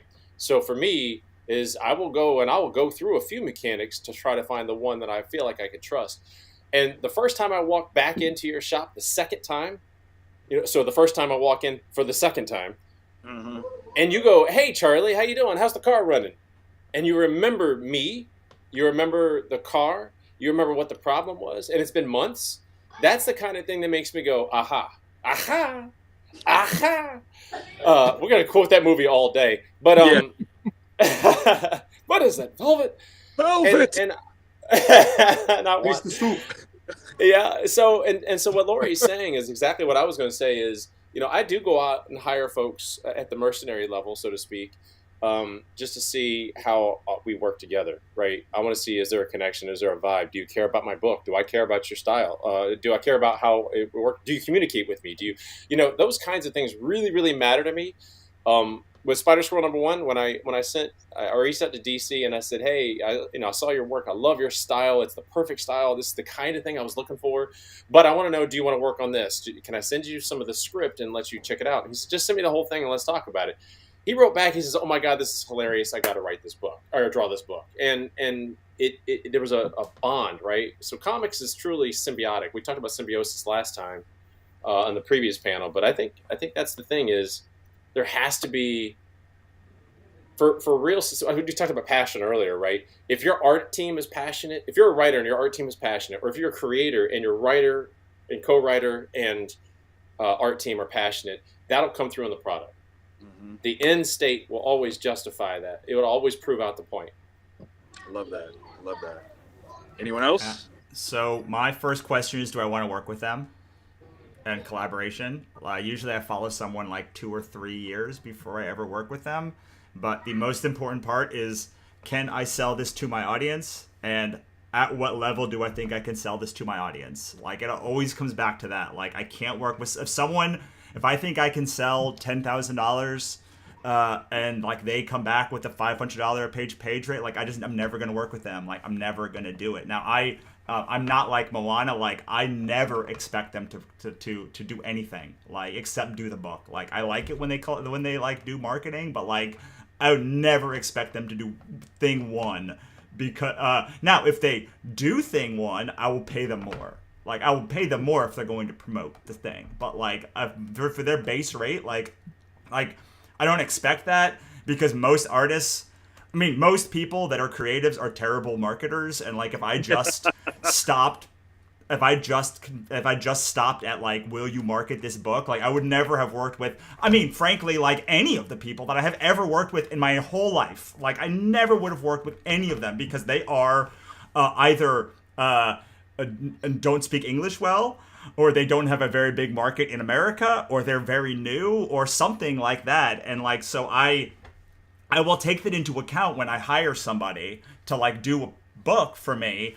But yeah, I never, my question is, can I sell this to my audience? And like, at what level can I sell this to my audience? And how much will it cost me to make this book? And do those things match? Like, sometimes I'm doing a book that I think I'm going to sell to an audience for like 15 years. Which kind of goes against my previous comment, but like, sometimes I'm doing a book that like, I just like the idea of that book, and like, I'm gonna put it up, and like, I'm gonna make some money on it, and like, if I break even on it, awesome, because like, publishing is a war of attrition. 99% of books that you make are going to break even, and you're hoping, maybe not 99%, that'd be really terrible. 90% of the books that you make are going to break even, or worse. So like, my goal is to just break even on all of these projects, to have them in my back catalog, and then like, find the couple that are going to win. So like, Ichabod is a winning idea. God's Verse is a winning idea. Like, my new Obsidian Spindle, I think, is a winning idea that I'm willing to put. Like, Cthulhu is a winning idea. But then there's other ideas that I've had that like are passable ideas, and like, they get me the money that I need for 2 more months to keep the lights on. And like, it's a relatively bleak picture potentially, but like, when I talk to publishers, like the bigger publishers, like mid-tier and above publishers, and like, I tell them that I break even on every book that we do or better, like, they're like, you are so far ahead of the game, because most of these publishers, they're not breaking even. They're losing money on like 4 books. They're breaking even on like another 4 or 5 books, and they are like making money on 1 book, and that 1 book is wiping the slate. So I sort of changed my opinion of this in the past couple of years, and now I think like, breaking even on a book, any book, like literally any book, even if I'm putting $20,000 into a book, if I'm making $20,000 on that book, like, I have won. Like, I have won the game. Like, and I live to fight another day. And so much of this is just like, how do I get the money so I can live for 3 more months? And then how do I do that again and again and again and again and again? And that that is not like a fun statement to say in publishing. Like, it does not paint like a rosy picture, but like, the people that publish books are crazy because like this is a terrible business. Like, it is low margin. It is Red Sea, which means everyone wants to do it. There's a race to the bottom. Everyone's like trying to pay like less and less money. Audiences lose interest in you all of the time, even if you're making great product and doing nothing and like doing nothing wrong. Like, they're always looking for new things. So like, it is a very, very, very, very difficult thing to do. And so my goal is to just break even now. Like, if I can just keep doing this for 3 more months, like if I'm doing this in another year, like that is a huge win. And a lot of that is looking at a book and saying, and being able to say in my mind, like, that is a $10,000 book. Like, that's an artist that I can make 12 grand on, or 4 grand on, or 3 grand on like this time frame. And like, I'm very blessed to have for 5 years been like within hundreds of dollars every single time that I've guessed, like of being right. Nice. Imani, do you have something you want to add? Yeah, you flinched. Yeah, I did. Just something I've been noticing a lot, because I've been noticing some very successful indie creators. They're sharing ways as far as getting into comics and, you know, creating comics, and I'm starting to see it's kind of bothersome answer as to how to, you know, as far as collaboration is sort of like I'm starting to see like TikToks and stuff like that just say, you know, all you gotta do is come up with a story. Then you look for an artist, go to Fiverr, and I'm just like, there's a relationship aspect to that's missing. Like, if nothing else, if not time, if you're not gonna invest the money, you definitely should be investing the time into building a relationship with this artist on this book. And I know for a fact, as far as being a retailer selling indie comics, I can say that the most successful books are the indie creators that didn't skimp on that relationship, whether financially or the time they're spending in investing in that artist. So like, that artist is on 2 or 3 of their books. A perfect example was Crescent City Monsters, for instance. Like, I don't know where he found that artist, but the fact that, you know, the relationship he built with that artist and the books that he puts out are, you know, stand out amongst any other indie book that's out right now. And Any book, period. Yeah, and I'm sure that costs money, or at the very least a lot of time in investing in that relationship. That is one of the things as far as budget. I understand as far as, you know, being able to afford, you know, certain things, but to a degree, that aspect of making comics is not something that always pans out well when you cut corners on that. And we've seen people, you know, cut corners on that. It's like, you know, and you know, they might have been successfully, you know, been able to, you know, publish that book or get that book out, but it doesn't necessarily, you know, sell well beyond, say, for instance, a Kickstarter. So I would just want to use this time just to, you know, if people are like a first time, you know, comic book creators, you know, they're looking to, you know, find an artist or looking to collaborate with the artist, I would definitely pay attention to that relationship and try to invest as much time with that artist as you possibly can. Don't just look for the cheapest person you can get. I don't think that works out at all. Can I piggyback on that for a second? Oh, please. Okay, so the most important thing you can do to find a collaborator is look for a collaborator who has finished a book before. Like a book, an issue, a trade, like something, and then ask them their rate and pay that rate. Like, that is the number one way that you can find someone, because otherwise they will, like, most artists don't understand how hard it is to make comics. And if they have never made comics before, they are going to do way more work for way less money than they have ever made to make a book before, ever, for sure, 100% of the time. Even the most successful Jim Lees of the world, like, could make way more editorial illustration than they could making comics. So years. Oh yes. So like, a lot of times when people haven't made a comic before, they don't understand how hard it is, and they'll be like, "Yeah, no problem. I really want to make a comic," and then they'll start making the comic and be like, "Oh no, I am not doing this," and then they will bail out on you. Like, you really, one of the reasons I look at artists is I often befriend artists when they're probably not ready to do a book. Like they like are like wobbly, their line work, their characters are, and like I'll just follow them for a while, and then I'll be like, oh, like, but I'll like their style and be like, oh yeah, I really like this, and I'll wait for them to do an issue or a book indie themselves and be like, yeah, they finally got it. They got it, and like they've been doing it a long time. That like they understand what it means to make a book, and that's when I will like start collaborating with them. Because otherwise, like you are going to get a lot of artists if you don't do that who are going to like bail on you, not because they're bad artists or bad people, just because comics are hard, and like they're gonna realize and be like, oh crap, I do not want to do this anymore. That's a real point. So real quick for me, because I'm actually a writer and artist. I do both. I was always about saying if I could do the job myself, I'll just go ahead and do it, just to cut the overhead, because it's very expensive to get people on there with you. I remember one time I had drawn a book. This is for Legacy, by the way. Yep. We're allowed to say that word. Yeah, we can say it. Making sure. So I was with the publisher, and I drew the comic. I had written out everything else, and I wanted to get a letterer. And the letter would have cost me quite a bit of money, like hundreds of dollars for the book. So I was going and did it myself because, you know, I had experience lettering my own comic, and it came out okay. It was fine, whatever. It wasn't as good, obviously, as someone who's a wonderful letterer, but I was able to do it myself. And me taking care of those roles made the overhead of the book a lot cheaper, so I was able to recoup my money a lot faster. So, you know, pretty much everything I produce, I'm almost never losing money. Now, obviously, there's other aspects of collaboration that I could benefit from. Like, for example, I'd love to have someone who is a better marketer than I am, someone who's a promoter, somebody who's who can go to a different continent I can go to. Just that second or third person working with me, in order to get that book off the ground. So, I think beyond just getting the writer and artist together, I think having someone out there who can promote your book really well is a very important thing to have, and another aspect of collaboration. So I think what happens is sometimes as creators, we put on too many hats, and unfortunately, those hats can bury us.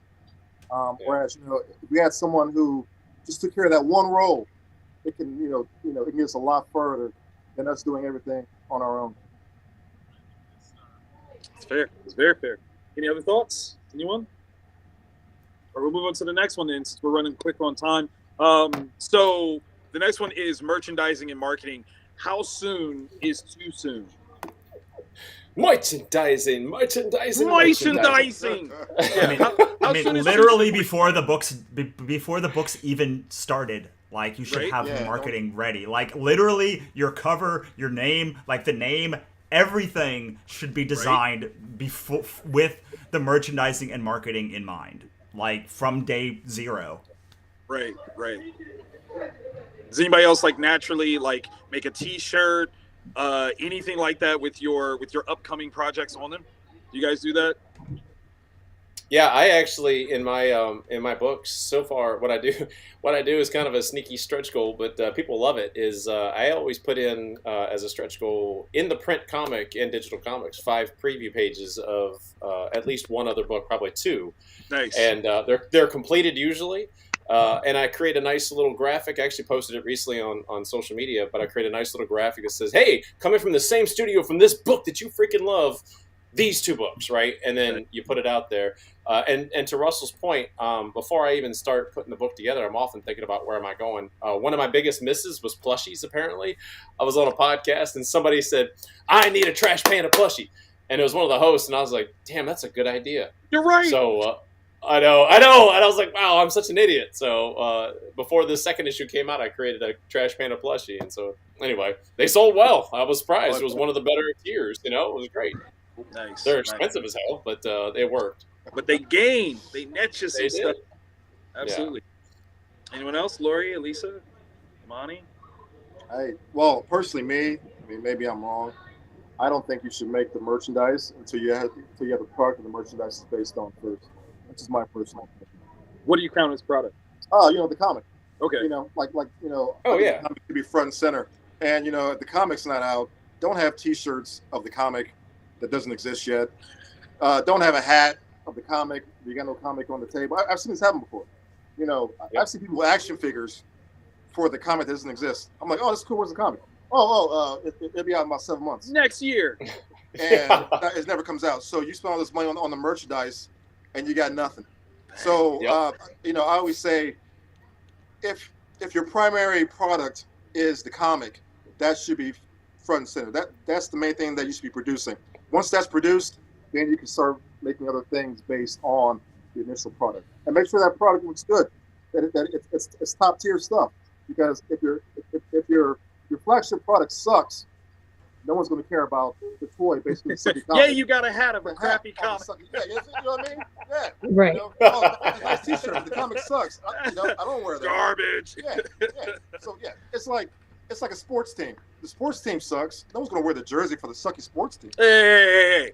I wore a Bucks jersey for like 25 years, man, before we won anything. So you know, I'm just saying. You know, sometimes I wish a lot of creators paid more attention to merchandising when they create their characters in the character design. When I created Junebug, I thought a lot about not just the silhouette of the character, but I thought about, okay, if I were to make this a mask, or I was going to make this a costume for a young person, like, I needed all the parts of this costume to work in other mediums. You know what I'm saying? So that's something I paid attention to color and all this kind of stuff before, you know, making my first story or anything like that, because I was thinking about merchandising. I was thinking about, okay, what if somebody licensed this? What if somebody put this on what if this is at Walmart? What if this is at, you know, this thing has to carry, and I can't just, you know, in order for it to work, I can't just create that character or draw that character anyway. I have to be paying attention to a lot of these things, you know, before I get to that point. You know what I mean? Like you'll see somebody like that'll create like a mech character, right? And it's like super, super detailed, right? In the illustration and all that kind of stuff. And then when you look to animate it and say, well, think about how much it's going to cost to animate that character. You know, with all those bells and whistles. Yeah, that leg, all the bells and whistles that you put into this character that seem to be, let alone the illustrator having to draw that over, you know, every page for that matter, right? So when I think about merchandising, for me, it starts with the character design, because knowing that you're not just creating a book. At that point, you're creating an IP that's going to live as any number of different things, not just a comic book. And you know, I really like, you know, Russell's one of the few people that here that's doing this. I'm actually surprised more, especially writers, don't kit their books where they have a comic book, graphic novel, prose novel of the same character, you know, all in the same package. I think I'm surprised more indies aren't doing stuff like that. So like I think Danny, as far as Ace Blade and stuff like that, he has a prose book and graphic novel, you know, just being mindful of all the ways that this one intellectual property can be, you know, will exist over time. You know what I mean? I think it's something to think about well before, you know, the first page is drawn. Well said. Well said. Lori? Well, to piggyback off of what Imani is saying, I think it's important to think about it, but I think it's important to, and I think this is a thing that I've seen quite a bit, is indie creators get, and I get it, I do, because I've been in this position where you get really excited about your own shit. You're like, my story is the greatest story, and I love how this looks, and oh my god, it could be on a shirt, it could be on a hat, it could be an action figure, it could be a set of curtains, it could be and you go just all the way, and then you start spending money on getting that shit produced because you're excited about it. But you haven't really, like, you don't have a fan base yet, and you haven't really built like what you're going to build with that series, and I get it, again, like, you should be excited about your own shit, but you have to be careful to not get too excited and spend so much money on, and I've seen this, I have, and I get it, it's just you have to be careful, because it's there's so much cool shit you can make. There's a lot. Yep. So you Oh. want to temper that until you have, you know, at least one book and you have a fan base. And I also wanted to add that I'm actually not arguing with Russell. What Russell's saying about marketing is you should be marketing before the series exists, and that is correct. He's not saying like go buy 1,000 baseball caps and 1,000 t-shirts. Like he's saying like start marketing. You have a cover, you have your artist, you have a plan for this series and how you're going to market it, and those are different, I think. Anyway, I might Yes, be. so I do want to. So there is a gap between you design a book to be marketable and then you actually start marketing it. So marketing starts with book design and cover design and all of that stuff. But I actually don't think you should start marketing anything until it is done. Like you should like I would not feel comfortable myself marketing. I've done all of these books and more, and I don't talk about them until like they are completely complete, because I do not want to have a situation where someone goes, where is the next issue, where is the next thing, like where is the next thing. I won't even run Kickstarters or launch books until the book is completely done, because I do not want somebody in 6 months saying, where's my book? Where's my book? It's coming, it's coming, it's coming. Now, I'm not saying that is wrong, but for me, my anxiety is so high that like I would not be able to survive that kind of thing. So like for me, marketing is, how is this book going to look? It's not called Lovecraft is hard to spell. It's called Cthulhu is hard to spell, because like Cthulhu is the brand. It's not called any Haster. Any people know Cthulhu, so like that was in the branding. Like the cover looks like I got Aaron Alexovich, who draws for Invader Zim, because like that is our biggest fandom.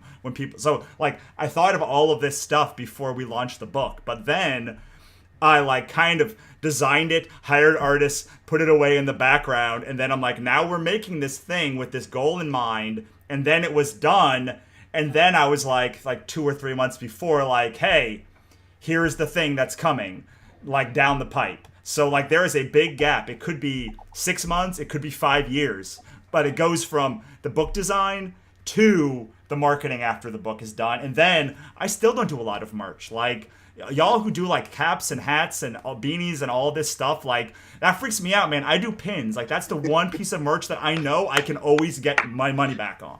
There you go. I like that. Alyssa, did you have any you want to throw in on?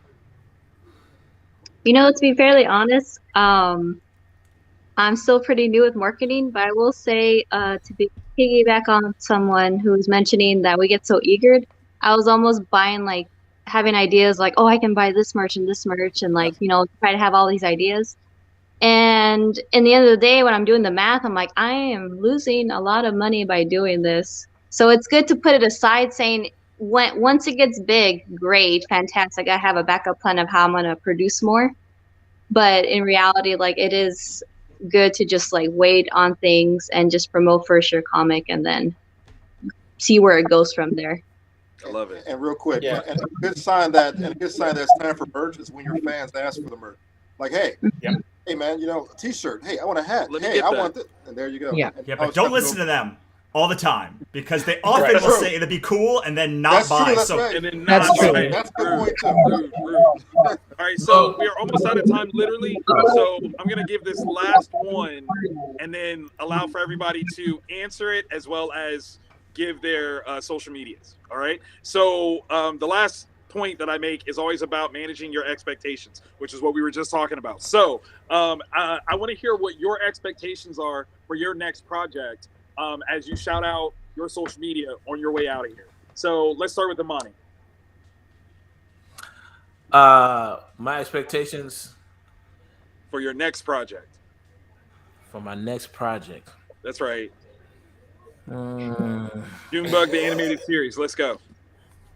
Well, I was offered to do a one shot, and I want to do a one shot, and I want to sell it in the direct market. So, my expectations is to sell millions of copies of this book. No, it just at the very least put out, you know, one shot and something that that'll be on the shelves of a shop, and then I can, you know, talk it up and that type of thing. I think that's my actionable goal.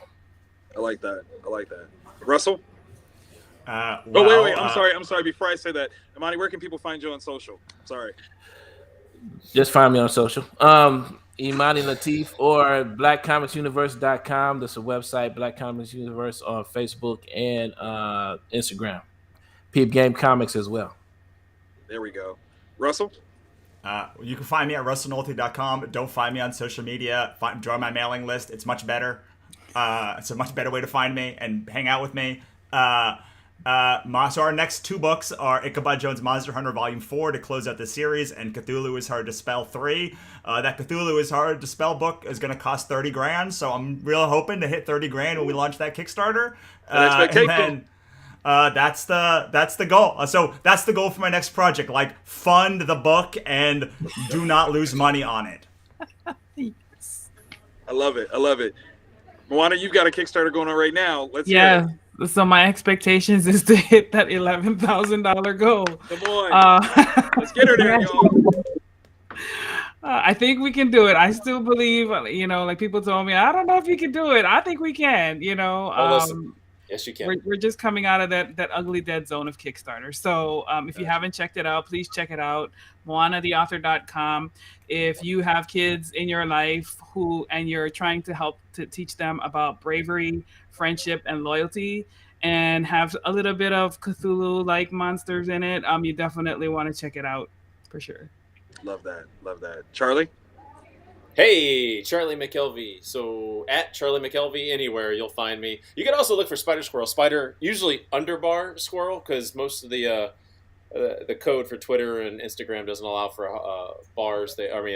hyphens. So anyway, I've got Spider Squirrel number 3. I'm delivering 2. Thank you, Lori, for all of the amazing help. Speaking of collaboration, props to Lori. She's dope, dude. Y'all just don't know.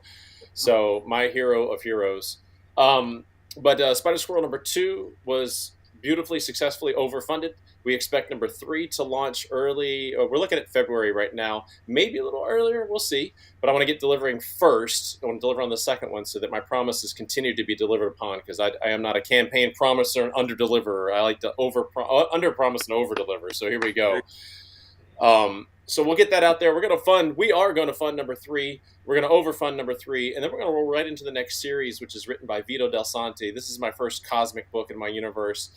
Characters I created, but I'm given over to another writer. Vito is fantastic. If you haven't read Stray or some of his other titles, he's a great dude, great writer. Very proud. He's this next character, Milestone, is a black character that is basically about as powerful as Silver Surfer. But he's got a lot of, it's a very introspective book. It's a slightly different book. Not only is it cosmic, it's not comedic like Spider Squirrel, but it does spin right out of here. So that's going to be the beginning of my cosmic foundation. So I expect a lot more coming out of this book. I think you guys are going to love it. In fact, I know you are. I love Get that. ready. Since you mentioned her, Lori? All right. I am also currently running a Kickstarter, actually. It's for a book called Power Broker. My goals are just to overfund it a little more and help pay for. I can't flex in a hoodie. It doesn't work as well. I mean, you can. We're just scared. Period. That's what it is. Yeah, my goal is just to have it overfund a little more and pay the artists for the next issues, that kind of thing. And of course, the next book after that is going to be Elsewhere Volume 3, as most of you might know. It's an anthology that we do. I can't wait to show that to you guys. It's going to be awesome. We're going through all the entries right now, actually. Yeah, and uhstudios.com/Kickstarter, and social media is UH Studios Official, UH Studios. We're pretty easy to find. I like that. Even though you're a newcomer, Alyssa, you want to throw in something? Sure. You can find me on social media and Instagram, Taijitsu Gates, as well as since it's not out yet, you'll find more information on FSK. It's a part of the chapters of my story will be in an anthology book. But my next goal is to make my actual standalone issue 1. Like, I'm hoping it'd be pretty big. That's just everybody's dream. But also, my other goal is to support a lot heavier with other people's comics as well, because if it wasn't for me supporting other people, then I would have never been here. And Love that. I love that. Mason.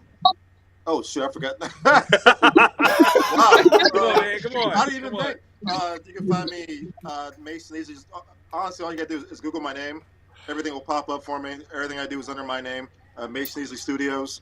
My goals this year is just to get stuff done, expand.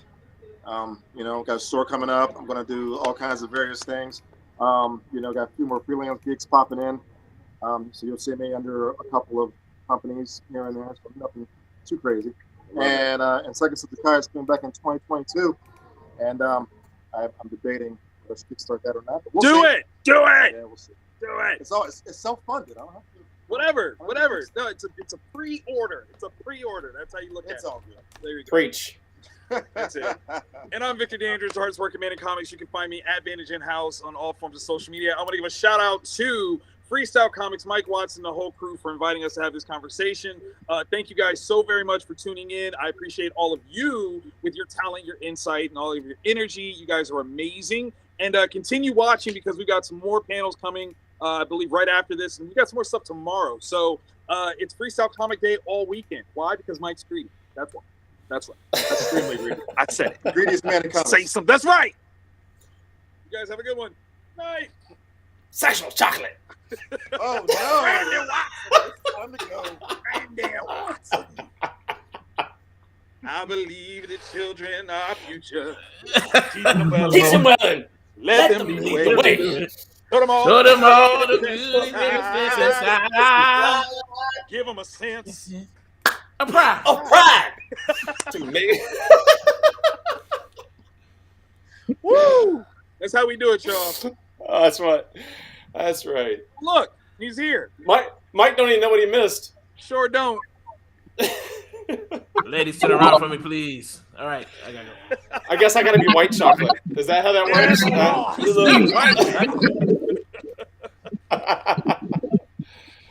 Oh. What'd you do? You broke it. You're muted, Mike. Yeah. Hey, Mike, you sound like this. The live stream feed on Facebook stopped after 8 hours. Oh, Of course, fail. Facebook. Somebody can you blurt my finger out? No. Thanks, Mark. The feed on Facebook stopped. Wow, they're so meta. Right? We did 12 hours on there before. We did. Yeah, that's Oh, why. we did 12 hours. It was like, cut him off at 8. Get done, son. Get done. Okay. All right. I'm gonna send out a new link to the chat for the final panel. We're just gonna do a new one, so we can get this on Facebook and everything like that. Lori, Alyssa, Charlie, you guys are in there. Moana, Russell. Oh, so text me. Imani left already. Russell, Moana, nice to thank virtually you meet so you, man. much. I Yeah, appreciate nice to meet you guys being too. on the panel and taking the time. Thank you so much. Absolutely. You're welcome. Thank You you. left. I'll thank you when I get done. Man, they were doing. Dang. Hey, so we'll close this one out. I hope you guys had fun. I know you guys talked about a lot of good stuff. Today's been great. We got one panel left. We're going to reboot this thing and come back for the final panel with the entire team of Freestyle Comics.